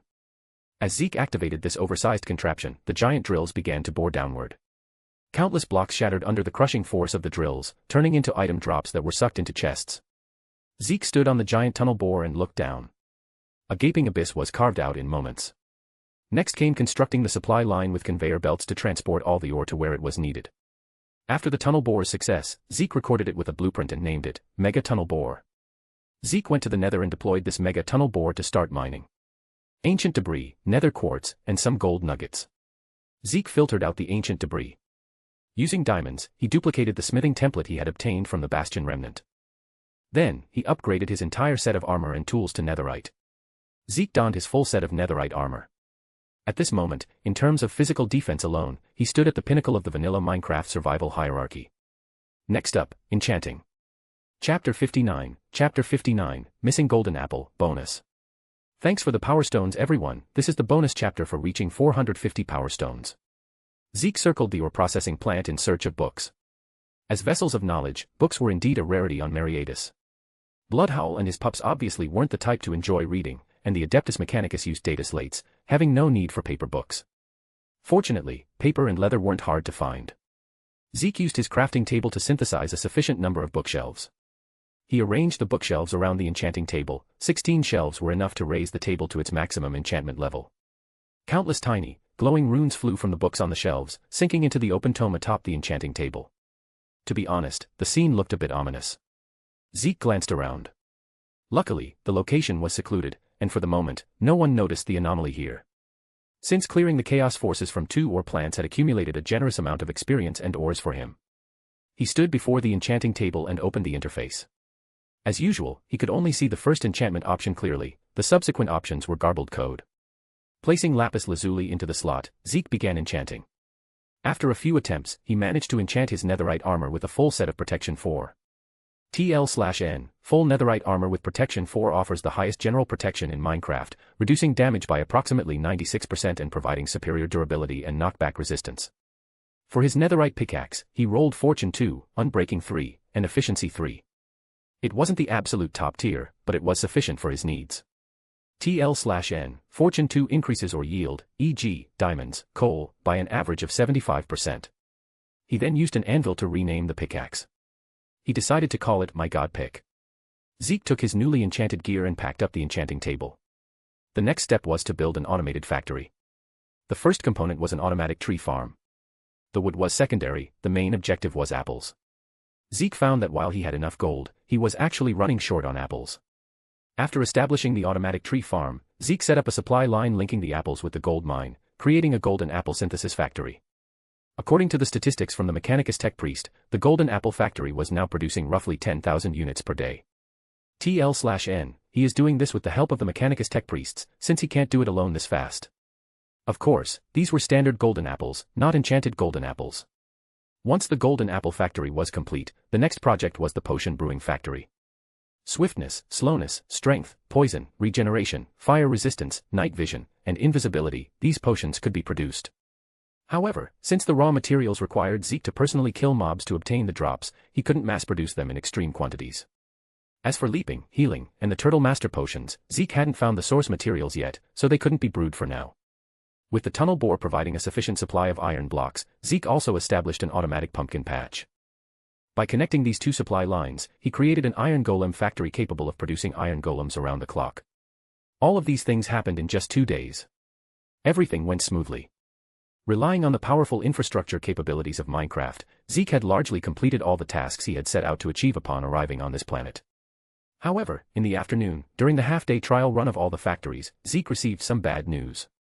Since all items stored in chests could be displayed numerically, every single item Zeke produced had a precise quantity record. A supervising tech priest reported the discrepancy. The warehouse is missing 1 golden apple, 1 enchanted golden apple, 1 bottle of every type of potion, and 1 iron golem. The other items he could understand, but how on earth do you lose something as massive as an iron golem? Zeke was shocked. He went to the Iron Golem factory, but there were no signs of battle. The thief was either a friendly entity or possessed overwhelming power. This feeling of turning around and finding his belongings missing, it felt incredibly familiar. Zeke hadn't forgotten that when he first spawned into this world and saved Dance, he had lost a torch and a block of cobblestone. Zeke wandered aimlessly through the Iron Golem factory, looking for clues. When he reached the entrance, he noticed a black scarab on the wall. The scarab just sat there, fluttering its wings as if afraid Zeke wouldn't notice it. Seeing Zeke's gaze land on it, the creature shook its body and crawled out the door, moving very slowly, as if waiting for him. Zeke already knew who the thief was. This type of scarab was a Necron Canoptech spider, a tomb maintenance construct. Following the scarab, Zeke gradually moved away from refinery number 1 and arrived beside a hill outside. Standing there was a tall, hunched skeleton frame, with a reactor in its chest emitting a green glow. "Human, allow me to introduce myself. I am Trazyn the Infinite, Overlord of Solomase, Archaeovist of the Prismatic Galleries, and—" "I know," Zeke interrupted. "You're the thief who stole my stuff. How disappointing." The giant leaned on his glowing staff. "Thief is such an unfriendly name. I think collector sounds much better." "Thief. Collector. Robber."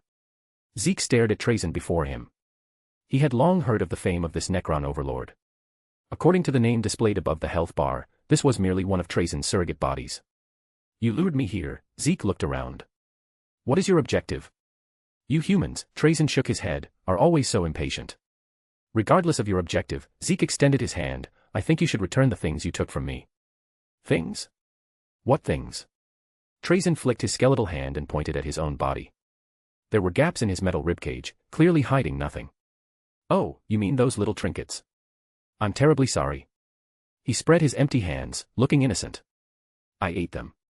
A Necron needing to eat." Facing Zeke's skeptical gaze, Trazyn remained motionless and unbothered. Zeke felt that this Necron actually had a sense of humor. At the very least, he didn't seem to harbor much malice toward him as a human. "Fine, it seems you have a big problem with me." Trazyn opened his dimensional pocket and took out a tesseract labyrinth. He activated the labyrinth and tossed it onto the ground. "It appears we need to be honest with each other." Countless items appeared within the dimensional rift. Zeke saw a torch, a block of cobblestone. As well as all his missing items, the golden apple, the enchanted golden apple, the potions, and the iron golem, all displayed within. It was all worth it. A thread of satisfaction flowed through Trazyn's mind. A tiny sampling mission had yielded such fresh and interesting exhibit categories. In his long life spanning millions of years, he had acquired countless collections. Small things, like the perfect clone of Primarch Fulgrim, large things, like the Eldari craft worlds. He had witnessed the rise and fall of the galaxy. Even the rarest treasures became somewhat tedious after staring at them for too long. But now, Zeke, this human with no peculiar background, and the items he brought with him. Trazyn had to admit, it stirred the desire to collect within his heart. This would be unique. Zeke looked at the final exhibit in the dimensional rift. It was a familiar figure, placed inside a stasis field. Cow. Zeke couldn't believe his eyes. His face looked like an overturned paint box, turning red then white. "You dared to catch my cow. Stop, stop, stop. You humans, always so impatient." Trazyn sensed something was wrong. "Look closely. That is merely another one of your pet species. I thought it might produce that miraculous substance like yours does." Trazyn shook his head as he spoke. "I even specially prepared the most prominent display cabinet for it." Only then did Zeke realize that the two merely looked alike. Obviously, this one wasn't nearly as fat as Cow. Next goal, 600 power stones. Chapter 60, you fell for it, Trazyn.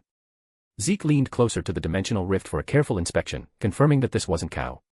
Having spent so much time with Cow, Zeke recognized the specific color patterns on her hide. The Necron hadn't lied, the creature before him was merely another biological entity of the same species as Cow. However, the fact that he even knew about Cow raised the question, just how long had Trazyn been stalking him? "I came here in search of a unique addition to my collection." His finger pointed at Zeke. A small, blocky device. I've noticed that the majority of your items are crafted upon it. Zeke pulled out his crafting table. This? Precisely. That very device. Trazen couldn't fathom where this human had picked up his tools. According to his observations, every time the human finished using this object called a crafting table, he would immediately break it down, leaving Trazen no opportunity to snatch it. I am curious. If someone like myself were to use it, what would happen? Why are you acting so familiar? Zeke looked at Trazen, who was chatting him up. Trazen's attitude seemed driven more by interest than hostility. He was even willing to engage in this near-equal dialogue.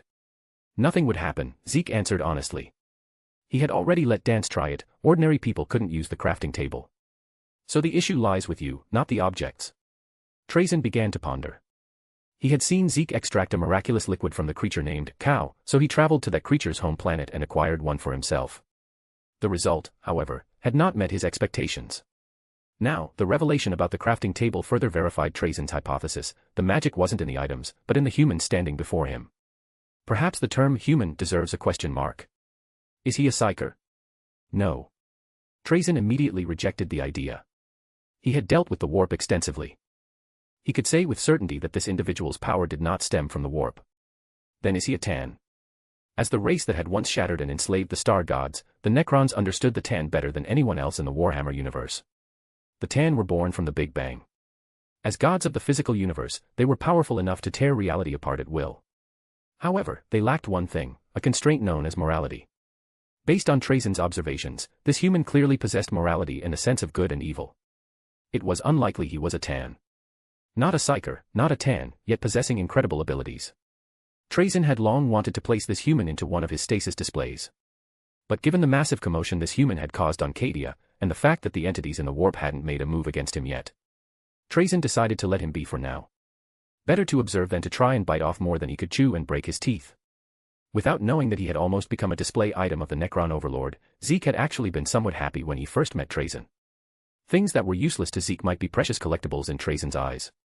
Zeke had thought about trading these items with the Necron for some high-tech goodies. He hadn't expected Trazen to go straight for the crafting table right off the bat. Seeing this, Zeke realized the score. Aside from a few key items, this bastard had definitely stolen quite a lot of his stuff. His ordinary items probably wouldn't attract Trazen's interest anymore. But don't worry. No matter how much you've eaten, you'll have to spit it all out sooner or later, Zeke thought. Trazen, do you like treasure hunting? Treasure hunting? Trazen raised his metal head, the green glow in his ocular sensors brightening slightly. You mean? In his long existence, the journey of chasing rare treasures was one of the few ways he combated the eternal void of boredom. He enjoyed the process immensely, sniffing out the scent of a unique artifact from clues in ancient records. It allowed him to briefly recall the curiosity for the unknown he had felt when he was still a Necronter, a way to mourn the echoes of a soul long since lost to the dust of time. Then I think you will definitely like this. Zeke caught the other's reaction. Trazen was walking step by step into his trap. Zeke took an ender pearl and blaze powder from his backpack, placed them in the crafting grid, and synthesized an eye of ender. Finally, he pulled it out and held it under Trazen's gaze. It was a peculiar eye, its center a green core resembling a pupil. The light of that pupil seemed to faintly point in a specific direction. Whether in the Warhammer universe or the warp, wherever it was, a stronghold must exist. Zeke had thrown an eye of ender before. It would fly a certain distance in a specific direction. Most of the time, the direction was upward, indicating that the stronghold was not on this planet. That was a problem. The Warhammer universe was vast, God knows which corner of the galaxy the stronghold was hidden in. Zeke had no way of knowing, and with the shadow of the Blackstone fortress looming, his few means of travel were limited to nether portals, which couldn't support aimless exploration following an eye of ender. But Trazen was different. Necron technology was the pinnacle of physical reality in the universe. Their teleportation technology had reached inconceivable levels. If they wished, with the aid of the celestial aurora, they could appear in almost any corner of the known universe. Zeke had a brilliant idea. Why not let this treasure-obsessed Trazen act as his pathfinder? Let him take the Eye of Ender and track down those unknown coordinates. Even if he actually found the entrance to the end portal, without a sufficient number of Eyes of Ender, he wouldn't be able to enter the end dimension.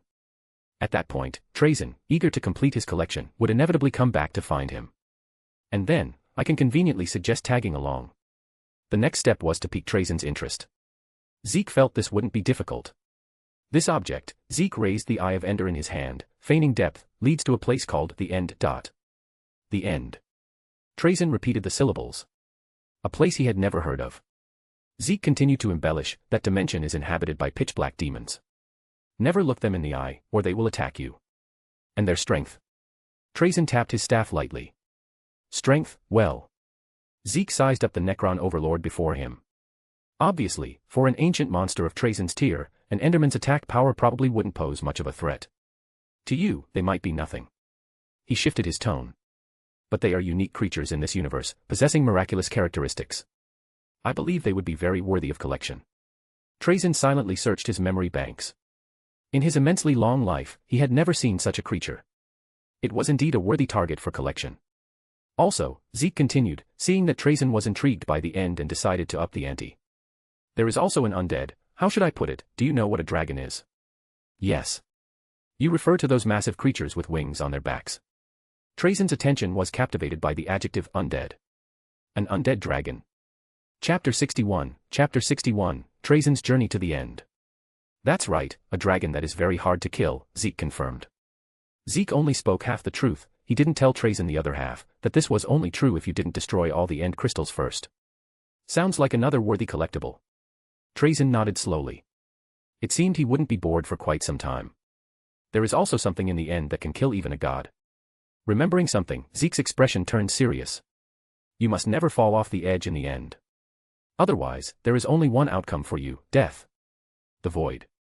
Since arriving in the Warhammer world, he had yet to discover the existence of the void in either the overworld or the nether dimensions.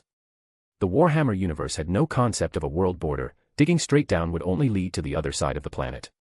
In the nether, he had also tried digging to the extreme top and bottom, but he hadn't hit a limit, only endless netherrack.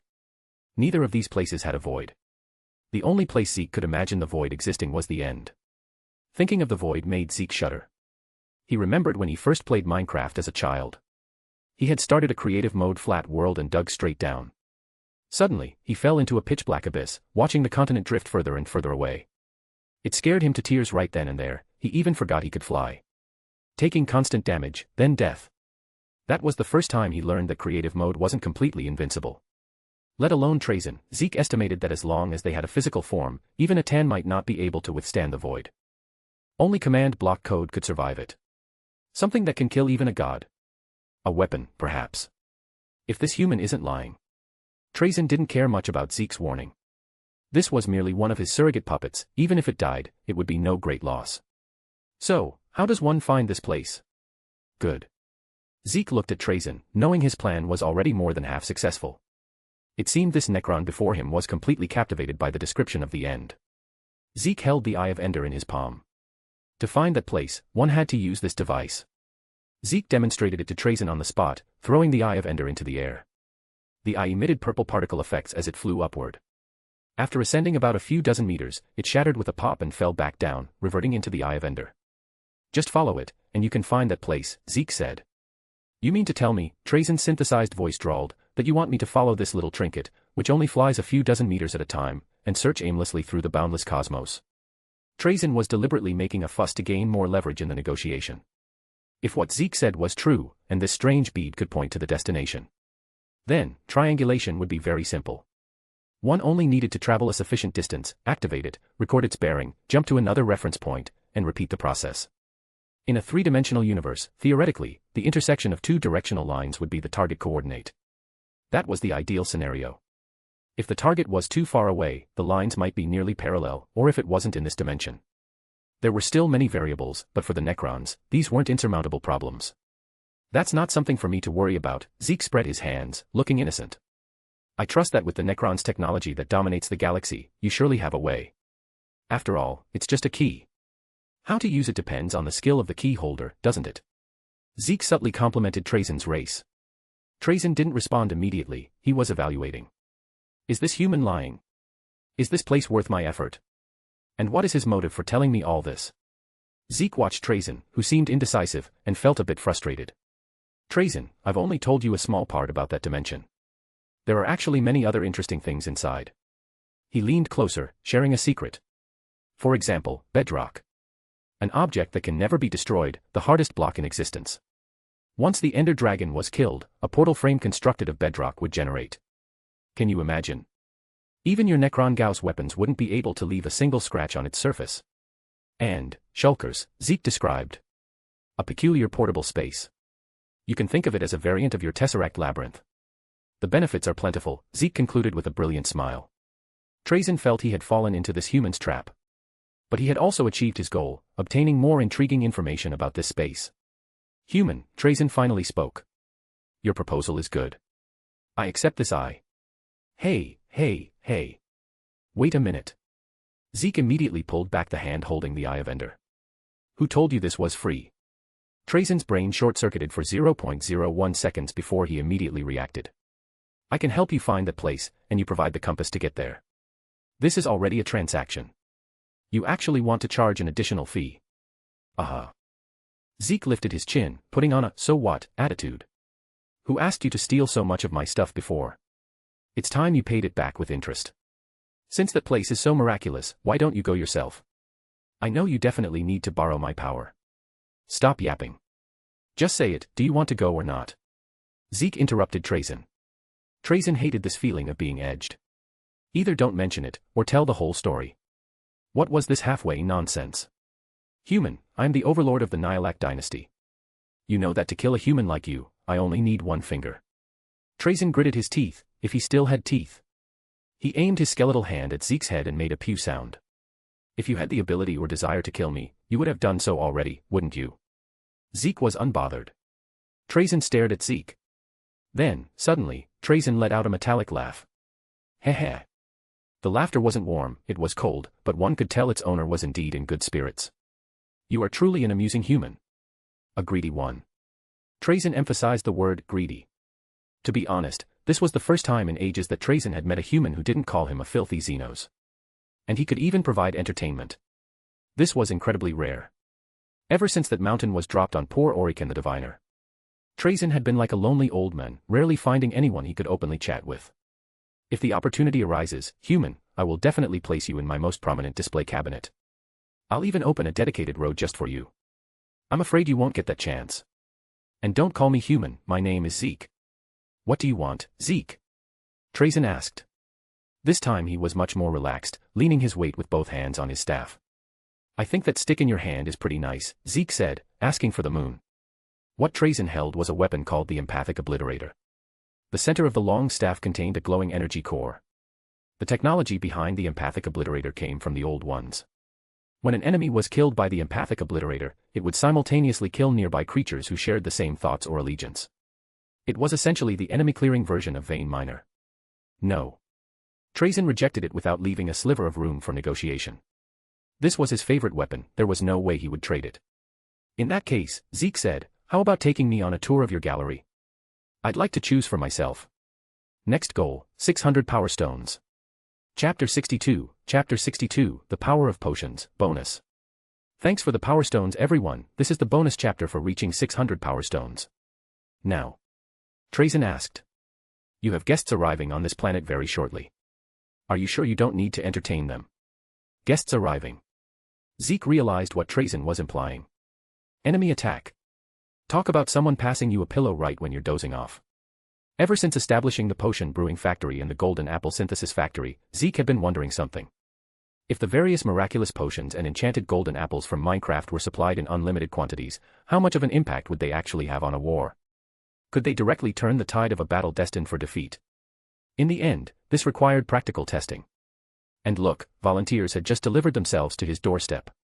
Zeke left a message and rushed non-stop towards refinery number 2. He removed the lava curtain above the plant. The curtain had been there to survive the difficult early development phase. Now that the Iron Golem factory was basically complete, refinery number 2 had a certain degree of defensive capability, so the lava curtain was no longer needed for the time being. After communicating with Wolf Lord Bloodhowl, most of the personnel stationed at refinery number 1 were summoned. Zeke began to impart knowledge about potions and golden apples to them. He wanted to see if these soldiers could win this war on their own, without his direct intervention. Judging by Trazen's tone, the guests were not weak. The potion knowledge from Minecraft wasn't hard to remember, but there were few dull minds present. Zeke spent some time explaining the mechanics of the potions clearly. When he saw the potions being distributed to some of the Cadian shock troops, they looked at them as if they had received precious treasures. Zeke thought for a moment and began to teach them the final lesson. If you're going to eat a golden apple, do it early. Never try to save it. Dead men can't eat golden apples. The same logic applies to potions. Don't save them for the very end, use them early. Consumables are meant to be consumed. Hoarding them because you can't bear to use them is not a good strategy. With that concluding remark, the potion mini-class came to an end. In the sky, 4 streaks of fire plummeted towards 4 locations on the periphery of Refinery No. 1. Drop pods, Wolf Lord Bloodhowl identified them. Only 4. Too few. Bloodhowl was filled with suspicion. This didn't look like a full-scale assault. He ordered a scout squad to investigate the landing sites. In orbit, Iron Warrior Cromgat was receiving real-time data transmitted from the 4 reconnaissance pods. These 4 drop pods had been launched solely for intelligence gathering. Information was critical on the battlefield. On the tactical hologram, the defensive forces of Refinery No. 1 were analyzed. A squad of Cadian infantry, a unit of Scutarii Rangers, and a small pack of Space Wolves. Is this all the manpower they have? This was completely inconsistent with Cromgat's expectation of a force capable of purging the entire planet of Mariatus. Among the 3 groups, only the Space Wolves posed any real threat. Impossible. To break the planet's entire defensive line, the enemy must have hidden forces, Cromgat muttered. Behind him, the Iron Warriors' warband stood silently like iron statues. They were awaiting their leader's command.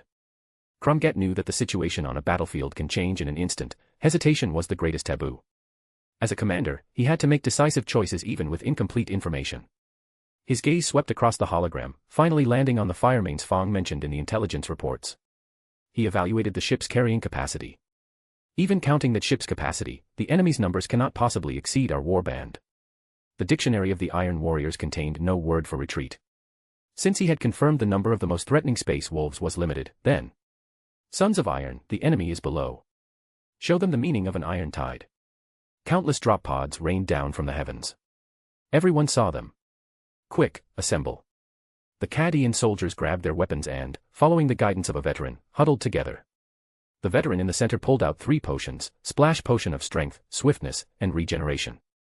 According to what that lord said, the veteran began to recall Zeke's potion class.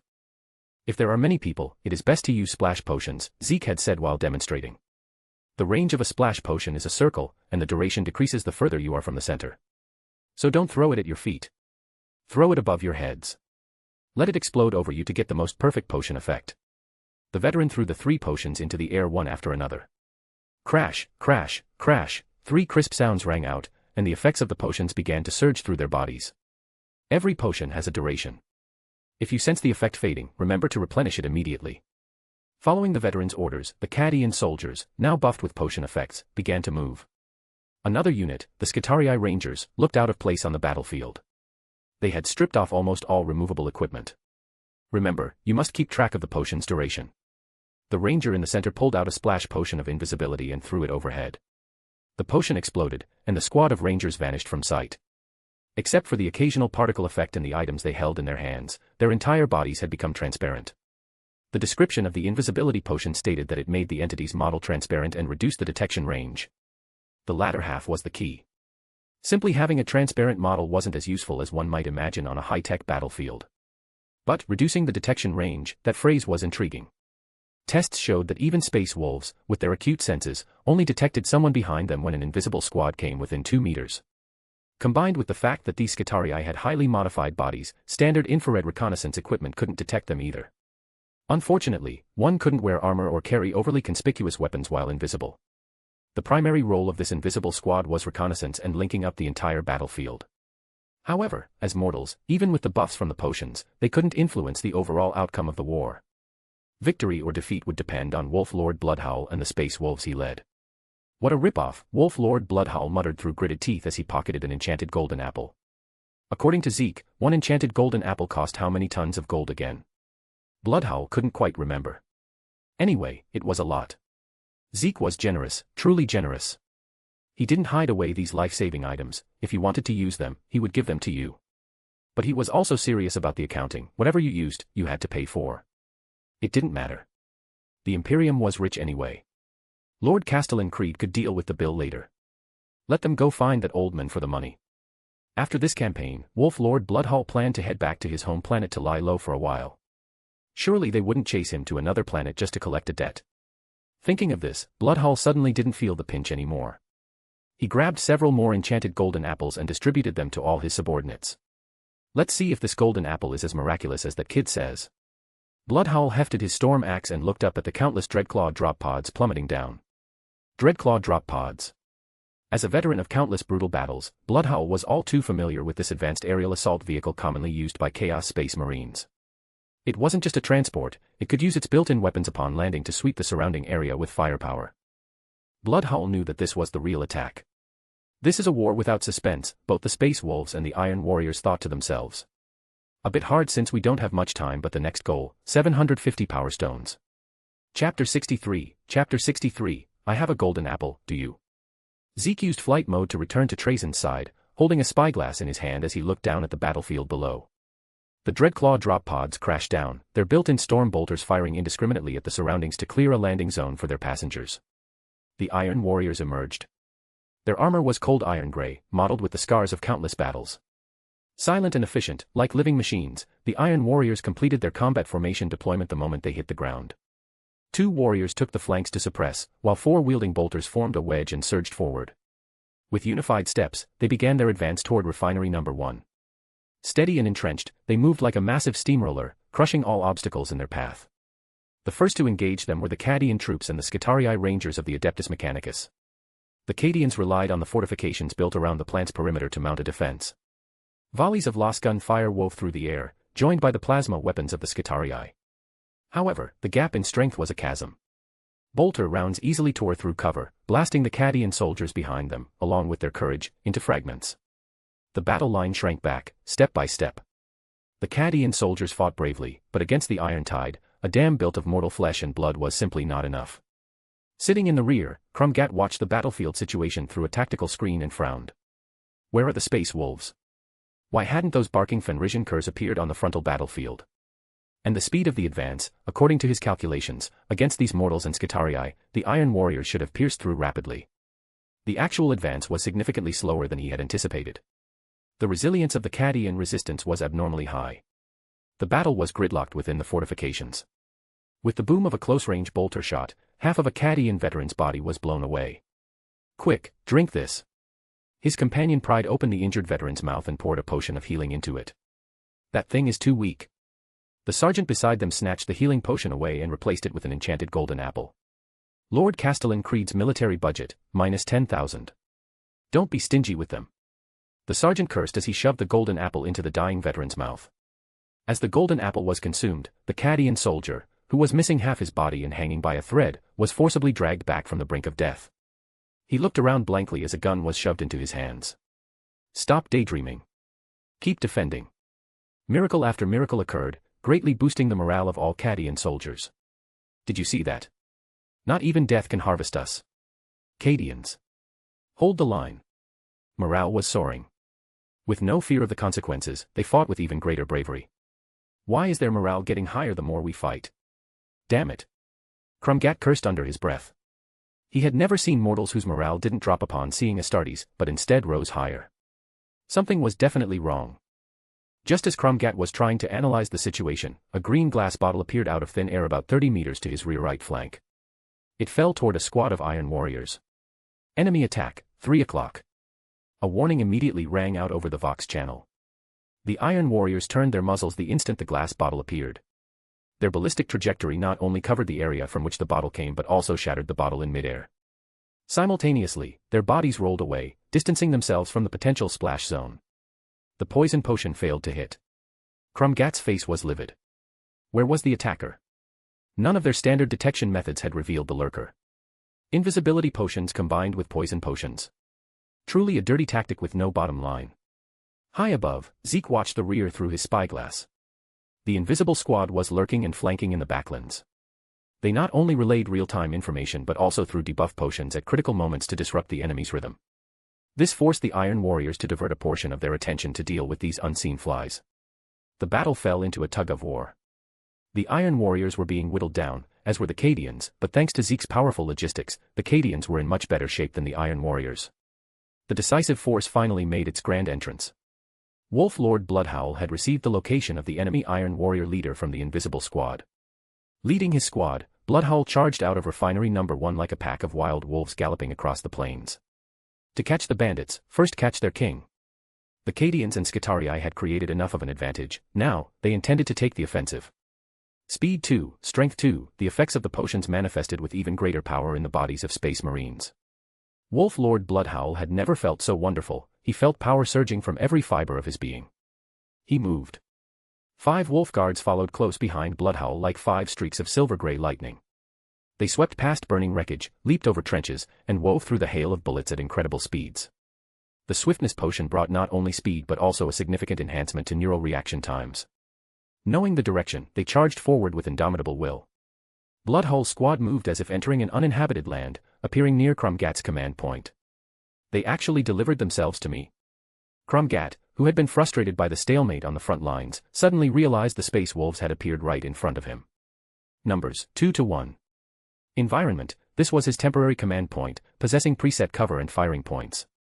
The advantage is mine. As long as he eliminated this group of Astartes, the others weren't worth mentioning. Crumgat was overjoyed. Arrogant Fenrisian curs. Crumgat taunted. Your recklessness ends here. The 5 wolf guards needed no orders. As Bloodhowl moved, they scattered with telepathic coordination, actively intercepting the charging Iron Warrior bodyguards. In the center of the clearing, Bloodhowl and Crumgat, 2 battle-hardened commanders, faced off. In the middle of their battle, Crumgat watched as Bloodhowl suddenly held up a shiny, round object. Chapter 64, Outsmarting, 1. Compared to ranged weapons, Space Wolves favored and excelled with melee weapons. Bloodhowl gripped his storm axe, its power field crackling. The effects of Strength 2 and Swiftness 2, combined with the already formidable physiology of an Astartes, produced a miraculous chemical reaction. Crumgat. Bloodhowl's golden eyes widened, his rage bristling. He recognized the renowned warsmith before him. The storm axe drove straight in, hacking towards his opponent. Crumgat was startled by the speed. He had long heard of the Space Wolves' agility, but witnessing it firsthand far exceeded his imagination. He reacted immediately. At such close range, instead of his bolter, Crumgat chose the Siegebreaker mace at his side. He slid back into the side, swinging the heavy mace diagonally upward to parry the flat of the axe blade, attempting to deflect the attack. His other hand, equipped with a lightning claw, thrust straight for Bloodhowl's exposed ribs. Clang. Mace and great axe collided. Crumgat felt his arm go heavy as the impact jarred the heavy mace right out of his hand. Damn it, how is this barbarian so strong? The block still served its purpose. Bloodhowl's chop was deflected, the axe blade embedding deeply into the ground beside him. Bloodhowl didn't even bother trying to pull the axe out. He let go of the handle and smashed a fist directly into Crumgat's head. The two wrestled together. Bloodhowl fully utilized his speed advantage, using every means necessary, even headbutting his opponent with his helmet, completely immersed in the fervor of battle. Thanks to the potion effects, Bloodhowl indeed held the upper hand. His speed and strength left Crumgat overwhelmed. Crumgat took several heavy blows, his chest plate denting inward. However, Crumgat was experienced in battle.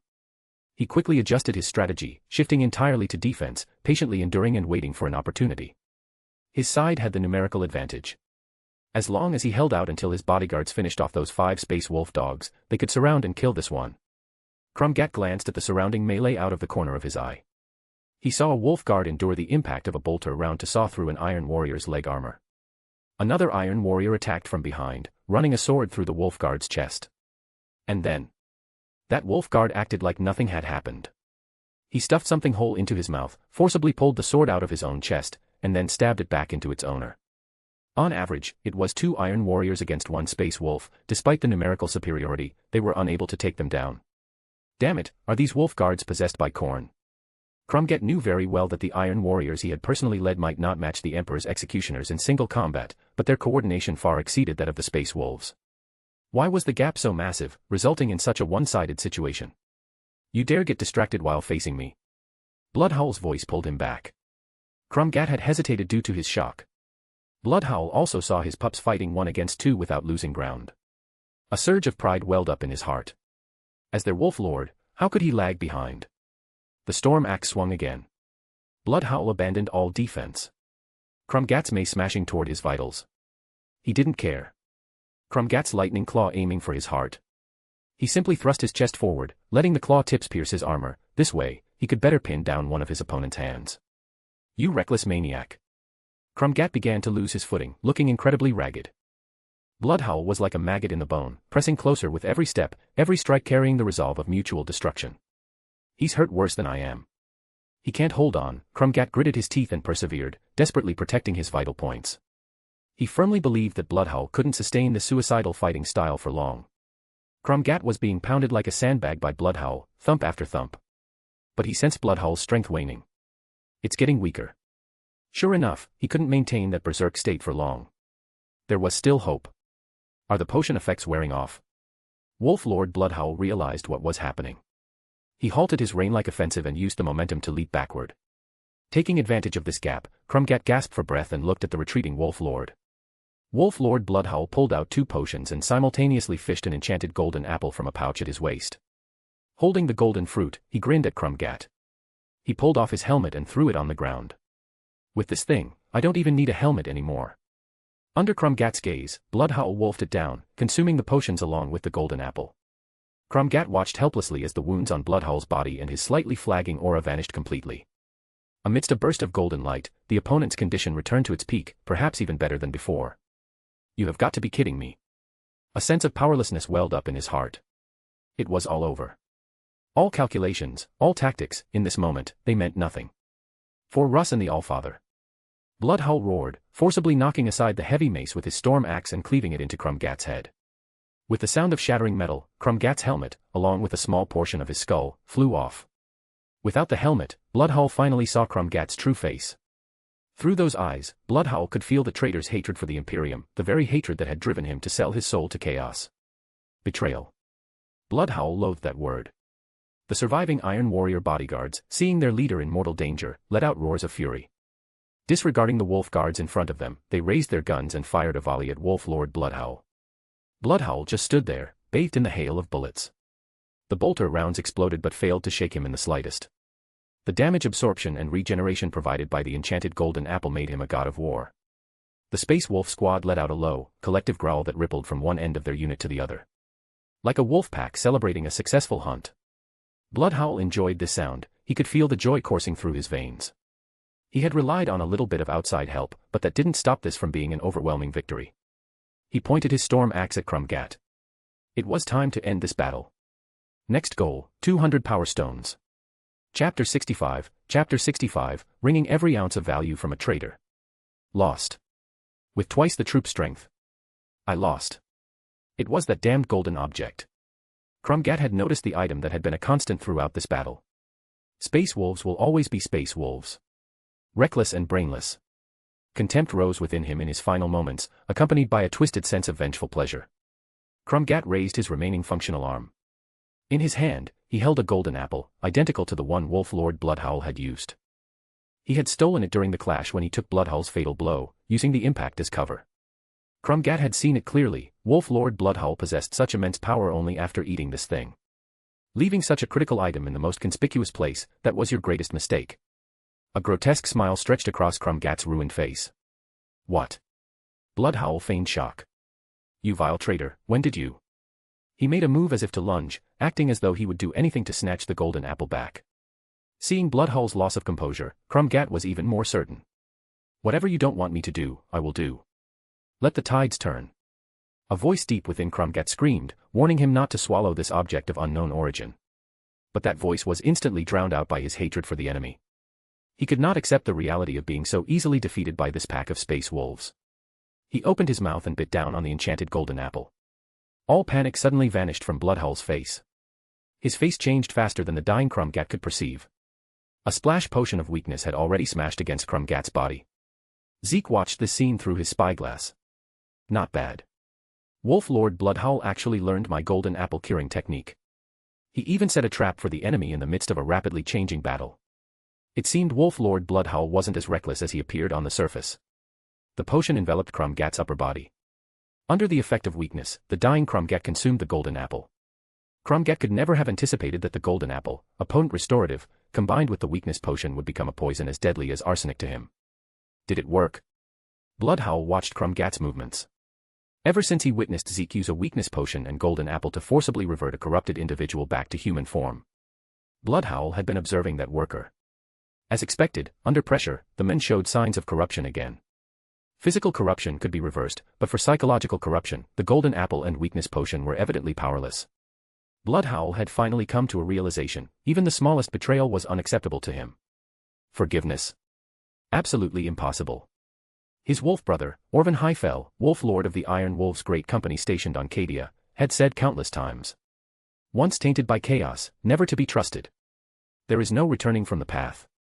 To save them is to murder your own future.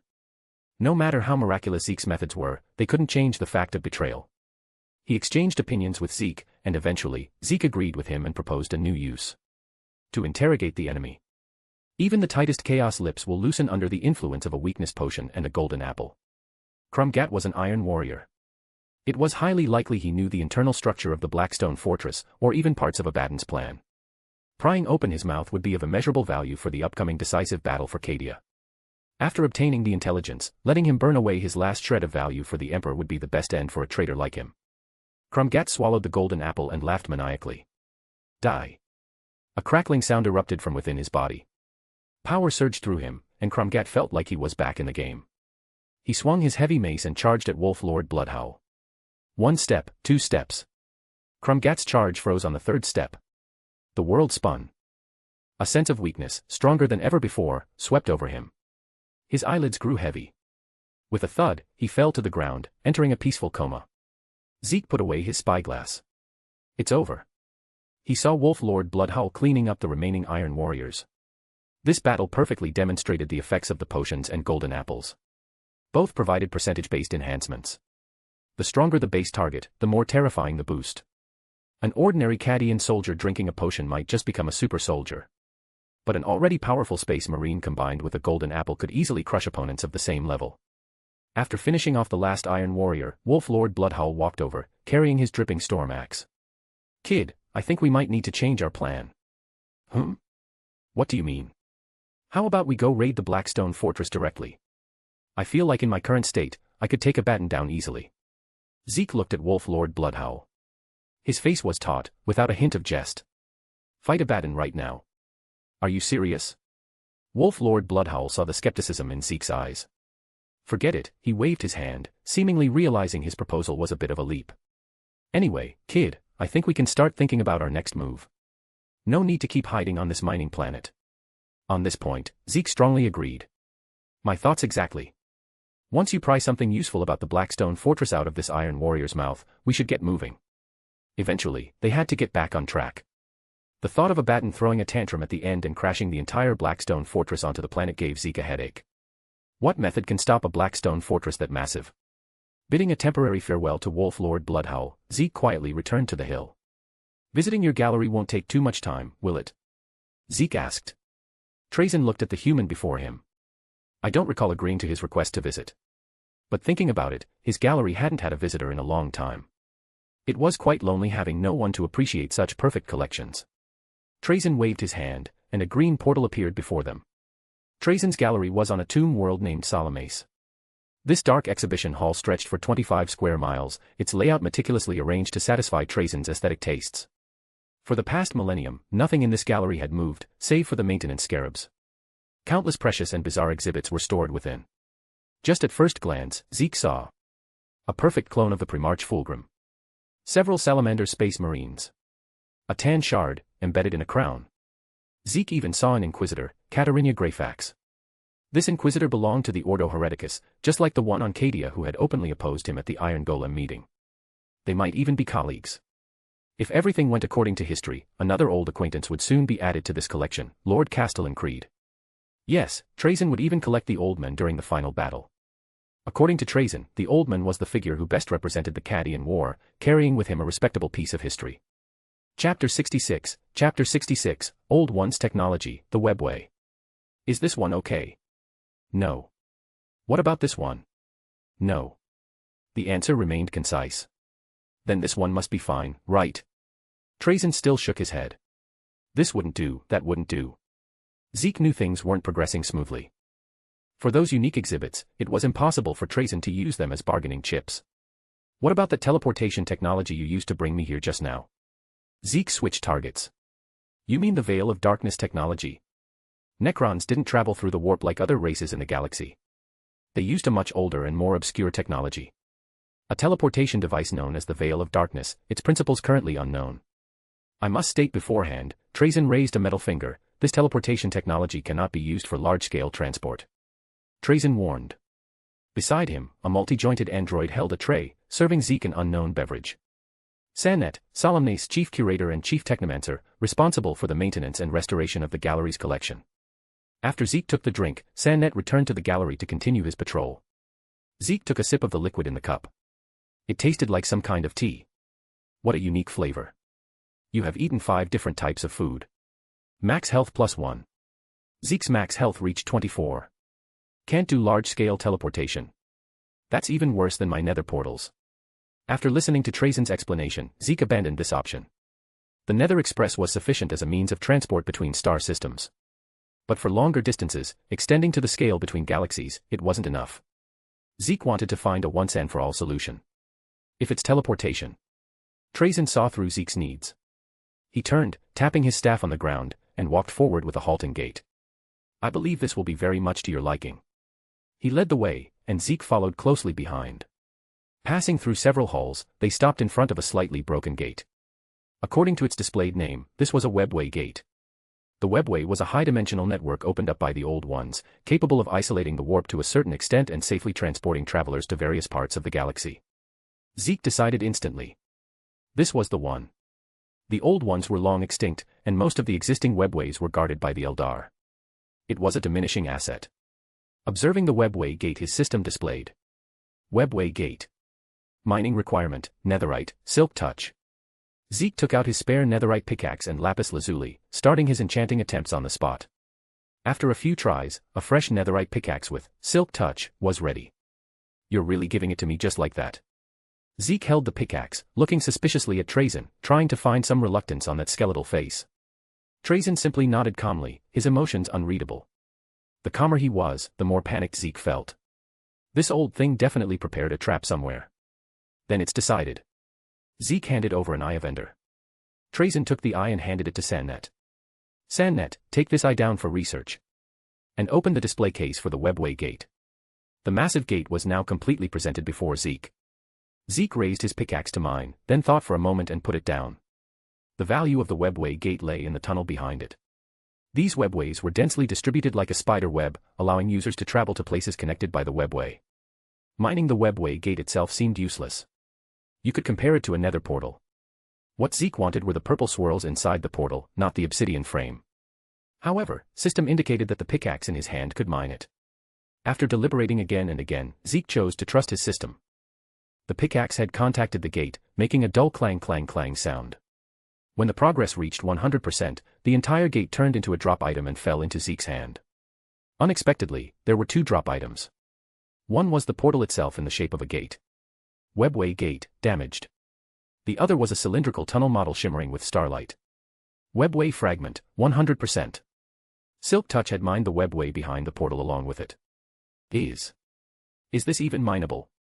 Holding the webway fragment in his hand, text popped up in Zeke's chat box. Mod, immersive portals, unlocked. You can now connect 2 nether portals to each other using webway fragments. Immersive portals. Zeke had a deep impression of this mod. This mod was a famous hardware killer. Its functions were truly powerful, but the frame rate drop was also real. After activation, it lagged every 3 steps and crashed every 2 steps. Combined with shaders, the computer would straight up smoke. But in the Warhammer world, there were no frame rate limits. This mod had nothing but benefits left. With this mod, he could connect all star systems together. Distance would no longer be a difficult issue for the entire Imperium of Men. Zeke looked at the damaged webway gate. It seemed that since he broke it while mining, this gate was useless now, at most a decoration. The important thing was the webway fragment.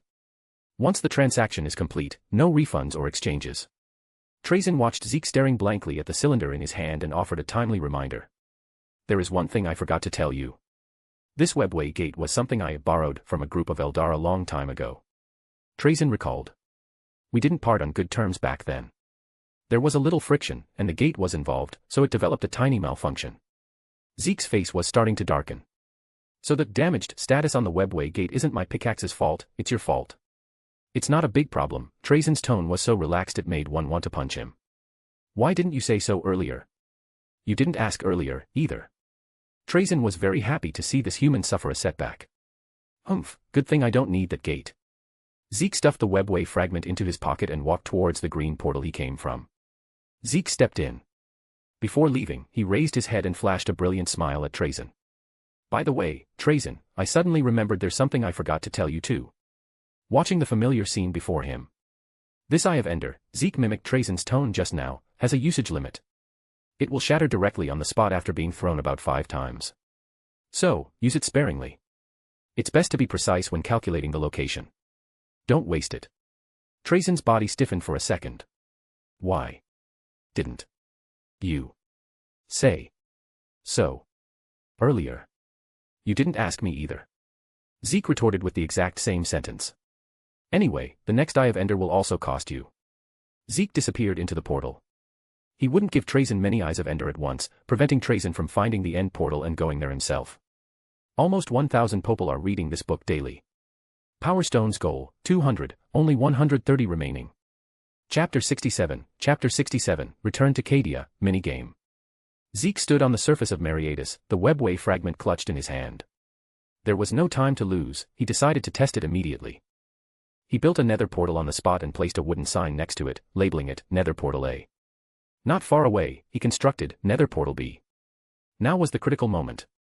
He raised the webway fragment, focused his mind, and fixed his gaze on Nether Portal B before him. The starlight within the fragment was awakened, flowing out in several strands of light. Zeke saw every nether portal he had built so far, including those at Refinery No. 1 and Refinery No. 2. Zeke selected Nether Portal A and Nether Portal B, linking the 2 gateways together. The connection was established. The durability of the webway fragment in Zeke's hand dropped by 1%. At the same time, the 2 nether portals underwent a transformation. The originally swirling purple vortex turned transparent, becoming a thin, water-like film. Through this film, Zeke could see the wooden sign standing beside the opposite portal. Zeke stood before Nether Portal A and stepped into the film. This time, he didn't arrive in the nether. Instead, he stepped directly out onto the sandy ground of Nether Portal B. Incredible, Zeke murmured, excitedly beginning further tests. This time, he stood outside Nether Portal A and poked his head into the gate. His entire head emerged from Nether Portal B. He turned his head slightly and could even glimpse his own headless body standing outside Nether Portal A. He pulled his head back, and everything returned to normal. After a few more tests, Zeke realized that the durability consumption of the webway fragment was related to the link distance.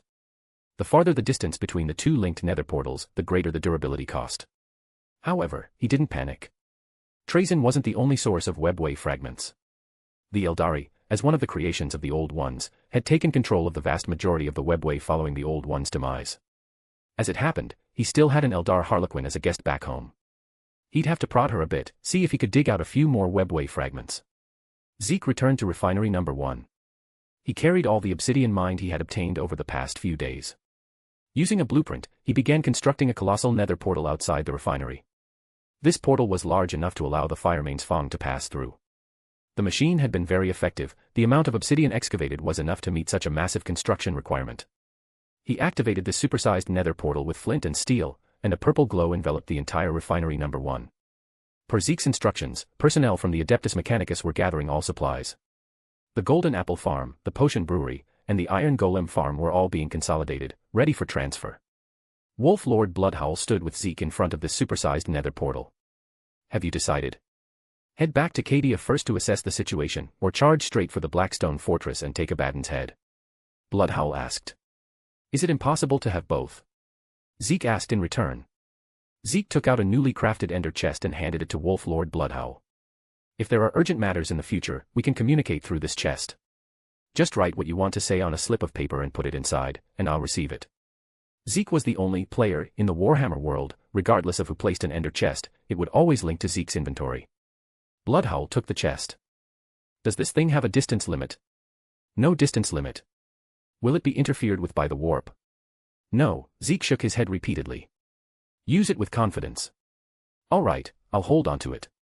By the way, did you get in touch with Castellan Creed? I did. It took some time, but your message was finally delivered. That's good. Zeke had been urging Bloodhowl to find a way to contact Creed. The Ender Pearl, currently held in a stasis field, was ready to be released. In a little while, I'll probably just go whoosh and return directly to Cadia. Zeke pointed to himself. Keep an eye on this nether portal, Zeke said. I guarantee it will give you a big surprise. Zeke left it as a teaser. Thinking about his imminent return to Cadia, Zeke felt a bit emotional. He hadn't seen Dance or Cow in a long time. He wondered how they were doing. Strictly speaking, only 2 or 3 days had passed since he arrived on Adeptus. But amidst the ceaseless fighting, it felt as if a long time had gone by. Waiting for the Ender Pearl was getting a bit boring. Zeke looked at Bloodhowl, who was also staring blankly at the nether portal, and his hands began to itch for something to do. Wolf Lord Bloodhowl, Zeke leaned over. Since we're idle anyway, want to play a mini-game with me? A mini-game? I'll take that as a yes. Without waiting for an answer, Zeke pulled a blueprint from his backpack, flipping through until he found an entertainment facility he had saved during his spare time. On the open ground, a large arena encased in obsidian appeared before them. The internal structure of the platform was divided into 4 layers. The bottommost layer was empty. Above that was a layer paved entirely with TNT. On top of the TNT was a layer of sand. The topmost layer was covered in stone pressure plates. TNT wasn't very useful in the Warhammer world, it felt less effective than a Leman Russ tank, so Zeke rarely used it. The rules are simple. Zeke hopped onto the arena stage first, stepping on a few pressure plates to demonstrate. As long as you step on a pressure plate, it activates the TNT, and the sand will fall along with it. Whoever falls to the bottom first loses. Zeke said to Wolf Lord Bloodhowl and handed him a stack of snowballs. No jumping allowed, Zeke added. When Wolf Lord Bloodhowl first stepped onto the pressure plate-covered arena, the click-clack sound of the plates under his feet and the loosening of the sand layer immediately put him into a state of high alert. After just a few rounds of engagement, a look of excitement, like finding a new toy, surfaced on his face. This game suited his appetite perfectly. The first test was speed. On a limited platform, whoever could move faster to seize the safe zones held the initiative. For a space wolf known for rapid assaults, this was practically instinct. The second test was adaptability. Not only did one have to avoid the pressure plates they triggered themselves, but they also had to predict their opponent's movement. Just as the blocks beneath the opponent's feet were collapsing, a perfectly timed snowball to the face would cause a brief stagger, enough to send them plummeting. Interesting. Bloodhowl began to run in a circle with Zeke as the center. Wherever he passed, patches of pressure plates lit up, and blocks fell away. He was creating an encirclement of death, compressing Zeke's operating space to the minimum until there was nowhere left to run. Since jumping was forbidden in this game, if you triggered all the blocks around your opponent, victory was essentially yours. Trying to trap me. How could Zeke not see his plan? He fired multiple snowballs in succession. One snowball smashed into Bloodhowl, causing the Wolf Lord's movement to pause for a split second. Zeke seized this opportunity to rush straight out of the encirclement of death before it could close. Breaking out of the trap, Zeke didn't stop for a moment, he turned back and fired 2 more snowballs in rapid succession. The Space Wolf's speed was simply too fast. Even if his snowballs hit, Bloodhowl could still escape before the blocks beneath his feet fell. As the two faced off, the remaining blocks in the arena grew fewer and fewer. Their combat space was being compressed, victory or defeat would be decided any moment. Zeke pulled a potion of Speed 2 from his backpack and downed it. His speed surged instantly. Sorry, Wolf Lord. Coming through. Riding the momentum of Speed 2, Zeke charged toward the area where Bloodhowl was standing, his target clear. He aimed for the few remaining, crucial pressure plates connecting the solitary patch beneath Bloodhowl's feet to the main platform of the arena. Zeke rapidly stomped on those 3 vital pressure plates. Bloodhowl watched helplessly as the 3 plates lit up. The sand lost all support and plummeted. The area beneath Bloodhowl's feet turned into a solitary peak suspended over nothingness on all 4 sides. The only bridge had been destroyed by Zeke's own hands. Cheater. Wolf Lord Bloodhowl's face flushed red. You're playing dirty. Zeke was just about to explain that all is fair in war. Suddenly, he turned into a flash of purple light and vanished. Wolf Lord Bloodhowl stared at the arena, now containing only himself, realizing that Zeke had already returned to Cadia. The sand beneath his feet finally gave way, sliding downwards. Bloodhowl allowed himself to fall along with the sand and stone into the deep pit several meters below. His armor crashed into the sand pit, kicking up a cloud of dust. He lay at the bottom of the pit, looking up at the broken frame of the arena above. Ha ha ha ha ha. He sat up. That was pretty interesting, that little game. With no opponent, the game was naturally over. He powered his legs and, with a crisp, clean leap, jumped back up to ground level. Once this business with the Blackstone Fortress is over, I'll have a proper match with that kid. Next time, I'm definitely winning. Chapter 68, I will make them pay. Stepping back onto the soil of Cadia, the lingering scent of sulfur no longer haunted him. For the personnel working on Adeptus, the gap between retirement age and the age of death was shockingly only 1 year.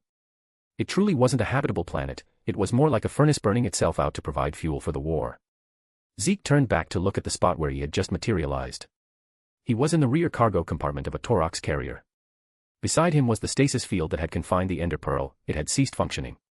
Apart from himself, the compartment was empty. "I thought I'd get a welcome party," Zeke muttered as he stepped out of the Torox's rear hatch. Zeke looked up at the sky of Cadia. Beside the Eye of Terror, another wide, pitch-black object had appeared.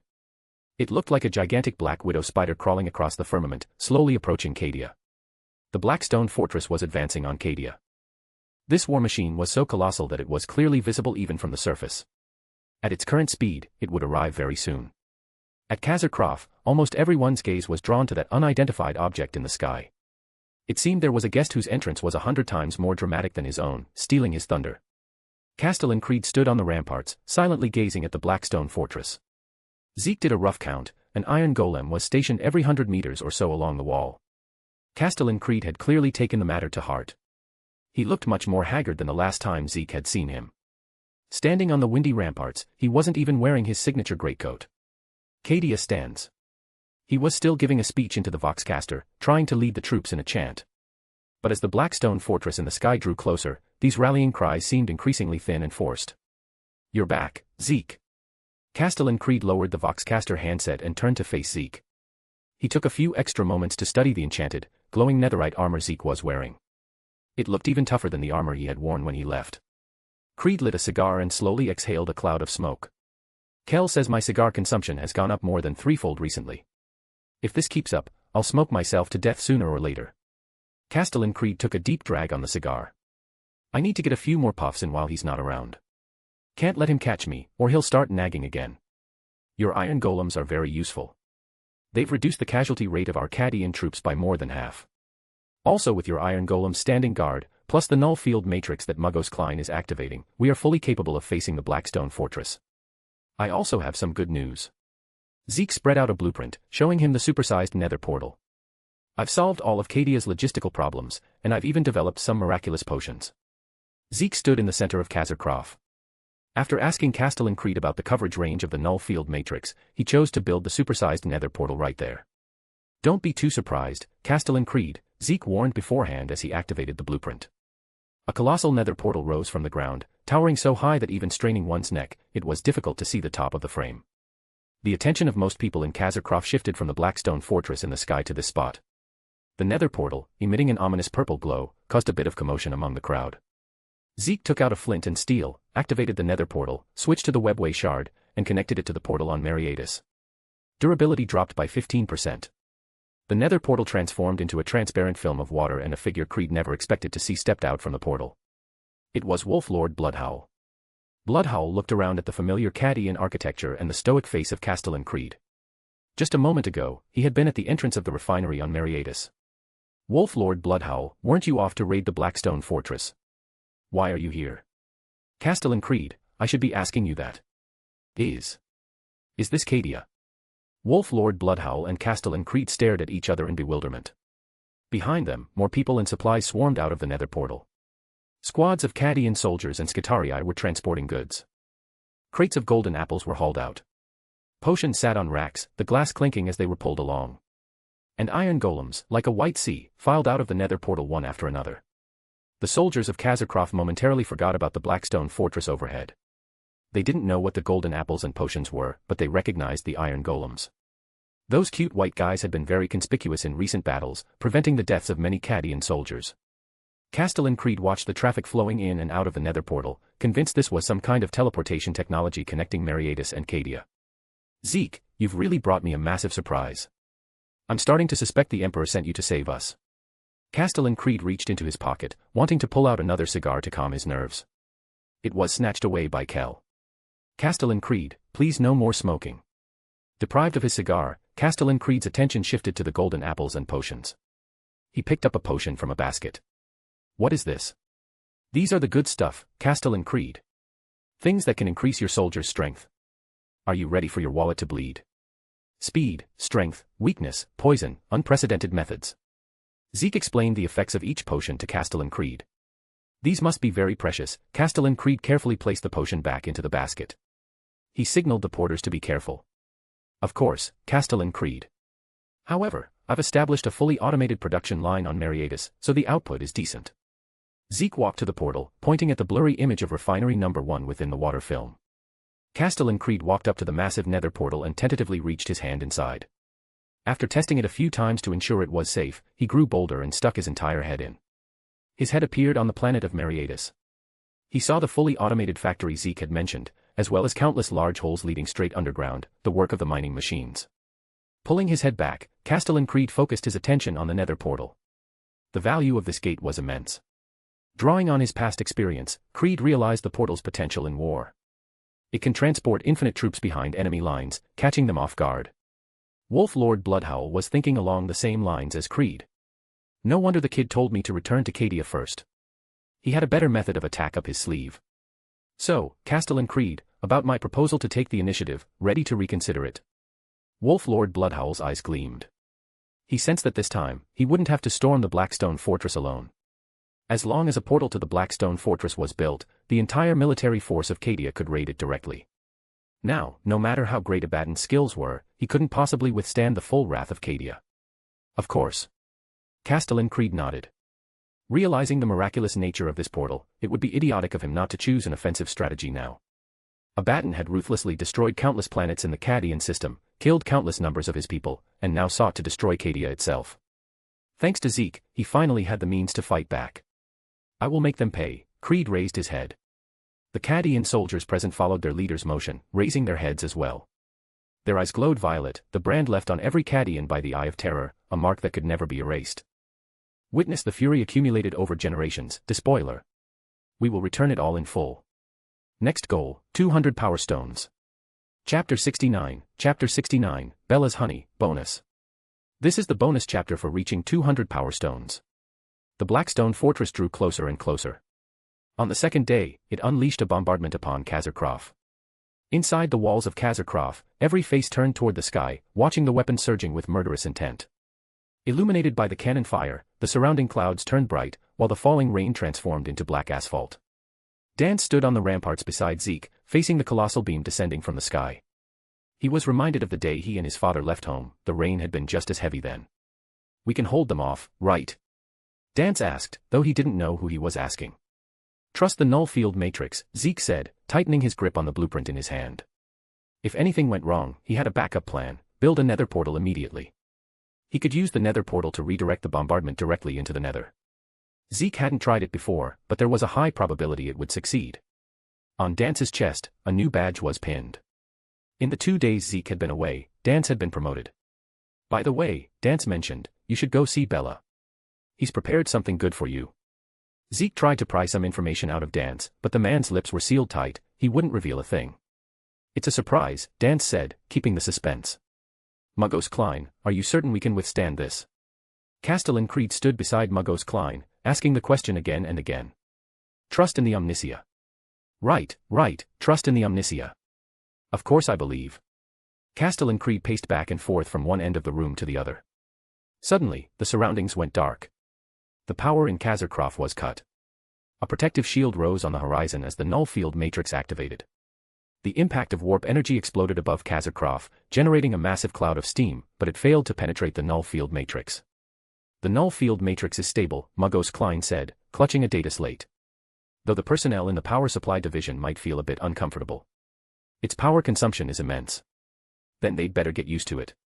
Creed shouted excitedly. Did you hear that, soldiers? The battle is not over. That cannon could not pierce our defenses. The despoiler wants to make Cadia kneel. How do we answer him? Cadia stands. Kel led the shout, and the slogan echoed through every street and alley of the fortress city. The war had officially begun. In the underground strategy room of High Command, Creed leaned over a massive holographic table. Officers were shouting to one another, the noise incessant. The Blackstone Fortress's bombardment failed. The despoiler will be furious, Creed said. He was now the general commanding the entire board. He will send troops to make planetfall. Their primary target will be Khazar-Krov, and they will try every method to destroy our null field matrix. The hologram displayed the war zone of Khazar-Krov. It was clear enough that even a layman like Zeke could understand it. There were 4 directions from which to attack Khazar-Krov: north, south, east, and west. The north, an officer spoke up first. Wolf Lord Bloodhowl's battle brother, Orvan Highfell, is stationed there. The officers introduced the forces stationed in the 4 quadrants one by one. Marshal Amalrich of the Black Templars, the Astartes who had given Zeke the stasis field, was stationed in the east. Canoness Eleanor was guarding the shrine of St. Maurican, incidentally holding the line in the south. Zeke knew this defense would be arduous, but the victory would definitely belong to them. In the original lore, Castellan Creed had won this defensive battle through his brilliant command skills. Now, with Zeke's potions and golden apples, this defense would only be easier. Castellan Creed, when do you plan to raid the Blackstone Fortress?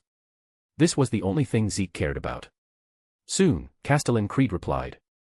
The more troops the despoiler deploys to Cadia, the weaker the defenses of the Blackstone Fortress will become. That will be the perfect moment for our all-out attack. Having received the information he wanted, Zeke turned and left the underground strategy room. Passing through the underground tunnels, he returned to the camp he had originally built. Not much had changed, after all, he had only been gone for 2 or 3 days. It was looking more and more like a village, Zeke mused. Iron Golems patrolled, Cadian soldiers were garrisoned there, and matchbox-style houses and farmland dotted the area. It was only missing a well to be a carbon copy of an original Minecraft village. Hey, isn't that Zeke? Bella, carrying a crate of cabbages, was the first to recognize him. Zeke greeted Bella. After huffing and puffing to move the cabbages to their destination, Bella mysteriously pulled Zeke into a corner. So, that mold soup I gave you last time, did it come in handy? Bella asked. Zeke fell silent. With the golden apples, other food items were basically useless to him. But saying that so bluntly would be a bit too heartbreaking for Bella. Bella pulled out a jar of yellow, viscous liquid.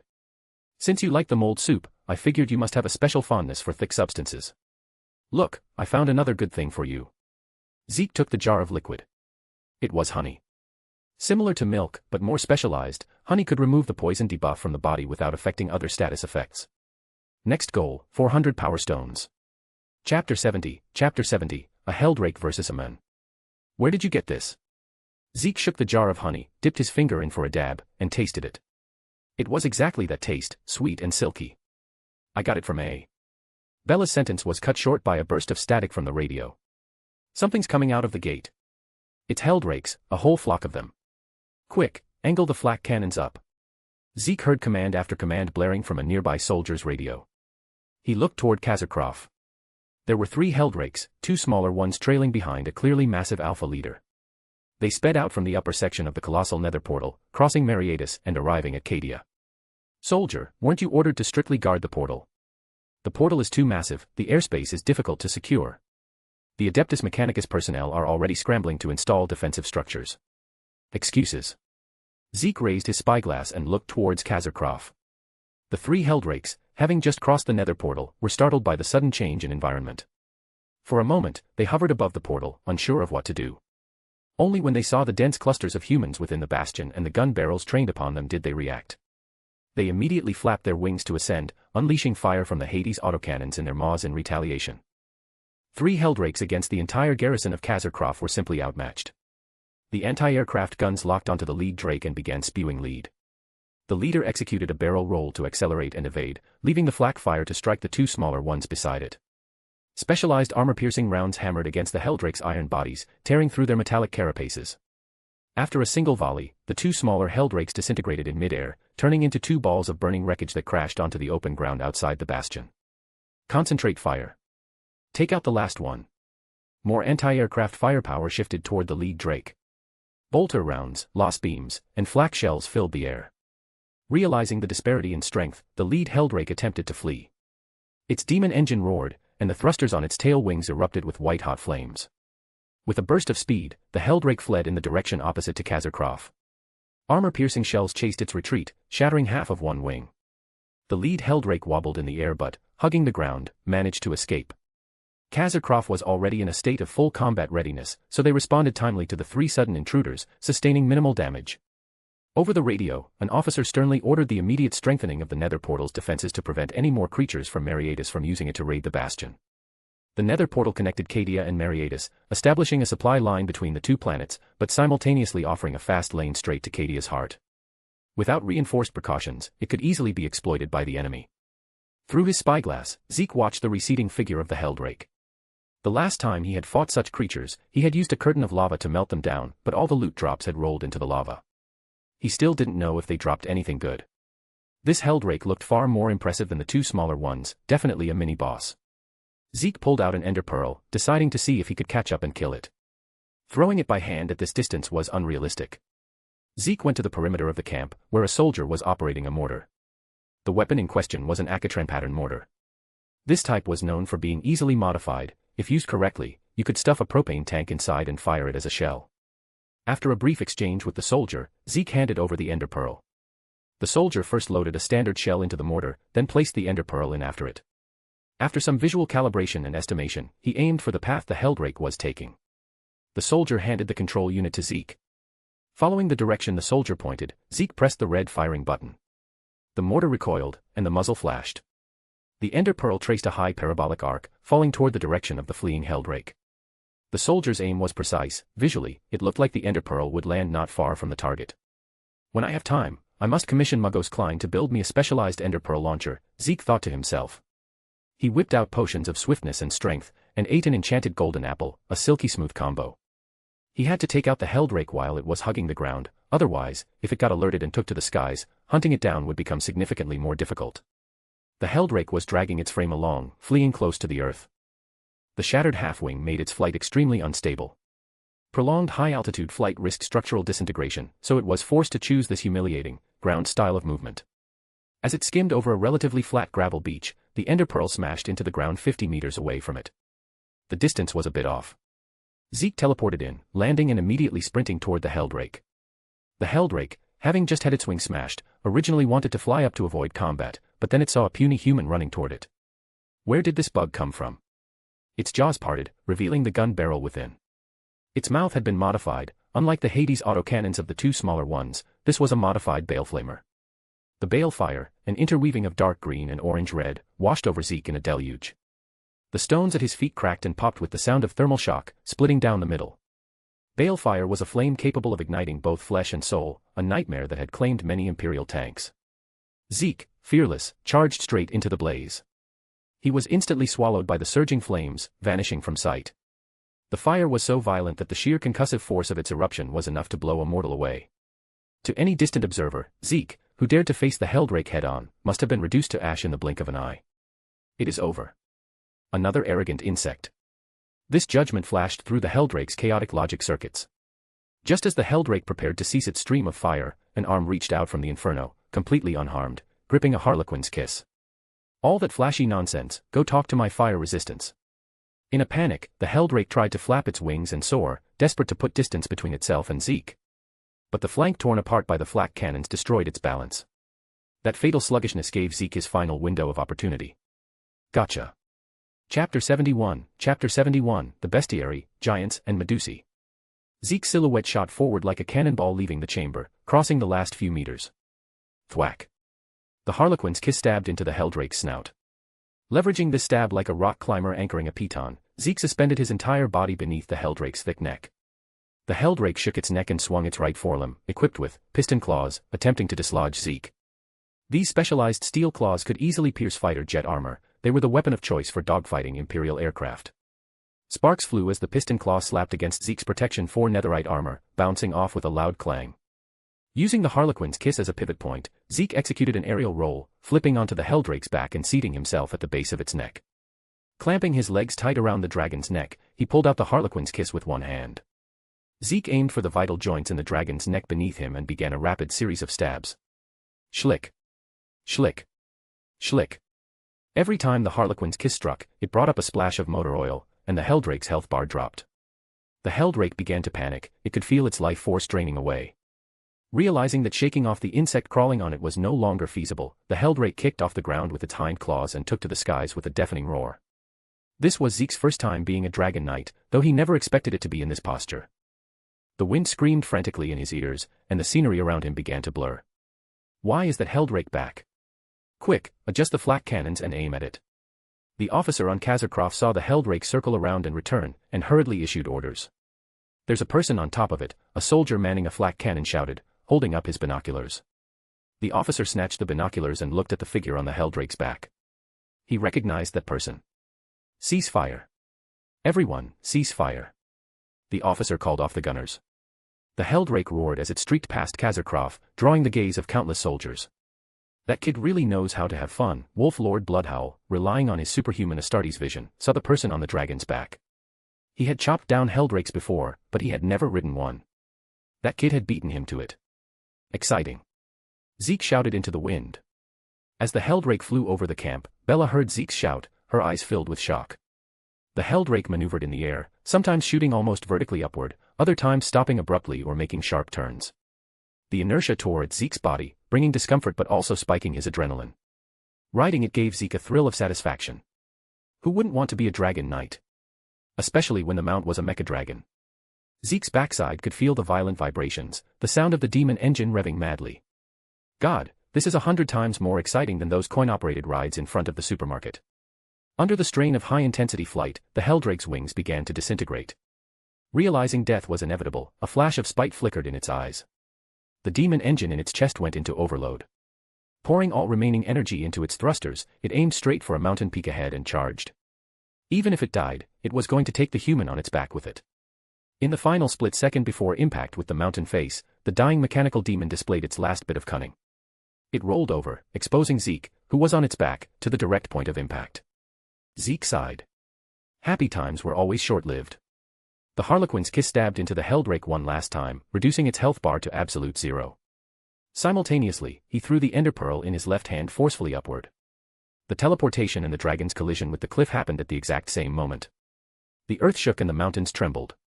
The Heldrake's body smashed against the rock face, pulverizing the stone and tumbling down toward the ground below with the debris. Zeke, clinging to the cliff face with one hand, watched the disastrous scene below. Once everything settled, he used an Ender Pearl to teleport down. The Heldrake was buried under rubble, but it hadn't turned into loot drops yet. Zeke used his pickaxe to smash all the fallen rocks. The Heldrake had turned into a lifeless corpse.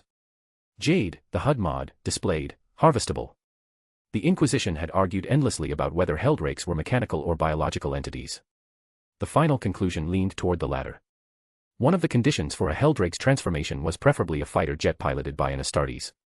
During the corruption process, the Astartes would fuse with the fighter, their flesh gradually covering the machine until their souls merged, forming a Heldrake. Compared to traditional fighter jets, Heldrakes were more like living dragons. But compared to traditional dragons, they were more like jets. They essentially absorbed the advantages of both. Following the prompt from Jade, Zeke took out several empty bottles and right-clicked on the Heldrake, obtaining 3 bottles of dragon blood. TL/N, the Heldrake is not a dragon but his system is classifying it as a dragon. Then came dragon bones, dragon flesh, a fire dragon heart, and fire dragon scales. The Heldrake exploded with a ground full of materials. Mod, Ice and Fire, unlocked. He briefly flipped through the recipes. Dragon blood plus iron ingots in a dragon forge could create dragon steel, an excellent material for crafting fire dragon armor and weapons. But the most important thing was the egg. After Zeke collected all the materials, a Heldrake egg hovered above the ground. The egg was oval-shaped, a dull reddish-brown, with flame patterns coiled across its surface. Placed in fire, it could hatch, equivalent to a fire dragon from the Ice and Fire mod. There was also a new book in his inventory, the Bestiary. In the Ice and Fire mod, this bestiary required manuscripts to craft, but in Warhammer, it seemed the system had saved him the trouble. Opening the bestiary, he found many familiar names, though the creatures looked vastly different. Ogren, Giant/Cyclops. Drops, Cyclops Eye, inflicts weakness 2 on all mobs within a 16-block radius when held. Description: the Ogren is an abhuman strain of Warhammer. They are larger than average humans, not very bright, and extremely gluttonous. They often cause laughable situations but serve as decent combat power, often seen in military ranks. Medusi, Gorgon. Drops, Gorgon head, enemies gazing at this head will be turned to stone. Description: the Medusi is an invertebrate parasitic creature that inhabits the Eldar webway. This creature feeds on the daydreams and nightmares of mortals. Locking eyes with a Medusi leads to horrific consequences. Sirens, cockatrices, all sorts of exotic beasts appeared in the notebook, complete with their drops, weaknesses, and home planets. The drops from these creatures were incredibly powerful, especially the Gorgon head, a supreme hard crowd control item. Zeke returned to the camp with a backpack full of loot and headed to his personal Matchbox house. He cleared a small empty space next to the hut, laid down a block of netherrack, and lit it with flint and steel. The fire on the netherrack would burn eternally, providing a stable heat source. For safety, he built a ring of obsidian around the fire to prevent his wooden matchbox from catching fire. Once done, he took the Heldrake egg, from his inventory and placed it into the flames. Creak. Creak. Upon contacting the fire, vibrations came from inside the shell, and the egg rocked rhythmically a few times. It shouldn't take more than a few days to hatch. Zeke squatted by the fire, his eyes filled with anticipation. However, even after it hatched, it would be a baby. It would likely need to pass through 2 or 3 growth stages. Not far behind Zeke, a pair of beady black eyes watched him, and the egg in the fire, with heartbreak. It was Cow. Upon hearing the news that Zeke had finally returned to camp, Cow had immediately kicked up its hooves and trotted over happily. However, what it saw was this scene. Cow's eyes widened in disbelief. So, does love simply vanish? Chapter 72, Chicken. Zeke left the Heldrake egg to hatch on its own. As he stepped out of his matchbox hut, he spotted Cow under a tree. It was facing the trunk, its backside turned towards Zeke. Haven't seen you in a few days, and you've gotten fatter, Cow, Zeke said as he walked over and gave Cow's flank a pinch. The fat on Cow's body jiggled. It shot Zeke a side eye, snorted, and turned its head away. Having a tantrum, are we? Zeke reviewed his recent actions but couldn't think of anything he had done to mistreat Cow. I got it, Zeke thought, looking at Cow. It must be puberty. It's rebelling. I recall Trazen having one of your kind in his gallery. Next time, I'll ask if it's male or female and find you a partner. Regardless of whether Cow was listening, Zeke patted its head. His gaze fell upon a black collar around Cow's neck. Lifting Cow's head, Zeke felt the collar. It was a tracker. Zeke asked a passing soldier and learned that Bella had put it on Cow to prevent it from getting lost or taken by someone with ill intentions. Zeke looked towards Bella, who was outside his tent. He had been managing Zeke's farm quite well, everything looked proper and orderly. It's been a while since I freeloaded some good food. Feeling extra sneaky, Zeke headed towards Bella's tent. Bella was holding a tray filled with many round objects. You left in such a hurry earlier, there's still a jar of honey here. Bella tilted his head to the side, signaling for Zeke to take the jar of honey on the table. Zeke picked it up. 4 bottles of honey could craft a honey block, which was useful for some redstone contraptions. TL/N, a redstone circuit is a contraption that activates or controls mechanisms. Circuits can act in response to player or entity/mob activation, continuously on a loop, or in response to non-player activity, mob movement, item drops, plant growth, etc. What do you have there? Zeke picked one up from the tray. His system displayed it as an egg, throwable. Artificial eggs, made through technology mimicking the real thing. Bella set a stack of eggs aside. Chickens, as a poultry species, were confirmed extinct in the Warhammer universe. This stack of Bella's was entirely made of tech and hard work, simulation eggs. Zeke took an egg and smashed it against the ground. White shell particles splashed out with a splat. Scientifically speaking, artificial eggs are definitely not fertilized and cannot hatch chicks. However, under Minecraft rules, Zeke remembered that every thrown egg had a 1/8 chance of spawning a baby chicken. Zeke took 3 more eggs and threw them at the ground. Crack, crack, crack. All 3 broke, but still no chick. Zeke reached out and grabbed the entire stack. What are you doing? Bella stopped Zeke's hand. These eggs aren't cheap. They're high-end goods that mimic 75% of the flavor of real eggs. If you want to eat them, I can give them to you, but throwing them away is just wasteful. Bella looked at Zeke's behavior, not knowing whether to laugh or cry. Zeke looked at the baskets of potatoes and wheat Bella had harvested nearby. What are you afraid of? Don't we have plenty of vegetables? It's not the same. Bella stopped trying to block Zeke. Meat is scarce in the camp, protein is hard to replenish. In Warhammer, raising livestock for meat was costly. Let alone eating meat daily, even an occasional meal was unaffordable for ordinary people. Zeke swept the entire stack of eggs into his inventory, 18 in total. Holding them, he started throwing them everywhere. He listened to the sound of eggs shattering all around. Is it really a 1/8 probability? Zeke looked at the last egg in his hand. My luck is terrible. Bella watched Zeke waste a whole box of eggs and closed his eyes in despair. Maybe it's my form. Zeke mimicked a basketball shot and tossed the last egg high into the air, landing it on the tent roof. This time, the cracking sound was different, more muffled. Plop. A small, fluffy, milky white thing fell from the roof along with the shattered shell. It flapped its tiny wings in midair, slowing its descent, and landed in front of Zeke. It shook its little head, revealing a pair of beady eyes. Cluck, cluck, cluck. The wheat seeds in a nearby basket caught the chick's attention. It flapped its wings and ran toward them. The chicken. As the most successful direct descendant of the dinosaurs, this species had survived countless eras with its amazing adaptability, yet it had failed to survive the dark age of Warhammer. TL/N, this is true by the way XD. But at this moment, in a completely baffling manner, it had reappeared on this continent. The legacy of life had begun anew. This chick didn't yet realize it carried the glory of reviving its race, it just flapped its wings desperately, trying to reach the wheat seeds in the basket. Wah, what is this? Bella, a man of this era, had naturally never seen such livestock. As someone with a basic education, he understood the concept of oviparous animals. But these were artificial eggs. How could they hatch anything? His worldview suffered a simple, brutal shock. One is here. As long as we get another, we can breed them. Zeke thought. Got any more? Zeke looked at Bella. Bella didn't hide them, he took out the last stack of eggs from a hidden lower shelf. The meat of this creature is an excellent source of protein. Zeke pointed at the white chick still struggling with the wheat seeds. Meat. Is it tasty? Bella, the chef, was intrigued. Is it as good as Grok's meat? Look at your lack of experience, Zeke mocked Bella mercilessly in his mind. How do you think chicken meat secured the throne of all meats in the M2 era? Aside from breeding fast, what's the most important thing? It's delicious, versatile, and smells good no matter how you cook it. Fried, deep-fried, stewed, poached, salt-baked, roasted, braised. What is Grok's meat? Roadside trash compared to chicken. He threw the entire stack of eggs. This time, luck was on his side, 4 baby chickens popped out. He fed them wheat seeds one by one. Each feeding reduced the growth time of the baby chickens by 10%. Zeke and Bella watched over the little guys in the tent, waiting quietly for them to grow up. Half an hour later, the little ones transformed from juvenile forms into adults. Zeke used wheat to breed them in pairs, turning 4 chickens into 6. Such rapid growth. Bella watched the noisy creatures flying up and down inside the tent. He reached out, grabbed one, and felt its chest. Bella weighed it in his hand, estimating the meat yield.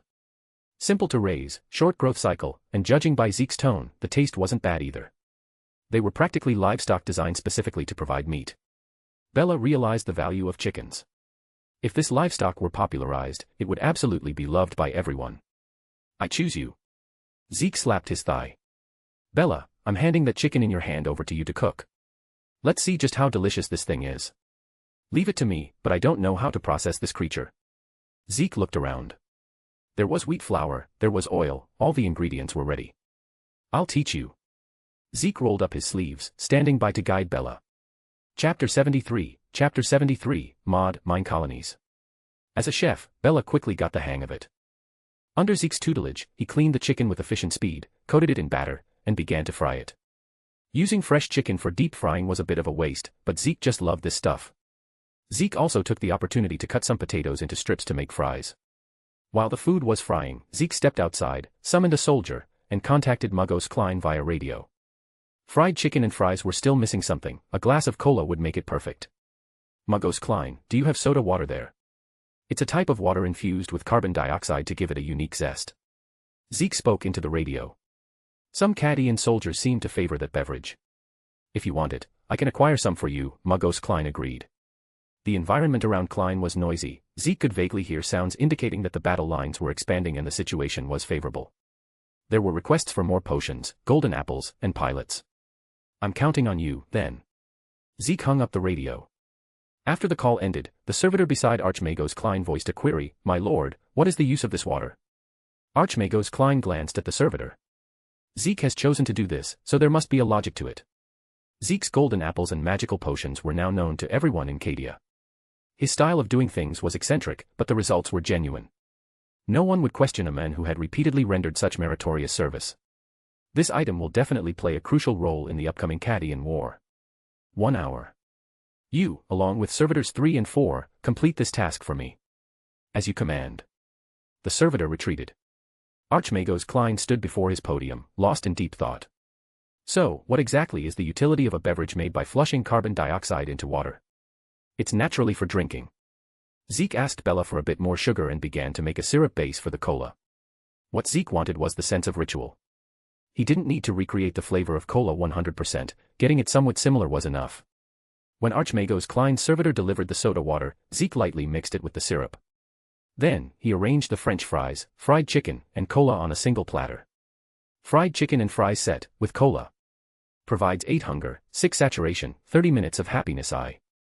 He never thought there would come a day when he could eat fried chicken and fries in the Warhammer universe. Zeke drooled uncharacteristically. Don't just stand there, try some. Zeke invited Bella to taste it with him.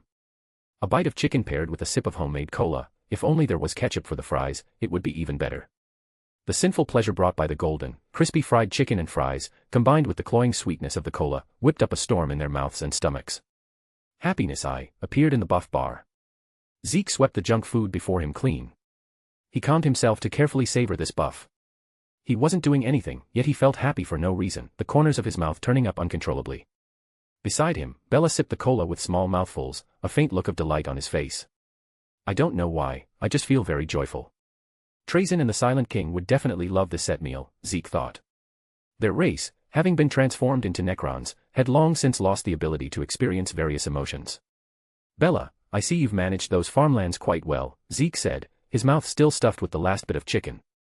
How about I hand these chickens over to you to raise as well? Bella was startled. Me? No. The value involved here is too great. I'm just a small cook, how could I?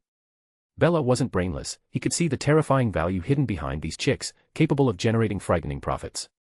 If not handled properly, it could even stir up a storm of blood. I remember ratlings are natural-born merchants, right? Zeke said. Experts at making deals. Those are just petty trades. I'm completely unskilled in this kind of massive, interstellar commerce. Besides, this is too precious. I am just a nobody. Bella looked at the egg in his hand. Who made that necklace on Cow's neck? Zeke asked. Bella paused for a moment. I did. You put heart into it, Zeke nodded. That is why I chose you. It didn't matter to Zeke who served as the promotional ambassador for the chickens. Having a familiar face he found agreeable was the best-case scenario. However, regarding the money earned this time, you can't be as greedy as last time. Zeke's face turned stern. He clearly remembered how miserably he had been ripped off during his first transaction with Bella. Zeke, you still remember that? Bella laughed heartily. But, even if you intend for me to do it, I'm afraid I cannot fulfill this function. Bella picked up a wheat seed and held it in front of two chickens. The chickens didn't even spare him a glance. See, I don't have those miraculous powers of yours, Bella said. Since you left, I could only harvest the crops on your farmland, I couldn't replant, nor could I expand. Mine colonies, unlocked. You can assign roles to the colony residents, including potion brewing, equipment enchanting, farming, animal husbandry. A book titled Resident Manual appeared in Zeke's inventory. Opening the manual, the first page was a dynamic thumbnail sketching out the current overview of Zeke's camp. Major buildings were marked, with basic data scrolling beside them: population, food reserves, security status, resident satisfaction, etc. Zeke's finger slid across the page, touching a chapter titled Talent Market. The page listed a clear roster showing all personnel currently settled in the camp. Behind each name was the system-determined profession and level. His gaze first landed on Bella's name. Resident, Bella, Ratling. Current profession, cook/farmer, level 0. Abilities, none. Upgrade requirements, Emerald X12, Experience X500. Zeke looked further down. He could increase their profession level using emeralds and experience to unlock more abilities. Upgrading Bella to level 1 would grant him the ability to autonomously farm land and raise livestock. Continuing to upgrade would improve crop quality and allow the growing of giant crops. Zeke even saw content related to the mods, Botania, and Pam's Harvestcraft, further down the line. High levels could unlock specific mods, this was truly saving the world through farming. Then there was his old acquaintance, Carmine. She had been holed up in the laboratory these past few days, still researching cow's milk. Carmine's profession was apothecary. Upgrading would unlock brewing abilities. Subsequently, she could refine potions, breaking through the original potion levels. Strength 3 and 4 potions would no longer be a dream. He flipped through more pages. There were mixture potions, creating new potions, many functions, but they required a lot of emeralds and experience. And dance. Just as he had told Zeke, he had been a blacksmith before, so his profession was blacksmith. His future path involved directed enchanting, breaking enchantment caps, and more enchantments. Zeke even saw a god-tier enchantment mod, Apotheosis, in the blacksmith's future unlock path. More enchantments, enchantment compatibility, infusion enchanter. Zeke revealed a smile of poverty. Emeralds, either you don't need them, or you need a sea of them. He took out the dozen or so emeralds from his backpack. This amount was just enough to upgrade Bella to level 1, allowing him to farm and raise livestock. Zeke gritted his teeth and invested these emeralds in Bella first. After all, having just made a promise, he had to keep it. The emeralds turned into green light. Zeke's experience bar dropped by a chunk as the light merged into Bella's body. Of course, Bella was completely unaware of what was happening before him. He only saw Zeke holding a book up towards him. In the instant the emeralds turned into a stream of light, Zeke caught a fleeting glimpse. Within every stream of green light, a blurry human face seemed to emerge, looking as if it were in prayer. Emeralds were not as simple as they appeared. Zeke understood in his heart. In the original Minecraft, emeralds were the currency for villager trading, symbolizing commerce. In the Warhammer world, they had become linked to things like souls. Next goal, 400 power stones. Chapter 74, The Nether Convert in Warhammer. Leaving Bella to enjoy the pleasures of farming, Zeke walked around the camp a few times, exchanging items from his inventory for more emeralds. After one lap, since each person could only trade once and most soldiers in the camp were unemployed villagers, Zeke only managed to exchange for 15 emeralds. He spent 3 of them trading with someone for some cactus and built a cactus farm. Arriving at the center of the camp, Zeke constructed a nether portal. It wasn't connected using webway fragments, it was simply a pure nether portal for entering the underworld. At dusk, in front of the nether portal in the camp center, Zeke waited for the person he was expecting. With a series of slightly hurried footsteps, Dante approached Zeke, carrying a bulging, oversized backpack. Lord Zeke. Dante stopped in front of the gate, looking at Zeke with fervent eyes, though his gaze couldn't help but drift toward the nether portal. Zeke looked at this miner who had now found a new direction in life with complex emotions. He didn't say much. He took out 3 fire resistance potions and a golden apple from his inventory and handed them over. Take these. Be careful on the road. Zeke's tone brooked no refusal. Unable to decline, Dante accepted them and stuffed them into his backpack. As Dante zipped up the bag, Zeke saw that all of Dante's worldly possessions were stuffed inside that package. Have you really thought this through? Zeke asked one last time as he took out the flint and steel and struck it against the obsidian frame. Of course. I have considered it deeply for several days. Clutching his large bag, Dante could no longer suppress the excitement in his heart. Zeke looked at Dante's trembling body. Is this guy a masochist? What was so good about the nether? It was hot as death and completely red. Dante was a strange case. Ever since he survived his escape from the nether, combined with the trauma of his coworker falling to chaos, he had suddenly become depressed. He spent his days muttering about how this dog's hit world doesn't give ordinary people a chance to survive. Ironically, it was hell, the nether, that saved him from his suffering. Dante fell in love with that place. Back in Mariatus, he would run into the nether whenever he had free time. Later, he even begged Zeke to let him live inside it. After much thought, Zeke decided to let Dante follow him to this camp first, and then enter the nether from here. That way, if something happened, Zeke would be close enough to handle it. The nether is very dangerous, Zeke tried to dissuade him one last time. When I first met you, you were half dead. Do you not remember? Hearing this, Dante revealed the expectant look of a pilgrim. Lord Zeke, the nether is actually not dangerous at all. His tone was certain. Look, as long as you carry gold products on you, those humanoid monsters covered in dark red skin won't actively attack you at all, and those black demons, as long as you don't stare into their eyes, they usually have no interest in you. As long as you act according to the laws of that world, it is very safe. Not bad, man. Zeke patted Dante on the shoulder. This guy, Dante, relying on just a few expeditions, had figured out the core rules of most vanilla Minecraft monsters in the nether. With that kind of observational skill, being a miner was indeed a waste of talent. You flatter me. Dante smiled sheepishly and pulled out a small notebook from his pocket. Those humanoid monsters are called piglins. Zeke had appropriately pointed out that the humanoid monsters were actually called piglins. Correct. Piglins. Zeke affirmed. Wearing gold equipment could eliminate their hostility, and one could use gold to barter with them. Dante took out a pen and wrote the name down in his notebook. Zeke leaned in. The notebook was densely packed with extremely neat records. It was entirely filled with transaction details regarding piglins, even the probability rates of bartering had been statistically calculated by Dante. Seeing the book reminded Dante of something.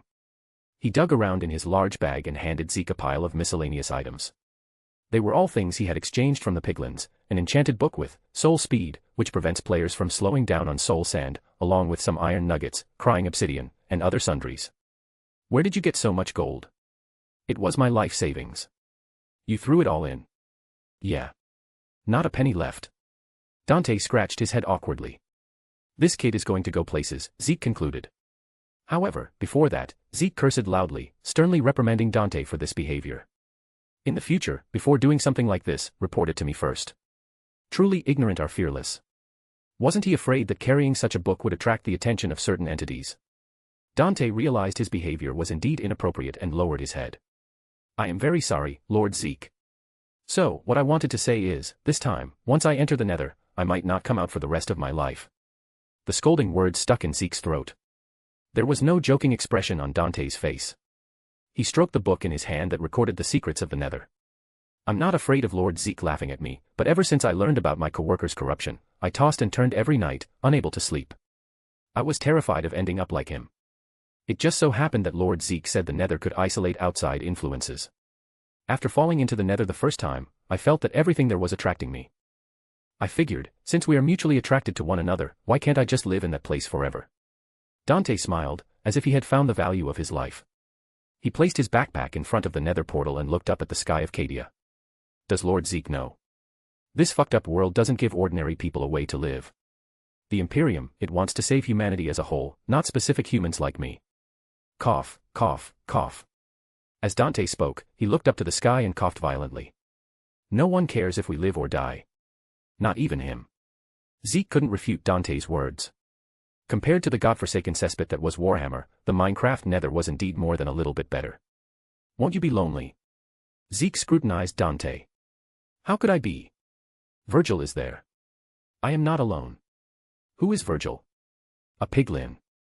Everything I have was traded from her. I gave her a name, Virgil. Zeke took a few steps back, looking at Dante in horror. There is something very wrong with this kid. He shook his head, saying no more, and stepped aside to unblock the path to the Nether portal. Standing before the purple light generated by the portal, Dante took a deep breath and took the most crucial step of his life.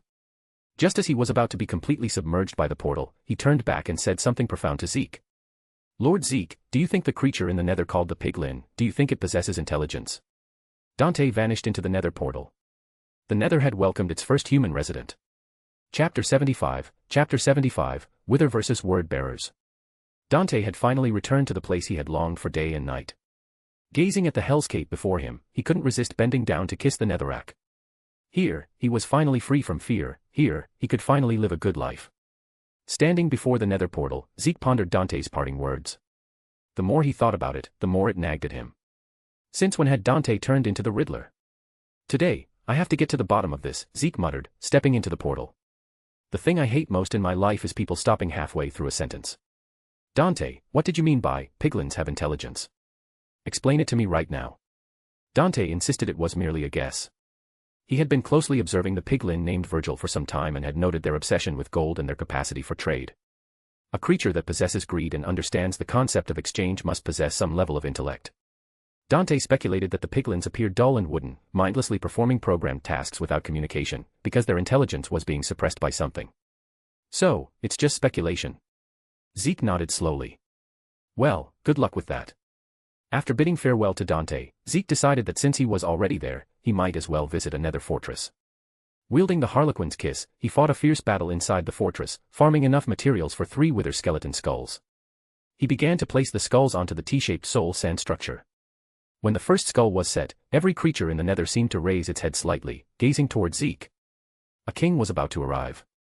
As the second skull clicked into place, the air grew hotter, and the crackling of the lava fell into a rhythmic chant, like a prayer. The atmosphere felt wrong. Seeing that only one head remained, Zeke decided to be a despicable blockman. He chose a summoning spot deep underground, encased in netherrack, to prevent the wither from flying around randomly. To be safe, he crunched down on an enchanted golden apple. Little wither, you're easy pickings. He placed the final wither skeleton skull. Ugga! A loud, groaning sound echoed through the cavern as the soul sand emitted a ghostly blue glow. The outline of the wither began to materialize, visually expanding as it formed. A health bar appeared overhead, climbing rapidly from 0. During this generation phase, the wither was invulnerable. Zeke, fully armed, waited quietly for the show to start. As its health neared full, the wither flickered between blue and black. Then, with a massive explosion centered on itself, the King of Hell re-emerged into the world. 3 heads roared silently toward the sky, their eye sockets filled with a desire for total destruction. The wither was a boss with both high stats and complex mechanics. Its health bar was more than double that of the Ender Dragon, and it attacked by firing wither skulls that caused explosions and the wither status effect. Enemies killed by it were converted into health for the boss, leaving behind a wither rose. It even had a second phase, When its health dropped below half, it gained wither armor, becoming immune to most ranged attacks like tridents and arrows. The wither focused its gaze on the human before it and spat a spinning skull. It exploded near Zeke. The damage was negligible, but the wither effect was annoying, obscuring his vision of his own health. Let's make this quick. Backing against the netherrack to absorb the impact, Zeke slashed rapidly at the monster. Under his intense offensive, the wither's situation deteriorated rapidly, and it was defeated in no time. As its black body crumbled, a nether star shining with white light dropped to the floor. Zeke picked it up, cleared the excess netherrack from his inventory, and went back to work. He didn't stop at one, he farmed another set of skulls. Utilizing the wither's hostility toward all living mobs except undead, Zeke wanted to test if he could summon it in the overworld. If it worked, it could be an excellent biological weapon and Minecraft-style bomber. At a crafting table, Zeke combined obsidian, glass, and the nether star to craft a beacon. Back at the camp, he constructed a max-level beacon base using the highest quality materials, netherite blocks. He was wealthy enough that the netherite mined by his tunnel bore was essentially inexhaustible. A level 4 beacon required 164 blocks, and atop the pyramid, Zeke placed the beacon, selecting the strength and regeneration buffs. That day, everyone in the camp saw a beam of light pierce the sky. Along with it came a surge of physical strength and the miraculous healing of old wounds. It's truly a blessing to be in this camp, Wounded Number 3 said, sitting on a matchbox house while gnawing on a chicken leg. Not long ago, he had recovered, been sent to the front lines, stepped on a landmine that blew off his legs, and was shipped right back. The first wave of enemies arrived. Hordes of cultists attempted to breach the walls. Tattooed men and women wearing masks chanted as they advanced. The Crusader squad is over there, Marshal Amalrich said, standing on the gantry.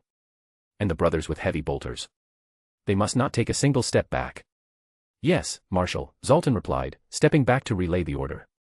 Nearby, 2 battle brothers stood on the gantry, firing wildly at the cultists below while snacking. Munch, munch, munch, who do you think invented this golden apple? It's so delicious. Delicious, right? The cost will be deducted from your pension. Ah. Didn't you say it would be reimbursed? Suddenly, a nether portal appeared in the rear area they were guarding. Gun barrels instantly swiveled toward it. Zoltan arrived just in time and lowered the muzzles. This style, its reinforcements. No need to panic. Zeke walked out of the portal, arriving at the front lines. This was the east, guarded by Marshal Amalrich of the Black Templars. Compared to the south guarded by Canoness Eleanor and the north by the Space Wolves, the pressure here was intense. Zeke had chosen this location specifically to deploy his Wither Bomber support. Amalrich recognized the human, who was currently dual-wielding bolt guns and firing madly. They are gathering out there, Amalrich said, pointing toward the smoke. A high-explosive shell tore through the void shield and exploded directly overhead. I see a banner, he continued, raising his voice. Do you see it there? Dark red. Zoltan looked through his scope at a skull with a twisted tongue. My lord, that is the filth of Lorgar. Word-bearers, the marshal roared. That explains the chanting.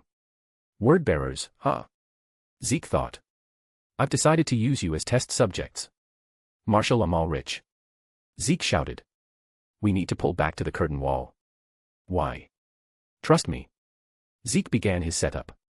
The Wither didn't distinguish between friend and foe, so he needed to clear his teammates from the blast zone first. Marshal, Creed has also sent a retreat order, Zoltan added. He wants us to retreat. Amalrich's eyes remained fixed on the battlefield, though he stopped pretending not to hear. Zeke placed the final Wither skeleton skull onto the soul sand. Immediately, the sky darkened. Black clouds swirled, brewing a thunderstorm, the Wither's inherent environmental effect, which looked incredibly oppressive. Marshal Amalrich paused. This thing will help us crush those word-bearers, but it kills indiscriminately, Zeke warned. The Wither's body was expanding, and the scent of death began to spread. Amalrich raised his hand. For the Emperor and Dorn, all units listen, retreat temporarily to the curtain wall. Repeat, this is not a retreat, this is a strategic withdrawal. Zeke watched the battle brothers withdraw behind the wall, then fixed his gaze back on the expanding monster. Only 30 power stones before next bonus chapter. Chapter 76, a creature that represents the absolute end of life, bonus. Thanks for the power stones everyone, this is the bonus chapter for reaching 400 power stones. Zeke watched the last few battle brothers vault into cover behind the curtain wall just as the Wither descended. Its body hovered above the ground, 3 pairs of hollow eye sockets surveying the surrounding battlefield. Its arrival seized the attention of the entire war zone. The battle brothers behind the wall felt a suffocating sense of oppression and gripped their weapons tighter. Are you sure this thing is here to help us? Marshal Amalrich climbed to an observation embrasure. His gaze shifted back and forth between the Wither and himself, noting that the creature's color scheme was suspiciously similar to his own Black Templar armor. On the other side of the field, the cultists grew restless. The hunched figures who had been chanting from their tomes looked up at the three-headed monster. "Did you summon that?" one whispered. "I don't know." The other replied, frantically flipping through his book. Zeke pulled out several bottles of splash potion of invisibility and doused himself and the people behind him. Under the effect of the invisibility, the Wither's three heads swiveled, and six eyes locked onto the only visible targets, the word-bearers. "It's coming for us," a word-bearer screamed. The Wither spat out a skull. The missile of death dragged a pale trail through the air, flying straight toward the densest cluster of cultists. "Scatter, quick, SCA." The warning was cut short as the skull landed. Black particles mixed with the shockwave, spreading outward. A cultist at the center, whose leg had been blown off earlier, couldn't crawl away in time and was obliterated instantly. But death was not the end. His corpse shriveled, and the life force of the land within several meters was drained dry, turning the soil pitch black. An eerie flower burst from the remains, a wither rose. Its petals were ink-black and twisted, surrounded by falling dark particles. A nearby cultist stepped back and accidentally trod on the rose. His companion looked at him in terror. "Why are you looking at me like that?" The cultist touched his face. His eyes grew hot, and two streams of black, bloody tears flowed down. He began to cough up black fibrous matter, and his skin lost its luster. Life force was rapidly dissipating from his shell, the power of the end. "Save me." He collapsed, and seconds later, another wither rose bloomed from his chest. Who are the real cultists here? The horrific scene left the word-bearers in a state of panic. The wither's slaughter had only just begun. Its body climbed higher into the air, heads rotating like automatic turrets, bombarding the ground with skull after skull. Explosions rang out continuously, creating more zones of death and blooming more roses on the corpses of the enemy. A black figure appeared among the rabble, standing a head taller than the cowering cultists. It was a dark apostle. Twisting his body while reading from a book, he was surrounded by floating tomes that flapped like crows. He chanted, summoning blue fireballs to strike the wither. Zeke watched the wither's health bar drop, but it quickly recovered. Since the wither skull attacks dealt area of effect damage, killing multiple cultists at once, and each kill restored 5 health points to the boss, the damage dealt by the Dark Apostle was almost instantly negated. The wither turned its 3 heads toward the gnat that dared attack it. It spat a skull, but the Dark Apostle flicked his fingers, and one of his bird-like books blocked the projectile. "Damn it, you idiots, stop chanting," the Dark Apostle cursed at the useless cultists. "Chanting works on Cadian minds, but this thing doesn't care. Pick up your weapons and fire." The surviving cultists woke as if from a dream, grabbing whatever ranged weapons they had. Modern firepower was reliable, and the hovering wither was an easy target. Its health quickly dropped from 3/4 to 2/3. "The big one is coming," Zeke muttered from his hiding spot, dodging a stray projectile. When the wither's health dropped to half, a shield flowing with ghostly blue runes emerged around it, wither armor. The cultists watched in despair as their bullets were absorbed by the shield. Zeke ducked his head. Phase 2 was starting. The wither descended slowly and then exploded with a massive boom. The blast created a deep crater, sending nearby cultists flying. From the cracked earth, black skeletal hands burst forth. 3 wither skeletons climbed out, their bodies made of pitch-black bone, stone swords in hand. After a moment of confusion, they locked onto their targets and charged. Their stone swords slashed at the cultists, dealing damage and inflicting the wither effect. "Can't hold it. We can't hold it," the survivors cried. They were trapped between the wither roses on the ground and the skulls raining from the sky. They were mages, but their magic couldn't break the wither's immunity shield. The cultists routed, turning into a field of experience orbs. The chaos raid ended in a laughable manner. Zeke felt the wither look slightly larger than before. After killing the summoned wither skeletons for some coal, he drank a bucket of milk to clear his invisibility, deliberately attracting the boss's attention. With open space to maneuver, the wither was much harder to deal with, but after some effort, Zeke finished it off. Marshal Amalrich led the Battle Brothers out to clean up the battlefield. They adjusted their flammers, extremely careful to burn all the wither roses, having witnessed the consequences of touching them. The Marshal didn't say much, simply nodding to affirm the victory, though he seemed unsure how to evaluate Zeke's brutal methods. But Zeke looked at the rose-covered battlefield with satisfaction. The wither buff had exceeded his expectations. An ordinary cultist taking one explosion and a few seconds of poison had no chance of survival. It's a pity these word-bearers aren't followers of Nurgle, Zeke thought with a touch of regret. I wonder how the Plague God would react to encountering the Wither, a creature that represents the absolute end of life. Next goal, 600 Power Stones. Chapter 77, The Archmagos Dominus, Belisarius Call. Back at Kazarkrof, Creed convened another meeting. Taking advantage of the opportunity, Zeke began circling the Kazakhrov bastion, knocking on doors one by one.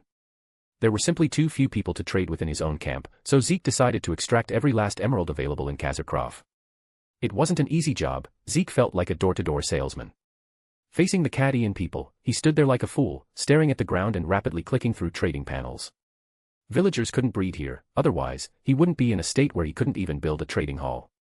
As Zeke exchanged emeralds, he got used to this sales routine. Working his way from the perimeter to the center, he arrived at Creed's conference room and walked inside.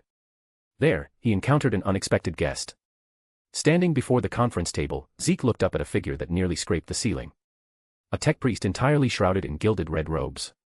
Belisarius Call. Archmagos Dominus, prime conduit of the Omnissiah, father of the Primaris Space Marines, savior of Guilliman. His titles were endless. He was an ancient monster who had lived for who knows how many thousands of years, so long that even his primary personality couldn't remember it all. Incidentally, he had the highest HP of anyone Zeke had ever seen. A full 5,000 points. 500 were red, and the other 4,500 were blue. Zeke surmised the blue represented void shields or something similar. Archmagos Call was a monster unit, in the same weight class as a titan.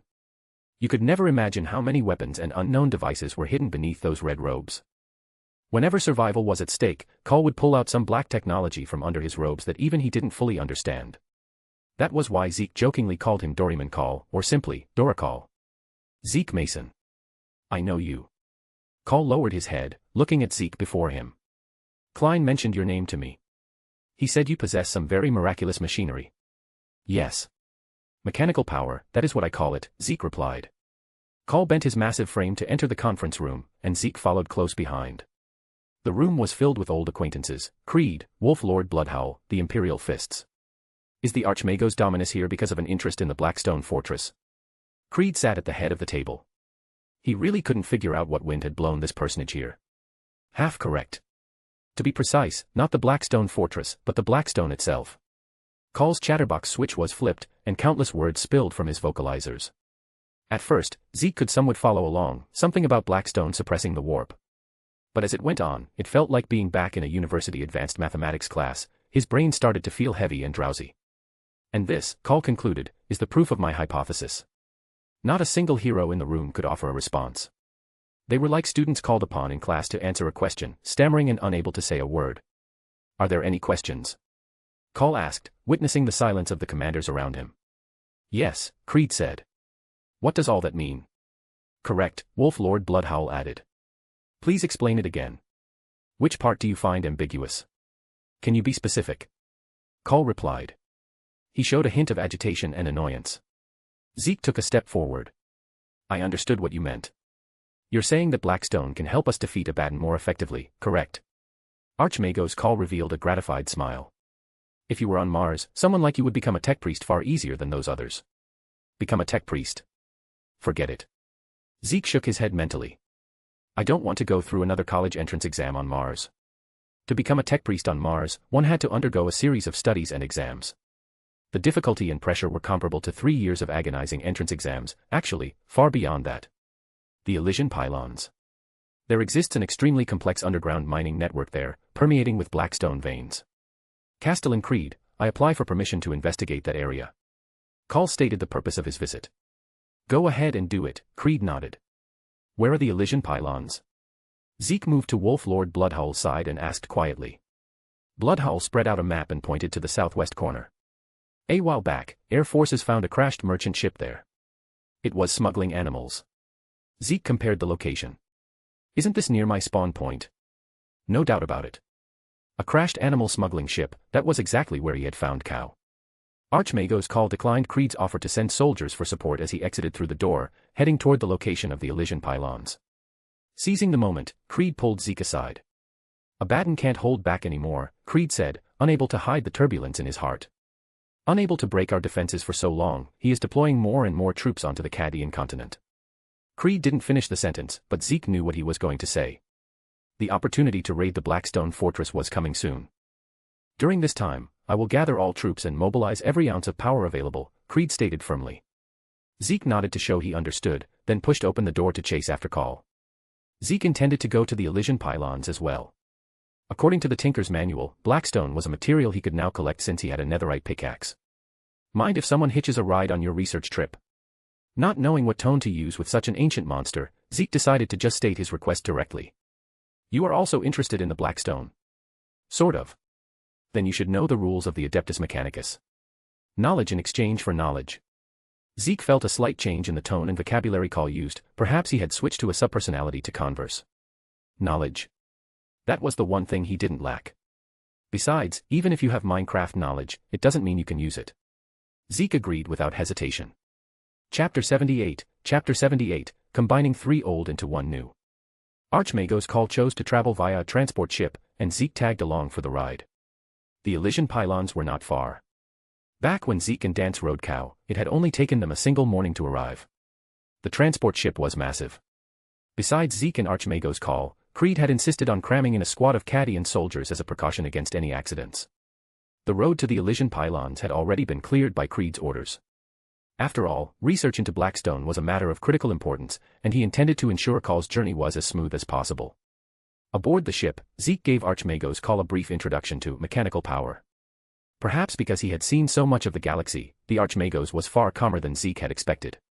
He asked many incisive questions, which Zeke answered based on his own understanding.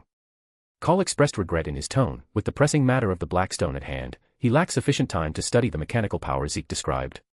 However, if everything this human said was true, Archmago's Call believed this incredible technology would surely bring further innovation to the cult Mechanicus. For the first time in a long while, he felt filled with passion. Zeke, are you interested in visiting my forge base? I mean, after this is over. Call pointed toward the ground of Cadia below. Call had established his own forge bases on many planets, places where he frequently conducted his personal experiments. The Primaris Space Marines had been produced in one such facility. There, I would have ample time to converse with you. Call extended the invitation. Finishing his conversation with Zeke, Call turned to his servitor, Quo. This plasma generator needs replacement. Quo, install a new one. Ensure the power supply is sufficient. Quo dismantled a harness-like component from the Archmagos' body, removed the 3 cores inside, and replaced them. As for the old ones, judging by Quo's actions, he seemed ready to discard them. That's a waste, Zeke said, gnawing on a chicken leg he had pulled out.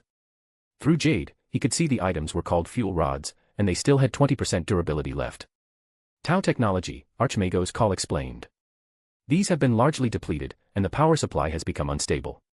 If a problem were to occur during combat, it would cost me my life. Why don't you combine the 3 old ones into a new one? Zeke blurted out.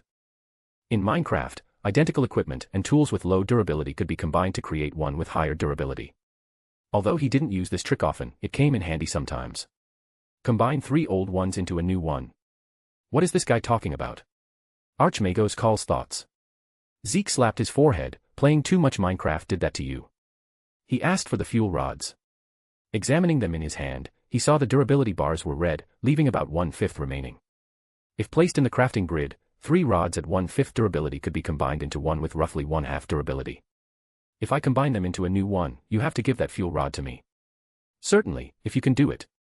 Zeke gathered all the used fuel rods and, right in front of Archmago's Call, synthesized a fresh one on the spot. He waved the new fuel rod triumphantly in front of the Archmagos. All right, this new one is mine now. Zeke decisively pocketed the fuel rod. Free stuff always tasted best.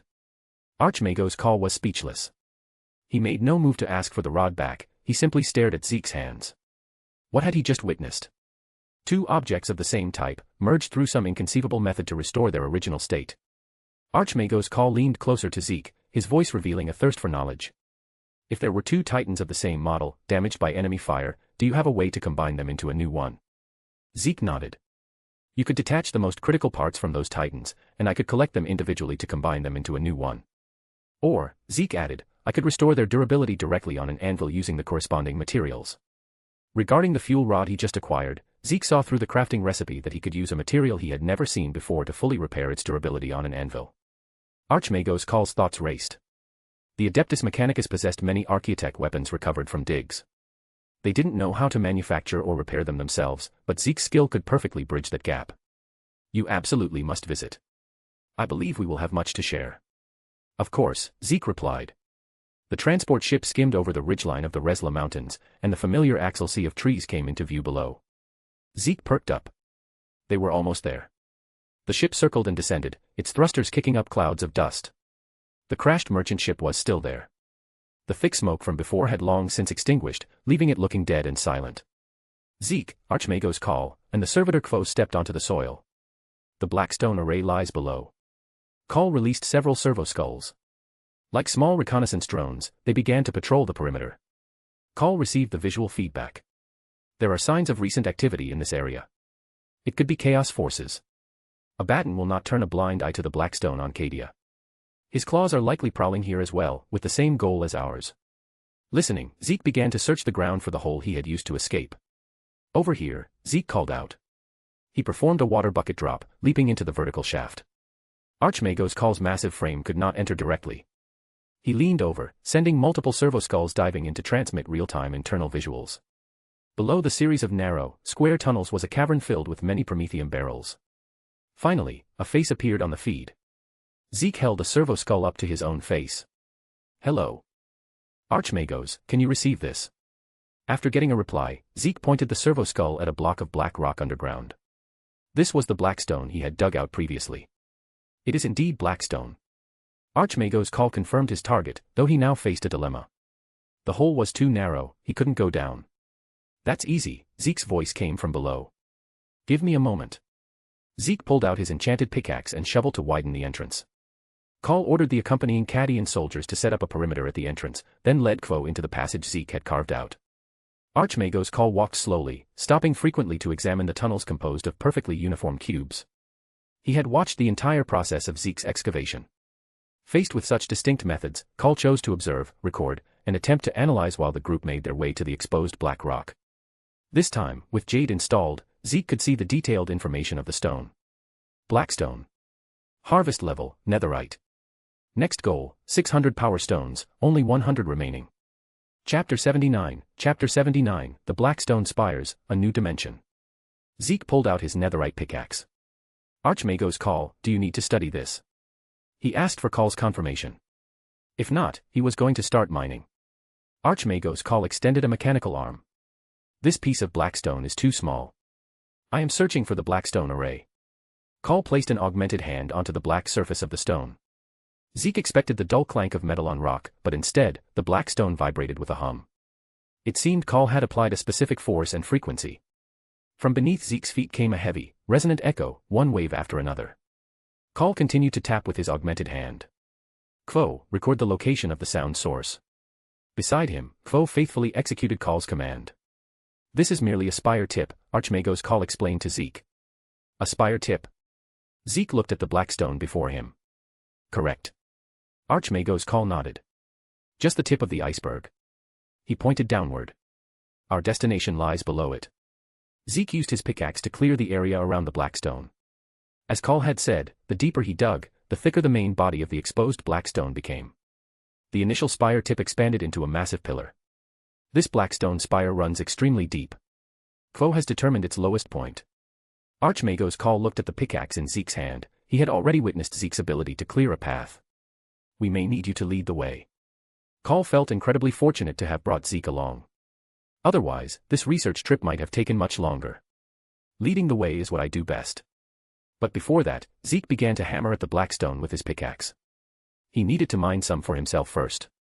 The Blackstone spire tip before him was so massive it seemed endless. He mined several dozen blocks. Each block dropped 3 to 5 Blackstone shards. The dropped shards could be used as Tinker's construct materials, or 9 could be crafted into a single Blackstone block. Blackstone was an excellent building material. It was extremely hard, harder than obsidian, and resistant to explosions and corrosion. Zeke mined an extra dozen stacks or so to use as blocks. Then, following the coordinates provided by Call, he began to dig downward in a staircase pattern. He spiraled down along the top of the Blackstone spire, digging deeper and deeper. After digging for 3 hours, the mining speed of his pickaxe slowed down. The surrounding stone was changing rapidly, becoming harder and harder. When the block beneath Zeke's feet disappeared, it revealed a darkness below as thick as ink. Archmago's call activated several searchlights. However, the beams failed to illuminate the space below. The light was swallowed whole by the darkness, causing not even a ripple. Use this. Zeke pulled out several bottles of night vision potion and downed one, finally seeing the space below clearly. It was a subterranean world. Countless black stone spires burst from the ground below, piercing toward the cavern ceiling above. Some spires remained perfectly vertical, but more were tilted at various angles. Zeke placed platforms in a spiral around a black stone spire, and they descended step by step. Looking back along the route they had taken, the spiral path of blocks clinging to the outer wall of the blackstone spire seemed as tiny as an ant trail on a skyscraper. And the spire beside him was merely an ordinary member of this endless forest of towers.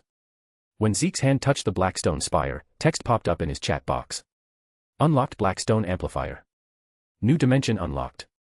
Blackstone could manipulate the warp. People of the Imperium only knew it could suppress it, but in reality, if arranged in a special way, it could also amplify the warp. This Blackstone amplifier was used for directional amplification and induction of warp energy, thereby allowing Zeke to travel to a new dimension, the warp. This time, it was the real warp. Unlike the Nether, which, while located within the warp, was insulated from most of its effects. As for how to travel there, Zeke saw 4 new dimensions listed in the JEI, just enough items, description, representing the domains of the 4 chaos gods. First, the Palace of Slaanesh in the Circle of Avidity, the paradise of the Dark Prince. On the Blackstone amplifier platform, build a portal frame using glowstone, then pour a bucket of water. Glowstone frame plus water. Zeke raised an eyebrow slightly. He was all too familiar with this combination, he had tried it plenty of times back when he first started playing Minecraft. Careful. Archmago's Call's voice rang out. Zeke immediately closed the interface and looked around. Through the night vision potion, he saw that apart from themselves, there were other visitors in this space. It was Chaos Forces, and they weren't stragglers. Abaddon's Black Legion. 3 Chaos Space Marines in deep black armor adorned with blasphemous symbols. The leader was particularly massive, his name was Zuffel. Behind them were 5 or 6 Ogren slaves, standing over 4 meters tall. These giants, possessing low intelligence but terrifying strength, were assisting a dark Mechanicum priest in mining the Blackstone Spire under the direction of the Chaos Space Marines. At the same moment Zeke and Call spotted them, the enemy completed their identification as well. Zuffel was one of the first Space Marines to pledge loyalty to Abaddon and join the Black Legion. He had been studying Blackstone pylons for 10 millennia. The function of these Blackstone spires far exceeded imagination. Under Abaddon's orders, he intended to bring a Cadian Blackstone pylon back to his warship for study. It seemed they had encountered enemies with the same idea. Kill them, Zuffel ordered.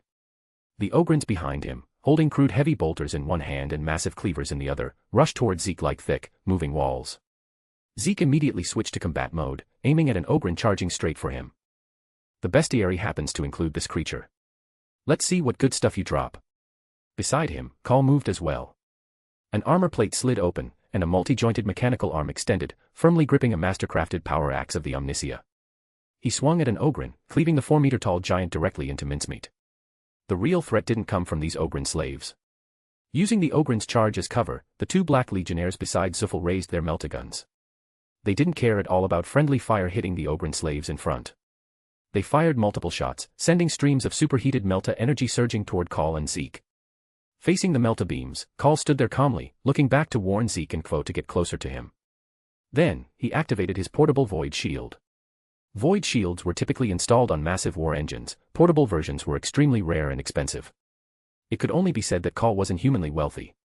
Zeke scooted closer to Call, stepping inside the Void Shield just before it sealed shut. Chapter 80, Ancient City. The melta beam struck the Void Shield and was shunted into the warp, vanishing without a trace. Call. Zuffel's voice was grave. It really is you. There were only a handful of beings in the entire galaxy who could be considered a thorn in the side of War Master Abaddon, capable of hindering his Black Crusades. The figure before him was undoubtedly one of them. It seems I'm quite famous. Call stood within the Void Shield, facing Zuffel head-on. His mechanical subarm produced a solar atomizer, a highly advanced alien thermal weapon. At the center of the ring-shaped emitter, a miniature sun the size of a fist formed, and a beam of solar fire shot toward Zuffel. Zeke couldn't be bothered to guess the capacity of this Archmago's 4-dimensional pocket anymore. He raised his adamantine shield, deflecting a cleaver strike from an Ogren attacking from the side. Stepping onto the Ogren's body, he climbed to its head and drove his weapon into its eye socket, twisting it a few times to kill the beast. A fist-sized eyeball dropped out, the Cyclops eye recorded in the bestiary. Zeke preferred to call it the kidney deficiency eye, because whoever he pointed it at would suffer from kidney deficiency. It could unconditionally apply a weakness 2 debuff to anyone who looked at it, reducing their damage by 8. It was much easier to use than splash potions of weakness, which required a direct hit. Zeke held up the giant's eye and aimed it at another Ogren lunging toward him. Oh, that thing looks creepy. The simple-minded Ogren locked eyes with the giant eyeball and shuddered. His body felt drained, and the arm holding the cleaver went limp. The Ogren could only deal 6 damage to Zeke to begin with, this reduction dropped it into the negatives. Holding the giant's eye aloft, Zeke applied the debuff to every enemy present. While Zuffel's 2 Chaos Space Marine companions had already been turned to ash by Call. He backed away. Afflicted by weakness too, his desire to retreat grew stronger. He certainly couldn't defeat Archmago's Call, especially with that strange human assisting him. The Blackstone was what mattered. No matter what, he had to get this piece of Blackstone out. Call caught onto Zuffel's intent. His solar atomizer immediately swiveled toward the excavated Blackstone spire. He incinerated several Ogrens who were attempting to drag the spire away. Seeing the situation was hopeless, Zuffel raised his meltagun and fired several shots into the ceiling before fleeing into the deep darkness. Though the Blackstone spire absorbed light strongly, the meltagun blast still briefly illuminated the area. A commotion arose from the quiet forest of Blackstone spires around them. With the help of the night vision potion, Call and Zeke could see numerous Black Legion reinforcements emerging in the distance. Zuffel hadn't come alone. He had brought a significant force. Abaddon had committed considerable troops for the Cadia in Blackstone. Archmago's Call was not alarmed but delighted. This proves the importance of the Blackstone. It must have an impact on Abaddon's plans. Zeke looked around at the Blackstone structures. They absorbed light and blocked most sensors. Abaddon's Black Legion didn't have night vision potions, so they couldn't seize the initiative like Zeke could. Archmago's Call deactivated his void shield, and the group gradually faded into the darkness, disappearing into the complex maze of Blackstone spires. The Black Legion reinforcements arrived too late. Send a message. Request more troops. The priority is to transport the Blackstone out. Capturing Call is secondary, Zuffel ordered his men with a dark expression. The Black Legion stepped into the darkness, beginning their search for Zeke and his companions. After traveling deeper for some time, the night vision potion's effect wore off, and Zeke's vision narrowed. It felt just like being hit with the blindness status effect. Zeke didn't dare delay. He downed another potion and handed a few more to Call. The Blackstone density is increasing continuously, Call said. Our direction is correct. Zeke nodded. As they went deeper, the surrounding environment changed. The Blackstone spires became sparser. Zeke noticed that between the spires were those buildings. At first, there were just square foundation stones scattered on the ground, engraved with strange symbols. Soon, these foundations formed broken walls and crumbling arches. They had walked into the ruins of an ancient city in the dark. Archmago's Call leaned in to examine the symbols on the stones. It's the work of the abominable intelligence, the Necrons. Zeke knew that this used to be a city of the Necronter. During the War in Heaven, the Necronter had built magnificent dwellings here, serving as military bases to fight the Old Ones. With the passage of time, everything had faded, and this place had become their tomb, leaving only architectural remnants behind. The buildings here were exceptionally tall. Even the remaining walls were easily over 10 meters high. The material was some kind of brick mixed with black stone and metal. Combined with the surrounding darkness and silence, Zeke wouldn't have been surprised if a warden suddenly appeared in front of him. This biome felt too much like an ancient city. They walked into a structure. Behind a half-collapsed wall lay a strangely shaped metal sarcophagus. On top of the sarcophagus were several pyramid-shaped containers. The Necrons excel at building various tombs and burial vessels. We believe this is an act of remembrance, Archmago's Call noted as he observed. Zeke's attention was drawn to the pyramid bottles. They looked breakable. Zeke approached, aimed at a pyramid container, and tapped it with his pickaxe. Crash. The shattering sound was particularly loud as a warden armor trim dropped out.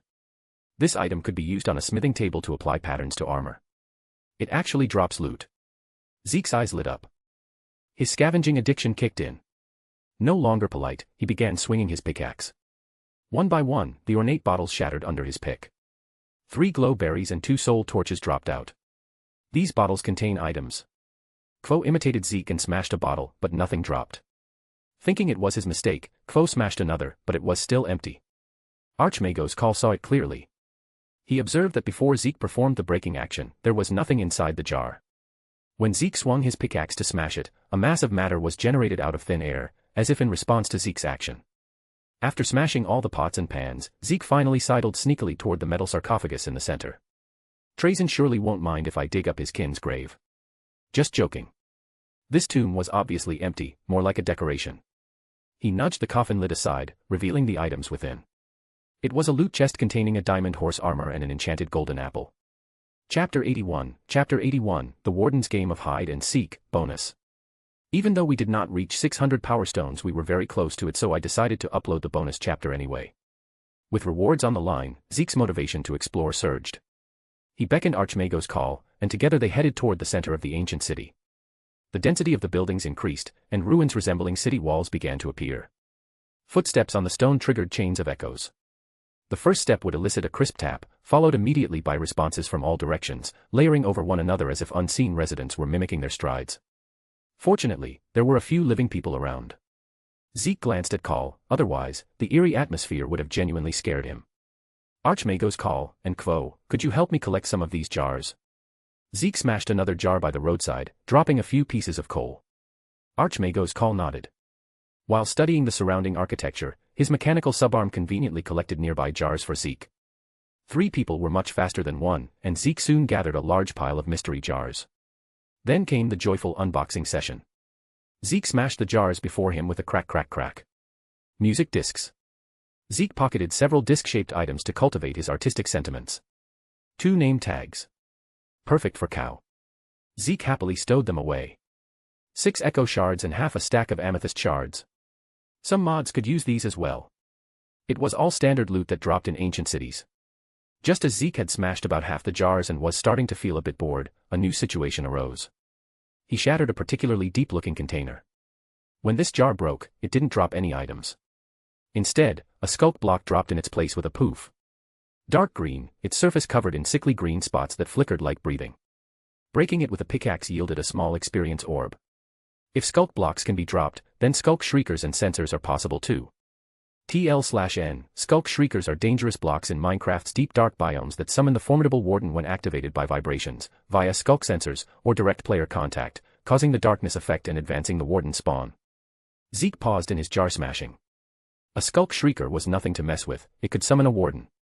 Faced with this situation, Zeke naturally chose to ignore the risk and continue opening jars. Afraid of a warden? You've got to be kidding. It's just a stat stick. So what if it deals 45 damage a punch and has a sonic boom that ignores armor? It'll just turn a full set of Prot 4 netherite armor into a compressed file in a few hits. No big deal. Behind him, Foe was transporting a new batch of jars over, startling Zeke. As more jars were smashed, miscellaneous items like bottles of enchanting, books, bones, and coal dropped. More and more sculk blocks dropped, and a block with strange protrusions, a sculk sensor, also appeared. The sculk infection started spreading. The small area where Zeke stood, the ground, and parts of the ruins were beginning to be covered by the dark green sculk matter. Zeke mined some, but they gave very little XP, so he couldn't be bothered to clear them later on. Bored, he raised his pickaxe and smashed the last pyramid-shaped jar in front of him. A row. A shrieking sound swept through the entire underground cavern, passing through the towering blackstone spires and sending out invisible ripples. Watch out. Not far away, Archmago's Call, who was scanning the energy circuits of a blackstone obelisk with a servo skull, raised his head. It came from the direction of Zeke and Quo. He turned his body, gripping the power axe of the Omnissiah. The disruption field on the axe blade activated as he took heavy strides forward. At the same time, Zuffel, searching in another part of the blackstone ruins, also stopped. Halt. He raised his hand, listening intently. The sound came from that direction. He pointed toward the source of the shriek. Is this some ghostly noise Call is making? Zuffel licked his lips. Let's go. He ordered, moving toward the sound. The Black Legion followed close behind. Several Ogren slaves shifted uneasily, the sound made them feel a bit panicked. But under the whip of the Black Legion, they reluctantly marched toward the ancient city. Zeke stood in the center of a small area now noticeably eroded by sculk, his pickaxe frozen in midair. In front of him was a writhing sculk shrieker, its core resembling an open maw. The sculk shrieker had just let out its first cry. Its warning level was now 1. A 13-second darkness effect appeared in Zeke's buff bar. His surroundings went dark, flickering repeatedly between visible and dark. Zeke drank milk to clear the darkness and made a SHHH gesture to Quo beside him, signaling him to be absolutely quiet, then looked at the sculk shrieker. There were 2 types of sculk shriekers, those placed by players and those naturally dropped. The former could not summon a warden, only the latter could. Zeke was lucky. The ripples on the sculk shrieker were clockwise, indicating it was naturally dropped and could summon a warden. He put away his hoe. If he dug it up, it would drop a dummy shrieker that couldn't summon anything, which would be a huge loss. Zeke, what happened? Archmago's Call arrived in a hurry, his voice triggering the sculk sensor. The sculk shrieker let out a second scream. Its warning level upgraded to 2. You feel a chill down your spine. Something is coming. TL/N, some mods announce the arrival of bosses to make Minecraft feel horror-like. Zeke winked and made hand signs at Archmago's call, signaling him to be quiet immediately. Seeing Quo standing frozen and Zeke's expressive face, Archmago's call stopped his movements. Zeke made a sign block and began writing on it. Do not make noise. He held up the sign to show Archmago's call. Call nodded. Zeke crafted wool from string in his inventory and bridged over to Call and Quo one block at a time. It wasn't that he was too afraid to fight the warden, but there were Black Legionnaires around. Better to avoid trouble if possible. However, some people didn't think that way. Murderous intent from chaos washed over them. Call, I've caught you. Zuffel's voice came from behind a piece of black stone. He emerged with a full squad of Black Legionnaires. Unlike their previous encounter, he now had an organized chaos force behind him. You won't escape this time. The Skulk Shrieker let out a third scream. Its warning level upgraded to 3, nearing the maximum. No, no. Wait, yes, yes, yes. Zeke's mind raced. The warden's summoning was inevitable. He absolutely could not let its first aggro fall on him. Time to divert the disaster. Ignoring silence, Zeke grabbed Call and bolted away from the Shrieker. Melt-a-gun fire chased the moving Zeke. He raised his adamantine shield to block from the side. The Melt-a-beam collided with the shield, and the vibration was picked up by the Skulk sensor. The final straw broke the camel's back. The Skulk Shrieker's warning level upgraded to 4. Vrum. Centered on the Shrieker, pitch-black ripples expanded, sweeping across the entire combat zone. The darkness effect had descended, enveloping every unit in the area. Something is obstructing vision, a Black Legionnaire aiming his weapon reported. So dark. The Ogren slaves fell into a panic. They were so dumb that they started waving their weapons aimlessly. Don't panic, follow me. Zeke drank bucket milk and led Quo. As for Call, he had his own technological means to recognize the path within the darkness. The three hid behind a building. Zeke crouched down, while Call stared at the center of the battlefield with interest. I once scored a perfect 0 in the Don't Pee Your Pants Scaring Challenge with the Warden. You give it a try too. Zeke pushed Quo's head down. TL/N, achieving a perfect 0 in the Don't Pee Your Pants Scaring Challenge against the Warden is the ultimate flex in Minecraft stealth. It means you explored an ancient city, triggered or encountered the Warden, and successfully left without a single vibration detection or scare point registered. Creak, crunch, creak. A toothacheing sound of grinding and squeezing came from deep beneath the Shrieker, the muffled noise of soil and rock being pushed upward. 2 claws covered in chitinous armor burst from the earth. Ghostly green light seeped from the gaps in the shell, covered in writhing skulk matter. The giant claws dug deep into the ground for leverage. The earth trembled, and a suffocating shadow slowly rose from the abyss. Next bonus chapter, 100 Power Stones. Or Chapter 82, a righteous gangbang in Warhammer, bonus. Thanks for the Power Stones everyone, this is the bonus chapter for reaching 100 Power Stones. Also please leave some review. As the Warden rose to its full height above the ground, its head drooped low, and its arms swung backward. It began to sniff its surroundings, searching for vibrations, searching for a target. At that exact moment, the Black Legion's 13-second darkness effect ended. Their vision returned, revealing the scene before them. Zeke and Call had already hidden away, vanishing without a trace. In their place stood a bizarre creature none of them had ever seen before. The Black Legion reacted by spreading out, raising their guns at the Warden, waiting for orders from their leader, Zuffel. However, the clumsy Ogren slaves weren't as astute. Seeing a big brute like themselves, one of them let out a questioning grunt. The Warden's swaying head froze. It turned to face the Ogren that had made the noise. The Warden had no eyes, it relied primarily on the tendrils atop its head to sense sound and locate its prey. It bowed toward the Ogren and let out a roar. Then, like a compressed spring released, its body snapped into motion. In stark contrast to its previous leisurely state, it sprinted toward the Ogren. While some Black Legionnaires were still deciding whether to fire, darkness descended again without warning, cutting off their sense of direction. This greatly increased the difficulty for the Black Legion to counterattack the Warden. The Warden had already arrived in front of the Ogren slave. In the Ogren's vision, everything suddenly went black, and terrifying footsteps rushed toward him. Then, within his limited range of sight, a horribly deformed monster appeared. Fear at its extreme turned into anger. Startled by the sudden appearance of the Warden, the Ogren's simple brain felt insulted. The Warden was slightly taller than an Iron Golem, standing around 2.9 meters. The Ogren, however, was over 4 meters tall. Looking at the Warden, which was a head shorter than himself, the Ogren bravely swung his weapon at the creature. Ho, ho. Instead of running away, you're coming right at me. The warden responded to the Ogryn's attack, swinging a massive fist at him. With a 0.9-second attack interval and a staggering 45 damage per hit. By the time the Ogryn landed one hit on the warden had already struck twice, turning the noisy Ogryn into a compressed file. The Ogryn's scream drew the attention of the surrounding Black Legionnaires. At such close range, they finally saw the warden clearly through the darkness and the Ogryn, which had been flattened into a pancake. Zuffel, a veteran of the Xenocide Wars, looked at the warden and classified it as some Xeno species. Decent strength, and capable of disrupting enemy vision. Is that all it can do? Zuffel scanned for traces of call. Most of his attention had been focused on searching for the Archmagos. He didn't take the warden seriously. If he were alone, Zuffel might have felt the need to probe its capabilities cautiously. But he was facing it with an entire squad of the Black Legion. Chaos Space Marines were often outnumbered, so Zuffel was well versed in tactics to maximize his squad's effectiveness. Now, even the disadvantage of numbers was gone. This Xenos creature was nothing to fear. Surround it. Zuffel split off a small portion of the Black Legion to watch for activity from Call's direction. He led the remaining soldiers to engage the warden in close-quarters combat. From all directions, the Black Legion closed in. Zuffel quickly analyzed the creature's actions so far and found a flaw. It targets sound. In that case, I'll use sound as bait. Ranged weapons were far less effective than melee weapons under the effect of darkness, so Zuffel drew his power sword.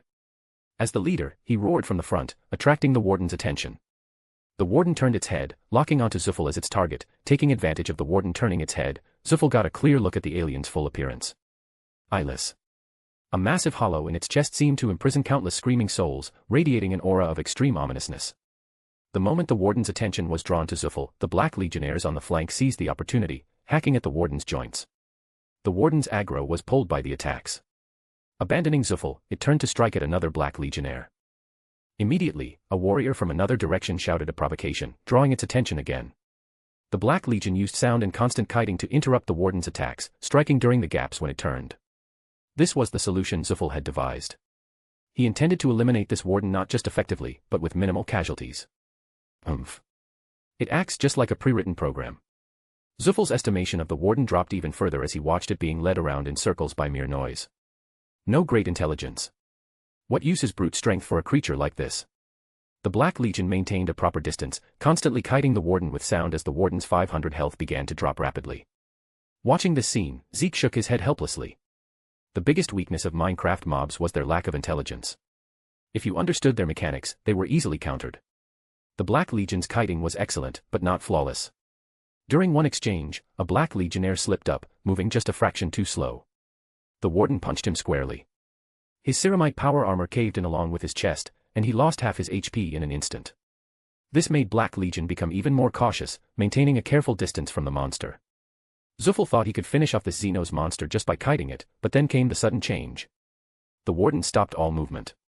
It faced Zuffel, who was shouting the loudest. Its head dipped low, and within the hollow of its chest, rib-like structures expanded outward. A distorted sonic wave gathered at the opening, the air itself emitting a high-frequency wail. Zuffel's combat instinct screamed a warning.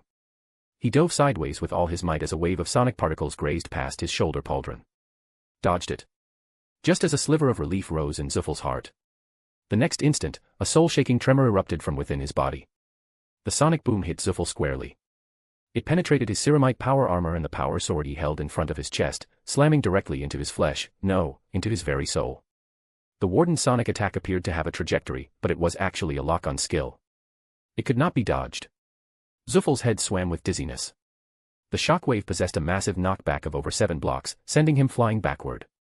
The Legionnaires watched as their leader vanished into the darkness.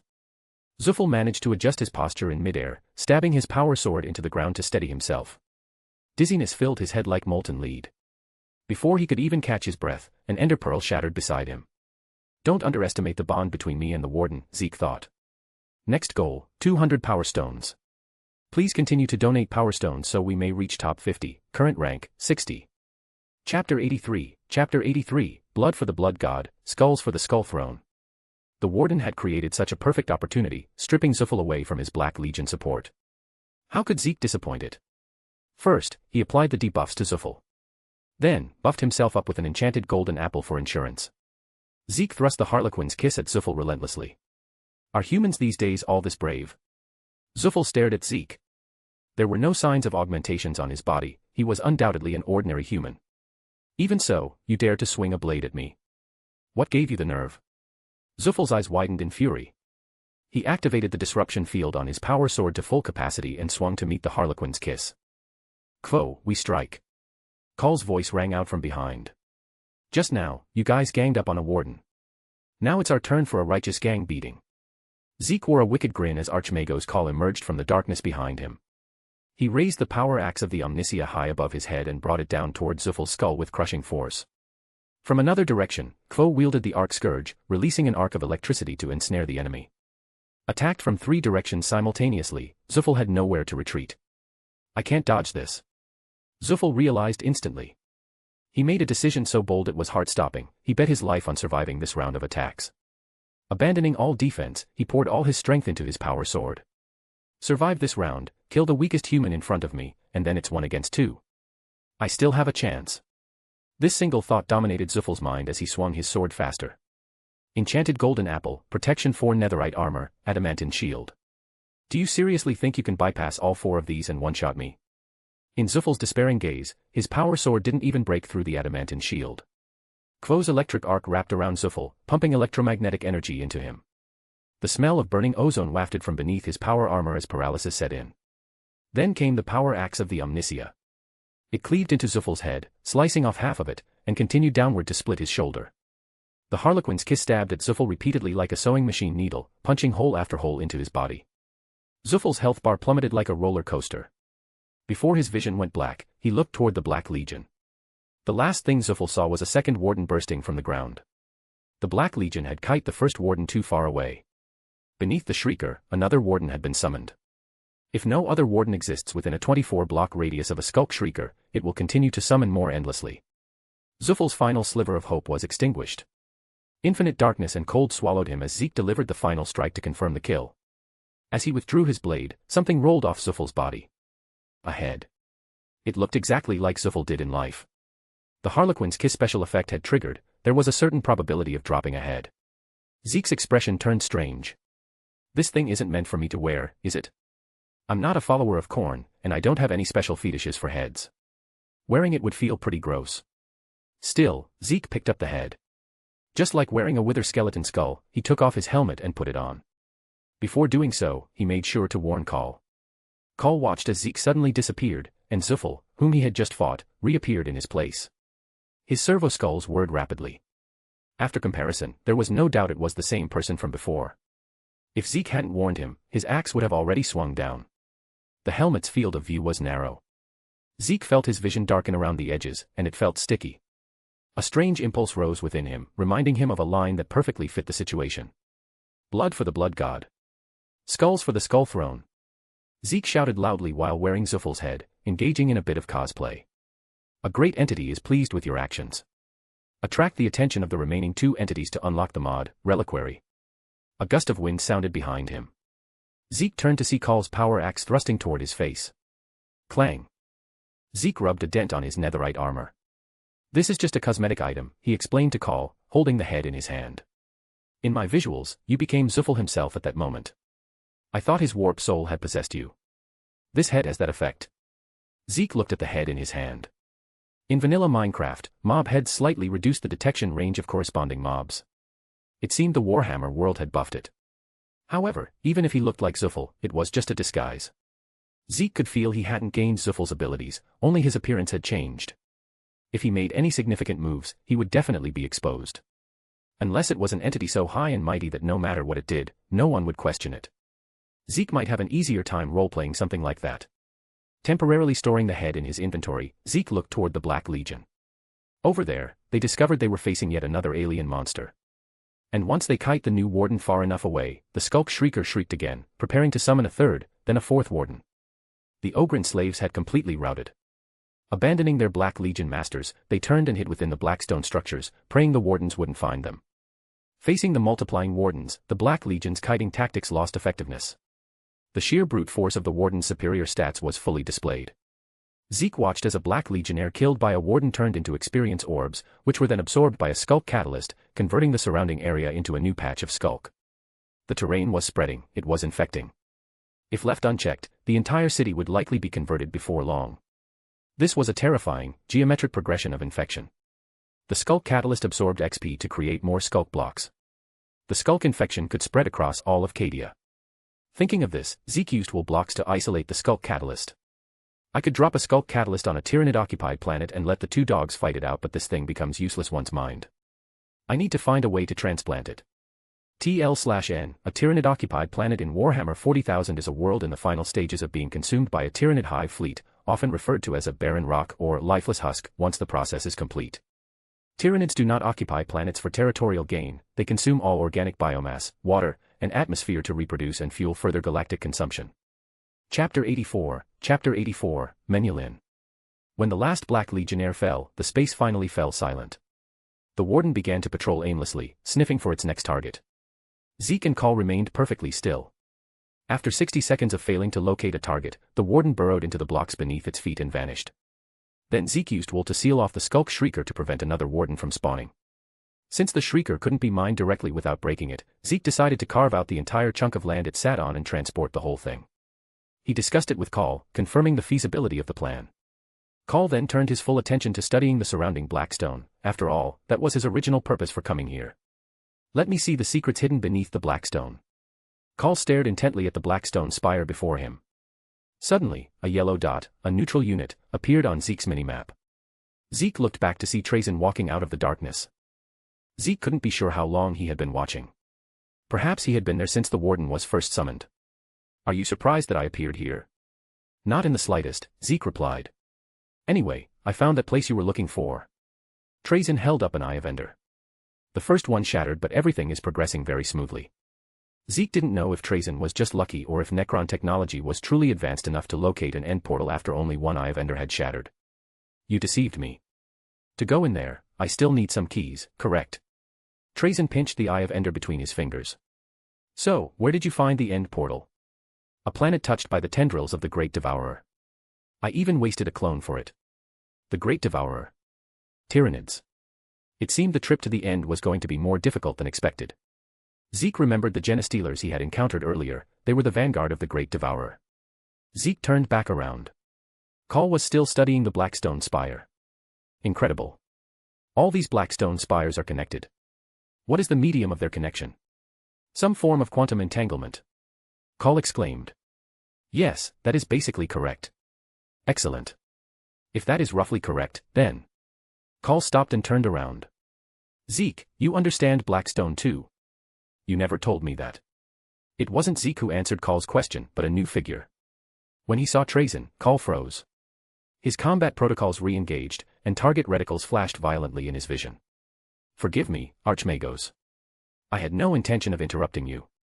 I am Trazyn the Infinite, and I am here for the Blackstone. I mean no harm, at least to you. If you don't believe me, you can ask the Huma-. Abomination. Get away from it, Zeke. Call roared, interrupting Trazyn. Zeke took a step away from Trazyn. Why is the start always like this? Trazyn sighed. It seems I have to waste my breath again. Regardless, things eventually moved in a positive direction. After some friendly exchange between Call and Trazyn, and following Zeke's mediation, they finally lowered their weapons and spoke openly. Trazyn understood Blackstone, and Call was desperate to understand it. They spoke a common language of science. Call and Trazyn argued. Call cursed Trazyn, calling him a space ape. Trazyn, on the other hand, felt that since Call had lived less than 10,000 years, such youthful arrogance was understandable, and he wouldn't lower himself to bicker with a child. With Trazyn's help, the progress of the Blackstone research skyrocketed. Call called Creed via a Voxcaster. We have made progress, Castellan. We have successfully brought a control node online and connected the two nearest pylons. 2 pylons. Only 2. Once the initial work is complete, we should be able to bring more pylons online. Creed agreed, then asked Call to hand the Voxcaster to Zeke. Zeke, I think we need to act immediately. Although he couldn't see Creed's face, Zeke could feel the Castellan's seriousness through his tone. The phalanx of the Imperial Fists is in Cadian orbit. They traveled via the warp. There was no news at all, I only found out 3 minutes ago. This is a golden opportunity, we have another ally. It's actually 2, Zeke thought. There's also a legion of the damned down below. The phalanx had come from Terra. While traveling through the warp, they happened to see Cadia engulfed in the fires of war and chose to intervene. Zeke then hung up the Voxcaster and built a nether portal, connecting it to the vicinity of the camp. He also sent a construction team from the camp in to separate the ground where the Skulk Shrieker sat. The Necron architecture exceeded the difficulty of normal construction, and it was only with Trazen's help that they successfully separated it. Encased in a soundproof glass cover, it was transported back to the camp. Back at the camp, Trazen also sent someone to deliver 2 materials Zeke was missing, a melon and a turtle skewt. Opening the brewing stand, Zeke used the turtle skewt to craft a turtle shell, then brewed a strengthened potion of the Turtle Master, which provided resistance 4 and slowness V. He also brewed healing potions and harming potions. Except for a few extremely niche ones, Zeke had basically collected all the vanilla potions. Next was smithing. Zeke called for the weaponsmith and checked the stats of the armor and weapons made from black stone. They had the same stats as netherite, but with an added trait, warp suppression. It could sever the connection between surrounding enemies and the warp. This move didn't distinguish between friend and foe, so it might have side effects in a crowd. For instance, if fighting alongside the space wolves, rashly cutting off the warp might cause those Astartes to degenerate into wolfen. Zeke made a set, applied the highest level enchantments, and stored it in his inventory as a backup. Also, Mr. Zeke, the weaponsmith interjected. During the time you gave me the Tinker's Manual, I successfully replicated some of the alloys listed in it using materials we had here. Menulin, the weaponsmith said. Few could pronounce the name of this material correctly. It was a material capable of cutting through stars. Menulin was a high-tier material in Tinker's construct with incredible durability, handle modifier, base attack value. Weapons made from it possessed the insatiable trait, capable of stacking bonus damage after hitting enemies. While armor possessed the kinetic attribute, where the armor reflects a portion of the damage back to the attacker. Zeke also remembered that Menulin was an alloy of cobalt and ardite. The former could still be found in Warhammer, but the latter was extremely difficult to locate. The weaponsmith flipped through the Tinker's Manual. It is made by smelting cobalt and ardite. The ratio was hard to find, but fortunately, we have the Adeptus Mechanicus. With their help we finally figured out the ratio after some time. However, when I attempted to craft a weapon using Menulin metal, a major problem occurred. My smelting technique wasn't up to par. The weaponsmith shook his head. Thanks for the power stones everyone, we reached top 50, current rank, 44. Next goal, 200 power stones. Chapter 85, Assault on the Blackstone Fortress, bonus. I have reduced the power stones goal so that every 100 power stones equals 1 bonus chapter, but it will increase next week, so continue donating. This week's total goal is 1000 power stones, which means 10 bonus chapter plus 2 daily chapters. Why didn't you say so earlier? Zeke flipped open the resident manual and found the entry for weaponsmith. Weaponsmith was level 0. Upgrading him to level 1 would allow him to use various metals more flexibly and forge unique weapons. This isn't your problem at all, it's mine, Zeke muttered. Zeke used the emeralds collected from Kazakrof, along with experience points, to level up the weaponsmith. A light, visible only to Zeke, merged into the weaponsmith's body, causing him to tremble. I feel like I understand how to converse with it, the weaponsmith murmured, looking at his rough hands. So, what do you plan to make with this metal? Zeke asked about the weaponsmith's ideas. The weaponsmith spread out a schematic, which prominently featured a chains word. The weapons in the Tinker's Construct Manual are a bit too low level. I'm not saying this is your fault, Mr. Zeke, but that this guidebook is somewhat behind the times, the weaponsmith explained. I intend to apply the metal known as Menulin to a chains word. The Tinker's Manual states that due to Menulin's insatiable trait, it is particularly suitable for fast-attacking weapons. This fits perfectly with a chains word. The weaponsmith explained the characteristics of the chains word to Zeke. When a chains word is activated, the chain rotates at high speed, driving the teeth to cut. Therefore, a single attack from a chains word is equivalent to over a dozen small strikes from the teeth, which can quickly stack the insatiable trait to its maximum level. And look at this, Mr. Zeke, the weaponsmith said, pulling out another blueprint. This armor, I call it Menulin Power Armor, the weaponsmith said with a tone of pride. Thanks to Wolf Lord Bloodhull's generous sponsorship and technical exchange, we were able to modify the Space Wolf's power armor. He pointed to the structural breakdown on the blueprint. We cast Menulin into outer plating and attach it to the exterior of the Ceramite power armor. This can imbue the power armor with the kinetic attribute, increasing the wearer's strength after taking damage. Go for it, weaponsmith, Zeke said solemnly.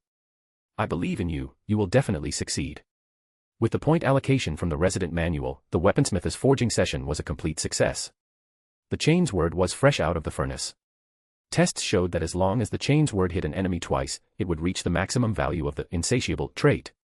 At that point, the chainsword's power would be roughly double its initial output. Even armored tanks could not withstand it and would be sliced directly open.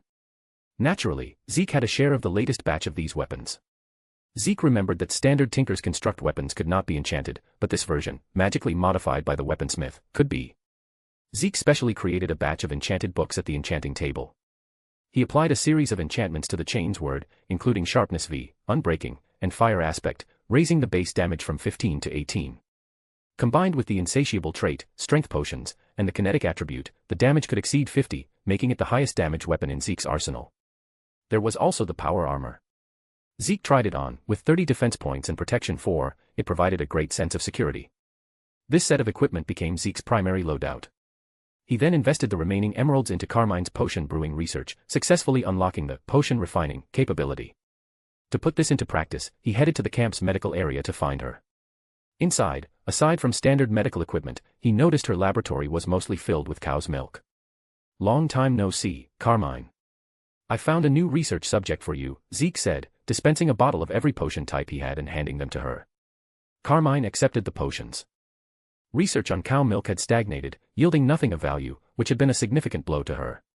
However, she was never one to give up easily and accepted Zeke's new task with pleasure. Back at Kazarkrof, the atmosphere was frantic. Creed had issued a total recall order, pulling Cadian soldiers and allied factions back to the Bastion.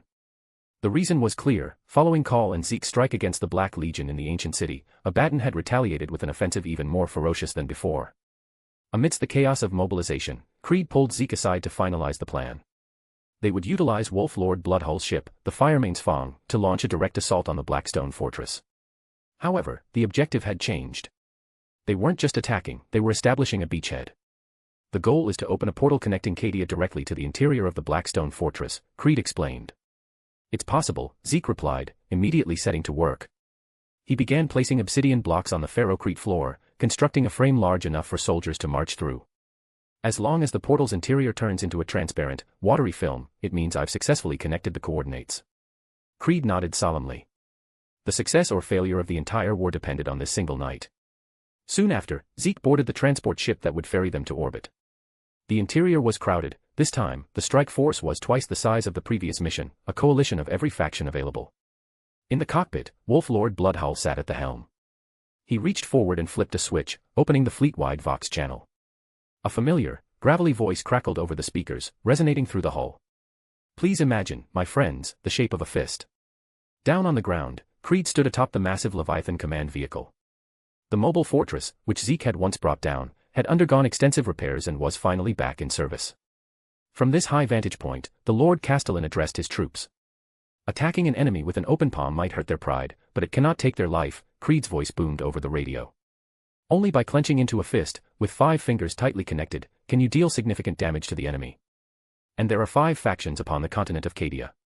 As Creed spoke, Zeke looked out through the transport's thick viewport, watching the army assembled below. The army of Cadia, Creed announced. Zeke spotted a familiar face among the ranks, Dance. The soldier looked up and smiled at Zeke. Beside many of the young troopers stood towering Iron Golems, the silent guardians born of Project Titanfall.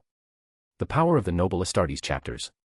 Wolf Lord Bloodhull, fully armored and eager for battle, revved the transport's engines in response, beginning the ascent. The wisdom and technology of the Mechanicus. Though Archmago's call was absent, still deeply engrossed in his study of the Blackstone, his presence was felt in the advanced weaponry wielded by the troops. The holy zeal of the Sororitas. Creed's voice rose in volume. Scanning the lines of battle sisters, Zeke's eyes locked onto a dazzling, radiant figure hovering above them. His HUD displayed her name and health bar, Saint Celestine. And the Imperial Navy. But for a long time, we have fought separately. It is equivalent to attacking the despoiler with a slap rather than a fist, Creed concluded. We must form a single fist. This fist will clench here at Kazarkrof, and tonight, we deliver a resounding blow to Abaddon on the Blackstone Fortress. We will tell them one fact. Creed turned the external speakers to the crowd below. In unison, countless voices erupted in a deafening roar that shook the earth. Cadia stands. With that war cry ringing in their ears, the engines ignited. Wolf Lord Bloodhull pulled back on the yoke, and the transport ship shot skyward, piercing the clouds to reach the Firemane's Fong in orbit. Phew. The Blackstone Fortress, Bloodhull muttered, looking at the view screen. Took a big detour, but we can finally attack it. He glanced sideways at his passenger. Nervous, kid. Ugh.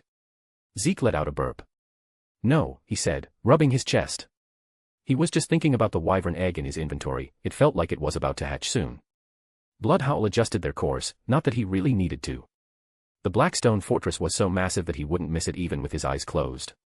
There it hung, suspended in the void near Cadia. Confronting this fortress of death was the golden light of the Imperium, the Phalanx.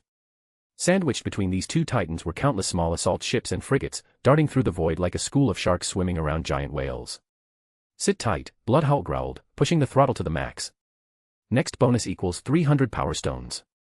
Or. Chapter 86, my drill is the drill that will pierce the heavens. Blackstone Fortress. A battle barge is approaching the Blackstone Fortress. Frigates attempted to intercept, but the battle barge has diverted all power to its void shields and engines. Estimated time to intercept? War Master Abaddon asked. 40 minutes. There are Fenrisian runes on the prow. War Master, Urkrathos said, please, let me go out and meet the enemy. No. Then what should we do? You shouldn't do anything, the War Master roared, unless I order it.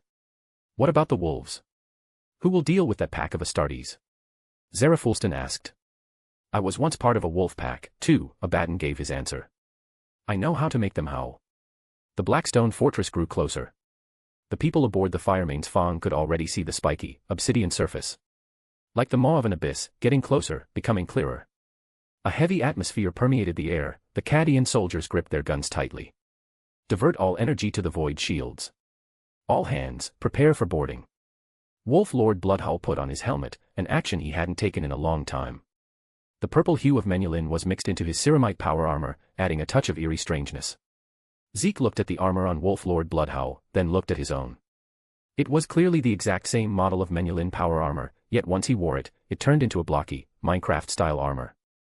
Zeke had actually looked forward to transforming into a 3 or 4 meter tall muscle-bound Hulk upon donning the power armor. It seemed he had overthought it. Upon receiving Wolf Lord Bloodhowl's order, a portion of the troops remained to guard the Firemane's Fong, while the rest of the boarding party boarded the assault boats. They would use these vehicles, known as Shark-class assault boats, to board the Blackstone Fortress and execute the mission. As the vanguard force for setting up the Nether Portal, Wolf Lord Bloodhowl had a very clear deployment strategy for his troops. That was to be small and elite. He had selected only battle-hardened Space Wolf veterans with extensive combat experience. Zeke was squeezed between two Space Wolves. The assault boat's central engine roared, and in 3 seconds, they went from relative stillness to sublight speeds. The Shark assault boat tore through the sky full of artillery fire, accompanied by an earth-shattering boom, and slammed straight into a section of the Blackstone Fortress, embedding itself within. The Melta Charges preset in the nose cone detonated in sync, blasting through the Blackstone Fortress's outer skin. Impact complete. Path cleared. Channel established. The Space Wolves roared as they stood up, bolters racked, chains words revving. Infected by the atmosphere, Zeke felt his blood boil and was the first to rush toward the enemy lines. He sprang from his seat and rushed to the assault boat's main airlock door. FBI. Open up. Zeke mustered all his strength and delivered a full-force side kick to the hatch. A piercing pain shot up from his toes, the door didn't budge an inch. Zeke sucked in a breath of cold air. Beside him, Wolf Lord Bloodhowl stared at Zeke for 2 seconds. Then, he pulled the manual door release lever next to him. The pressure valves hissed, releasing gas, and the door slid open inwards. Outside the door, past a patch of molten glass, lay the interior of the Blackstone Fortress. Zeke felt a contradictory emotion. The Blackstone Fortress was welcoming him, yet simultaneously rejecting him. The Space Wolves filed out, with Zeke following close behind. Give me some time. Zeke took out a pickaxe. The passage was relatively narrow. If he wanted to set up a portal, he needed to dig out some space. Zeke began swinging the pickaxe, clank clank clang, destroying all the surrounding fortress walls. The Blackstone Fortress hummed, expressing anger towards Zeke, the one destroying it. The more you scream, the more excited I get. Zeke continued to expand the surrounding space. The next moment, the Blackstone Fortress launched a counterattack against Zeke. Black bone spikes morphed out of a wall surface, stabbing towards Zeke. Zeke met them with his pickaxe, smashing all the spikes to pieces. Seeing this tactic fail, the Blackstone walls on both sides of the passage began to close in, attempting to crush Zeke to death. 2 tall figures stepped in, Wolf Lord Bloodhowl and a veteran Space Wolf. They stood left and right, grabbing the walls with force. Using inhuman strength, they physically halted the closing speed of the walls. Zeke ducked down and slid through the gap held open by the two. As he escaped, 2 figures, one large and one small, slowly walked out from the corner ahead in the passage. The small one was a girl, with one pupil entirely black. The large one was a black legionnaire. Judging by his stance, he was there to protect the little girl. The little girl reached out her hand, gently caressing the Blackstone fortress as if caressing a beloved. Are you father's enemies? Morkith looked up at these foreign objects that had suddenly intruded into the Blackstone fortress. She closed her eyes and began to communicate with the fortress. Using the Blackstone fortress as a medium, she read the thoughts of the group before her. Kill her. Kill her. Wolf Lord Bloodhowl took the lead. It was obvious that the series of attacks the Blackstone fortress just launched against Zeke were instigated by the person before them. 3 space wolves followed behind him, their figures leaping through the Blackstone passage, their power armor making crisp, mechanical clank-clank sounds. Regardless of how harmless this little girl looked, as long as she stood in their way, she was an enemy. Morkith stopped the Black Legionnaire beside her from raising his gun. She reached out and touched the giant mouth of the alcove lined with sharp fangs. The walls made of flesh and stone suddenly snapped shut, trapping a space wolf. Wolves are naturally tenacious, so he did not die on the spot, but the hard black stone was enough to paralyze his movement. At the same time, Morkith looked up and grinned at Wolf Lord Bloodhowl, who was accelerating toward her. Her teeth were white and neat. Then, she made a fierce biting motion. From the black stone ceiling above Wolf Lord Bloodhowl, black stone pillars grew out. Arranged tightly, they bit down toward Bloodhowl below. Before the black stone pillars could close, Wolf Lord Bloodhowl raised the bolter in his hand and fired several shots in succession.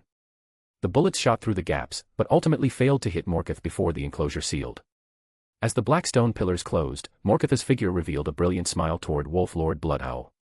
Goodbye, intruders. Then, she disappeared at the end of the tunnel. Behind Zeke, rows of black stone pillars also rose up. Zeke's group gathered toward the middle. There were closing black stone pillars both in front and behind them. That little girl wanted to rely on these stone pillars to squeeze them into the center and crush them to death. Zeke remembered the information on that little girl. Her name is Morkith. A thing spawned by chaos to help Abaddon better control the Blackstone Fortress. You could consider her the Blackstone Fortress's illegitimate shipgirl daughter. Morkith, relying on having a certain blood relation to the Blackstone Fortress, can control it to a certain degree. But because her birth involved the meddling of chaos, the Blackstone Fortress doesn't exactly look kindly upon this child. That's about the gist of it. Zeke told Morkith's information to the people around him. We must designate her as the primary target, Wolf Lord Bloodhowl reacted. Morkith would provide Abaddon with a massive terrain advantage, which would be detrimental to Cadia's offensive. I agree. If possible, prioritize capturing her. Zeke looked at the walls gradually closing in on him and pulled out a blueprint. Trying to trap a blockman. That was simply the best joke Zeke had ever heard.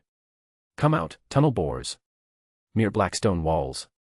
Hollow them out for me. 1, 2, 3. Tunnel bores were printed out by the blueprint one after another in the narrow passage, stuffing the originally cramped space to the brim. They adjusted their direction, their drills aiming in unison at the black stone walls closing in from all sides. Morkith walked through the passage. No one can defeat me inside the Blackstone Fortress, she thought, wondering how to report her glorious victory to her father, Abaddon. Ugh. Ah. Without warning, a toothache struck. Morkith fell to her knees as teeth peeled away from her gums one by one, falling to the floor and shattering into dust. The Black Legionnaire beside her tried to help Morkith up, but then heard the rumbling sound of machinery operating from behind. If 1 isn't enough, then 2. If 2 aren't enough, then 10. Blackstone is indeed hard to mine, but there are plenty of tunnel bores.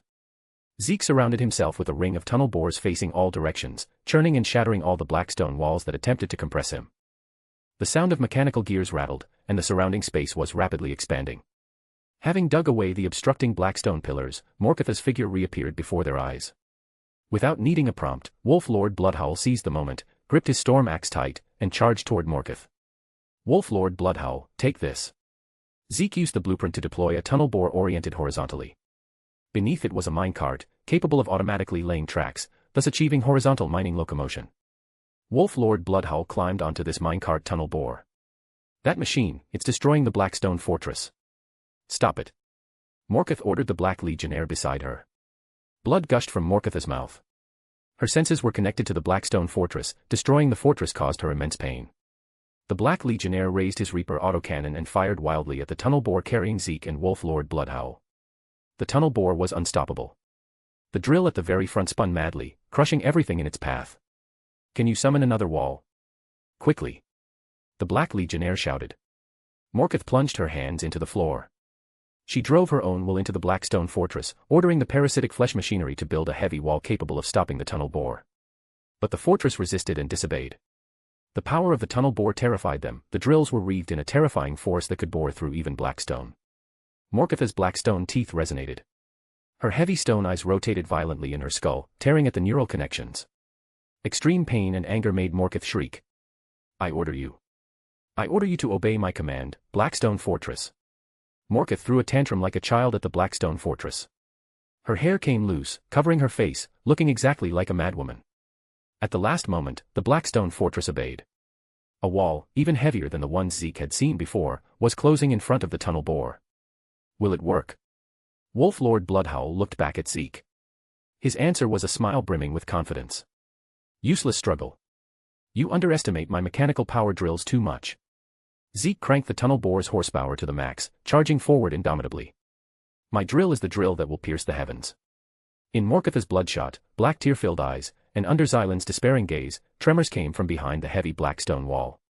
Centered on the point of contact with the drill, spiderweb-like cracks spread across the surface, fully 3 meters thick, before progressively shattering into falling debris.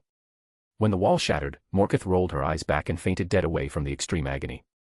Bloodhowl leaped from the tunnel bore, pouncing on the Black Legionnaire, Xylan, who was guarding Morkath. Don't you think about getting close? Xylan fired his bolt pistol 3 times in rapid succession at Bloodhowl.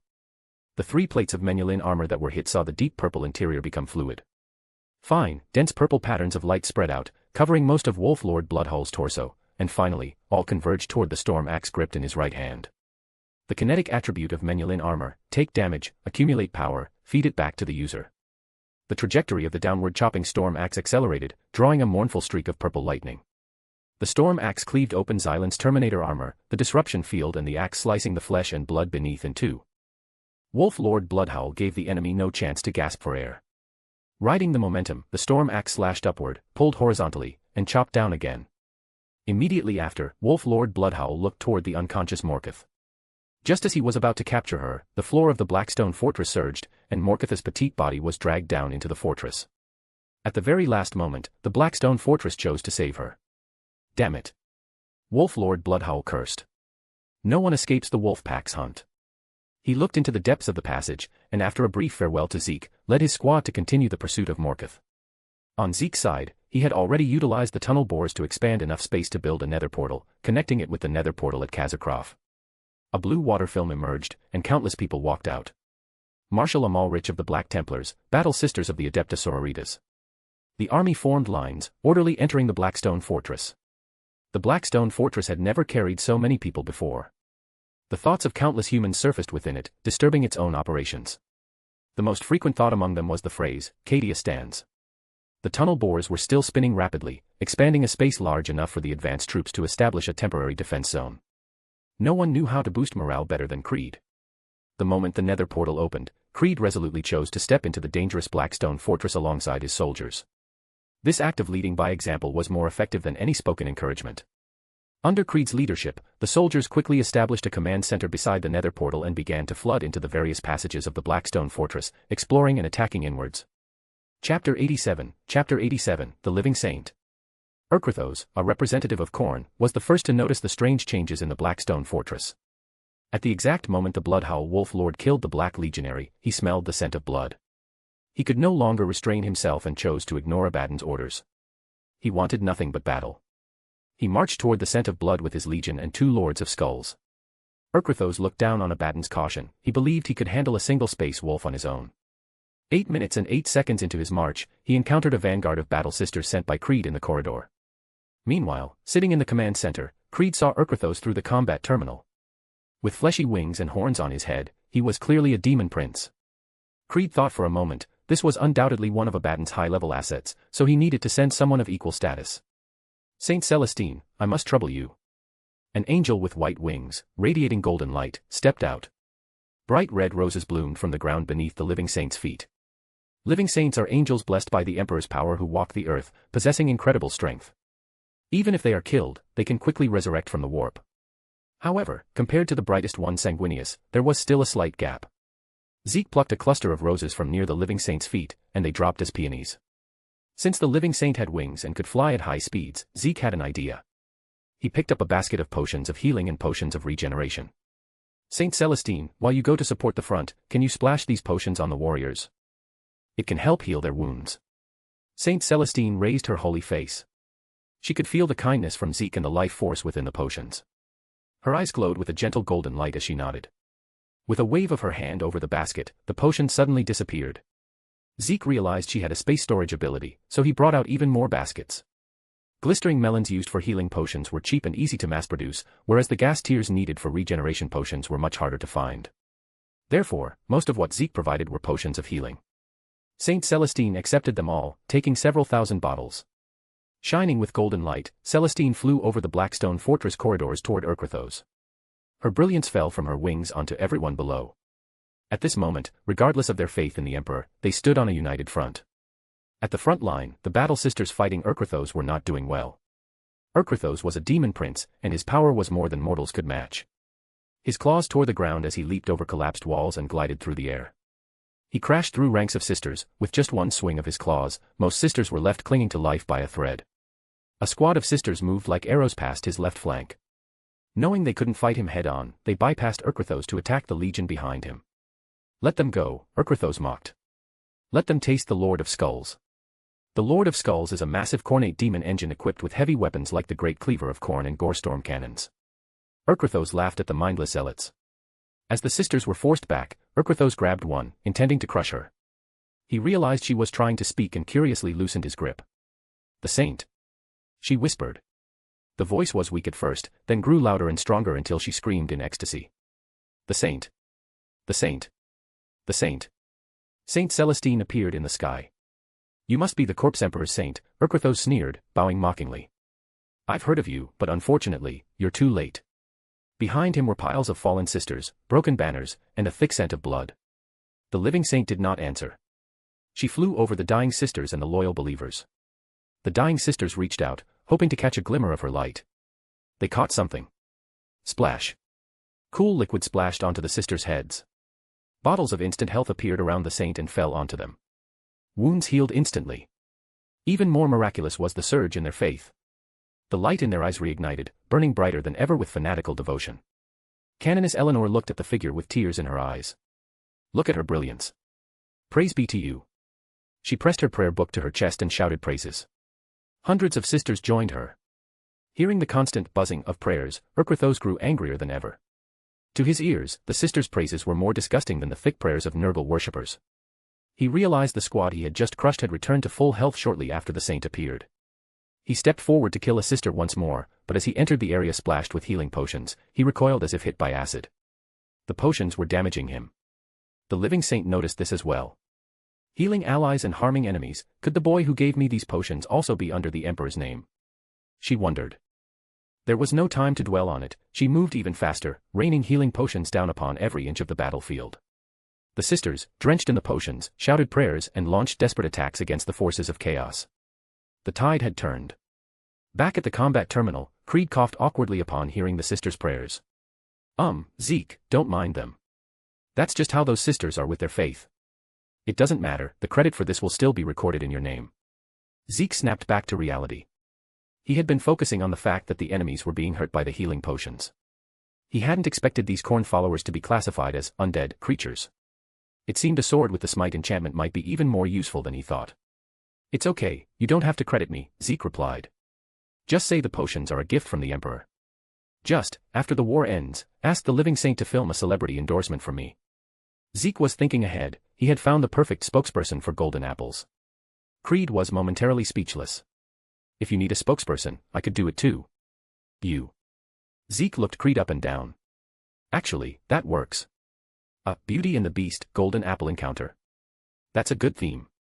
Back to the terminal, Zeke saw that the fight between Celestine and Urquithos was over. Urquithos, the demon prince, experienced the sensation of his soul being banished back into the warp for the first time.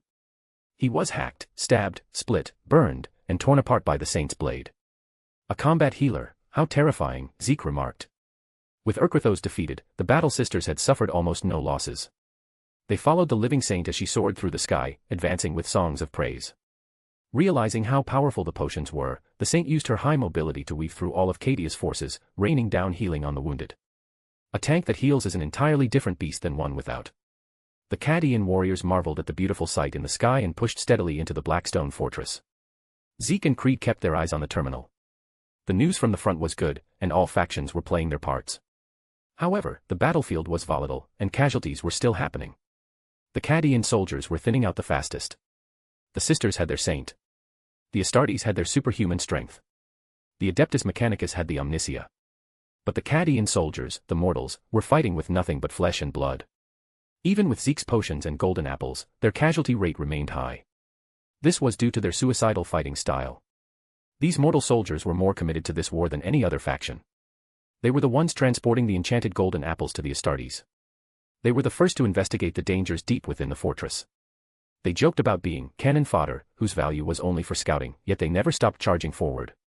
They linked the entire battlefield together, exhausted from rushing between front lines. One could not deny that these mortals were the most important presence in this war. In the end, the Empire would have to rely on people like them to be saved. Creed's expression was a mix of pride and heartache. These soldiers have proven their worth. He ordered the tactical terminal to be packed up, preparing to move the command post forward to better handle emergencies. Zeke pulled out a potion of the Turtle Master too. I just brewed this, it hasn't been used yet. Take it. Zeke tossed it, and Creed caught it in midair. 20 seconds, Zeke continued. It will significantly slow you down, but at the same time, you'll become almost invincible. Just like those turtles you had me look for, right? Creed joked. I'm not very good at hiding in a shell. It's not just for you. Think about your soldiers, Zeke said, patting Creed on the shoulder. My friend Dance is your little fanboy. If you die, he'll be very sad. Then I'll take it, Creed said, pocketing the potion. Zeke looked at the upright old man. He knew that if Abaddon appeared, Creed would be the first to charge. He had always been that reckless. Remember, only for this week, every 100 power stones equals 1 bonus chapter. Also, I may do this again if we reach around 1,000 power stones at the end of this week. Chapter 88, Abaddon the Despoiler, bonus. This is the bonus chapter for reaching 300 power stones. News from Bloodhull's side suddenly arrived. Everyone looked toward the screen, which displayed a map. Bloodhull was requesting that Creed send troops to block the exit of a specific corridor. Zeke realized that Bloodhull must be hunting down Morketh. I'll go. Zeke volunteered, racing toward the location marked by Bloodhull. If anything happens, report back via the transponder. Creed's instructions faded behind him as Zeke sped away. Bloodhull leaped over an obstacle in his path. He was close, he could sense the scent of the young girl, Morketh. She hadn't run far. Morketh woke from her swoon and looked around at her surroundings. She was in a narrow crevice within the walls. Using every ounce of her strength, she reached out and squeezed herself out of the gap. The Blackstone fortress was warning her that she was not yet out of danger. Those wolves were still hunting her like a sheep, wanting to tear her apart. Morketh could already hear the heavy thud of footsteps growing louder behind her. Like a frightened animal, she scrambled frantically across the floor on all fours. The sound of power-armored boots pressed closer with every step. As she rounded a corner, a figure stepped out unhurriedly. Bloodhowl had marked the position where he was hurting Morketh on the map, and Zeke had been lying in wait for some time. Oh!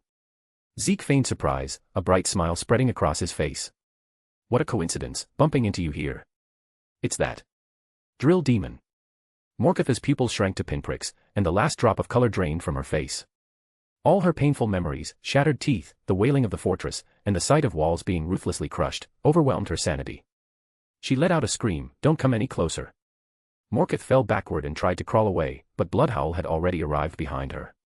As Zeke and Bloodhowl stepped forward together, Morketh had nowhere left to run.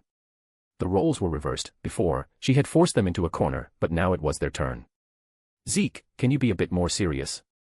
Bloodhowl couldn't help but remind him, Zeke's current expression was a bit too terrifying. Sorry, I lost my composure a bit, Zeke said, rubbing his face and putting on a serious expression. Colluding with Abaddon to help him control the Blackstone Fortress, today, I'll deliver justice to this chaos scum. Zeke pulled out a blueprint and stepped forward. In the future, the Blackstone Fortress would wipe Cadia off the star charts, and Morketh would undoubtedly play a role in that. Zeke would not be soft-hearted. The Blackstone wall behind Morketh became incredibly soft.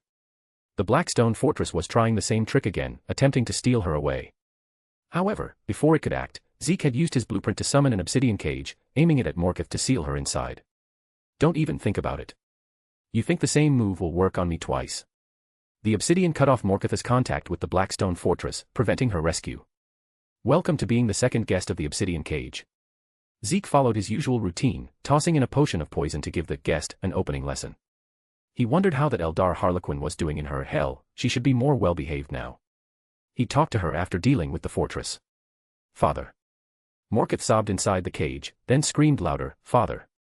Zeke heard a beeping sound, and Bloodhowl heard it too. They both looked toward the source. A device covered in red runes lay on the corridor floor. It had fallen off Morkith during her panicked flight.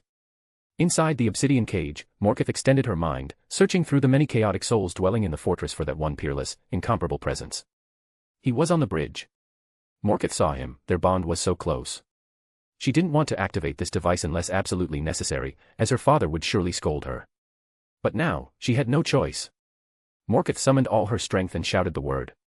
Instantly, the device erupted with purple-red lightning.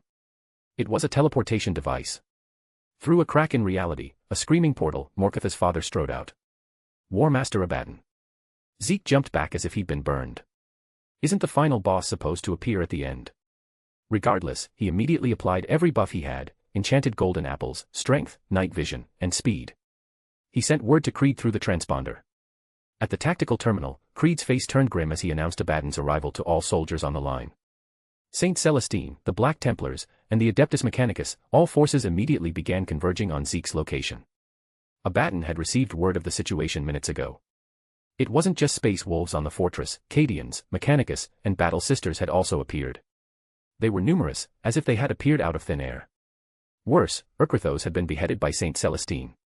It was all too sudden. One moment Abaddon was thinking about how to handle the boarding space wolves, and the next, the fortress was on the verge of falling.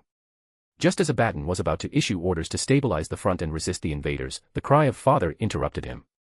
Consequently, Abaddon was very, very angry. Abaddon scanned his surroundings and saw 2 Iron Golems charging him, Zeke's opening gambit. Mechanical constructs, the same kind used by the forces attacking the fortress. Abaddon raised the demon sword in his left hand, Drachnien. A demon that even the Emperor himself could not kill resided within it. Most who were struck by it met only death. With a single horizontal sweep, Drachnien sliced one Iron Golem in half. Simultaneously, the talon of Horus on his right hand pierced the head of the other. His damage is high, Zeke thought, eyeing the sword wreathed in black mist. However, Abaddon's health bar was only about 100 points higher than Bloodhowl's. Having dealt with the 2 reckless Iron Golems, Abaddon looked toward Zeke and Bloodhowl. Flicking the blood from the talon of Horus, he walked toward the obsidian cage. He would rescue Morkith first, then deal with the remaining enemies. Abaddon's sword struck the obsidian. My daughter, I hope you have a proper explanation for why you summoned me. Next goal equals 400 power stones. Chapter 89, Trader of the Luna Wolves, bonus. This is the bonus chapter for reaching 400 power stones. The incredibly sharp demon sword, Drachnien, slammed into the obsidian cage. Then, in a moment of sheer embarrassment, it was simply bounced back. Pfft. Zeke struggled to hold back his laughter. He turned to Bloodhowl and handed him a potion of the Turtle Master too. This story tells us that a pickaxe is better than a sword for mining blocks, Zeke joked. Bloodhowl looked at Zeke and understood the tactical intent hidden behind the joke. Zeke and Bloodhowl moved simultaneously, pouncing on Abaddon from the left and right. Just because this strange stone can withstand my strikes doesn't mean your flesh and blood can, Abaddon snarled. He chose to strike at Zeke, who parried with his Menulin shield. Drachnien struck the shield, failing for the second time. Abaddon grew furious as his attacks were repeatedly thwarted. With the cursed blade pressed against the shield, the two stood face to face. Abaddon sneered with disdain, just another fool seduced by the corpse emperor. Zeke smiled at the attempt to provoke him. Does a trader of the Luna Wolves really have the face to talk to me? Abaddon's signature topknot flew upward as his face suddenly turned a deep red. What did you say? He ground out, grit through clenched teeth as if he wanted to crush the very words. Abaddon didn't know how this human had discovered secrets that should have been long forgotten, but it had successfully pierced his pride. The words enraged Abaddon so much that he was a beat too slow to notice Bloodhowl behind him, raising his Stormrider axe for a heavy strike. Fools. Abaddon didn't even dodge. The axe bit into the War Master's breastplate, but he remained unmoved. Instead, he swung the talon of Horus back in a counterblow, striking the Wolf Lord's face and sending Bloodhowl tumbling out of control to the side. Abaddon pulled his demon blade back from Zeke's shield, intending to follow up with a finishing blow while Bloodhowl was off balance. But Zeke followed up with another remark that stabbed straight at Abaddon's heart. What did Horus ever do to deserve a subordinate like you? He could have died with honor, but you turned him into a living joke. Nothing hurts more than the truth of the past. Sometimes words are more terrifying than weapons. Arg. Abaddon's face looked like an active volcano, though it didn't erupt. He forced himself to calm down, realizing the human was intentionally trying to provoke him. But still, how dare he mention Horus? Abaddon stopped focusing on Bloodhowl behind him. He decided to first eliminate this talkative human and silence his voice forever. With an unstoppable momentum, the Talon of Horus and the Demon Blade took turns lunging at Zeke. Here it comes, Zeke thought. He had been waiting for this. The biggest weakness of the Turtle Master potion is being kite or avoided. He welcomed this direct aggression. His verbal barbs were all meant to build, aggro, and make Abaddon desperate to kill him. Zeke gulped down a potion of the Turtle Master too. It provided 80% damage reduction, but his feet became heavy, and a nearly 90% movement speed reduction made it almost impossible to move. Zeke met Abaddon's blade head-on. The demon blade stabbed hard into Zeke's neck, and Zeke's face twisted in pain. Abaddon looked satisfied, but the pain on Zeke's face lasted only an instant, replaced by a cunning smirk. Fooled you. Guess what? It doesn't hurt. His health had dropped by exactly 20%, which, combined with the potion's 80% reduction, meant he had effectively tanked a full lethal blow. Zeke was inwardly shocked that without the potion, that strike would have killed him instantly, but he didn't stop his taunts. Abaddon, did you skip breakfast? Hit me here, Zeke said, patting his chest. He activated his Menullin chains word, its teeth spinning frantically as he stabbed Abaddon. The teeth sparked against Abaddon's armor, a single attack stacked 4 layers of the insatiable trait. Abaddon began to wonder if something was wrong with Drachnien. Why was it failing him today after being invincible for so long? He tried to communicate with the blade, but Drachnien ignored him. Abaddon attacked Zeke repeatedly with the Talon of Horus, causing minor damage while simultaneously charging Zeke's Menullin power armor. Hey, did you forget something? Bloodhowl's voice came from behind Abaddon along with a sharp gust of wind. Abaddon might have ignored the Wolf Lord, but Bloodhowl wasn't going to show any mercy. The Stormrider axe whistled through the air toward Abaddon's face. Zeke followed up on the attack, swinging his chains word from the opposite direction. Both weapons converged on Abaddon's head, right below his topknot. Abaddon ducked, narrowly avoiding the pincer attack, but a lock of his signature topknot was sliced off by Zeke's chains word and sucked into his inventory. Zeke felt it was a pity he missed the head. However, a second person watching felt an even greater sense of loss. That beautiful topknot had been ruined by Zeke. Trazyn, lurking in a nearby corner, clenched his fists as he looked at adorable Abaddon. Heavens, what a perfect topknot, what a burly physique, and most importantly, the history he carries. He would surely be the most charming piece in Trazyn's display case. But now was not the time. Trazyn leaned further into the shadows and pulled out 2 tesseract labyrinths. What use is this? Zeke thought, dismissively tossing the topknot into a corner of his inventory as he focused on the fight. Having cut the hair, the Menullin chains word had reached maximum insatiable stacks. His Menullin power armor, having absorbed Abaddon's attacks, was also fully charged. Zeke felt he had everything he needed. As the 20-second effect of the Turtle Master potion wore off, he covertly threw an ender pearl behind Abaddon. His speed suddenly exploded as he reappeared like a ghost behind Abaddon, thrusting his chains word toward the War Master's heart. Bloodhowl interfered with Abaddon's attempt to dodge, creating the perfect opening for Zeke. The move landed solidly. Under various buff multipliers, the chains word tore through Abaddon's armor and bit deep into his flesh, drawing blood. Abaddon shuddered, letting out an incredulous grunt. The chains word greedily drank the War Master's blood, taking out 1/5 of his health in a single strike. Combined with the previous scattered attacks, Abaddon's health had dropped to 1/2, a dangerous level. However, his regeneration speed was terrifyingly fast. Zeke remembered that Abaddon once took 3 power fist hits to the face from Marneus Calgar, so he wasn't too discouraged. After all, he was the tankiest Astartes in the 40k universe with the strongest healing factor. Abaddon couldn't believe his defense had been breached by a mortal. As he turned his furious gaze toward Zeke, the young man simply downed another potion of the Turtle Master and began a new round of education. Next goal, 400 power stones. You all remember the goal of this week, right? Donate everything you got. Chapter 90, Creed and Abaddon, the final battle. Bloodhowl, do you know why this war where Abaddon tries to capture Cadia is called the 13th Black Crusade? Zeke asked. Bloodhowl's mind was working unusually well at that moment. Does it mean the previous 12 were all? Exactly. The previous 12 were all failures, which is why there's a 13th, Zeke laughed loudly. 12 times. 12 whole times. Zeke wondered if Abaddon had relatives among the 4 gods, considering he hadn't been abandoned after 12 failures. Abaddon's face turned ashen. He didn't attack Zeke this time. He had seen the trick behind that potion, nearly invincible defense at the cost of drastically reduced movement speed. Since the human couldn't move, he decided to eliminate the troublesome space wolf first. The War Master turned his gaze toward Bloodhowl. Bloodhowl, don't be overconfident, Zeke warned, sensing the Wolf Lord's desire to duel Abaddon. The demon sword in Abaddon's hand was specialized against humans, like an ultra-high-level Bane of Arthropods, but for people, it might actually one-shot the Wolf Lord. TL/N, Bane of Arthropods is a Minecraft weapon enchantment, swords, axes, maces, that deals significantly increased damage and applies a slowness 4 effect to spider-like mobs, including spiders, cave spiders, silverfish, endermites, and bees.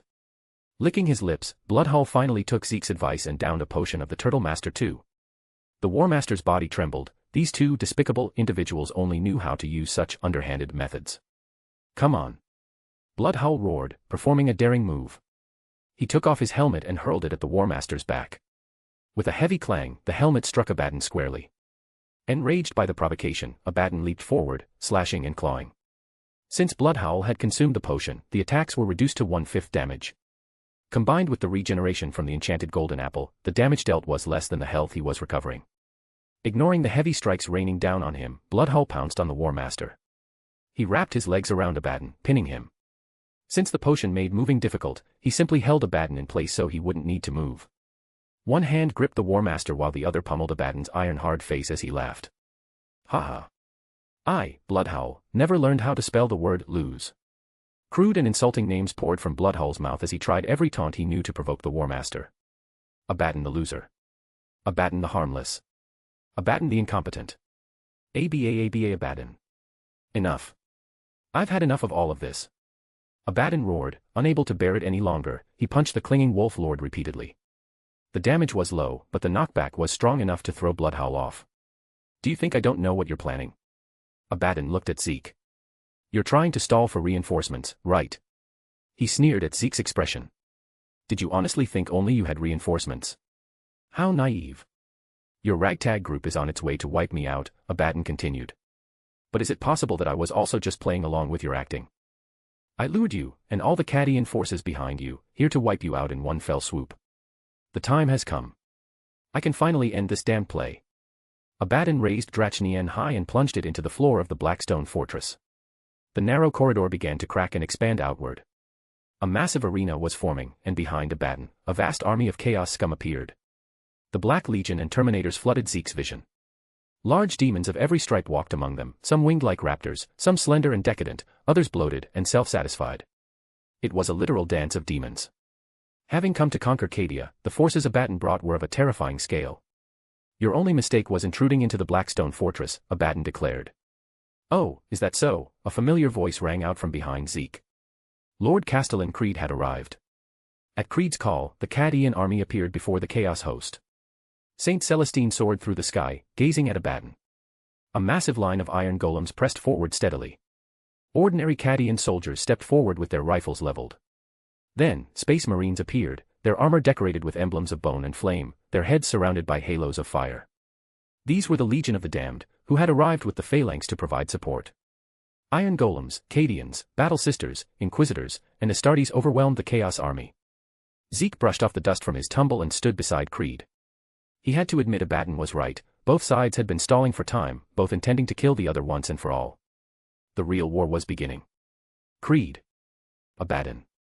Abaddon observed Creed from a close distance. He knew the man's name well, he had heard it since the time he sent the Volscani traitors. Creed was the man who had maintained the defenders' morale through speeches and visits to the front, withstanding the largest and most terrible offensive in the Empire's history. Creed turned to face his lifelong enemy. Abaddon advanced, his smoke-wreathed armor hissing. I will conquer you. I will conquer Cadia, Abaddon roared. Cadians, I will conquer everything you are. Your bones, your blood, your screams, and your futile prayers. I will conquer your lives and your world. Everyone, take your positions. Creed shouted. The sound of steel being drawn rang through the line. Creed took a deep breath, unbuttoned the top button of his uniform shirt, and stepped toward the Chaos War Master. His friend Kel followed, as did every Cadian soldier. The fate Dance had prayed for since childhood was now coming to pass. Abaddon and Creed raised their hands simultaneously. As they dropped them, shouts and gunfire instantly swept through the Blackstone Fortress. Chapter 91, Ultramarines and the Adeptus Custodes. The volley of lost guns emitted a blinding light. Zeke felt as though he were standing in a desert wasteland, surrounded by light on all sides. Cadian soldiers formed a wall of guns, their energy trails sweeping across the battlefield toward the Chaos host. This overwhelming firepower converged on the unstoppable Abaddon. However, ordinary firepower could do nothing against him. An aura of demonic essence enveloped the War Master, isolating him from the external bombardment. Leading his elite bringers of despair, Abaddon charged through the rain of shells, heading straight for Creed. Since the Great Crusade, Abaddon had been famous for his decapitation strikes alongside his just-to-Aaron Terminators. Now, he sought to repeat that glory by killing the enemy leader. But he failed. Ring-shaped buildings rose from the ground, shielding Creed from view. Abaddon lost sight of his target. These were Cadian-style bunkers, one of the first structures Zeke had recorded in his blueprints. Unlike the original versions, many parts were replaced with reinforced obsidian to better fulfill their role. With the obsidian's reinforcement, these bunkers were immune to most explosions and could hold out for a significant amount of time against the surging chaos forces. If they broke, Zeke would simply rebuild them. Given enough time, Zeke could even replicate the Tyrock Bastion 1:1 inside the Blackstone Fortress. While Zeke only needed to click his blueprints and spend some building materials, the chaos forces had to risk real soldiers to charge these positions without cover. Even if a bunker was reduced to a single pillar, it would not collapse, allowing Cadian warriors to move safely through them. Zeke selected a bunker toward the rear and built a pyramid of iron blocks inside. The second nether star in his backpack finally had a use. He chose the two buffs the battlefield needed most, Swiftness 2 and Regeneration. The bunker's walls hid the beacon's light, keeping it concealed while allies nearby felt their bodies grow light and their movements become faster. Zeke further protected the beacon with 6 layers of obsidian so that even if the enemy discovered it, destroying it would be a major task. Beyond standard and beacon bunkers, Zeke also mixed in trap room bunkers. Abaddon, relying on his powerful physique, crashed through a bunker wall only to find it filled with TNT and various bombs. Without Creed inside, it was a trap. The resulting explosion was deafening, and the obsidian walls confined the blast, increasing its lethality. Abaddon emerged with his top knot turned into an explosive mess. Another bunker hid a pit of lava beneath pressure plates. Any reckless chaos follower who stepped on them would be burned to ash. While Abaddon dismissed these as useless, flashy traps, Zeke ignored the criticism since the War Master still hadn't found a trace of Creed. Eventually, Abaddon lost count of how many bunkers he had stormed, finally tearing a dummy inside one to pieces in frustration. Above Abaddon, a blue figure watched. This was Cervantes, an ultramarine subcommander and one of Trajan's collection pieces. Though Cervantes didn't know how he had appeared on the battlefield, his doubts vanished when he saw the War Master. Down with the Horus rebels. Remember Kolth. The blue figure raised a Volkite pistol engraved with the symbol of the 500 worlds and descended from above to attack Abaddon. Abaddon reacted quickly, parrying with his demon blade. In that moment, Cervantes recognized the men, not Horus, but an old acquaintance. Abaddon, Cervantes glared at the traitor, sneering. Abaddon extended the talon of Horus, assuming a provocative stance. When I drag you before the Emperor to confess and be judged, you'll regret not dying by my sword. Cervantes clashed blades with Abaddon. But don't forget, Abaddon was accompanied by the elite of the Black Legion. They surrounded Cervantes. Trajan, realizing he had to spend money to make money, put away an empty cube and threw another. This time, it was a golden-armored giant, a living member of the Adeptus Custodes. In 0.001 seconds, the custodian assessed the situation and swung a blue ether blade at the nearest bringer of despair. The impact of the clash shattered the bunker, spilling the fight outside. Abaddon finally realized his Chaos army was being forced into a retreat. Soaring in the sky, Saint Celestine spotted him. He's there. Following her lead, the Legion of the Damned charged through flames toward the War Master. Bloodhowl and his Space Wolves, along with Marshal Amalrich leading the Black Templars, joined the hunt. Abaddon now saw enemies everywhere he looked. Ultramarines, Legion of the Damned, Space Wolves, Black Templars, Khazarkin, and Battle Sisters. Behind Abaddon, Celestine advanced relentlessly, sword in hand. Her sword was wreathed in writhing flames from hilt to tip. She drew back her arm, gathering strength, and thrust upward. Hold him down, hold Abaddon, Bloodhowl Wolf Lord bellowed, veins bulging, eyes bloodshot. All mobile forces around Abaddon used every method possible to trap his attempts to escape. Zeke even tossed a few potions of slowness. Celestine's blade sank deep into Abaddon's lower back, up to the hilt.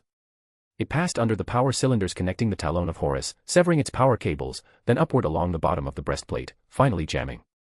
The War Master's agonized howls echoed across the entire battlefield. Aya. Zeke saw Abaddon's health bar plummeting. Creed appeared and fired his sidearm at Abaddon, while Zeke pressed his Menulin chains word against Abaddon's neck, trying to saw off his head. Suddenly, a familiar light flashed, the same teleportation glow that had brought Abaddon there in the first place. Abaddon utilized a teleportation beacon and escaped, leaving his Chaos troops behind. Your Chaos troops are still here, and you fled alone. Zeke thought. Donate Power Stones. Chapter 92, The Fall of the Blackstone Fortress, bonus. Damn. If we continue like this, we will easily reach 1000 power stones this week. This is the bonus chapter for reaching 500 power stones BTW, smiley face. Zeke sheathed his chains word, this was within his expectations. Killing Abaddon was always going to be difficult, the dark existence behind him would not let him die easily. The Chaos Army was already losing ground, and now, without their War Master, they were utterly routed. Expanding from local superiority to total victory, the Blackstone Fortress had been breached by the Cadian soldiers. Gasping for breath, Abaddon appeared aboard his flagship, the Vengeful Spirit, which was hovering near the Blackstone Fortress. After 6 minutes of silence, the projection array hummed to life, and Morkith appeared. She was trapped within Zeke's obsidian cage, but this didn't prevent her final dialogue with Abaddon. Morkith had always felt like a child looking up to a parent, but now, she seemed more like a dog gazing at its master. Abaddon maintained his image, trying not to let anyone see the pathetic state he was in just moments ago. However, his heaving chest betrayed that he was not as calm as he pretended to be. Beyond the porthole, the prow of the Vengeful Spirit rammed into the center of the Blackstone Fortress. Morkith stumbled, feeling her body tearing apart. "Father, what are you doing? You are of no use to me anymore, I might as well make use of the waste." Abaddon gave the final order, the Vengeful Spirit was to ram the Blackstone Fortress with full power. Those pathetic Cadian fighters wanted to seize the Blackstone Fortress. Then let them have it. Abaddon had devised a method to destroy both the fortress and Cadia simultaneously. By ramming his flagship into the fortress, he would drive it directly into Cadia, obliterating them both. Morkith read Abaddon's thoughts. She accepted her end with pleasure, even if it meant destruction. She was willing to become a stone, a burning meteor, to smash a world for her father. The obsidian before her suddenly made a digging sound as Zeke carved out a small hole. "Your father intends to crash you into Cadia," Zeke said as behind him, soldiers were evacuating the doomed Blackstone Fortress through a nether portal, just as they had arrived. "If that is his command, I will obey," Morkith said faintly. "Father will achieve his grand goals, and my sacrifice is insignificant." "You're quite enlightened," Zeke handed a blueprint to Morkith. "Do as I say. Aim this blueprint at the Blackstone Fortress beneath your feet, and think copy in your mind." The blueprint could only copy structures one had built personally or understood completely. Zeke definitely didn't understand the Blackstone Fortress, but the person in front of him understood it better than he did. Morkith stared at Zeke, motionless. Zeke sighed, grabbed the blueprint back, and summoned a floor full of shield tunneling machines. Morkith began to tremble. She took the blueprint with shaking hands and finally complied with Zeke's demand. Copy. A structure named Blackstone Fortress appeared on the blueprint. It was incomplete, representing less than a fifth of the original. Even Morkith only had a partial understanding, likely only its original builders knew it fully. Better than nothing, Zeke put away the blueprint. "Have you ever considered that perhaps your father never cared about you?" Before Morkith could answer, the Menulin chains word pierced her chest. The last thing Morkith saw before dying was the scene of her birth. "My daughter," Abaddon had said, stroking her face. "So, it was just to use me from the very beginning." Morkith had known the answer long ago. She fused her remaining strength into the Blackstone Fortress, accelerating its collision course with Cadia. "This is the final gift from your most beloved daughter." Zeke felt the Blackstone Fortress tilt. If he hadn't killed Morkith, she would have continued to communicate with the fortress, but the outcome was the same regardless. Zeke still chose to slay this piece of chaos trash personally. Stepping through the nether portal, Zeke returned to Cadia. He looked up. The Blackstone Fortress was falling from orbit. It was massive, even from high above, it occupied nearly half the sky. On Cadia, everyone witnessed the falling Blackstone Fortress. It was so colossal, so suffocating. Its lower section rubbed against the atmosphere, igniting in flames. Inside the camp, Bella was squatting by the expanded chicken coop, clutching a chick that had sensed danger and tried to flee, staring blankly at the sky. At Kazarkrof, Creed stood amidst the wind. Retreat. Such a gargantuan object was unavoidable. Evacuating Cadian soldiers to other planets might preserve some forces, but it would undeniably declare Cadia's defeat. Zeke had long ago mentioned to Creed the possible outcome of this war. Yes, Zeke believed the Blackstone Fortress falling was the final outcome, but he claimed to have a solution. Trust Zeke. That was all Creed could do. He would have a way, just like always, he would pull out various magical facilities to solve impossible problems. Creed hadn't put all his eggs in one basket and had arranged for some soldiers to evacuate in an orderly fashion. The cold wind turned Creed's nose red. If Zeke were here, he would surely mock Creed's current expression, saying he looked like a grot who had its toe stepped on. In the camp, everyone gathered around. Zeke pulled out the blueprint. The Mariatis tunnel bores were mining at full power, and crates upon crates of obsidian were stacked on the ground. Zeke stepped forward, blocking the view of everyone behind him. If the black stone fortress fell, Cadia would shatter. Without Cadia's containment, the Eye of Terror would expand, splitting the entire galaxy in two. The four Chaos Gods' plan would be complete, and the Imperium would plunge into a darker age. That was how the script was supposed to go. Zeke raised the blueprint. The phantom image of a supercolossal nether portal appeared, large enough to embrace the entire sky.